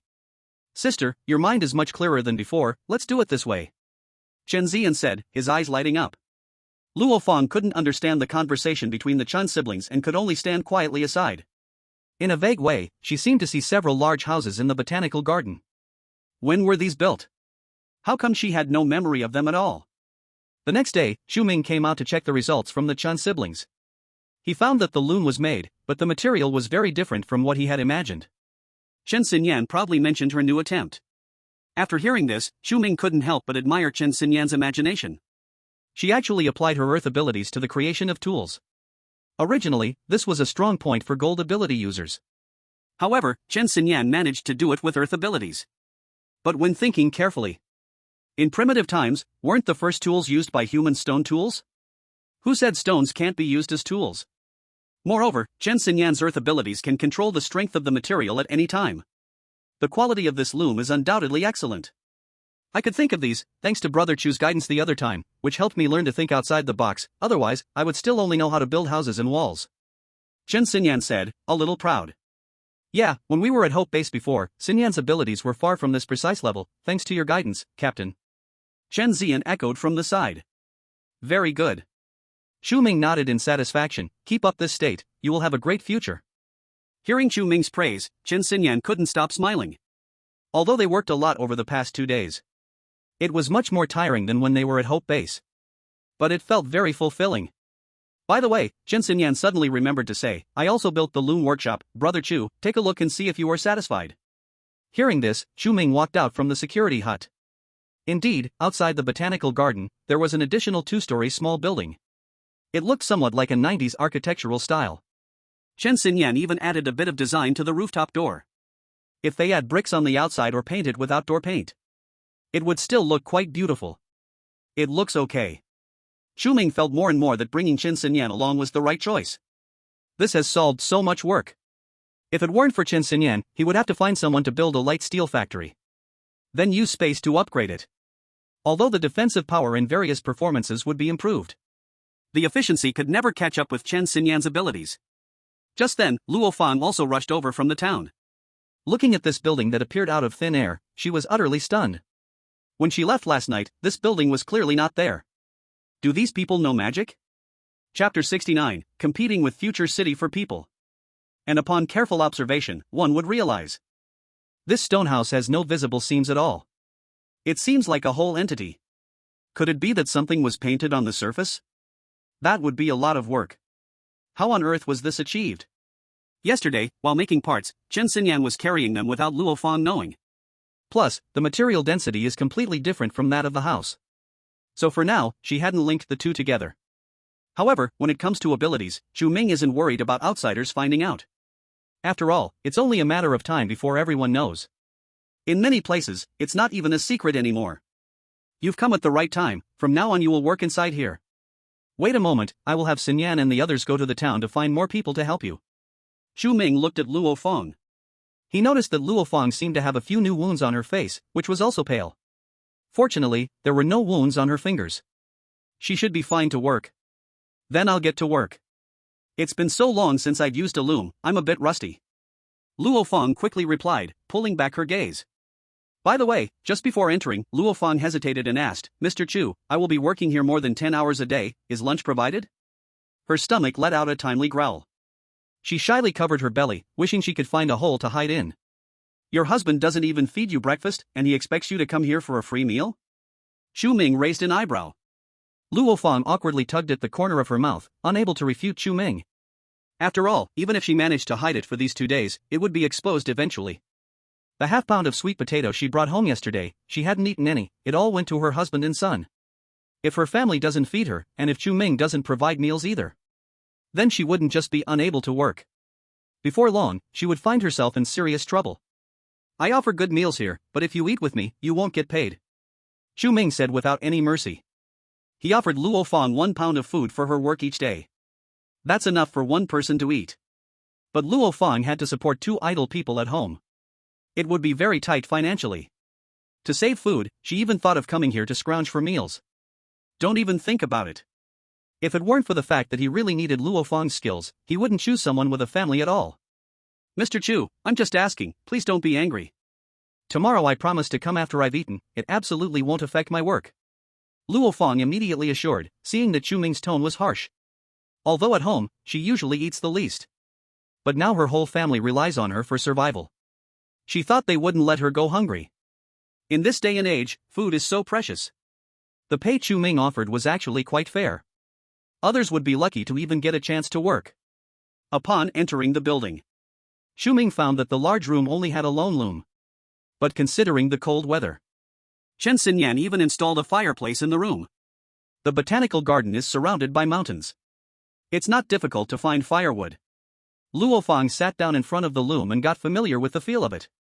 Once she confirmed there were no problems, she looked up at Chu Ming. "Mr. Chu, I can start." "Give it a try." Chu Ming handed Luo Fang a bag of green silk. Only after watching her weave a small section did he finally feel completely at ease. But this efficiency would probably mean it wouldn't be until 10 days or half a month that a few sets of clothes would be done. If they could find a few fully automatic looms, there wouldn't be any worries about output. Unfortunately, there are no textile factories near City D.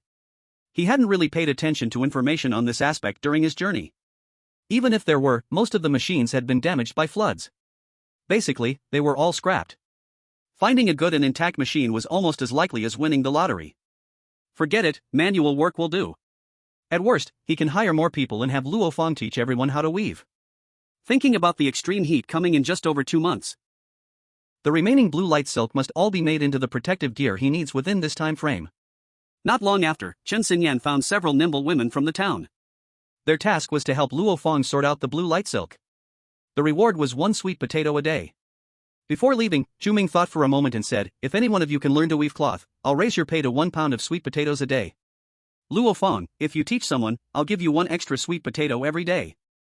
"Really?" Hearing this, the several women present went wild with joy. Especially Luo Fang. If she could teach everyone present, she could get at least 1 more pound of sweet potatoes every day. That would be enough for their family of 3. Also, don't let me catch you slacking off or being dishonest.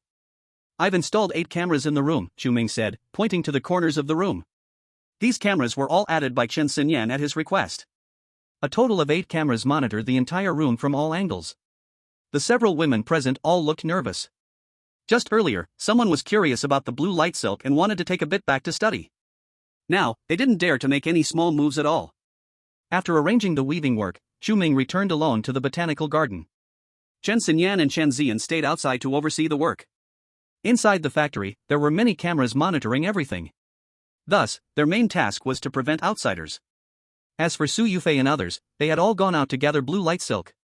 The previous afternoon, they had already collected quite a bit. Today, they would likely go further out. Looking at the empty villa, Chu Ming suddenly realized that he still lacked manpower. Especially for some menial tasks. Right now, he could find people in the nearby town. But as deaths increased later, it wouldn't be so easy to find people anymore. Moreover, the forces of Future City would soon expand here. Yet, there were only a few people on his team. Even if each of them was strong enough to take on 100, they were still no match for Future City. In the beginning, Future City was only located in City D. Later, it swallowed dozens of nearby bases. Just in terms of ability users, Future City already had thousands. And this was just in the first 2 years. By the 3rd year of the apocalypse, Future City was almost the only power left. Ability users could even form a legion. This shows how terrifying they were. Thinking of this, Chu Ming realized he should plan early. Swallowing other bases and snatching people from Future City ahead of time might be a good idea. After all, the more people he snatched, the fewer Future City would have. Especially those strong ones on the ranking list. For now, there probably aren't many of them in Future City's bases, right? After making up his mind, Chu Ming took out his computer to start formulating a plan. He wrote down some important information about ability users and a few suitable bases that could be approached based on the memories in his mind. After finishing all this, he took out the walkie-talkie and instructed Chen Xinyan and her brother to continue recruiting people in the town. This time, he needed some young labor to help dig the underground city. After 2 months, manual excavation would not yield much space. But since it was just for temporary refuge, there was no need to be picky about the size and environment. As long as it could fit, that was fine. Since he decided to recruit people, he had to consider these things ahead of time. To avoid the extreme heat later, he had to consider whether these people would survive it. That night, Chu Ming called Chen Xinyan to the botanical garden outside alone. "Try to see if you can turn this area into sand," Chu Ming said, pointing at a small area marked out with stones. Although Chen Xinyan didn't know what Chu Ming's intentions were, she still followed his request. It took only a few minutes to turn the hard earth before him into sand. Chu Ming stepped forward to inspect it. He found that the ground, having been turned to sand by Chen Xinyan, was about half a meter deep. Of course, this was also related to the several square meters he had enclosed. If he shrank the area, Chen Xinyan's sandification ability could easily bury a living person. How many more times can you use this range of sandification? Chu Ming asked Chen Xinyan. 3 times, I suppose. Chen Xinyan pondered slightly before saying, right now, my creation ability is stronger than my destruction ability, so 3 times should be my limit. Then if you are to strengthen the existing earth or stone, how large of an area can you reinforce at once? Chu Ming continued to ask. If it's just to enhance the firmness of the soil or stone, it's easier than both creation and destruction. I can definitely reinforce several hundred square meters at once. Chen Xinyan thought for a moment and said. Okay, I get it. Chu Ming felt he had a rough idea now. Initially, he thought about having Chen Xinyan first turn the soil to sand, then letting others transport the sandy soil away. This would increase efficiency by at least 10 times. Finally, he would let Chen Xinyan reinforce the internal soil and rock, and there would be no need to worry about collapse. But now it seemed they would still rely on manual excavation to save costs. Because every 3 times Chen Xinyan used sandification, it required 1 energy core to replenish. Compared to food, energy cores were clearly much more precious. Using a small amount of food to exchange for a large amount of cheap labor was indeed the most cost-effective way. Moreover, compared to other bases, starting the underground city 2 months in advance was already a significant lead. Tomorrow, have your workers start digging down from this position, 10 meters first, then excavate horizontally. After they leave, come back every day to reinforce. The workload shouldn't be too heavy. Chu Ming instructed Chen Xinyan. Okay, Brother Chu. Chen Xinyan nodded in agreement. The next day, the workers digging the underground city and the textile workers arrived almost simultaneously outside the botanical garden. And Feng Li just happened to be among them. Chu Ming thought he came to dig the underground city, but he pulled Luo Feng over to him. Boss, my wife just started working here for a day, and you already had her teach others techniques. What is this?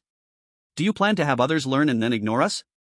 Feng Li yelled, slapping Luo Feng's face again. You lousy woman, they ask you to teach, and you really do it. If you get sold, you'll end up counting money for them. Luo Feng covered her face, feeling angry but unable to speak. I'm not a fan of people speaking loudly to me. Chu Ming said coldly. Well, I can't help it, I'm just loud. Feng Li replied defiantly. You remember what I said before, right? Chu Ming looked at Luo Feng and asked. Mr. Chu, I'm sorry, I couldn't stop him, but I will definitely work hard to teach everyone as soon as possible. Luo Feng realized Chu Ming was very unhappy and kept bowing to apologize. Today, Feng Li still did not plan to give her breakfast. She thought Feng Li was just worried about insufficient food, so he revealed the news that Chu Ming was going to give her a raise. Who knew it would turn into such a scene? You have no say here, shut up. Feng Li glared at Luo Feng fiercely. But the next second, Feng Li was kicked out by Chu Ming. Husband! Luo Feng exclaimed. But she just stood there, not going to help Feng Li. Watching Feng Li lying on the ground, unable to get up for a long time. A hint of pleasure even flashed in Luo Feng's eyes.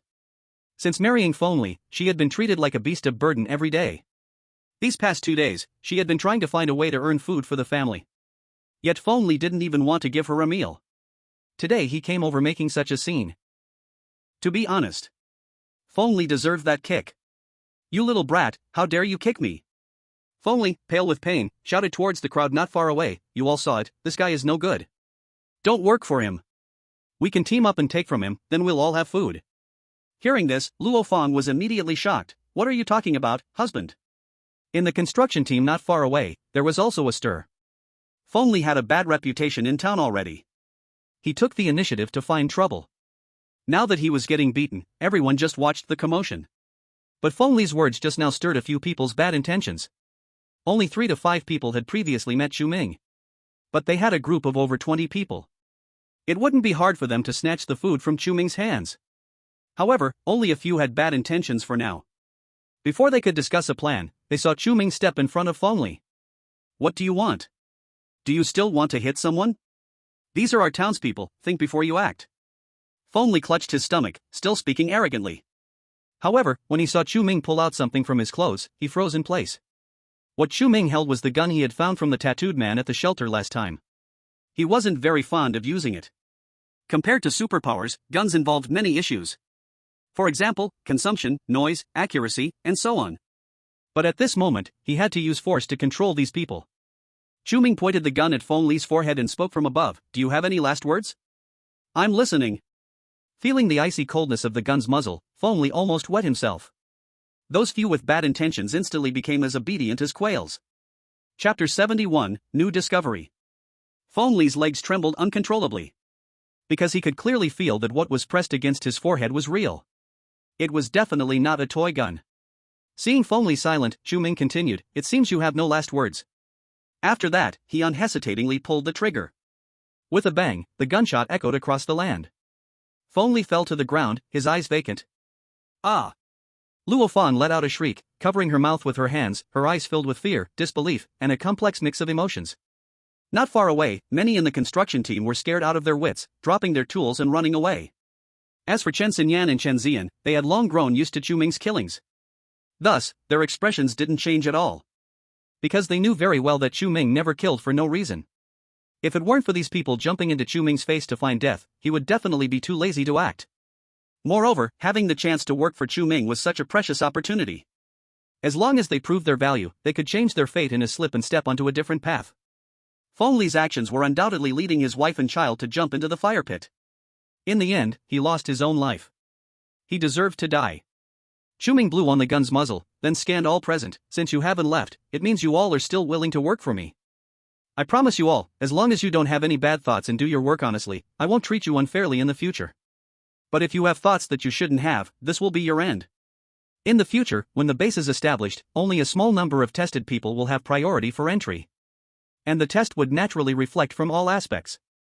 Today is just a beginning." After receiving Chu Ming's assurance, many breathed a sigh of relief. They came to work hard, simply wanting to exchange for some food. After all, they were not like Feng Li. Unexpectedly, someone opened their mouth to try to rob someone. If not you, then who would be the target? If it were them, they wouldn't feel safe leaving Feng Li alive either. Thinking this way, their fear in their hearts faded much. "Brother Chu, half of the people have run away. Should we keep looking?" Chen Xinyan stepped forward to ask. "Yes, of course we should look. As long as the number exceeds 20, you set up another digging point nearby, let everyone work together, that way it will be more efficient." Chu Ming held plenty of food, especially coarse grains like sweet potatoes, and corn. He occasionally eats them. But it was just to change his taste. With the variety of vegetables, fruits, and meat stored in the space, even if he ate different things every day for 360 days, he couldn't finish them all. Moreover, he had stocked up a large amount of seeds. As long as they survive the extreme heat, the base can begin normal planting. At that time, there would be no need to worry about food. "Then I'll get to work." Chen Xinyan nodded in agreement, then continued to busy herself. Chu Ming then looked at the dazed Luo Feng. "What's wrong? Are you resentful that I killed your husband?" Chu Ming asked. "No." Luo Feng shook her head. "Then what are you thinking?" Chu Ming raised his eyebrows. "I'm not really sure." Luo Feng said with a complicated mood, "Since I married into the Feng family, I've almost had to endure being beaten every day. At first, I also hated it, resisted it, even thought about, but after so many years, I seem to have gotten used to it." Luo Feng glanced at the body on the ground. "When I saw Feng Li fall to the ground just now, besides fear, I felt more of a release. I don't know what's wrong with me, it seems wrong, but I couldn't help but think. I seem to be free now, I seem to no longer have to endure being beaten." Luo Feng wiped the tears from her face and looked at Chu Ming, saying, "Mr. Chu, you can rest assured, I will definitely continue to weave cloth for you, and I will also do my best to teach everyone. Today's incident is all his own fault, I have no reason to hate you. Well, you still have hope. Go inside and get to work. I'll have someone deal with things here." Chu Ming thought he would have to use strong measures to force Luo Feng to weave the blue light silk. Now it seems that after years of oppression, the seed of hatred had long been sown. So, don't bully honest people. A week passed in the blink of an eye. Feng Li was killed in the botanical garden, shot to death by Chu Ming. This news quickly spread through the whole town. But Chen Xinyan still gathered around 200 people, opened more than 10 digging points, simultaneously excavating the underground city. At that time, they just needed to open up the underground space, and they could automatically move in various underground spaces. Meanwhile, Su Yufei and the others were also in the process of collecting blue light silk. They found the first mutated plant. Chapter 72, Creation Stone. This mutated plant was discovered by Xia Cheng. After finding it, she immediately returned to inform Chu Ming. Chu Ming followed her to the place where the mutated plant was found. He found that this was a small pond. And in such low temperature, the pond didn't even freeze. "Where is the mutated plant you mentioned?" Chu Ming looked at Xia Cheng and asked. He observed for a long time, noticing that there were many water plants at the bottom of the water. But from the surface, it was impossible to tell which one was the mutated plant. It's the largest water plant in the middle, a bit bluish with spotted leaves. Xiaoqing pointed to the middle of the pond and said. How are you sure that this is the mutated plant? Chu Ming was somewhat curious. This morning, when I passed by here, I noticed this pond. Outside it was dozens of degrees below zero, yet the pond didn't freeze. Isn't that strange? At that time, I even saw some small fish. They were all eating the water grass in the middle, the leaves had been completely chewed off. When I came back in the afternoon, I found that the eaten water grass had grown back. Brother Chu, didn't you say that mutated plants must have extraordinary characteristics? This pond is so unusual, it grew back a plant that was eaten and can grow back quickly. So I guess it must be a mutated plant. Xiaoqing shared her discovery of the pond and some details. Since Su Yufei and others went out to search for mutated plants, Chu Ming had naturally educated them. There are even fish in here? Hearing this, Chu Ming was even more surprised. In such a low-temperature environment, if there are still fish that can survive, then they must be mutated creatures. Otherwise, it simply doesn't make sense. Forget it, let's first get a piece of watergrass leaf to see the upgrade effect. He felt that this pond was not that simple. Chu Ming adjusted his distance and used spatial slicing to cut off a piece of watergrass leaf. The dark blue watergrass slowly floated to the surface. Chu Ming took out a long hook from his space and prepared to pull the watergrass from the middle of the pond. At this moment, several small fish suddenly jumped out from the bottom, quickly eating the leaf clean. Not only did they finish off the leaf, but they also intended to continue nibbling on the remnants. Chu Ming reacted quickly, using a branch to drive the fish away and swiftly using spatial slicing to cut a second leaf. This time, he finally got hold of the mutated watergrass. Item detected. Do you want to upgrade the item? Upgrade. Item upgraded successfully. Congratulations on obtaining Enhanced Spirit Gathering Watergrass. Enhanced Spirit Gathering Watergrass can purify water bodies, making them unaffected by environmental temperature, suitable for over 90% of freshwater fish. Fish raised using Enhanced Spirit Gathering Watergrass, when consumed, can enhance physical strength and also aid in improving ability levels. Please note, for spirit gathering plants to be born, there must be creation stones nearby. Hearing the final prompt, Chu Ming's heart couldn't help but quiver slightly. Creation stone? Could this be the truth behind the large number of mutated plants appearing in the botanical garden? But the prompt also said, only spirit gathering plants are influenced by creation stones. The green light silk he found some time ago clearly does not belong to spirit gathering plants. Moreover, a single creation stone can only influence nearby plants, it wouldn't cause over 80% of the plants in the entire botanical garden to mutate. So this creation stone cannot be too far away.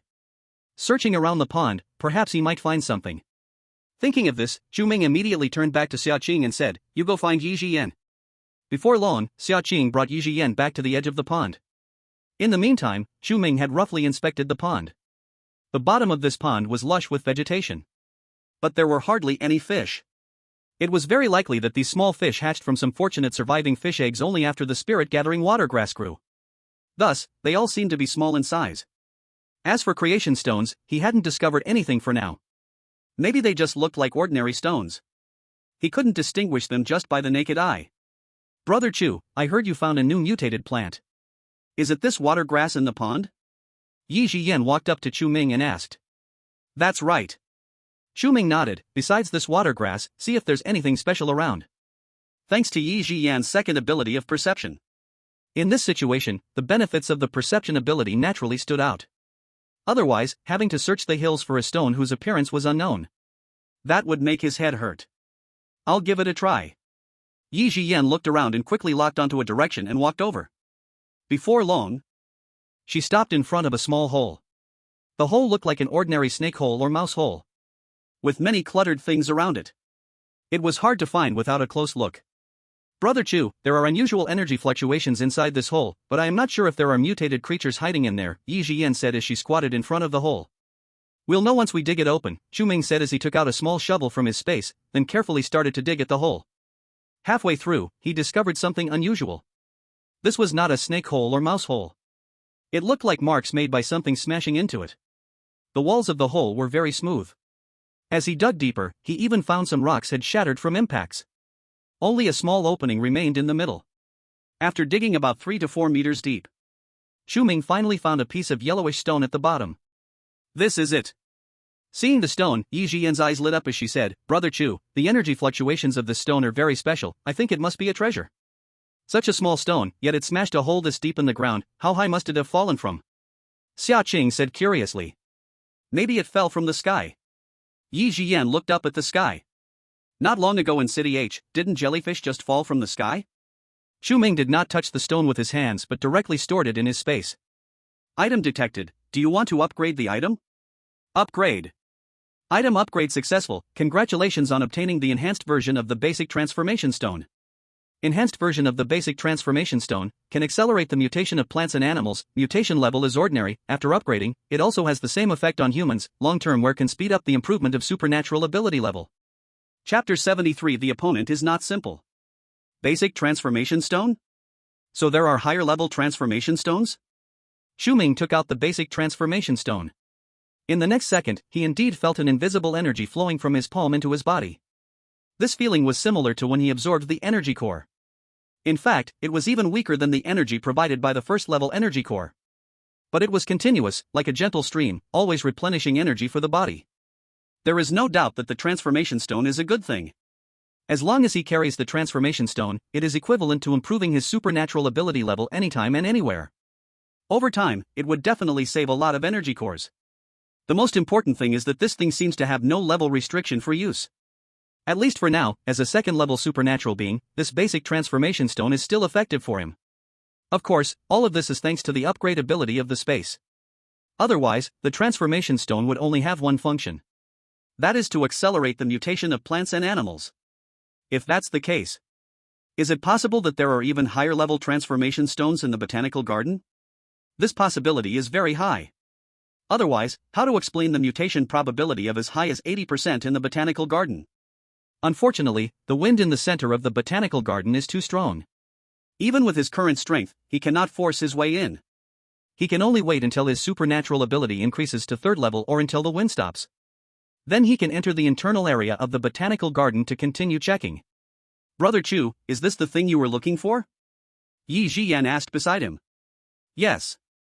Chu Ming put the transformation stone in his pocket, looking at Yi Jian and Xiaoqing said, you both performed well today. Xiaoqing earns 2,000 contribution points, and Jian earns 1,000 contribution points. Hearing this, Yi Jian and Xiaoqing were extremely happy. A few days ago, they worked hard to collect blue silks, but could only earn a dozen contribution points each day. Today, they earned over 1,000 points at once. How could they not be happy? Especially Xiaoqing, who couldn't wait to say, Brother Chu. Then I want to exchange 1,000 contribution points for a spirit peach. I also want to become an ability user. No problem, I'll get it for you when we go back, Chu Ming said in a good mood. By the way, what should we do about that water plant? Should we dig it up and take care of it? Yi Jian said from the side. Chu Ming thought for a moment and said, forget it, let's leave it here. This pond is not small, and we can use it specifically for raising fish in the future. Right now, there are fewer fish in the pond. But over time, the number of fish in the pond will surely increase. By then, he can eat fresh fish every day. And they would all be raised with spirit-gathering water plants, which would also be beneficial for enhancing abilities. This is the real high-end ingredient. When they returned to their place, Chu Ming exchanged the last spirit peach to Xiaoqing. Then he watched Xiaoqing consume it with his own eyes. Unfortunately, Xiaoqing only awakened a speed ability. During this time, Xiaoqing and Zhou Li often exchanged for first-level physical enhancement potions. Her physical condition has improved quite a bit. Both her speed and strength surpassed ordinary people. Whether it was speed or strength awakening abilities, it wasn't much of an advantage for them. But after all, abilities are still abilities. This represents a peak in a certain aspect. The other attributes boosted by physical enhancement potions will surely fall far behind speed. Xiaoqing was only disappointed for a short while before using all her remaining contribution points to exchange for a first-level energy core from Chu Ming. She wanted to enhance her abilities as much as possible. Only then could she earn more contribution points. Just like Suing now, she could occasionally exchange for some fruits to eat. Although she would also share them with Zhou Li. But they all knew how precious fruits were and never dared to eat too much. Being able to taste a bit was already good enough. In the evening, seeing that Xiaoqing had exchanged for a spirit peach, Suing also wanted to exchange for one to see what her second ability was. Anyway, she already had almost 10,000 contribution points in her hands. If she didn't exchange for a spirit peach now, once more people came to the base, she might miss her chance. But Chu Ming had already exchanged the last spirit peach to Xiaoqing, so she could only wait until tomorrow morning to find him.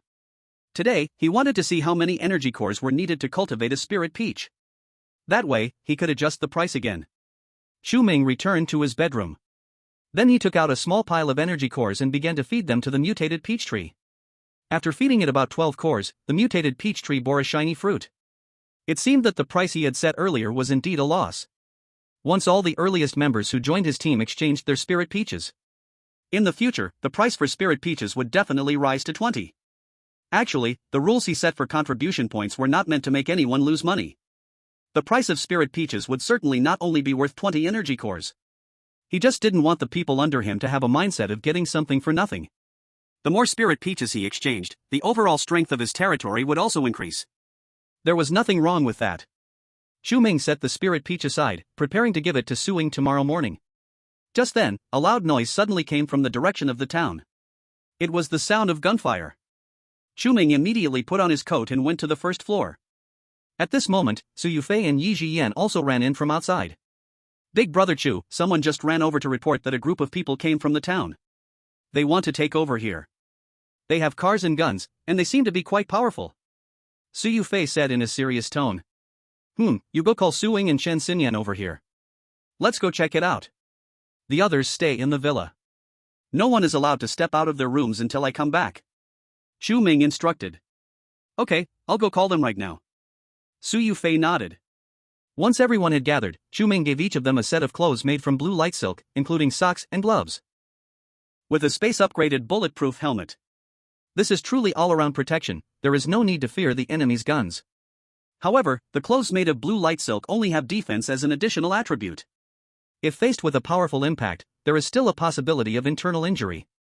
But as long as his life is saved, it is not a big deal for him. Letting Yi Jian take action, healing can be done in no time. Of course, for safety's sake, Chu Ming still put on the bulletproof vest on the outside. With the blue light silk clothes, there is no need for winter clothing. Let's go, we are going to meet this group. Chapter 74. They actually have abilities. On the way to the small town, Chu Ming could hear from far away the highly polluted noise coming from the loudspeakers. I will reiterate once again, Future City warmly welcomes everyone to join. You can continue living here, but from now on, you need to hand over a portion of food to Future City every month as your protection fee. As long as you pay the protection fee, we are all part of the same family. In the future, if any troubles arise or if another base attacks, we can send people to support you. Of course, everyone has the right to choose not to join in. However, this area is already the territory of Future City, and if you do not want to pay the protection fee, you will have to leave. Furthermore, we are not unreasonable people. For residents who do not wish to join Future City, we can give a month's notice to move out. Several armed individuals, each leading a team, patrolled back and forth in the town. They held loudspeakers and repeatedly broadcast these messages. At first, many people had grievances. But after a few who stood up to resist were shot in the head. No one dared to speak out anymore. It seems everyone is quite in favor of our proposal. Now please prepare your food and deliver it to the town entrance before dawn, or I will have to search house by house. Hearing these words, the residents of the town were filled with complaints. This is simply too much. What is the difference from robbery? It's called a protection fee, but the ones threatening our safety are clearly this group. It seems the town chief's son has even been killed. This group is simply heartless demons. Woo-woo, husband, I'm scared. At the same time, Chu Ming and Su Yufei's trio also arrived at the town. Looking at the scattered corpses on the ground, Chen Xinyan could not help but be filled with anger. This is going too far. Future City is at least the largest base in D City. How can they treat lives so lightly? Thinking back to when she and Chen Ziyuan founded the base, everyone had joined willingly. But Future City's actions were no different from forcing good people into bad situations. Moreover, in terms of resources, Future City forcibly collected them in the form of a protection fee, never mentioning anything about sending people out to look for supplies together. This was anything but coming to help everyone. This was clearly coming to suck blood. So, do you all understand?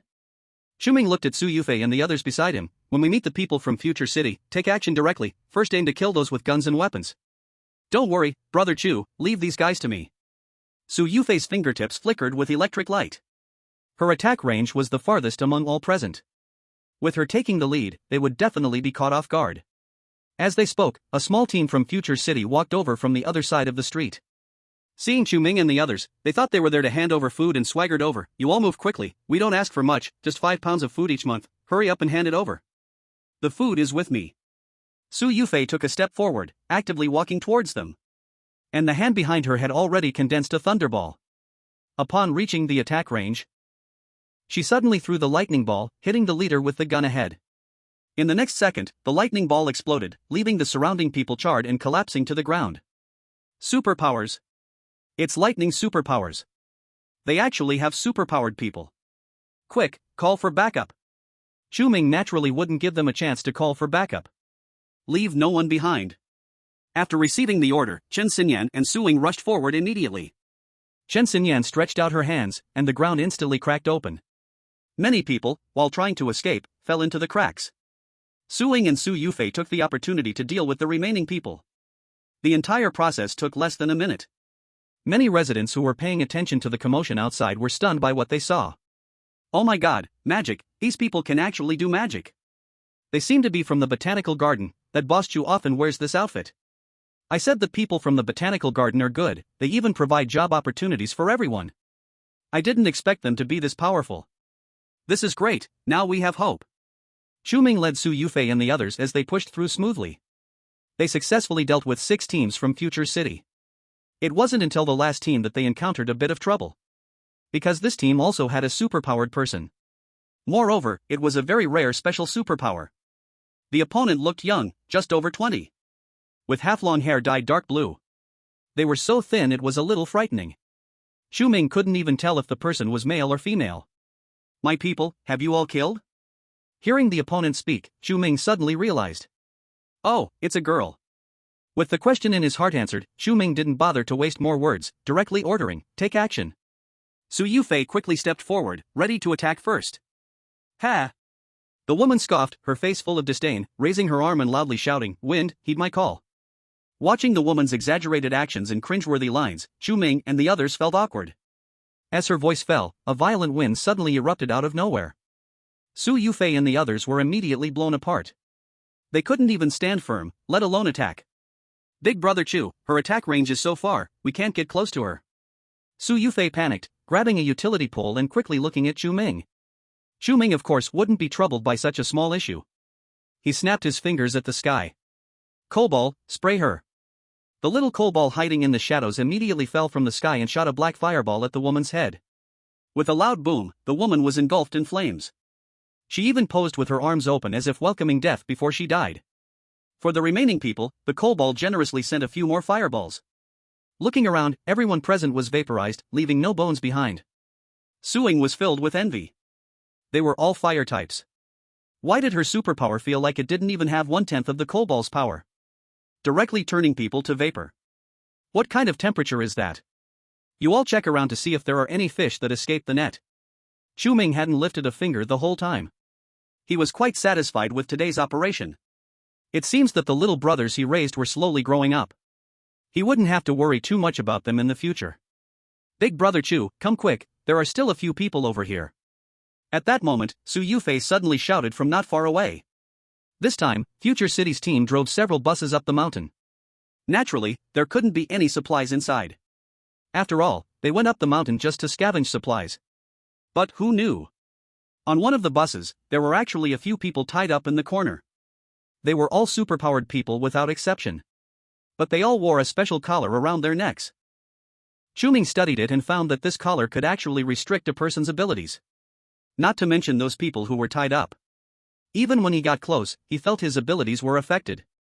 He never expected that Future City had even researched something like this. Their skills are impressive. Brother Chu Ming, we found this bunch of keys on the ground, they should have fallen from that ability user. Shui Ying and Chen Xinyan walked in from outside. Chu Ming took the keys but did not unlock the collars on the necks of those people. Instead, he casually pocketed them. Let's take them all back first. Future City had brought in 5 ability users from somewhere. Combined, their combat power was quite impressive. Without knowing if they posed a threat, he certainly wouldn't easily let them go. However, he originally intended to snatch people from Future City. This time, Future City had actively delivered him 5 ability users. This saved him the trouble of searching. Chu Ming collected the buses. The 5 ability users were all locked up on the 2nd floor of the textile factory. He started a coal fire for them and left some food. Chu Ming didn't bother with them afterward. The next day, the female workers of the textile factory and the construction team came to work on time. Accompanying them was an elderly man in his 50s. He was Lin Jiaping, the mayor of the town. He had just experienced the pain of losing his son last night. But he had no time to grieve, he sought out Chu Ming immediately. The people of the town had witnessed the strength of Chu Ming and his group. At the same time, they had also seen the cruelty of this world. If they wanted to survive in the apocalypse, they needed to seek strong protection. Chu Ming's team seemed to be their best option. At least compared to those crazy people who demanded protection fees and easily resorted to slaughter. Chu Ming's side still had normal people after all. During this time, not only did he provide a large number of jobs, allowing many families to survive. Last night, he stood up to protect everyone. This made many people feel grateful to Chu Ming. Before coming here, he had already conducted a survey in the town.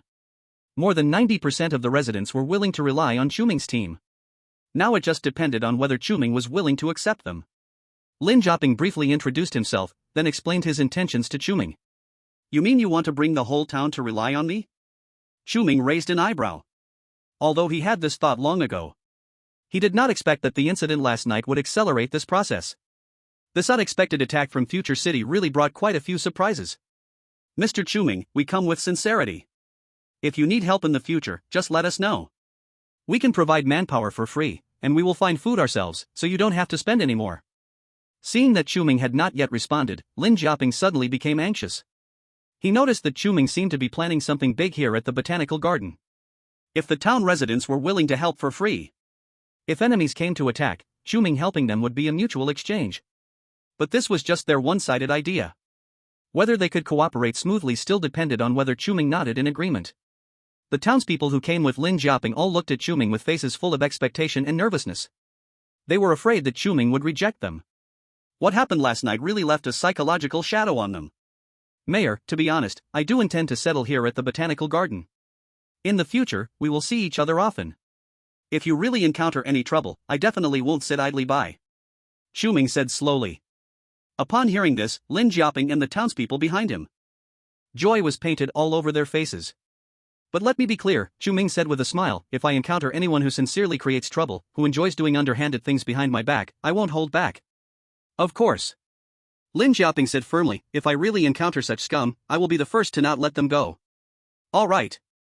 Chu Ming nodded in satisfaction, then I hope we have a pleasant cooperation. He did not immediately mention who would join whom, or the matter of establishing a base. Otherwise, it would seem too deliberate. As long as he could hold the power of speech. Enrolling all the residents of the town would just be a matter of time. That day, Chu Ming was in a good mood, so he asked Yi Jiyan to make a big pot of ginger soup to distribute to the workers who were working hard. At that moment, Chen Ziyan suddenly appeared in front of Chu Ming. Captain, those few ability users want to see you. Did they say anything? Chu Ming asked. No. Chen Ziyan shook his head, they just said they wanted to talk to you. What about joining our base? Chu Ming followed up with a question. I brought it up, but they seemed very resistant. Chen Ziyan's tone carried a little helplessness. Chu Ming assigned this task to him because he had previously managed a base. Who knew these few guys were acting like they had a pact? No matter what conditions he offered, there was no sign of compromise from the other side. Truly tough nuts to crack. Chu Ming stood up and said, then I'll go meet them personally. He had asked Yi Jiyan to take a look at these ability users. Among them were 4 ordinary ability users. 3 were strength type, and 1 was perception type. The remaining ability user was a metal ability user with very broad uses. The 4 ordinary ability users were somewhat acceptable. But the metal ability user, he absolutely had to recruit. Chu Ming went to the second floor of the textile factory. He found the few ability users huddled together, whispering. Sister Lu, do you think if we keep holding out and not agreeing, they might mistreat us? I don't think they will, these people are different from the previous bunch, they treat us well and provide for us, they should sincerely want to bring us in. I'm not so sure. A woman sitting in the middle scoffed, this might just be a play they're putting on, if you trust me, you must not agree to them. Sister Lu, are you saying they are deliberately putting on a rescue act just to make us let our guard down, then smoothly pull us in? What else? Lu Hanyan crossed her arms and said, we are not ordinary people, it wouldn't be strange for them to do anything to pull us in. Otherwise, how do we explain why they haven't taken this collar off us? Chapter 76, Just Don't Fall into the Enemy's Hands. Chu Ming's hearing was excellent. He naturally heard every word of the conversation in the room clearly. These guys certainly had a lot of scheming thoughts. But to be honest, his demand for ability users was not as high as other bases. After all, he could mass-produce ordinary ability users using spirit peaches. What he valued were the rare elemental abilities and special abilities. But as long as he had enough energy cores in hand, he could smash together to get the abilities he wanted. So these were all minor problems. Besides, competing for people with Future City was just to reduce the enemy's strength. This did not mean that he absolutely needed these people. If the other party really did not want to submit, he could simply kill them all. The end result would be the same. As long as they didn't fall into the enemy's hands, that was enough. After eavesdropping for a while, since they had not come up with any strategies, he stepped into the room. Seeing Chu Ming, the 5 people in the room immediately fell silent. Recalling Lu Hanyan's words, a younger girl raised her chin and said, "You don't need to say anything. We will not join you. You are from Future City. If I let you go, isn't it like letting a tiger return to the mountain?" Chu Ming moved a chair from the corner and sat down in front of them. "What?" The girl was stunned for a moment, then quickly argued, "We are not from Future City. Don't accuse us." "But you came together."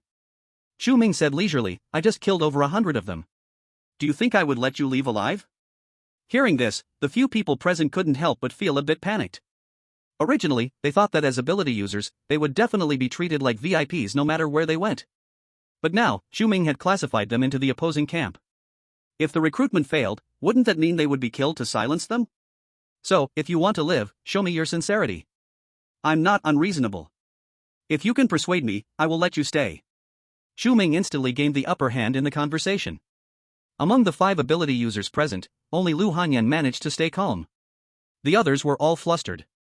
A moment ago, they were still calculating, no matter how sweet the words or enticing the conditions were, they would never surrender. But now, they had to perform well to avoid being left with no choice but death. "Sister Lu, what should we do?" The girl, looking lost, leaned against Lu Hanyan and asked. "Don't try to scare us with this talk." Lu Hanyan pushed herself up from the ground. "We are not from Future City, otherwise Future City would not use these collars to limit our powers." Lu Hanyan pointed to the collar on her neck. "As for what you are saying, you just want us to join your force. So let's negotiate terms properly and skip these low-end tricks." "Negotiate terms? Who wants to negotiate terms with you? I have plenty of ability users here. Otherwise, do you think I only brought 3 people last night? How could I defeat over 100 from Future City?" Chu Ming said with a cold laugh. Lu Hanyan's face turned pale. Yes. How did she overlook this point? Although she wasn't paying much attention in the car last night, the people Chu Ming brought were indeed only a few. If there were no ability users, how could a few people possibly be the opponents of Future City? Moreover, there was a powerful ability user among Future City's team. Yet Chu Ming managed to defeat them effortlessly. This could only mean that the ability users under Chu Ming were stronger than that powerful ability user. You have 1 minute to consider. My patience is limited. If you can't give me a satisfactory answer today, food and water will not be delivered starting tomorrow. On my territory, food and water must be earned through labor. Chu Ming said. Sister Lu, what should we do? He can't really want to kill us, right? The girl said, her face filled with fear. If it comes to it, we should agree. After all, in this world, it's the same wherever we go. Besides, the key for this thing around our necks is still in his hands. If he keeps it locked, we will be no different from ordinary people. A tall youth beside them said. Lu Hanyan looked hesitant. She really wasn't willing to be at the mercy of others. Especially for girls like them who had a bit of looks. Joining an unfamiliar place could easily lead to trouble later. Last 10 seconds. 10. Chu Ming glanced at the time and was about to start the countdown. Suddenly, the girl beside Lu Hanyan ran up to Chu Ming and said, I'll join. I want to join. With someone taking the lead, the other two also stepped forward to express their willingness. Lu Hanyan felt a bit helpless and glanced at the youth beside her. Let's join for now and see how it goes. If it really doesn't work out, we can make plans later. Okay. The youth nodded. Following Lu Hanyan, they stepped forward together. Seeing that everyone had arrived, Chu Ming raised his chin and said, let's introduce ourselves. Actually, he already knew roughly about these people. It's just that he couldn't match names to faces yet. I'll go first. My name is Song Jiao, I'm a student at D University, 19 years old, and my ability is strength. The young girl spoke up first. I am Yao Hanyu, I'm in D City for tourism, staying at a nearby farm, 27 years old, and my ability is also strength. I'm Pang Jun, an ordinary worker, 25 years old, and my ability is the same, strength. Chu Ming raised an eyebrow, his gaze falling on Lu Hanyan and the young man. 3 people with strength abilities were already here. The remaining abilities of perception and metal could only be between these 2 people. I am Lu Hanyan, my ability is perception. Lu Hanyan didn't want to say anything more and stepped back into the crowd after her introduction. I'm Yuan Li, 32 years old, a worker from a nearby steel factory, and my ability is to control metal. The tall young man scratched his head and said somewhat shyly. Among the few people present, he had the lowest education. He's just a brick mover in a factory. This made him feel somewhat inferior. Good. Chu Ming nodded in satisfaction. Fortunately, the one with the metal ability is not that woman named Lu Hanyan. Otherwise, the rebellious mentality would be too severe. It's not something that can be fixed in a short while. But the name Lu Hanyan does sound somewhat familiar. Everyone had stayed in Future City in their past lives. Perhaps they had crossed paths somewhere. Chu Ming didn't think much more of it and stood up to say, since everyone agrees to join my base, I will arrange work for you starting tomorrow. I hope you won't let me down. Chapter 77, as if seeing through everything. Boss, can we really eat and drink without worries if we work for you? Pang Jun cleverly changed his address and asked the question he cared about most. Right now, everyone was really just concerned about one thing. Can they fill their stomachs? After all, he used to work for someone else. Now, he was just changing bosses. For him, it was the same. As long as he could get paid, it was fine. You are all ability users. As long as you don't slack off, your basic needs will be covered here. Chu Ming said. That's good, that's good. Pang Jun breathed a sigh of relief. Once they received Chu Ming's guarantee, the others relaxed a bit more. When they arrived just now, they noticed. The people under Chu Ming were just doing some hard work. And they were all strength ability users. As long as they didn't slack off, they indeed had an advantage over others. In the early stages, strength abilities were considered the strongest by many. People like Yuan Li, who could only move some metal, in their eyes, were like a useless appendage. However, Yuan Li had originally done physical work. He could definitely adapt more quickly than them. You come with me, the others will temporarily stay here tonight. At this moment, Chu Ming suddenly looked at Yuan Li and said. Ha? Me? Yuan Li pointed at himself. Just now, they were only worried about the safety of the two girls, Lu Hanyan and Song Jiao. But unexpectedly, the person Chu Ming chose to take away was actually Yuan Li. This left everyone present in shock. Let's go. Chu Ming didn't provide further explanation and turned to leave the room. Yuan Li hesitated for a moment but could only follow him with a heavy heart. As a grown man, what was there to be afraid of? Even if Chu Ming had special interests, he could still fight back fiercely. Yuan Li's mind was a chaotic mess as he followed Chu Ming down to the second floor and entered the greenhouse through the security room. At this moment, Yuan Li finally realized there were actually 3 luxurious villas inside. As you can see, almost everyone living in the greenhouse is an ability user, and you naturally qualify to live here. Now I have 2 choices for you. Do you want to live in those stone houses outside, or in a small villa built with light steel? Chu Ming turned to ask Yuan Li. Of course, I want to live in a villa. Yuan Li looked at the 3 houses in front of him, his eyes almost shining. Not to mention after the end of the world. Even before the end of the world, he had never lived in such a good house. Chu Ming walked to the empty space behind the 3 villas, then waved his hand to take out a large pile of steel. Seeing this magical scene, Yuan Li's eyes were about to pop out. Is this also a superpower? No wonder Chu Ming can be the leader of this base. It turns out his superpower is so amazing. As for the materials, everything is here on site, and I also have the blueprints. You just need to assemble the materials. Chu Ming handed a set of blueprints to Yuan Li. Yuan Li took the blueprints and opened them to take a glance. He found it was the smallest type of villa. But for the 5 of them, it was more than enough. They could even have 1 room each. Moreover, among the 5 of them, 3 were strength-based superpowered individuals. Assembling this house should take only a few days. But I want to make it clear beforehand, this house is only rented to you. Later, you will work for me to earn contribution points, which can be used to pay for rent and daily expenses. At this point, Chu Ming didn't forget to remind, oh, by the way, when you build the house, don't lay a foundation. If you ever need to move, it will be easier to relocate. These steel materials have all been enhanced in quantity. So even if it is built into a villa, it cannot be upgraded again. But if they ever need to move in the future, not laying a foundation means it can be stored in the space anytime. He wouldn't mind having mobile villas. This means he can establish new bases anywhere at any time. He wouldn't be restricted by geography. Don't worry, boss, I will explain everything clearly to them.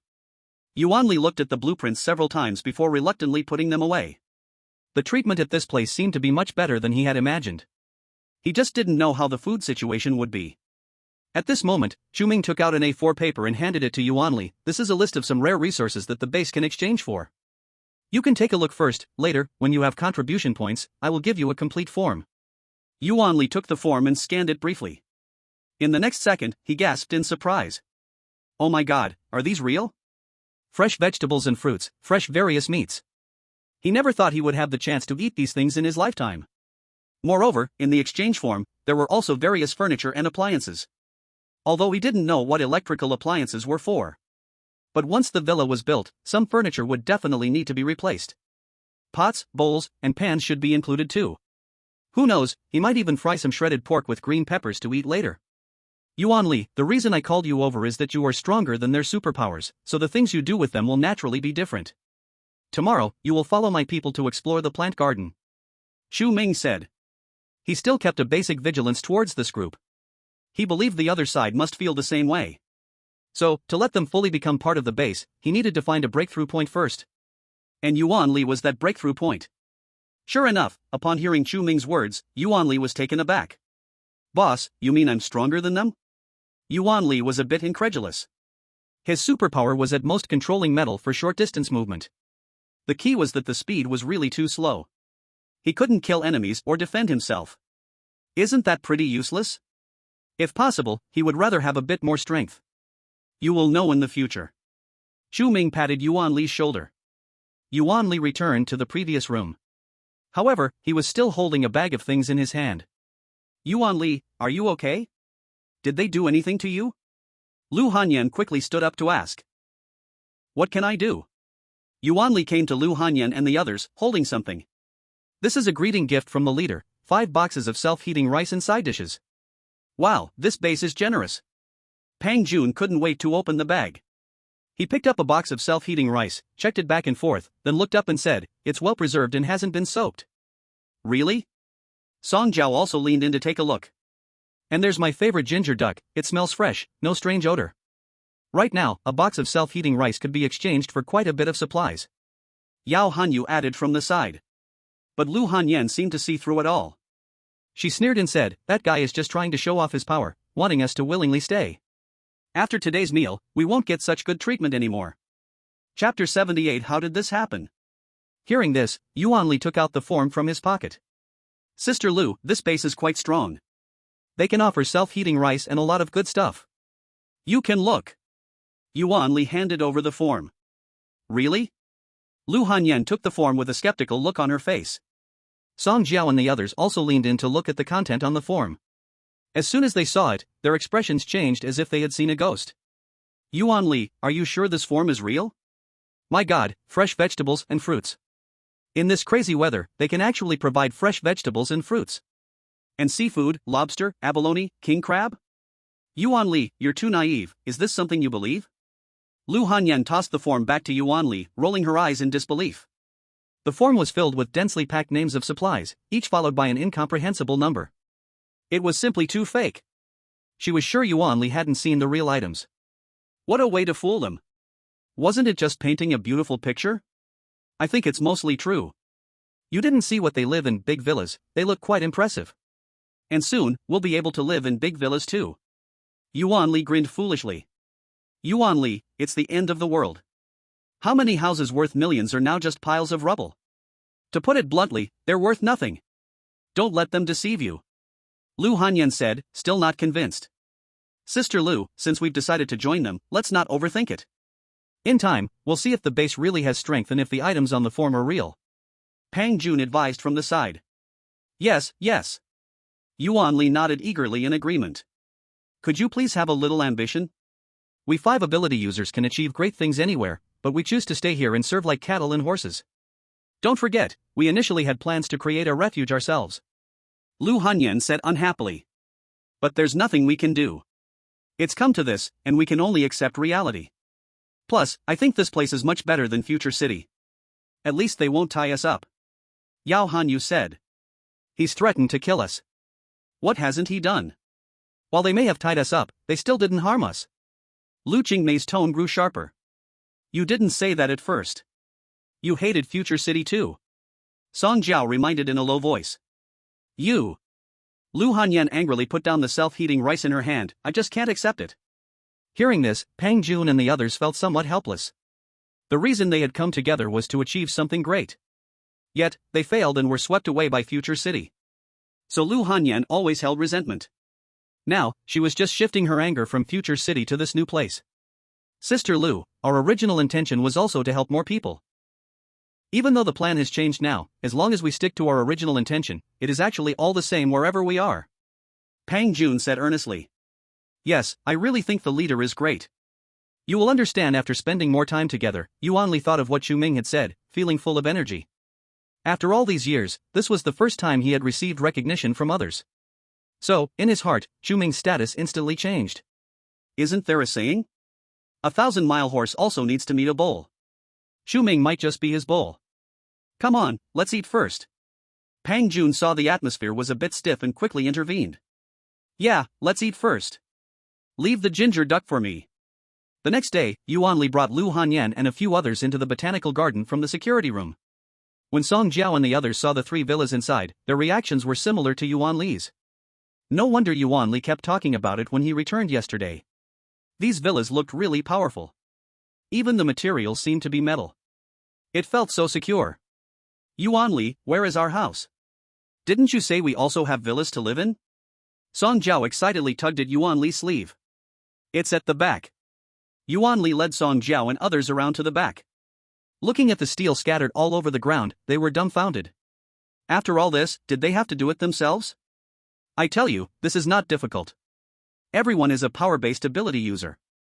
Just follow the order on the blueprints, and in a few days, we can build the framework. Yuan Li took out the blueprints that Chu Ming had given him yesterday. Before he could finish speaking, Su Yufei came over with Su Ying and the others. Lu Hanyan's gaze fell on them, and her expression couldn't help but change slightly. As a sensory-type ability user, she could naturally see who had abilities. Among these girls, there were 4 ability users. Only one was not an ability user, but her physique seemed to far exceed that of ordinary people. How did that happen? Who is Yuan Li? Su Yufei stepped forward and asked. I am. Yuan Li immediately raised his hand. Brother Chu said you will act with us today. A few strength ability users are more than enough for building houses, Su Yufei smiled and said. Okay. Yuan Li had been waiting for this sentence. He turned around and handed the blueprints to Lu Hanyan. Sister Lu, I leave this to you. I will go out to earn contribution points and buy delicious food to reward everyone tonight. What about us? Can we earn contribution points in the future? Song Jiao asked eagerly. She was still thinking about the things on that form. If they were all true, then contribution points would be the most valuable thing in this base. Don't worry, everyone has a chance, Su Yufei said to the few people in front of her. You just need to know one thing, those who can live inside the botanical garden are definitely our own people. Hearing this, Song Jiao and the others were quite surprised. They didn't expect Chu Ming to treat them as his own. But thinking about it carefully, they seemed to be fundamentally different from the residents of the outside town. Not only did Chu Ming provide for them, but he also let them live inside the botanical garden. The residents of the outside town couldn't even approach the gate. By the way, Su Yufei's gaze landed on Lu Hanyan. Brother Chu wants you to go over. He has something to discuss with you. Looking for me? Lu Hanyan let out a cold laugh. I see that all the younger sisters are charming. Brother Chu wouldn't have his eyes on me, an old woman nearing 30, would he? Hearing Lu Hanyan's words, Su Yufei couldn't help but chuckle. In this regard, Lu Hanyan was thinking too much. Lu Hanyan had a bit of beauty. But Chu Ming would not just want to take every pretty woman he sees. To catch Chu Ming's eye, one must have real talent and capability. Both men and women are the same. Brother Chu is looking for you for a serious matter, don't get it wrong, Su Yufei winked at Lu Hanyan. Go on, this might be your chance. After saying this, Su Yufei took her people and left. Lu Hanyan, however, stood still, her expression tangled and hesitant. Sister Lu, why are you still dazed here? The leader is calling for you, just go meet him. We're enough here, your ability won't help much. Song Jiao said as she walked up to Lu Hanyan. You all carry on, I'll be back soon. Lu Hanyan took a deep breath, handed the blueprints to Song Jiao, and then turned toward the largest villa in front. Standing at the door, Lu Hanyan pressed the doorbell. In the next moment, the door opened automatically. Lu Hanyan paused for 2 seconds before stepping inside. In an instant, she felt a wave of warm air brush against her face. In the large living room, Chu Ming was lounging on the sofa with his legs crossed, watching a random movie. What are you standing there for? Come and sit. Chu Ming said, resting his arm on the sofa armrest, glancing back at Lu Hanyan. No need, just tell me what you want. Lu Hanyan remained cautious, not daring to take a step forward. Tell me about your ability. Chu Ming shifted his gaze back to the 100-inch television screen. I should have mentioned before, my ability is perception. I can notice many details that ordinary people cannot. Lu Hanyan patiently explained. Come take a look at this scale armor, see if you find anything. Chu Ming took out the lizard skin from before and placed it on the coffee table in front of him. Lu Hanyan glanced at it, and her pupils suddenly constricted. What animal's skin is this? Why are the scales so big? Just from the size of the scales, she could tell. This scale armor was shed from some kind of super large creature. She had already made up her mind before she came here. No matter how sweetly Chu Ming talks, she wouldn't fall for it. But when she saw the scale armor, her curiosity was piqued. After thinking for a moment, Lu Hanyan still walked toward Chu Ming. She bent down to pick up the scale armor from the coffee table, and the more she looked, the more amazed she became. This scale armor has extremely high defense, but the seams are relatively weak. If each scale is removed and sewn into a piece of clothing, it should be able to stop bullets. Lu Hanyan said, her expression slightly excited. However, after analyzing the situation, she quickly put the scale armor back in place and stepped back a few paces, saying, Leader, this is all I can see. You are indeed different. Chu Ming smiled. He had only just remembered this morning why Lu Hanyan's name sounded familiar. In her past life, Lu Hanyan was a renowned weapons master. She was skilled at using materials taken from mutated beasts to create various refined and practical weapons and armor. They were always in short supply on the market. She was a golden goose for Future City. Moreover, she was one of the top figures in Future City. Lu Hanyan's success was entirely thanks to her unique perception ability. With the same ability, each person's talent and direction of development differs slightly. Lu Hanyan's perception ability allows her to easily discover the characteristics of every item, and to know how to use them to their maximum value. Unexpectedly, the biggest gain from intercepting Future City wasn't the metal-type ability user Yuan Li, but this weapons master, Lu Hanyan. However, Lu Hanyan was stubborn. If she wanted her to willingly serve him, he first had to understand what she needed. Among the 5 ability users this time, Lu Hanyan wasn't the oldest. But everyone called her Sister Lu. This showed she was the leader of the team. Thinking of this, Chu Ming continued, take this scale armor back and create a piece of armor based on your ideas. If the finished product satisfies me, I will let you lead a team by yourself in the future. What? Lu Hanyan was slightly taken aback. You are willing to let me lead a team by myself? She had just joined the base. Chu Ming didn't even know her well and was willing to let her lead a team? With conditions. Chu Ming tapped his fingers on the lizard skin on the desk. Now Lu Hanyan's displayed superpower characteristics and her name matched the weapon master from her past life. But whether she was truly that person would depend on the results Lu Hanyan could show. That was the most convincing evidence. If Lu Hanyan really had that ability, she must need a group of people to assist her. Letting her lead a team alone was just a normal arrangement. But looking at Lu Hanyan's reaction, his guess was probably spot on. This woman liked the feeling of being the boss. But in his hands, being the boss was naturally impossible. Being his tool was about right. Receiving Chu Ming's affirmative response, Lu Hanyan's expression improved a bit, and she picked up the lizard skin from the coffee table again. Leader, please rest assured. Since I have an idea, I know how to make it, but you need to prepare some needles, threads, and tools for me. No problem. Chu Ming nodded, and in front of Lu Hanyan, he took out a box of various needles and knives from his space. As for the threads, he replaced it with Qingguang silk. Now the textile mill could produce a lot of Qingguang silk every day. Using Qingguang silk to sew the lizard skin, its toughness and sturdiness couldn't be compared to ordinary silk. Watching Chu Ming conjure up a pile of things, Lu Hanyan knew this was probably the space superpower Yuan Li mentioned. She had to admit, Chu Ming's superpower was very practical. But most likely, like her superpower, it was also auxiliary in nature. She thought to herself that her future achievements wouldn't necessarily be worse than Chu Ming's. By the way, Chu Ming took out a complete contribution value exchange form and handed it to Lu Hanyan, saying, after you earn contribution points, you can come to me to exchange for the things on this form. People need motivation to work hard. And this form was the source of motivation he created for everyone. For someone like Lu Hanyan, it was even more necessary to let her know the benefits of following him. Otherwise, she might think she was at a disadvantage. Lu Hanyan took the form. At first, she thought this form was the one Yuan Li had shown them yesterday. But when she clearly saw the descriptions of the items on it, her eyes widened in disbelief. A spirit peach that could grant a second superpower? A physical enhancement liquid that could strengthen her constitution? And clothes that could maintain a constant temperature regardless of hot or cold weather? In addition, there were many powerful tools and equipment. All of them were things she had never even seen before. Could it be that these things weren't just made up by Chu Ming? Chapter 80 They Are My Prey. After coming out of Chu Ming's villa, Lu Hanyan returned to her previous location with a pile of materials. Sister Lu, how's it going? Did the leader make things difficult for you? Song Jiao immediately stepped forward to ask. Not at all, he just gave me a task. Lu Hanyan placed the materials aside and then held up the form Chu Ming gave her, looking thoughtful. A magical fruit that could grant superpowers. Does this mean she might obtain combat-related superpowers in the future? And she also noticed something. Energy core. This item was the only one in the base that had a value equivalent to contribution points and could circulate as currency. The exchange ratio with contribution points was 1 to 100 whether exchanging in or out. How did the energy core come about? Function, enhance superpowers, replenish energy consumption. Lu Hanyan looked at the last item description, her heart racing. A precious resource that can enhance superpowers. Chu Ming actually dared to take it out like this for everyone to exchange. Does this mean that Chu Ming has a lot of such energy cores in hand? But she had never heard of such things before. Where did Chu Ming get so many energy cores from?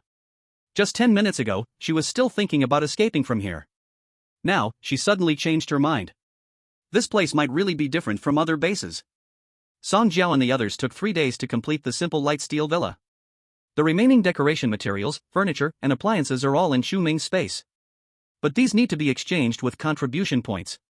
They can only wait for them to slowly arrive later. And Lu Hanyan also made a soft armor from lizard skin as per Chu Ming's request. Although it is not beautiful, its defense far exceeds that of the clothes made from the blue light silk. Wearing it is not heavy either. Chu Ming was very satisfied and handed the remaining lizard skin to Lu Hanyan. Charged by the piece. Not long after, Lu Hanyan's contribution points increased. She also successfully exchanged for a bottle of physical enhancement liquid. Sister Lu, does this physical enhancement liquid really enhance physical abilities in all aspects? Song Jiao and the others curiously crowded around Lu Hanyan and asked.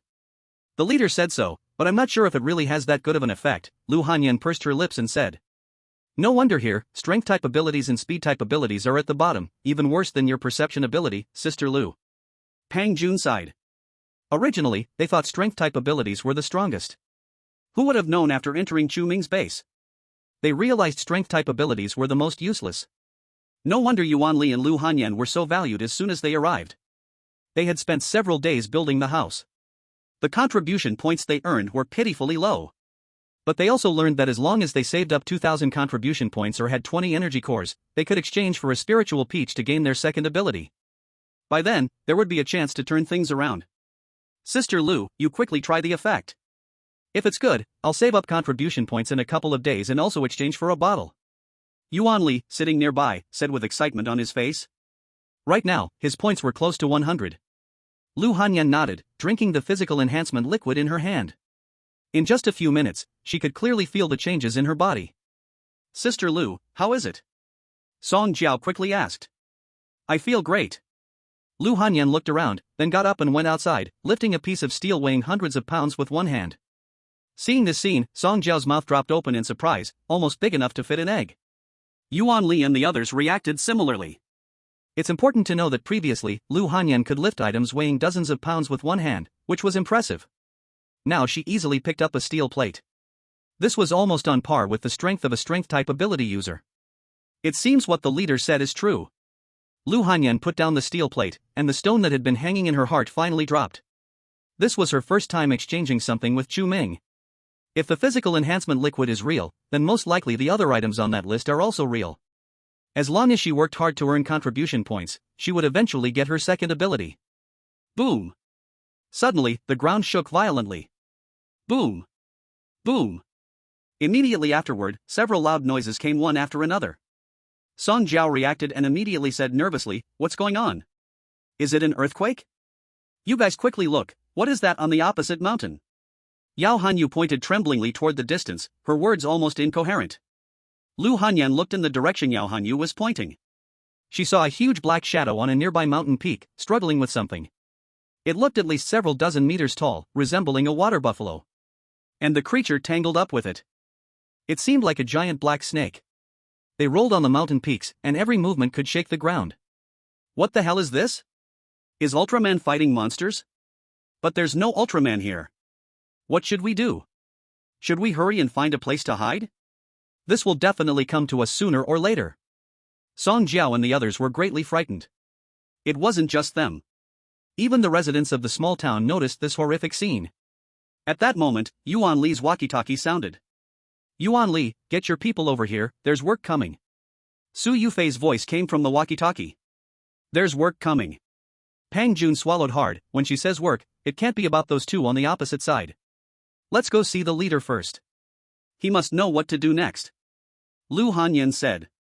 Lu Hanyan and her group arrived in front of Chu Ming's villa.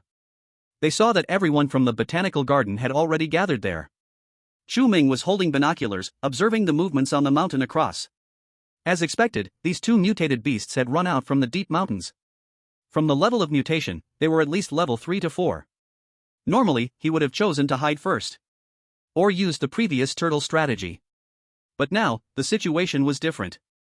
The two equally matched mutated beasts were fighting each other on the opposite mountain. From the looks of it, this wouldn't end anytime soon. However, this was good news for them. Because even if these two mutated beasts ended without a clear winner, they would certainly be weakened. Of course, the best outcome would be one dead and one injured. So all they needed to do now was patiently wait for the result. Leader, do we need to retreat now? Song Jiao couldn't help but remind, seeing that Chu Ming had not moved. Who said to retreat? Chu Ming put down the binoculars and said. But what if those two monsters discover us? Song Jiao said anxiously. That's where you're wrong. Chu Ming looked at Song Jiao and the others and said, right now, they are my prey. You should pray that they don't run away. Chapter 81, Fishing. What? Hearing Chu Ming's words, Song Jiao and the others were almost unable to think. How could such terrifying monsters become Chu Ming's prey? Even if they had abilities, they weren't invincible. Leader, are the energy cores really from such monsters? Lu Hanyan suddenly asked. You're quite clever. Chu Ming looked at the mountain across, but these two big guys, their energy cores are different from ordinary energy cores. He had known from the start that the most dangerous mutated creatures appeared from deep mountains and oceans. And behind the botanical garden was a continuous mountain range. Not to mention level 4 mutated beasts, perhaps even level 5s were there. Now the base's construction was gradually on the right track. It was time to head into the mountains to collect more energy cores. More than 2 hours later, the commotion across gradually quieted down.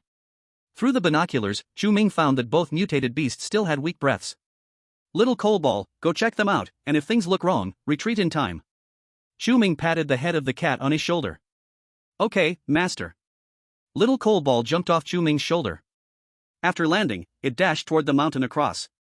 However, on the way, Little Coalball's form suddenly grew larger. An almost 3-meter-high body jumped over 20 to 30 meters in one leap. In just a few blinks, it reached the foot of the opposite mountain. What? Pang Jun's eyes widened in disbelief, wondering if he was still asleep. He had seen this black cat next to Chu Ming more than once. He really liked cats. Once, when Chu Ming wasn't paying attention, he had even tried to pet it. But today, this cute little one transformed into such a massive creature in front of them. He always felt that the hand he used to pat the cat was about to lose grip. Lu Hanyan and others were also shocked in their hearts. This scene hit them harder than when they first discovered the monster. How could Chu Ming raise a monster beside him? Or, could it be that now any creature has the potential to become a monster? Lu Hanyan was the first to realize this, and all the hairs on her body stood on end. If that's the case, how dangerous would their situation be in the future?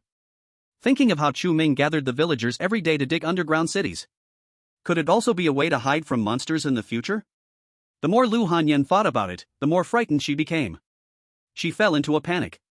When the little coal ball arrived at the battlefield, it didn't use the nether flame to attack. Setting fire to the mountains might burn down the botanical garden inside. That would bring about huge trouble. The mutated water buffalo and the mutated black snake seemed to have some deep-seated hatred. The black snake tightly coiled around the water buffalo and wouldn't let go. And the water buffalo's sharp horn stabbed into the black snake's vital spot. Looking at it this way, the black snake would likely be the first to die. The little coal ball wasn't in a hurry, lazily circling around a few times. When the black snake was about to run out of breath, it suddenly charged forward and directly attacked the water buffalo's eyes. Roar! The water buffalo let out a painful howl, struggling to break free from the black snake's grasp. But its sight was damaged, and it couldn't see where the enemy was. This big guy has tough skin.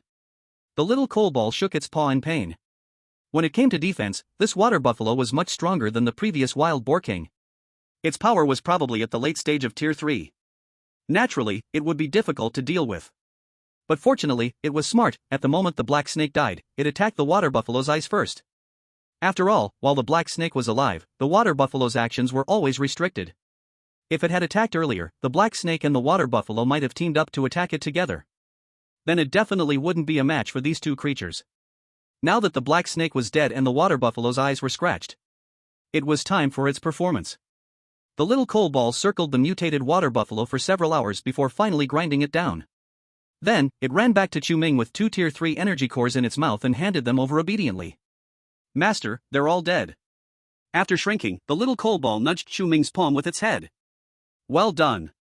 Chu Ming returned one of the energy cores to the little coal ball. This one is for you. Though the little coal ball was still at Tier 1, it only wanted to absorb Tier 3 energy cores. As his strongest combat force, of course, he wanted to reserve the best cultivation resources for the little coal ball. Only when the little coal ball's strength improved could he collect more energy cores in the future. Thank you, Master. The little coal ball wagged its tail and, like a little dog, held the energy core in its mouth, then gently bit down, devouring it like a candy. Meow. The little coal ball rolled on the ground, meowing a few times. The nether flame that originally surrounded its body suddenly began to split down the middle, turning from 1 into 2. Chu Ming's eyes lit up. It seemed that the effect of the Tier 3 energy core was indeed very significant. After the little coal ball swallowed the first Tier 3 energy core, it completely underwent mutation. After consuming the second Tier 3 energy core, the number of nether flames doubled. This made Chu Ming want to feed all the remaining 2 energy cores to the little coal ball. But after thinking for a moment, he controlled himself. He looked towards the mountains not far away. Perhaps soon, he would upgrade from Tier 2 to Tier 3. He needed to save these 2 Tier 3 energy cores for himself. Master, I'm really hungry.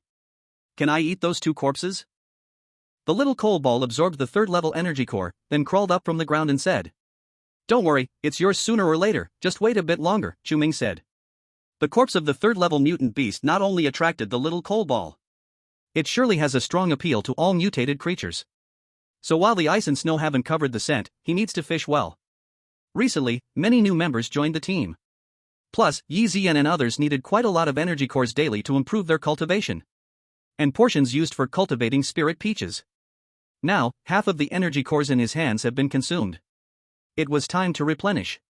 Everyone get ready for battle, the same old rules. Each first-level mutant beast gives 100 contribution points. If you encounter a second-level mutant beast, do not resist hard. Inform me immediately. Chu Ming turned to look at the crowd and said. Yes. Su Yufei and the others replied in unison. Lu Hanyan and a few others were a bit confused. Leader, are there really more monsters going to appear? Yuan Li swallowed hard and said. That's right, and there's quite a few. Chu Ming smiled and said. Chapter 82 Is the leader this strong? Hearing the words quite a few, Lu Hanyan and the others' hearts raced. In just a few short hours, they had been hit again and again. Now, they had not fully accepted reality, yet they were told to deal with even more monsters. Isn't this sending them to their deaths? Song Jiao and the others looked worried. But Lu Hanyan kept observing Su Yufei and the others' expressions. Seeing their demeanor, it was clear they had been through this many times. Since Su Yufei and the others could do it, why couldn't they? Thinking of this, Lu Hanyan turned to Chu Ming and said, Leader, I heard that as long as the credit value is enough, we can buy on credit from you. I wonder if we can pick some defensive gear and weapons. This way, we can be more efficient in fighting monsters.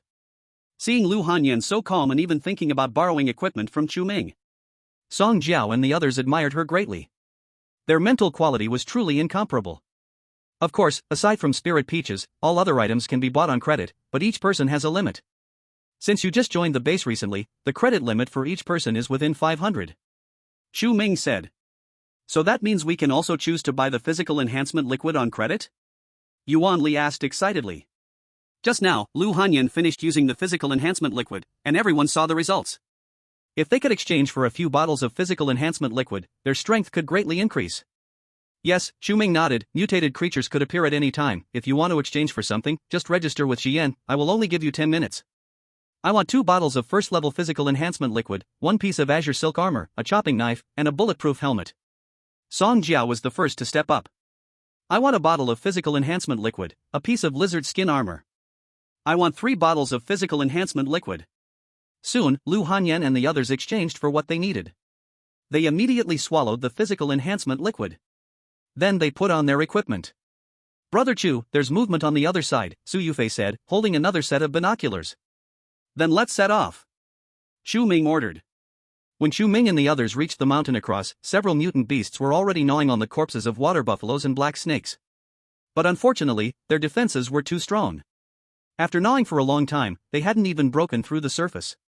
Seeing Chu Ming and the others appearing, these low-intelligence mutant creatures instinctively pounced towards them. Su Yufei and Suing stood to the left and right of Chu Ming. One unleashed lightning while the other released fire snakes. In just a few seconds, they resolved these mutant beasts. They are so powerful. Song Jiao exclaimed with her face full of amazement. I haven't seen the leader in action yet. If I remember correctly, the leader's ability should also be more supportive, so he probably doesn't have strong combat power, right? Yao Hanyu said from the side. You're mistaken. Yi Jian heard this and immediately reminded them, did you forget what Brother Chu said just now? When encountering mutated creatures above level 2, we must notify him immediately because only Brother Chu can handle those level 2 mutated creatures among us. Is the leader that strong? Yuan Li asked curiously. But what's the difference between level 2 mutated creatures and level 1 mutated creatures? One difference is the aura. In this regard, we perception-type ability users can judge more accurately. Another difference is their size. Smaller mutated creatures are not necessarily of a lower level, but larger mutated creatures must be of a higher level. Just remember this point, Yi Jian patiently explained. Chu Ming arrived in front of several mutated beast corpses and collected all except for the mutated black snake. Then he waved his hand to take out the base vehicle and placed it on a slightly flat piece of ground. Jian stays with me in the car. The rest can move freely. If you encounter a mutated beast you can't handle, remember to report back immediately. If you're injured, you can also come back for treatment. Jian is a healing type ability user, and as long as there's a breath left, she can save you, Chu Ming said at the car door. Staying in the car again, Yi Jian murmured, then obediently returned to Chu Ming's side. Jian, just stay close to Brother Chu. You're very important to our team. Without you, if I lose an arm or a leg, who will treat me? Su Yufei joked. Fooey, don't be a jinx. Everyone will be fine, Yi Jian hurriedly said. Even though she treated the injured, she received plenty of contribution points from Chu Ming. But she still hoped everyone could stay safe. After all, her credibility with Chu Ming was high enough that she could pretty much get anything on credit. Even if she didn't have it, Su Yufei would buy it for her. Moreover, she and Su Yufei lived with Chu Ming every day, enjoying the best food and drink. Their daily meals were definitely unmatched by others. And it was all free. Aside from some specific items, she didn't usually need to spend many contribution points. Everyone prepared and then dispersed to act. However, since Xia Chang and Zhou Li had slightly weaker abilities, they acted together. Although they wouldn't earn much contribution points, at least their safety was guaranteed. And Lu Hanyan and her 5 companions were also getting ready to enter the mountains. In these few hours, they gained a lot of knowledge but had no experience at all. To protect their lives, they surely wouldn't separate. Thus, after Chu Ming settled into the botanical garden, the first hunting competition officially began. The corpse of the mutated black snake emitted an enticing scent. It kept attracting the surrounding mutated creatures to approach. Through the binoculars, Chu Ming quickly discovered a pack of over 20 wolves. From their size, they were several times larger than ordinary wolves, clearly mutated. But their luck wasn't good, they encountered Su Yufei, who excelled in group attacks and whose strength was already close to level 2. Su Yufei and Suing had the most contribution points. After exchanging for mutated spiritual peaches and energy cores, the remaining contribution points could only be traded for stamina enhancement liquid. So currently, their stamina was incredibly strong.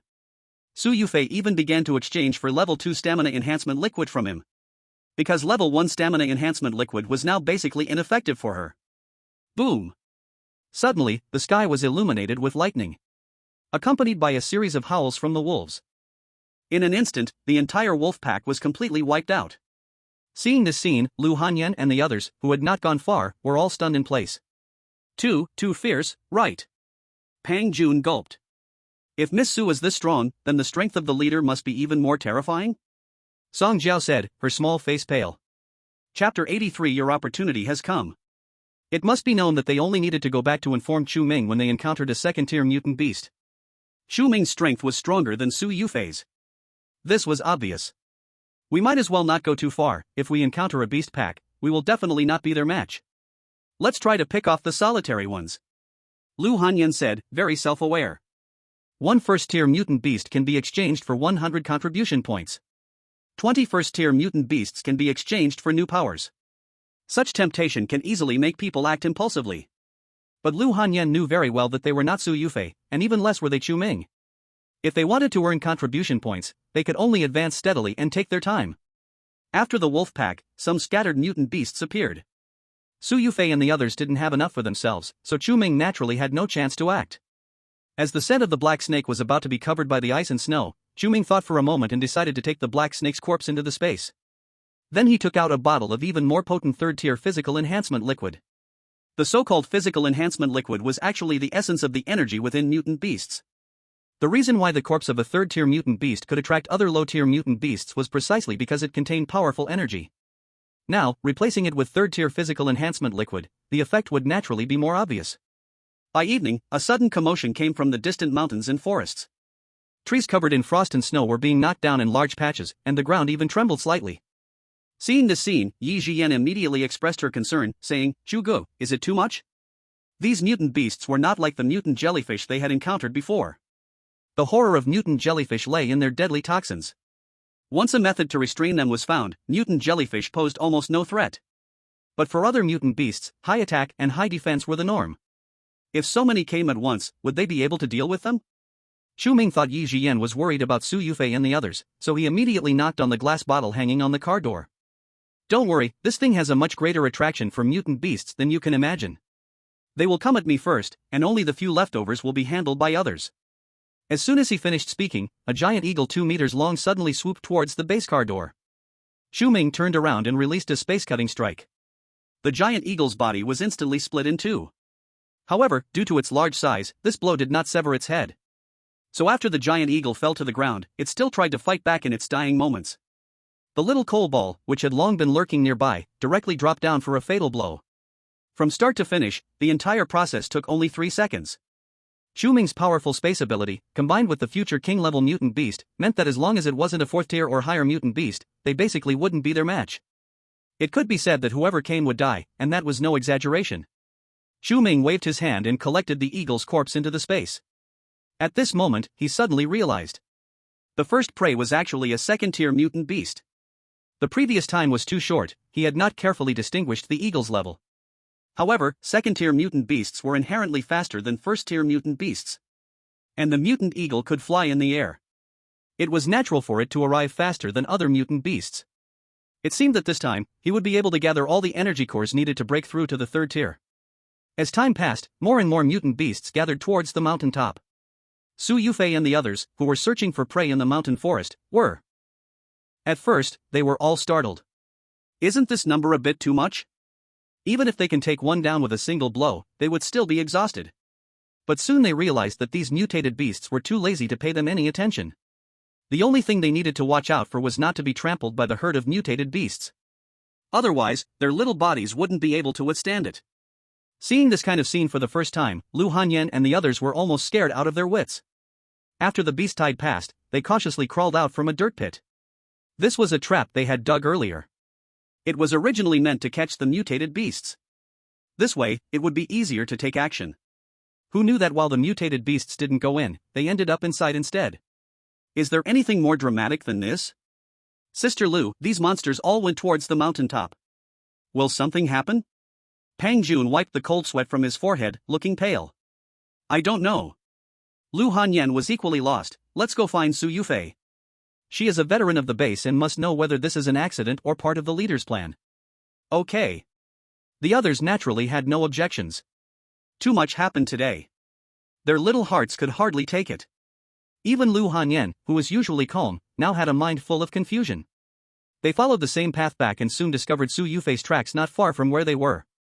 She was chasing after a big fat rabbit that looked like a small pig. This rabbit was several meters tall when it bounced up. It originally intended to go up the mountain, but Su Yufei forcefully stopped it. Moreover, Su Yufei didn't rush to take its life. It felt more like she was testing something. Until she saw Lu Hanyan and the others, she unleashed a lightning strike, sending the rabbit to meet the king of hell. Su Yufei skillfully extracted the energy core, placed the rabbit's body in the spot where they had stacked the wolf carcasses, and then turned to walk towards Lu Hanyan and the others. Did you encounter any trouble? Su Yufei asked. Sister, we just saw those mutated beasts. They all went up the mountain. Will the leader be in danger? Song Jiao asked anxiously. I just went up the mountain to take a look. There are indeed too many mutated beasts. I couldn't contact Brother Chu immediately. Su Yufei spoke with a tone of helplessness. What do we do? The leader won't really. Song Jiao covered her small mouth. You think too much. Su Yufei looked at Song Jiao speechlessly. Though I haven't seen Brother Chu, I found that he left a big bottle of stamina-enhancing liquid in the RV. These mutated beasts are rushing to the mountain top, most likely for the stamina-enhancing liquid. Look. Su Yufei pointed her chin towards the pile of mutated beast carcasses. That rabbit just now is the best example. I stood right in front of it, yet it ignored me completely. Even my attack barely drew a reaction, which shows how much attraction that bottle of stamina-enhancing liquid has for these guys. So, the leader actually did it on purpose? Song Jiao couldn't help but breathe a sigh of relief. If Chu Ming did this on purpose, it meant that everything was still under control. Otherwise, if so many mutated beasts suddenly appeared, Chu Ming would have definitely put away the stamina-enhancing liquid long ago. And your opportunity has come too. Su Yufei said with a smile. Sister Su, what do you mean by that? Song Jiao asked curiously. Didn't you hear what I just said? I attacked that rabbit, and it didn't react much at all. Su Yufei winked. I've already hinted at this level, whether you can take this opportunity to make a big profit depends on your own skills. Chapter 84 Celebration Feast. Su Yufei is the person with the most contributions in the base right now, so she definitely doesn't need to compete for the spoils with Lu Hanyan and the others. It can help newcomers quickly integrate and is also beneficial for the development of the base. So she kindly reminded them. Sure enough, upon hearing Su Yufei's words, Lu Hanyan and the others reacted. Sister Lu, if what Sister Su said is true, we can also go find the lone mutated beasts, Song Jiao said excitedly, looking at Lu Hanyan. After all, these mutated beasts are headed for the mountain top and won't actively attack them. So they don't have to set traps and wait for rabbits anymore. Waiting for rabbits may be safe. But frankly, it still depends on luck. By the time this hunt ends, the contribution points they can earn will definitely be very few. Thank you for your reminder, Miss Su. Lu Hanyan glanced at the mountaintop. But in this situation, if we encounter a second-tier mutated beast, do we still need to go back and inform the leader? Of course, whatever Brother Chu says, we will do, Su Yufei said with 100% trust in Chu Ming. Chu Ming can even kill third-tier mutated jellyfish. And those that just ran up are basically all first-tier mutated beasts. They hardly saw a few second-tier monster beasts. It would be strange if they posed a threat to Chu Ming. It wasn't until the next day that Chu Ming cleared all the mutated beasts. The entire mountaintop was filled with countless mutated beast corpses. He put away the third-tier physical enhancement liquid hanging on the car door, preparing to collect these mutated beast corpses first. So that when he steps out, he won't have a place to stand. This time, the group of mutated beasts was obviously much harder to deal with than the mutated jellyfish encountered in City H. So Chu Ming didn't even get out of the car, directly luring the mutated beasts to the area outside the base to kill them, maximizing his safety. Brother Chu, this time you handled all the mutated beasts alone. Sister and Su Ying and the others probably didn't even get a chance to make a move. Yi Jian looked at Chu Ming with admiration on her face. Originally, she thought Chu Ming was already strong enough. Unexpectedly, it was still her thinking that was too conservative. These mutated beasts had no ability to fight back in front of Chu Ming. It looked more like Chu Ming was bullying them. There's nothing we can do about it. After all, the situation is slightly different from last time. If we want to earn contribution points, it depends on whether they act fast enough, Chu Ming shrugged. Are we continuing then? Yi Jian asked. Let's rest for a day first. After 2 or 3 more waves, we should be able to wrap things up, Chu Ming said after a short contemplation. Actually, 2 hours ago, he had noticed that the number of mutated beasts was significantly decreasing. After all, the scent of the third-tier physical enhancement liquid can only spread to nearby areas. And the number of mutated beasts in these places is certainly limited. After passing the peak period at the front, the mutated beasts attracted afterward will naturally decrease. 2 or 3 more waves. For a long time ahead, they shouldn't have to worry about mutated beast attacks anymore. As night fell, Su Yufei and the others all returned to the front of the base vehicle. Chu Ming counted the spoils. This time they harvested a total of 387 first-tier mutated beasts, 23 second-tier mutated beasts, plus the previously caught mutated black snake and water buffalo, totaling 2 third-tier mutated beasts. Just the physical enhancement liquid extracted from these mutated beast corpses could fill dozens of barrels. Chu Ming generously rewarded each person a bottle. Everyone, you've worked hard, tonight we celebrate. Upon hearing this, Su Ying and the others couldn't help but display surprise on their faces. Because every time Chu Ming said they would celebrate, the food brought out was worth thousands of contribution points. Rare supplies they usually wouldn't dare to exchange for. During the celebration feast, they could indulge in it fully. This was worth much more than a bottle of physical enhancement liquid. Although they didn't see how many mutated beasts Chu Ming killed when they returned. But judging from the celebration banquet held from the first day, this time's harvest should surpass that from H City. It should be even better. As for Lu Hanyan and the others, their attention was focused on the physical enhancement liquid. At present, the first level physical enhancement liquid costs 100 contribution points. Most of them didn't even have 100 contribution points. Now that they got a bottle of physical enhancement liquid for free, they were naturally overjoyed. When they returned to the villa, Chu Ming took out several pounds of pork, several pounds of beef and lamb, various seafood, and vegetables for Yi Jian to use as she pleased. Additionally, he also took out 4 or 5 kinds of fruit and snacks collected from the supermarket, all piled on the dining table. Anything could be taken as long as it wasn't to go. Song Jiao and the others had never seen such a scene. They all stood there dumbfounded, feeling a bit at a loss. Oh my god, so much delicious food. Can we really eat whatever we want? Song Jiao's mouth was almost watering. Before today, I still had a slight doubt about the exchange list presented by the leader, but now I see I was too narrow-minded. Yao Hanyu reflected deeply. Isn't this too extravagant? I didn't even eat this much good food before the apocalypse. Yuan Li's eyes kept glancing towards the kitchen, at the shrimp as thick as his arm and crabs bigger than his face. Even before the apocalypse, these seafood would have been worth a lot. His monthly salary couldn't even cover a meal like this. Lu Hanyan had the most complicated feelings. From extreme resistance to grudging acceptance, now to feeling convinced. It had only been a few days. She admitted that if she had created the base today, she probably wouldn't even match 1% of Chu Ming's work. Fortunately, she recognized the reality in time. Though her lifelong belief was to be a head of a chicken rather than a tail of a phoenix. But now it was time to change her mindset. Lu Hanyan, after this hunting ends, you, Song Jiao, Pang Jun, and Yao Hanyu will form a team, specifically responsible for the development and manufacturing of various weapons and armor. If you need more hands, feel free to come find me. I'll find a way to help you arrange it. At that moment, Chu Ming suddenly stepped forward and said. In the past 2 days of hunting mutated beasts, aside from the vast amounts of physical enhancement liquid collected, the quantity of various materials was enormous. Among them, quite a few materials were on par with lizard skins. If turned into armor, they could equip a team of hundreds. So, the weapon manufacturing factory needed to be set up as soon as possible. This team would be primarily made up of Lu Hanyan and the others. Then they could find some helpers in the small town. They should be able to operate normally. Yes, leader. Lu Hanyan's spirit lifted, and she quickly replied. Not long ago, Chu Ming had said he would let her lead a team. She didn't expect to be arranged so soon. And with this sudden influx of work, it meant they could earn more contribution points. They also needed to catch up with the main group's progress quickly. Chapter 85, Breakthrough in New Skills. In the following days, Chu Ming continued to attract 2 waves of mutated beast groups with the 3rd-level physical enhancement liquid. But the numbers were far from the first wave. The 2 waves of beasts added up to just over 100 first-level mutated beasts and 7 or 8 second-level mutated beasts. As for the 3rd-level mutated beasts, there shouldn't be a 3rd one around here. In this way, he had close to 700 first-level energy cores in hand, combined with the leftovers from the first time. There were 32 second-level energy cores. And there were still 3 third-level energy cores left. These energy cores could not only help him break through to the 3rd level. Even Yi Jian and Su Yufei had enough materials to break through to the 2nd level. But after this hunting, there probably wouldn't be many mutated beasts left near the botanical garden. In the future, if they wanted to hunt mutated beasts, they would have to go further away. That was indeed a troublesome matter. Right now, the existence of mutated beasts. More and more people have come to know this. Other bases are worried about how to defend against these terrifying monsters.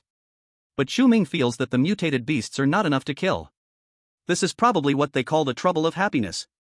Putting away the base vehicle, Chu Ming took his people home. At the same time, he instructed Chen Xinyan and her brother to notify the town to restart work tomorrow.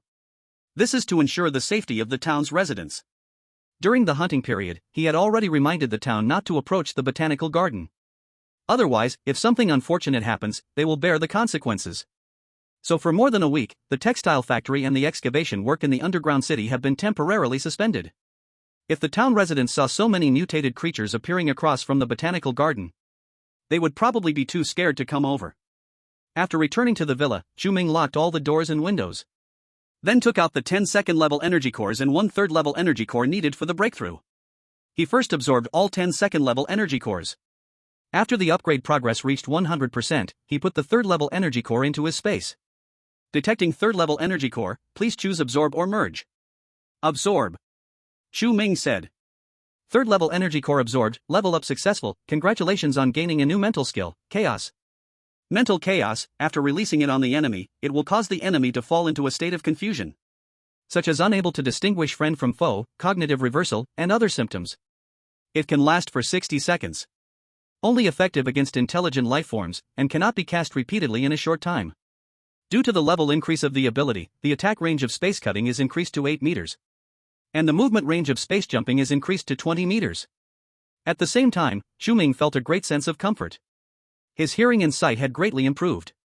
Moreover, the response time of his mind also exceeded the previous level.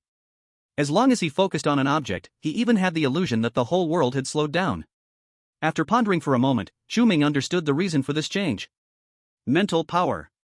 Originally, space-type abilities were closely related to the mind. Not to mention that he had also awakened a mental-type ability later. The enhancement of mental power was just the icing on the cake.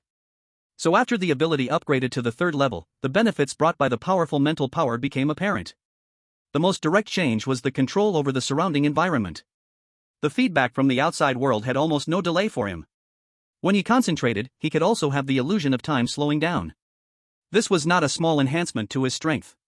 Space-type skills, whether it was space cutting or space jumping, were undeniably powerful. But his own reaction ability also needed to keep up, if he wanted to maintain an absolute advantage when facing powerful mutated beasts in the future. Otherwise, even if the weapon was powerful, if the user was a child, it would be nearly impossible to defeat an adult.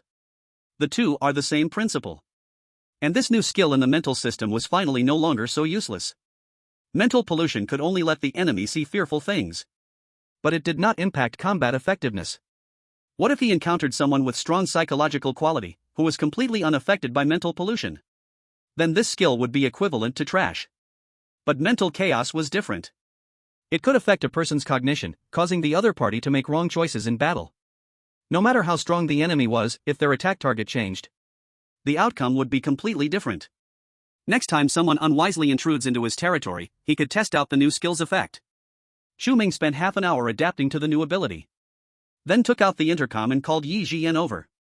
I remember your ability had stagnated half a month ago. Chu Ming asked Yi Jian.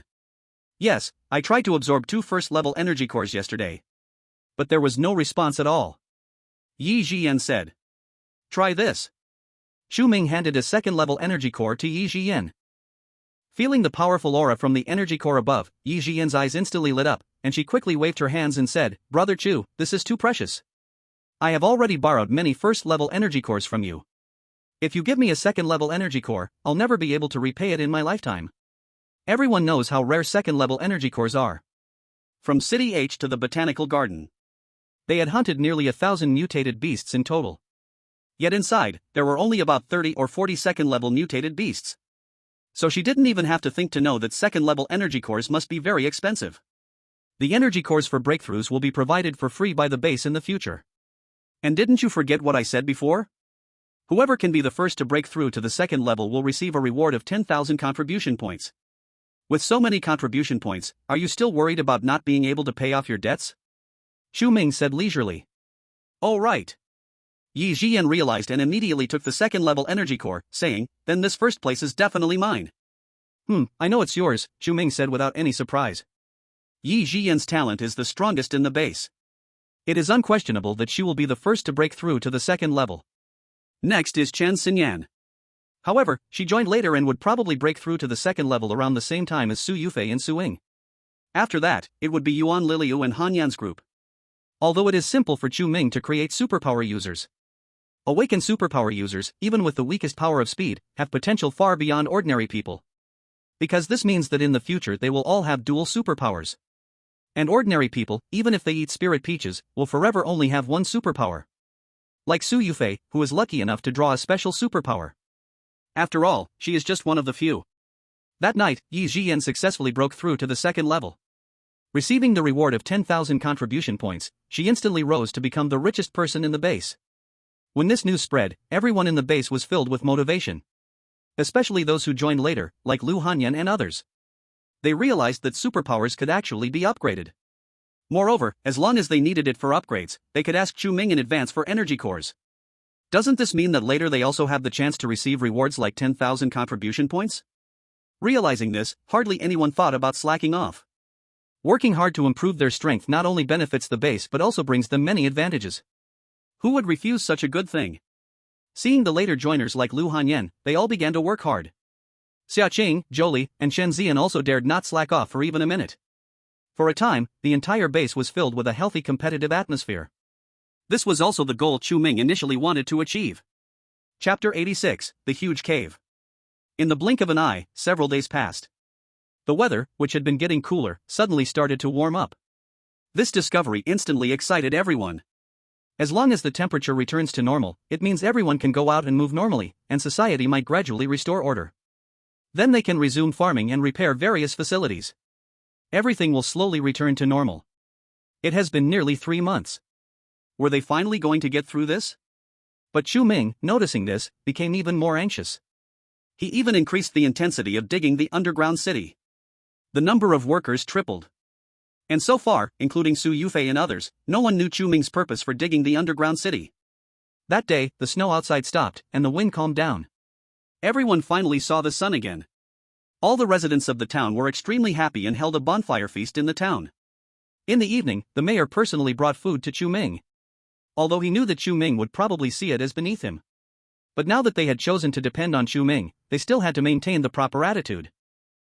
Chu Ming did not refuse, letting Chen Xinyan and her brother put away the things. By the way, Mr. Chu, in the past few days, some young people from D City have fled back to the town. They say that not long ago, D City was attacked by many monsters, similar to the ones we saw before. No wonder Future City has lost so many people and hasn't bothered us.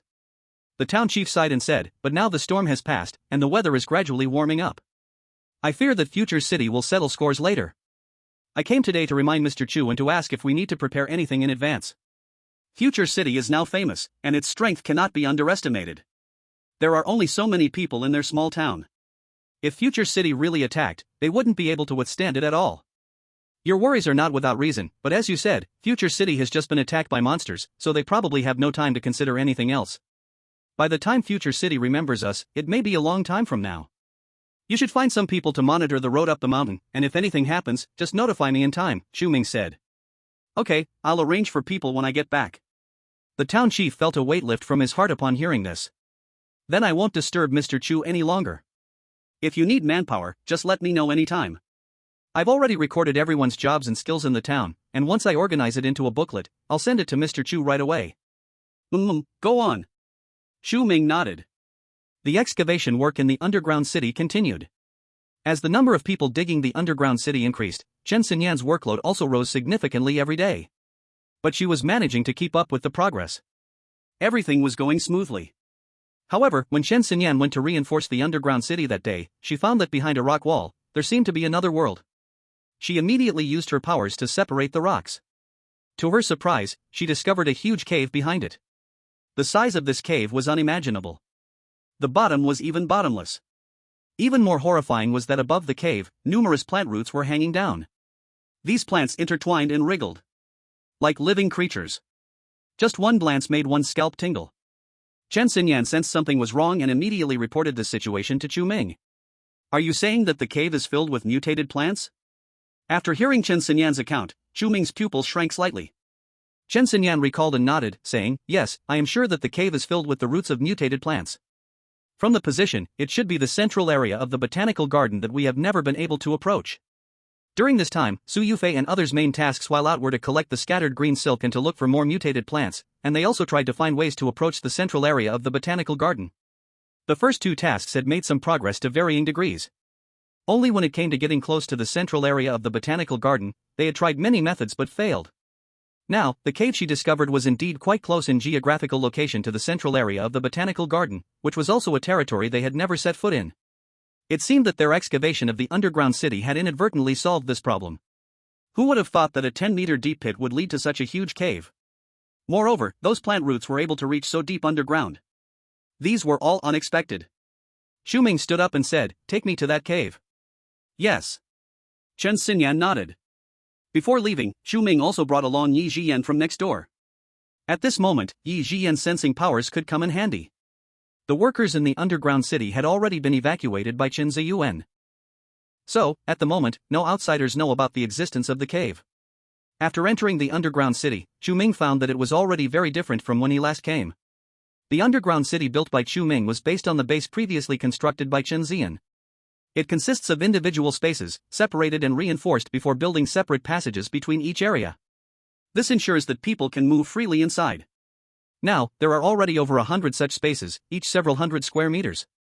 They can barely accommodate around 10,000 people. However, if they want to fit the entire town inside and still have normal activity space, this is definitely far from enough. But there is still 1 or 2 months before the extreme heat arrives. If they hurry a bit, they should just barely be able to make it. Chen Xinyan led Chu Ming and Yi Jian through the winding underground city for more than 10 minutes, then stopped in a cave that was obviously still under construction. Behind this wall is the cave I mentioned. Because I was worried about any accidents, I specially reinforced this earthen wall. Chen Xinyan said as she stood in front of an earthen wall. Do you feel anything? Chu Ming looked at Yi Jian and asked. There are chaotic energy fluctuations, and there is also an extremely strong energy fluctuation that should be coming from the ground. Yi Jian said after carefully sensing for a moment. Let's open this wall. Upon receiving Yi Jian's affirmative answer, Chu Ming withdrew his gaze and said. Okay. Chen Xinyan took 2 steps back and extended her hand to release her abilities.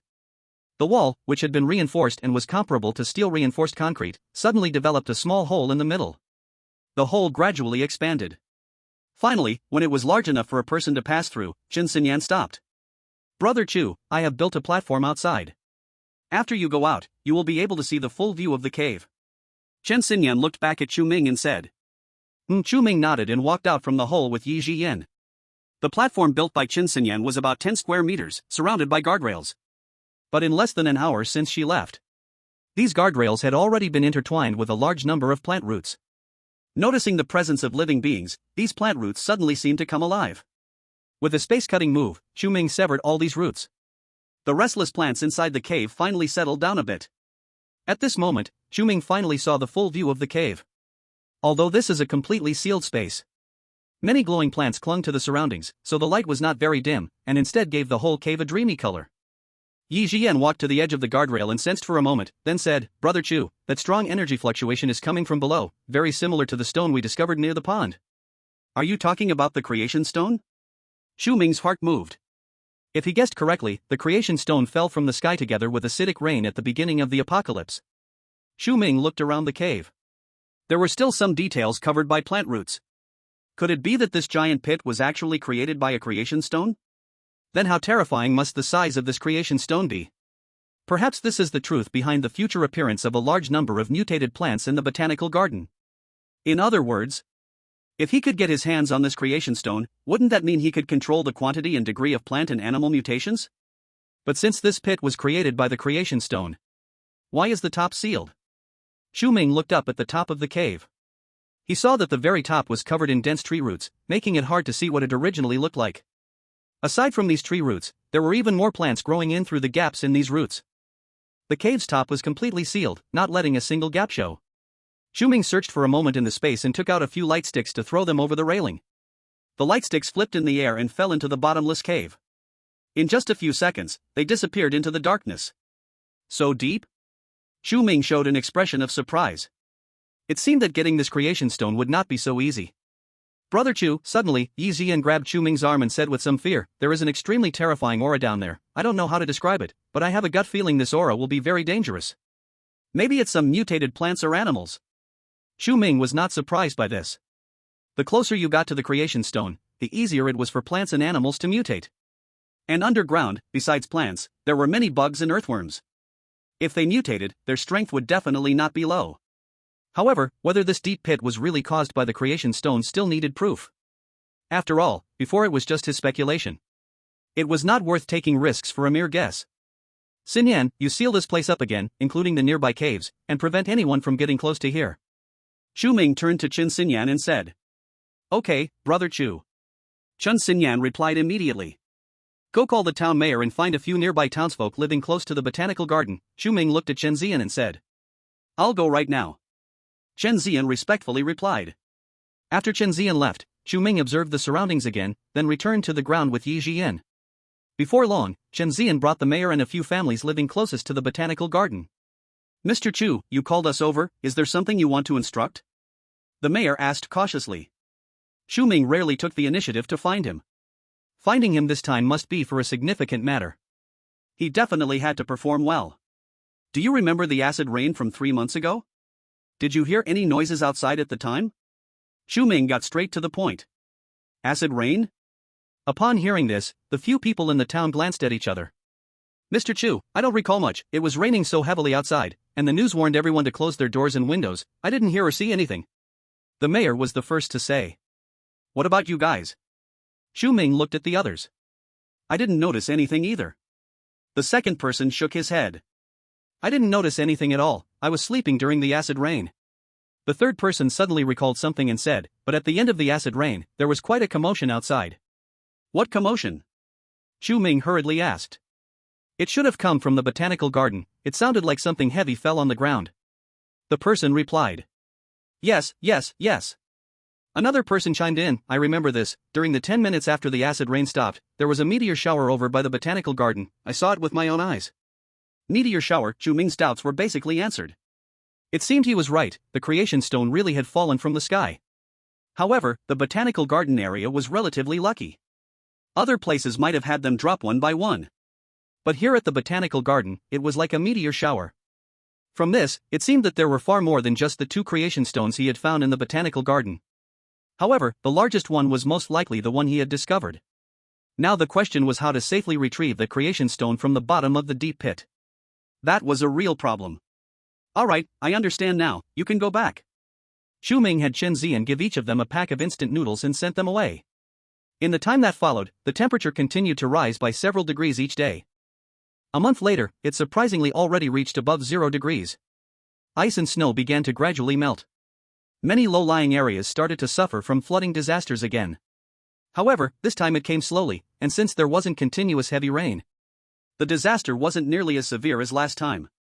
And since Chu Ming's base was built on a mountain, naturally he didn't have to worry about these problems. Even the underground city remained dry, thanks to past reinforcements. "Chu brother, I see many people are spreading the word that the temperature may return to above 10 degrees this month, then we can farm normally again," Su Yufei said as she walked to Chu Ming's side. "Maybe." Chu Ming did not give a clear reply. It was certain that the temperature would rise to 10 degrees. But whether normal farming could be restored and if social order could recover normally remained uncertain. The outcome would surely disappoint everyone. Extreme heat, which was more terrifying than extreme cold, would not only destroy more resources and accelerate food spoilage but also make water resources particularly scarce and precious. Right now, many supplies were buried within layers of ice. If lucky, they could still dig out quite a bit of usable food. But when the temperature rose, things wouldn't be so good. Hot weather makes it even less suitable to go out searching for supplies. By then, the number of people dying in extreme heat could very well be several times that of the past few months combined. Fortunately, Chu Ming had made early preparations. When excavating the underground city, he also had workers dig wells underground. He dug several large water storage tanks and transported a large amount of melted snow water into them for storage. Even if they couldn't be used for food later, they could still serve as good drinking water. Just then, there was a sudden commotion from the town. Chu Ming went downstairs to check, just as Chen Xinyan and her brother walked in from outside. "Chu brother, many people have come from the town, and I don't think the situation looks good," Chen Xinyan said, frowning. "What happened? Did Future City send someone to cause trouble again?" Chu Ming asked. "Not quite, these are all refugees, around 700 to 800 people, and the number keeps increasing. If it goes on like this, the number of refugees could reach thousands," Chen Xinyan replied. "Yeah. These refugees are uncontrolled, they rush to grab food whenever they see it. There have already been many violent incidents in the town." Chen Ziyang chimed in. If it were just tens or hundreds of people, it wouldn't be difficult to control the situation. But now, the number was approaching 1,000. These folks were starving, their eyes turning green with hunger. They had killed over a dozen people without being able to stop the violence. "So many refugees, with such defined goals, it seems likely someone has incited them," Chu Ming said, turning. The mob storming into the small town held stones or weapons in their hands. They smashed doors and chopped at people. It was a completely mad scene. Though there were many residents in the town, no one wanted to lose their lives in such circumstances. Everything happened too suddenly, they were unprepared at all. So everyone could only hide in their rooms, hoping to reduce further casualties. At that moment, a group of mobsters discovered Chu Ming's presence and rushed toward them with weapons in hand. Seeing that Chu Ming and his friends were dressed so brightly, their eyes lit up. "Kid, hand over all the food in your house, otherwise, we won't be polite," a burly man said, holding an iron rod and bearing a fierce expression. "Are these people all brought by you?" Chu Ming glanced at the mob behind the man, which numbered about 20, clearly obeying his command. Looking at his side, there were less than 10 people. Many were empty-handed. Anyone would see they were easy to bully. So, of course, the mob didn't think much of Chu Ming. "That's right, they are all my men. If you don't want to die, quickly hand over the food." The man shifted his gaze to the women behind Chu Ming, suddenly grinning wickedly, "Or we can use the woman behind you as payment, I can leave you some rations." "Ha, the boss is right, I haven't seen such clean women in a long time. Not just clean, but also beautiful. The 2 old women we just had were nothing compared to these young girls. If I could have fun with such beautiful women, I'd be willing to skip a few meals." Listening to the filthy words of this group, the few girls behind Chu Ming were furious. Especially Lu Hanyan.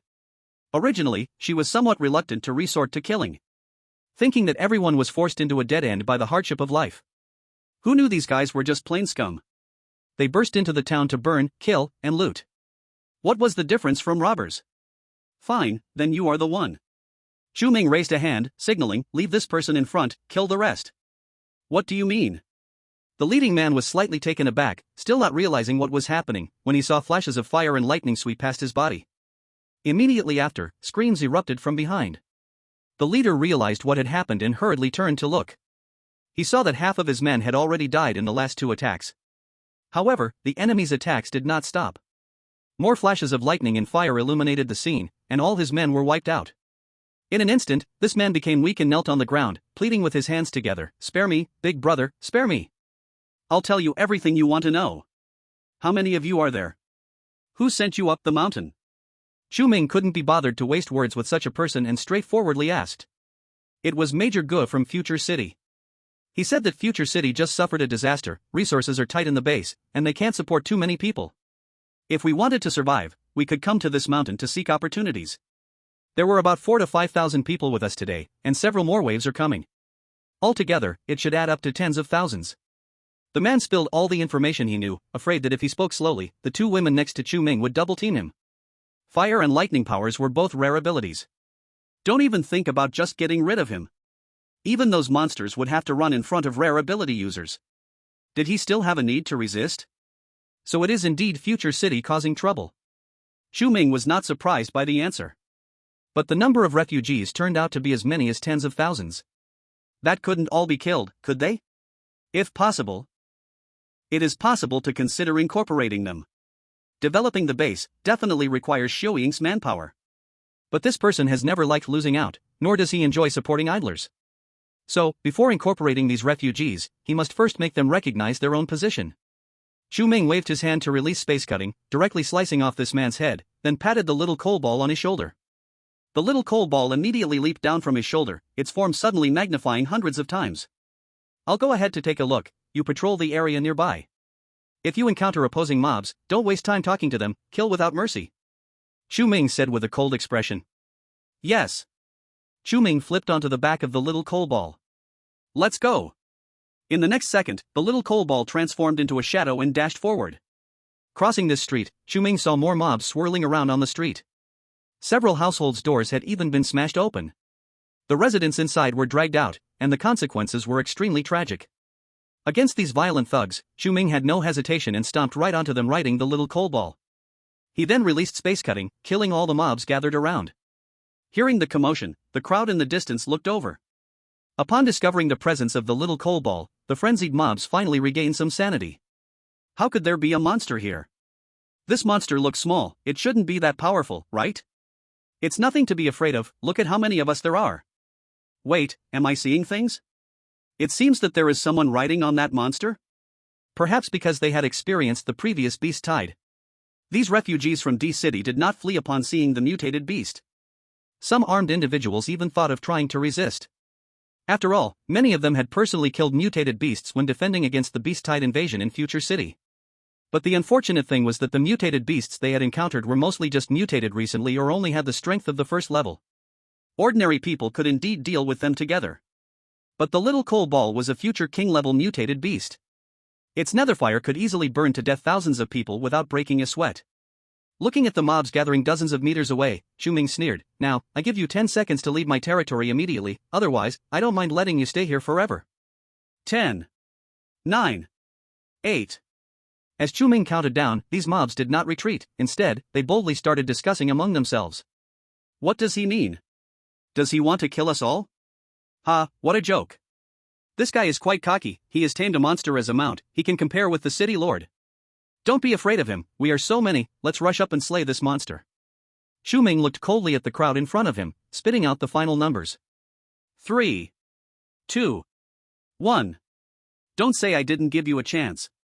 As Chu Ming's voice fell, the little coal ball suddenly raised its head and violently spat out a ball of black netherfire towards the front. The flames exploded, instantly incinerating dozens of people. The ones who had been boasting just moments ago suddenly realized the fear. They scrambled to escape. But Chu Ming rode the little coal ball forward, releasing space cutting with both hands simultaneously. With rapid movement, each space cutting could take out quite a number of people. Thus, Chu Ming pushed down the street along the way. Before long, the whole street was stained red with blood. Many of the mobs who had just burst in, ready to show off their skills, were puzzled to see everyone fleeing. Why are all of you coming back? Monster! There's a monster inside. This is insane. Is this man a demon? They are all dead, all dead. Chapter 90, Building Walls. Although Chu Ming was just one person, he had killed all the mobs in the entire street in less than half a minute. The remaining people all rushed to escape. People crowded together, stepping on one another. No one wanted to be the last. Because anyone who ran slow would inevitably meet a terrible fate. Without exception, they would end up dead without a complete corpse. Their opponents were like merciless killing machines, not giving them any chance to plead or beg. 10 seconds was just 10 seconds. 10 seconds ago, they were indifferent. 10 seconds later, they faced hell. If they were given another chance, they would rather pick up garbage in City D than come here to die. Chu Ming drove the mob to the entrance of the town, finally allowing the little coal ball to stop.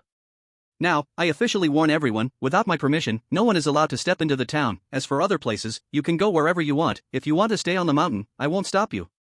Besides, if you encounter anyone trying to force their way into the town, you can kill them and come to me to get food. This guarantee is always in effect. Hearing this, many people who were halfway through fleeing couldn't help but stop. Is there really such a good thing? In the next few days, there should be quite a few people coming up, right?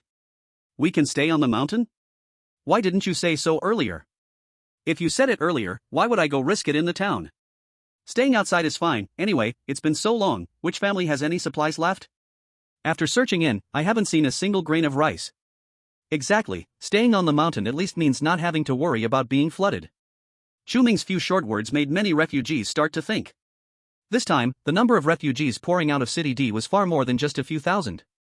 With refugees constantly streaming up the mountain, someone would definitely have their eyes on the town. At that time, they could act. Wouldn't they be able to use these people to exchange for food? The refugees who had just viewed Chu Ming as a terrifying flood, upon hearing about the food reward, instantly tossed their fear aside. In the face of food, what does it matter to kill a few people? But many refugees were also skeptical of Chu Ming's words. Future City had pushed out a large number of refugees due to material shortages. Can this tiny base really afford to be so generous and hand out food as rewards? Chu Ming did not pay attention to these people's thoughts. He took out a bag from the space and handed it to Chen Xinyan, saying, "You've worked hard these days, build a wall around the town, 2 or 3 meters high is enough, there are 10 energy cores in here, if it's not enough, come find me again." Originally, his plan was to wait until the extreme heat passed before building a wall near the town. The wall should be at least 20 meters high to serve as proper defense. But now, with a large number of refugees pouring up the mountain, there would definitely be no time to build a high wall. However, building a 2 or 3 meter high wall was still feasible. It would only use up some energy cores. Okay, Brother Chu. Chen Xinyan took the energy cores and then hesitated, saying, "But to enclose the whole town, 2 days might not be enough. No need to make it so complicated, just build the wall at some steep cliff edges where these guys cannot climb without professional tools." Chu Ming said. Right. Chen Xinyan's eyes lit up. You go call the town mayor over. Chu Ming then looked at Chen Zian and said. Chen Zian nodded, turning and heading towards the mayor's house. Before long, the mayor was brought to Chu Ming. On the way here, the bloody scene on the ground made the mayor's feet tremble. But looking at the many refugees gathered outside the town, he had to muster his spirit. "Mr. Chu, what should we do?" It looks like there are quite a few more refugees coming up from the mountain. We can't just kill them all, can we? The mayor wiped the cold sweat off his chin and said. He knew that Chu Ming could actually do such a thing. But there were too many refugees. Too many deaths would mean all the bodies piling up right here. Once the temperature rises, it is very likely to trigger epidemics. Moreover, human stamina and energy are limited. Chu Ming has so few people under him, can they really handle thousands of refugees? I called you here to discuss this matter. I have already inquired, the number of refugees pouring out of City D is far more than these. Adding up several waves, there should be tens of thousands. If they all come to us, we will be in big trouble, so we must prepare in advance, Chu Ming said to the mayor. Tens of thousands? The mayor's expression changed, and he hurriedly asked, Mr. Chu, what should we do? If all the refugees come to our town, we won't have a peaceful life anymore. Today, just the first wave of refugees arriving in the town has already caused chaos. If tens of thousands come, what will happen? They might as well just give the town away. I have temporarily suppressed today's refugees. In the next 2 days, I will get people to quickly build up the walls. But to fend off the incoming refugees, the town also needs to have its own defensive measures, otherwise, my few people won't be able to hold up for long, Chu Ming explained. Though Chu Ming didn't say it too clearly, the mayor understood completely. Mr. Chu, rest assured, I will go back now and gather all the young and strong men in the town. Today's events were so sudden, if we had been prepared in advance, it wouldn't have turned into this. Chu Ming nodded. If there are those hiding behind, slacking off or disobeying management, you can report them directly to me. I will send people to deal with it. Alright, I'll make arrangements right away.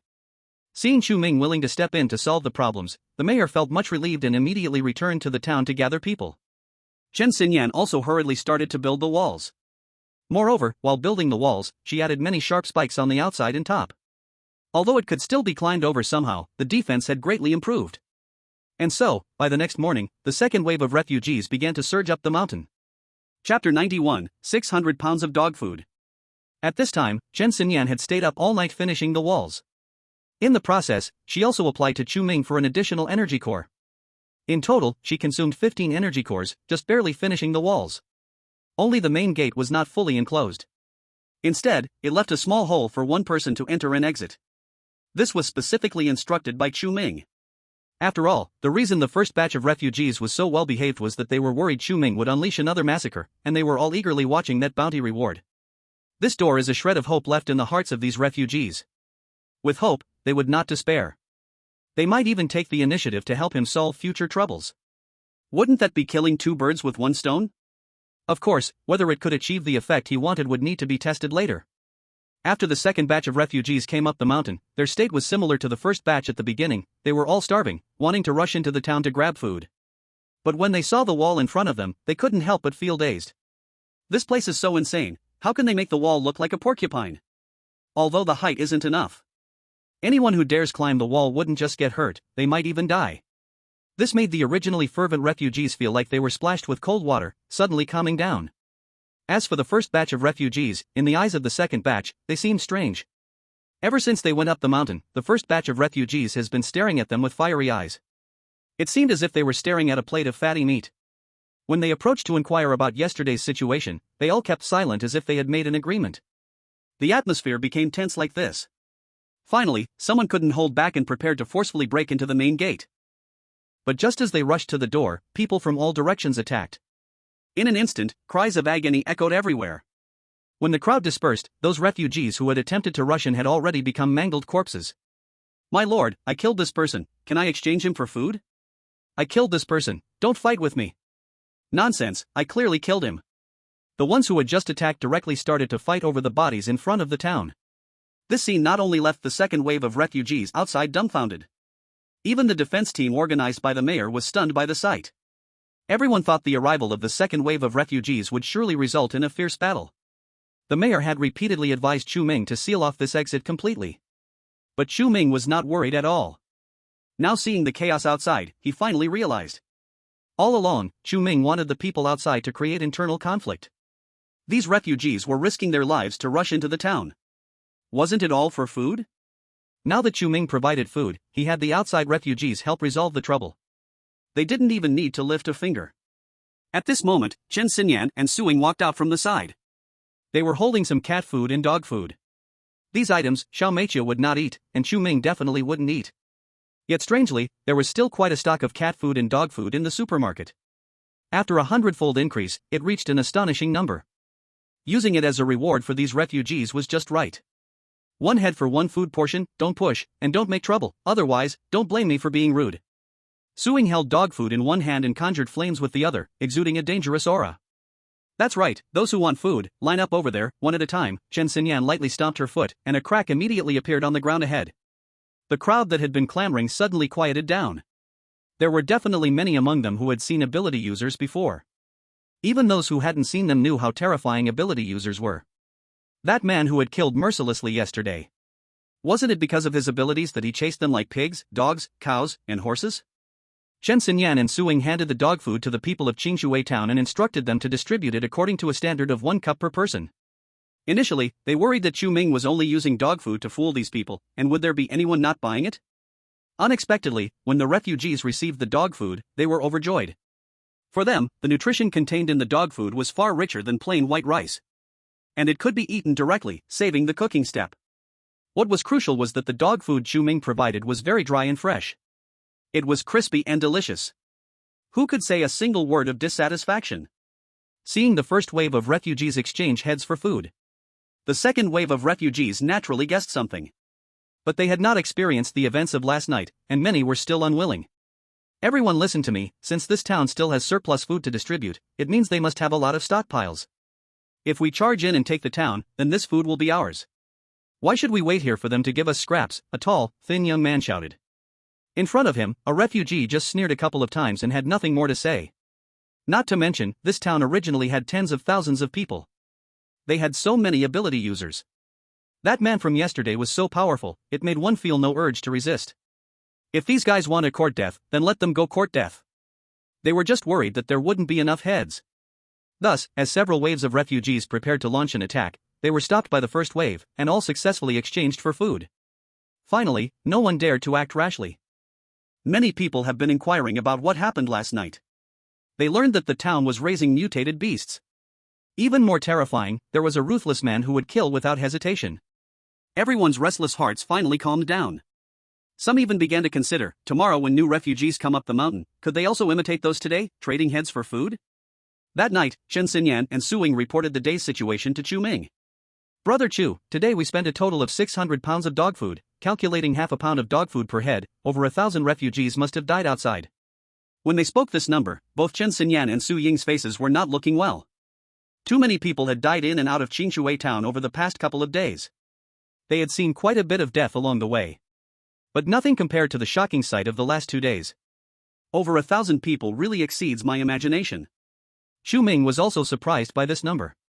But no matter how chaotic it was outside Qingshui town, there had been no casualties inside the town. That was the biggest gain. Just 600 pounds of dog food could solve such a big trouble. It truly was a pleasant surprise. However, these bloodthirsty guys outside were still a hidden danger. They had to be utilized properly. Chapter 92, The Variables at the Bottom of the Cave. In the following days, a steady stream of refugees surged up the mountain. It turned out just as the person on the first day had said, the number reached an astonishing 20 to 30,000. According to Chu Ming's plan, it was initially somewhat manageable. But as the numbers grew, several riots ensued. However, Chen Xinyan had not been idle during these days. Chu Ming had given her dozens of energy cores to continue raising the walls. Now the outer wall of Qingshui town had risen to 8 meters high. And after reinforcement, it was nearly impossible to break through with ordinary human strength. Unless there were quite a few abilities mixed among the refugees.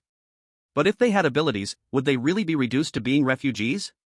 So this low probability event was not within Chu Ming's consideration. As for the bounty on heads, Chu Ming halted that once the walls were completely built and fortified. Without the temptation of food, and unable to break into town, many refugees had no choice but to head back down the mountain. But as the temperature rose, floods and disasters spread below the mountain. Aside from gathering some scattered supplies in town, they still had to stay on the mountain to be safe. Brother Chu, today's temperature has already risen to 16 degrees, it seems the end of days is finally passing. Yi Jian entered Chu Ming's room holding a thermometer, with joy difficult to hide on her face.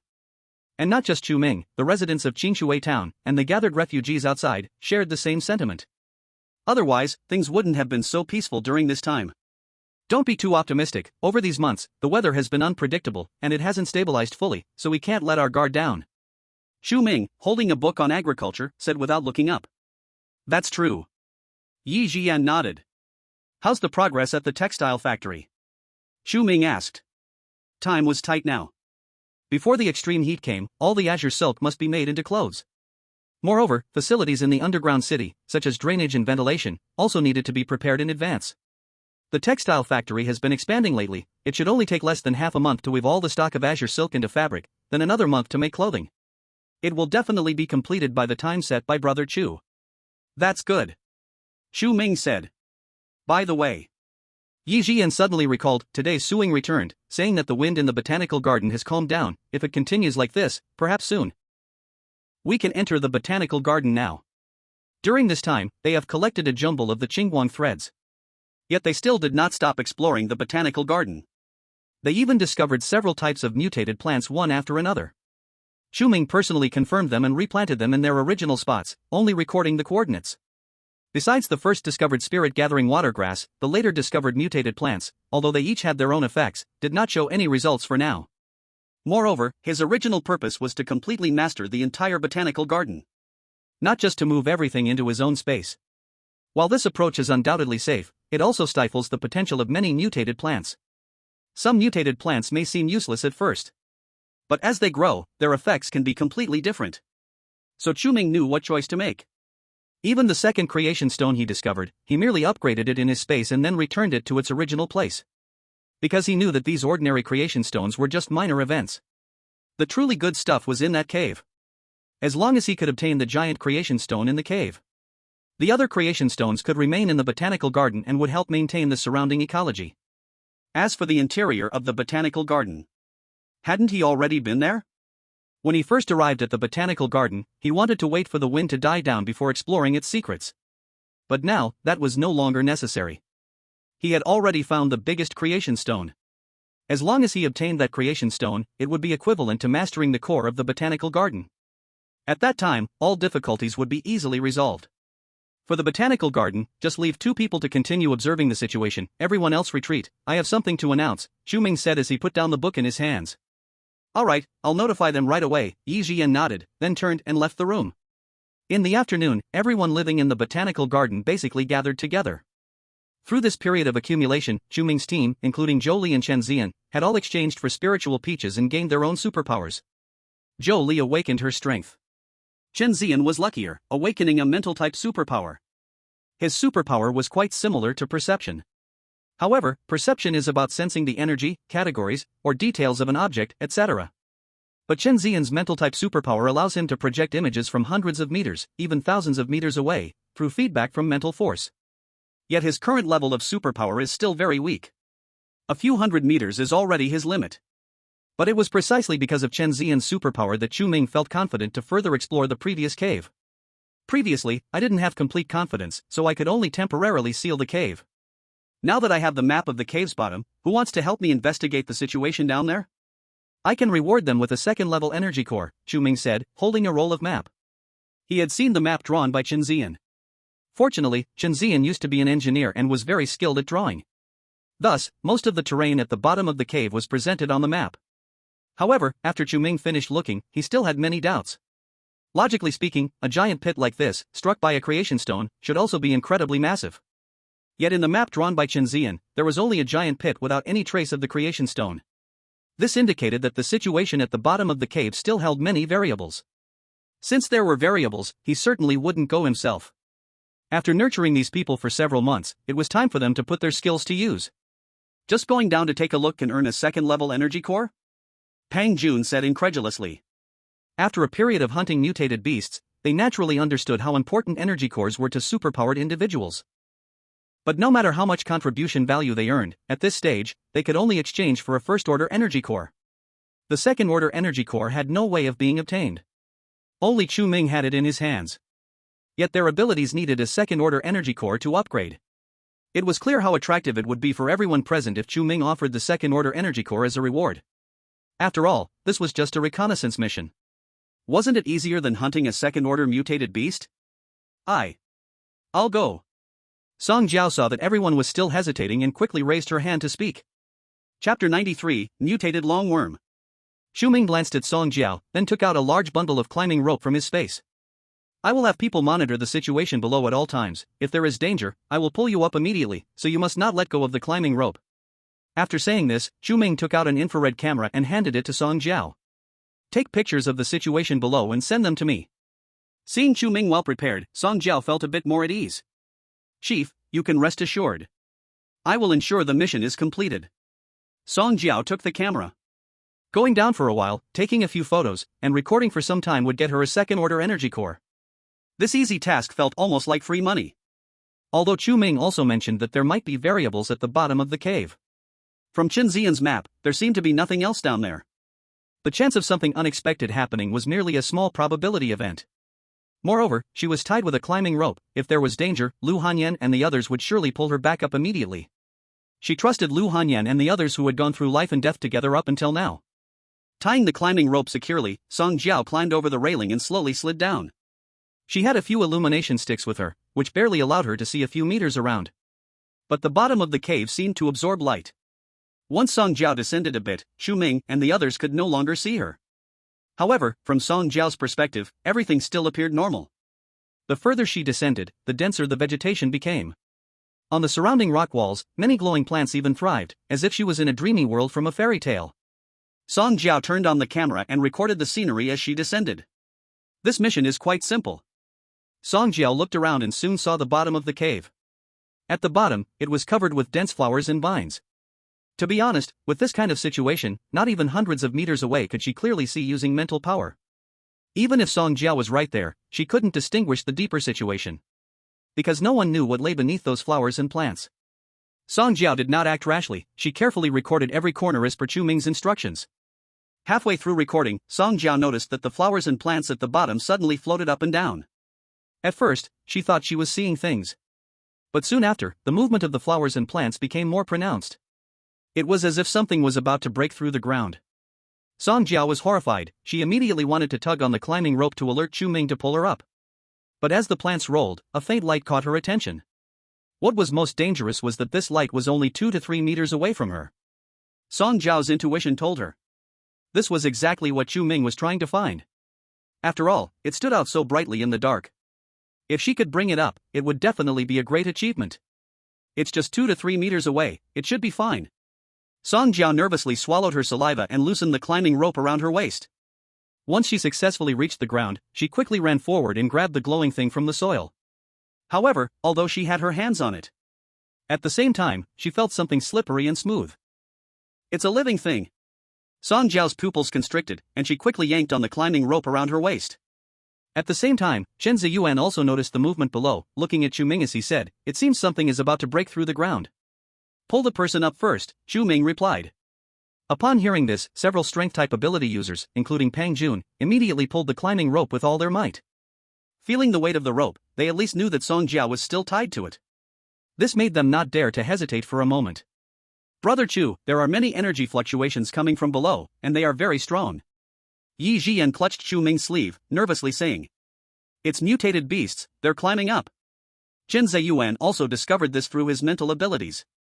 "Can you sense what level they are?" Chu Ming asked. "Second stage, third stage, and there are even stronger ones below, but they haven't moved for now," Yi Jian said while sensing. Hearing this, Pang Jun and the others immediately increased their speed. In less than half a minute, they pulled the climbing rope up. Looking at Song Jiao hanging from the climbing rope, they first breathed a sigh of relief, but then were shocked. Song Jiao was completely unconscious, her life unknown. Her upper body was intact, but both legs had disappeared without a trace. Song Jiao.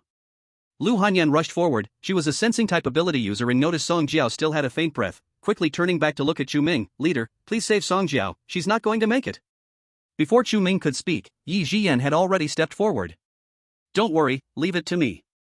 Yi Jian placed both hands on Song Jiao's legs, a soft green light radiating from her palms. In just a blink, Song Jiao's legs stopped bleeding. "I'll treat her wounds simply, the mutated beasts below are about to come up." Yi Jian stood up and looked at Chu Ming, saying, "Brother Chu, get ready to face the enemy." "Everyone, step back." Chu Ming walked forward leisurely. Standing at the edge of the railing, he could clearly see the monsters crawling out from the darkness. They were worm-like creatures. But each one was at least over 10 meters long. They had 2 rows of hooked legs underneath, allowing them to easily stab into the rock wall, enabling them to climb freely on the rugged terrain. Fortunately, most of these mutated beasts were at 2nd stage. Only a few surpassed the 3rd stage. Now that Chu Ming's abilities had reached the 3rd stage, he naturally wasn't afraid of these creatures. He patiently waited for them to climb up before making a move. Otherwise, if they fell off the cliff, it would be troublesome to collect the corpses. When the first longworm crawled out from the abyss, Chu Ming instantly moved to the side, using space slicing to easily cut the longworm in half. But it seemed they still retained the properties of worms. Even when cut, the upper and lower parts of the body could still move. There were even signs of regeneration. Chu Ming did not rush, instead he released space slicing again, giving the longworm 2 more cuts at the head and tail. Finally, he discovered its energy core in one of them. Finding the fatal point, Chu Ming delivered his final strike, finally sending the longworm to meet the king of hell. What a hassle. Chu Ming looked at the longworms crawling out of the cave one after another, feeling a headache for the first time. He naturally didn't put these mutated worms in his eyes. But the trouble was, this thing was extremely hard to kill. Just to kill one mutated worm, he had used space slicing 3 times to locate the energy core. The speed was simply too slow. It seemed he still had to let the home guardian beast take action. Chu Ming patted the little coal ball on his shoulder. Roast them all for me. After the little coal ball jumped down from his shoulder, Chu Ming quickly retreated into the cave behind the platform. The next second, black hellfire enveloped the entire platform. Chu Ming could even smell the aroma of grilled meat. Don't burn all the bodies, they are still useful to me. Chu Ming worried that the little coal ball was playing too energetically and immediately reminded it. Hearing Chu Ming's words, the little coal ball slightly restrained itself. Although it thought the taste of grilled meat was not bad. But ever since Chu Ming had given it the 3rd level physical enhancement liquid, it knew that was the real good stuff. And the physical enhancement liquid was extracted from the bodies of mutated beasts. It was very necessary to keep the integrity of the bodies. So the little coal ball's subsequent attacks focused on specific parts, instead of burning everything at once.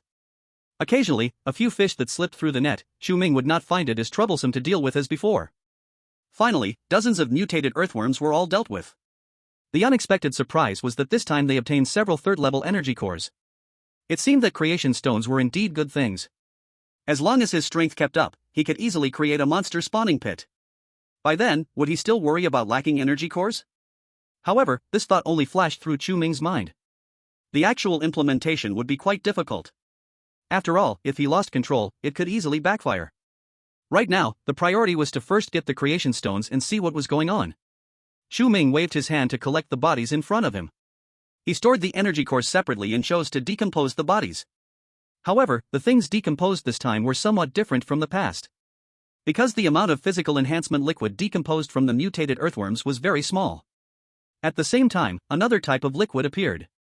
Regeneration liquid, an excellent healing elixir that can heal severed limbs and body defects, particularly effective for mutated beasts. Chu Ming's heart skipped a beat. He never expected to extract a healing elixir from a mutated earthworm? And its effect sounded comparable to Yi Ziyan's healing ability. But Yi Ziyan's ability was currently limited by energy and level. To heal severed limbs or small animals was one thing. But for a person, it was still very difficult. For example, the injuries that Song Jiao sustained this time. It might require multiple treatments to completely restore her legs. If this elixir truly worked so well, then Yi Ziyan would not be his only life-saving method. Thinking of this, Chu Ming took out a bottle of regeneration liquid and went to the cave behind. Give this to Song Jiao to drink. Chu Ming handed the regeneration liquid to Lu Hanyan. Lu Hanyan, being a sensing ability user, could certainly feel the immense energy contained in this liquid. Although she did not know where Chu Ming obtained such strange things. But judging from Chu Ming's tone, this liquid must be beneficial for Song Jiao's injuries. Thinking this, Lu Hanyan quickly thanked him and took the elixir. After feeding the unconscious Song Jiao, at first, she showed no reaction.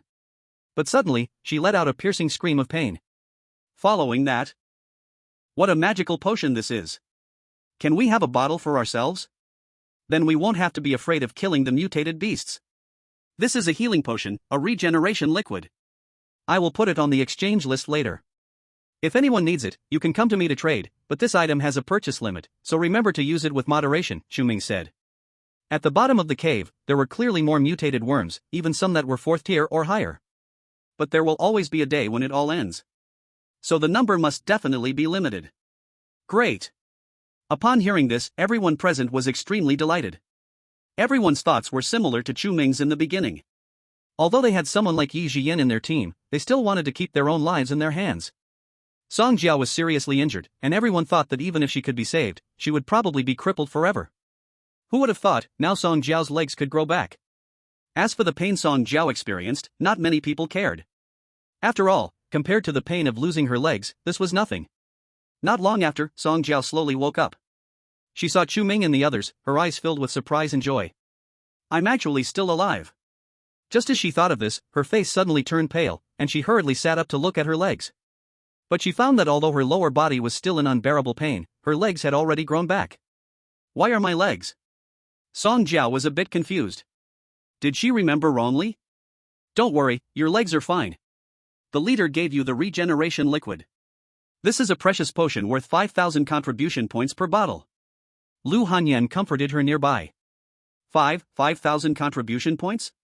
Song Jiao's eyes widened, then she looked at Chu Ming and said, Leader, I can't afford such an expensive potion. You must know, she couldn't even come up with 1,000 contribution points. Let alone 5,000. Right now, she was still trying to pay off the debts from before. You don't need to pay it back. Today counts as a work-related injury, it will be fully reimbursed, Chu Ming smiled and said. Yay! Song Jiao ignored the pain in her legs and raised her hand in cheer. At that moment, she realized she had something in her hand. By the way, Song Jiao quickly handed what was in her hand to Chu Ming. Leader, I also found this. Chapter 95, Suppression and Control. Chu Ming's gaze fell on the object in Song Jiao's hand. He saw that she was clutching a yellow crystal in her palm. In the dim light of the cave, it emitted a gentle and smooth glow. Chu Ming immediately recognized that this crystal was no ordinary object. He turned to Yi Jian and Lu Hanyan. Did you notice anything? No. Yi Jian shook her head. I hadn't even realized Song Jiao had something in her hand all this time. I can't sense the aura of this crystal either, but it just feels like its structure is very unique, something I've never seen before, Lu Hanyan said. Did you bring this up from the bottom of the cave? Chu Ming asked Song Jiao. Yes, Song Jiao adjusted her sitting position. I was originally done recording and was about to come up, but then I suddenly noticed something glowing in the soil, so I took it upon myself to go down to get it, which startled those monsters. It was all my fault. Song Jiao did not hide anything and admitted her mistake. Those monsters were so powerful. She didn't know if they caused any trouble. Chu Ming put the crystal into his space. The next second, an upgrade prompt appeared.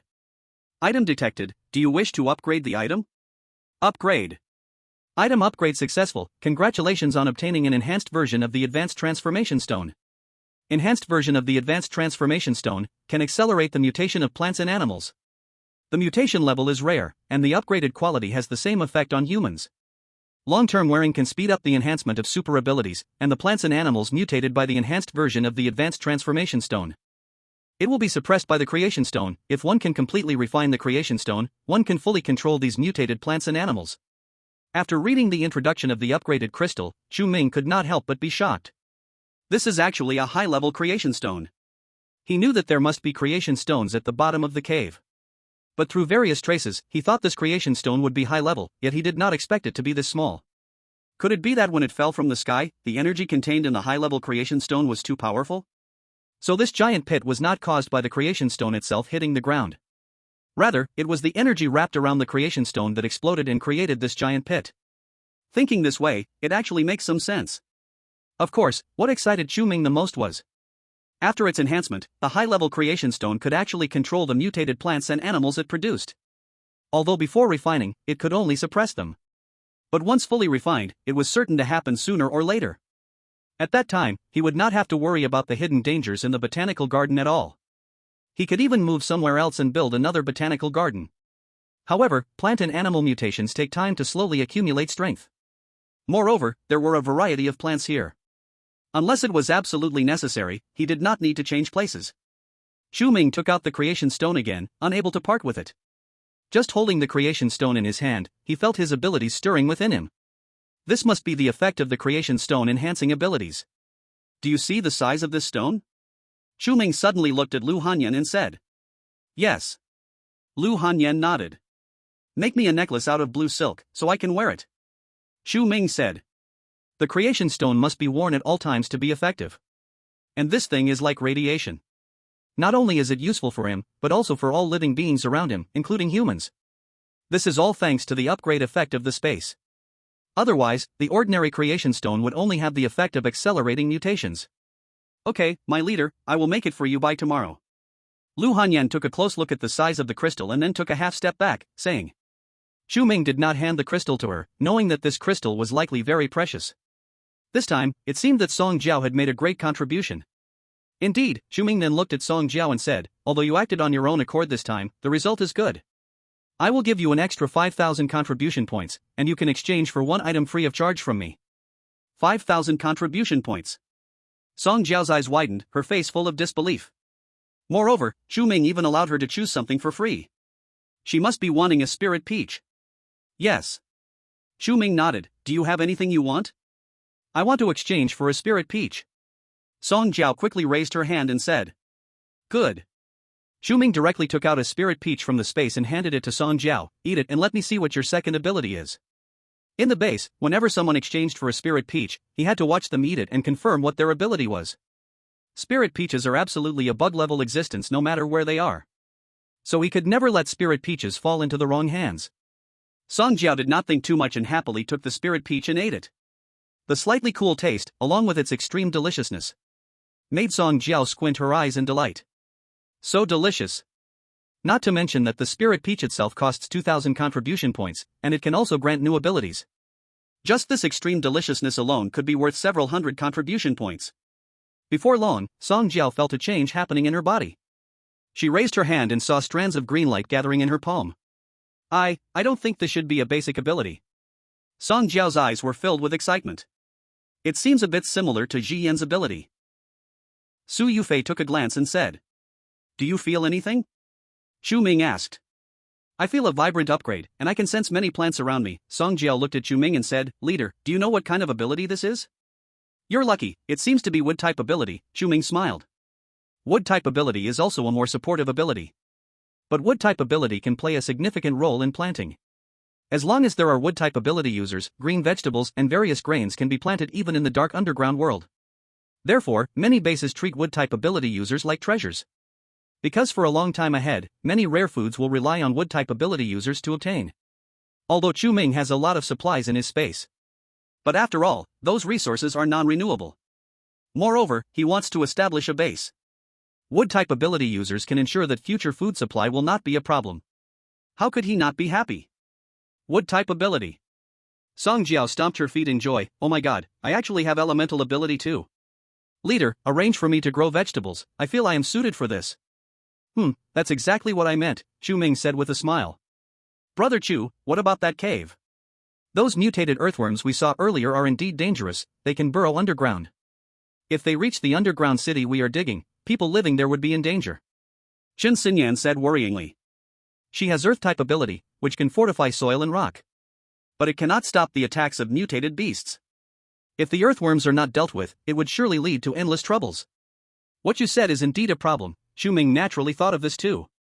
At first, he thought to let the earthworms, these underground creatures, continue to mutate in the cave.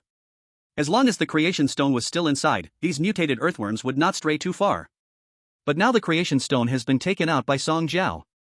Those mutated earthworms in the cave would most likely not stay put. Fortunately, after the space upgraded, the advanced creation stone can control these mutated plants and animals.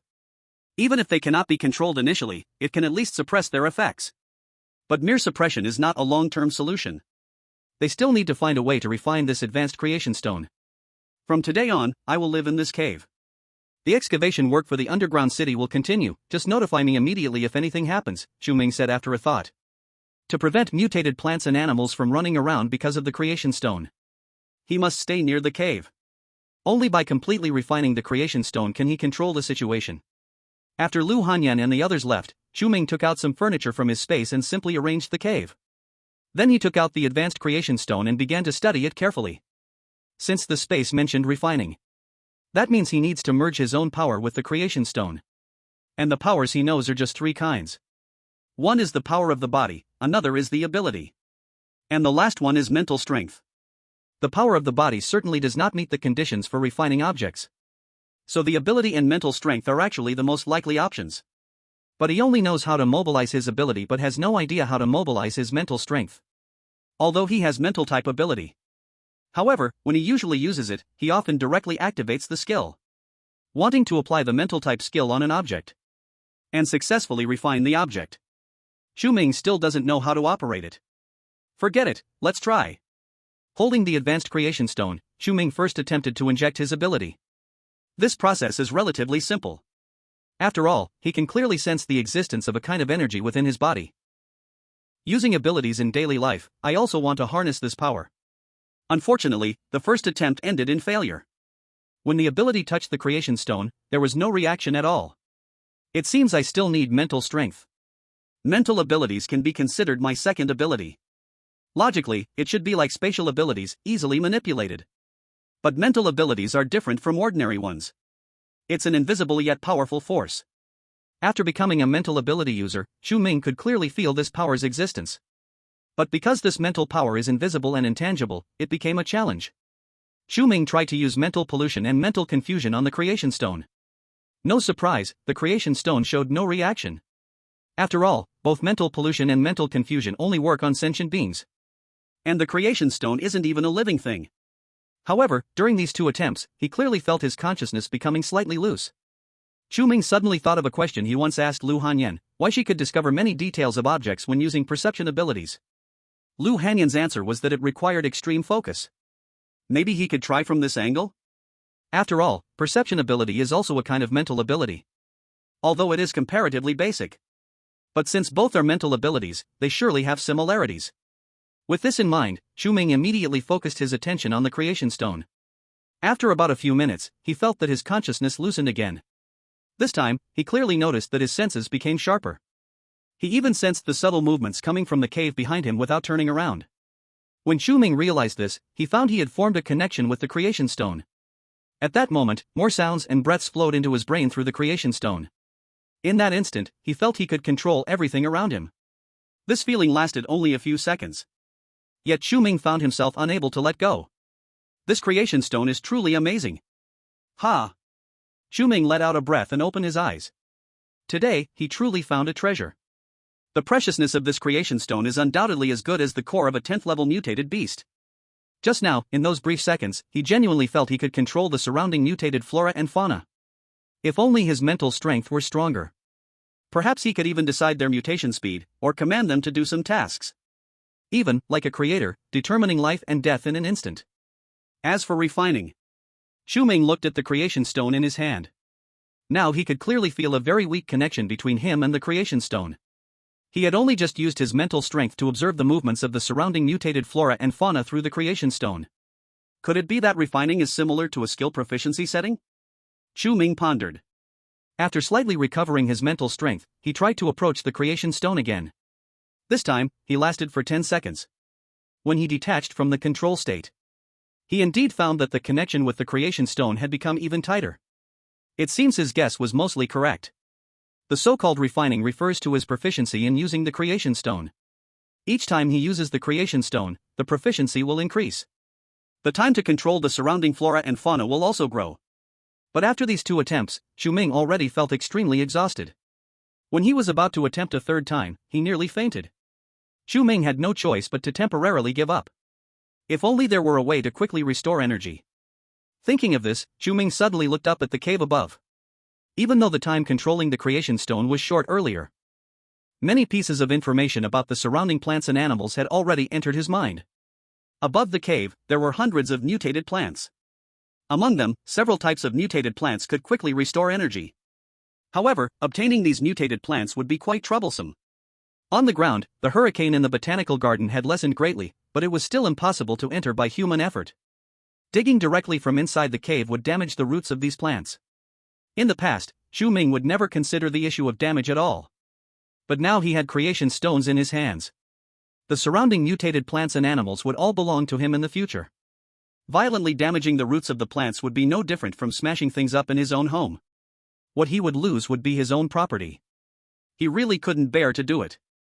The only way now was to let the wind calm down first. Chapter 97, 3 Types of Mutated Plants. From the information he had just grasped, Chu Ming already knew the source of the hurricane. It was a giant willow tree above the cave. Even the azure strands were falling from this willow tree. Because this mutated banyan tree had a wind attribute. Moreover, it absorbed the most energy. It had undoubtedly become the leader in the botanical garden. Having identified the target, he only needed to control this willow tree next. At the current speed, he was confident he could achieve this within half a month. Days passed by. Now, Chen Xinyan's daily task had changed from reinforcing the underground city to building walls every day. In addition to the walls around the town, a higher and thicker wall was also built outside the botanical garden.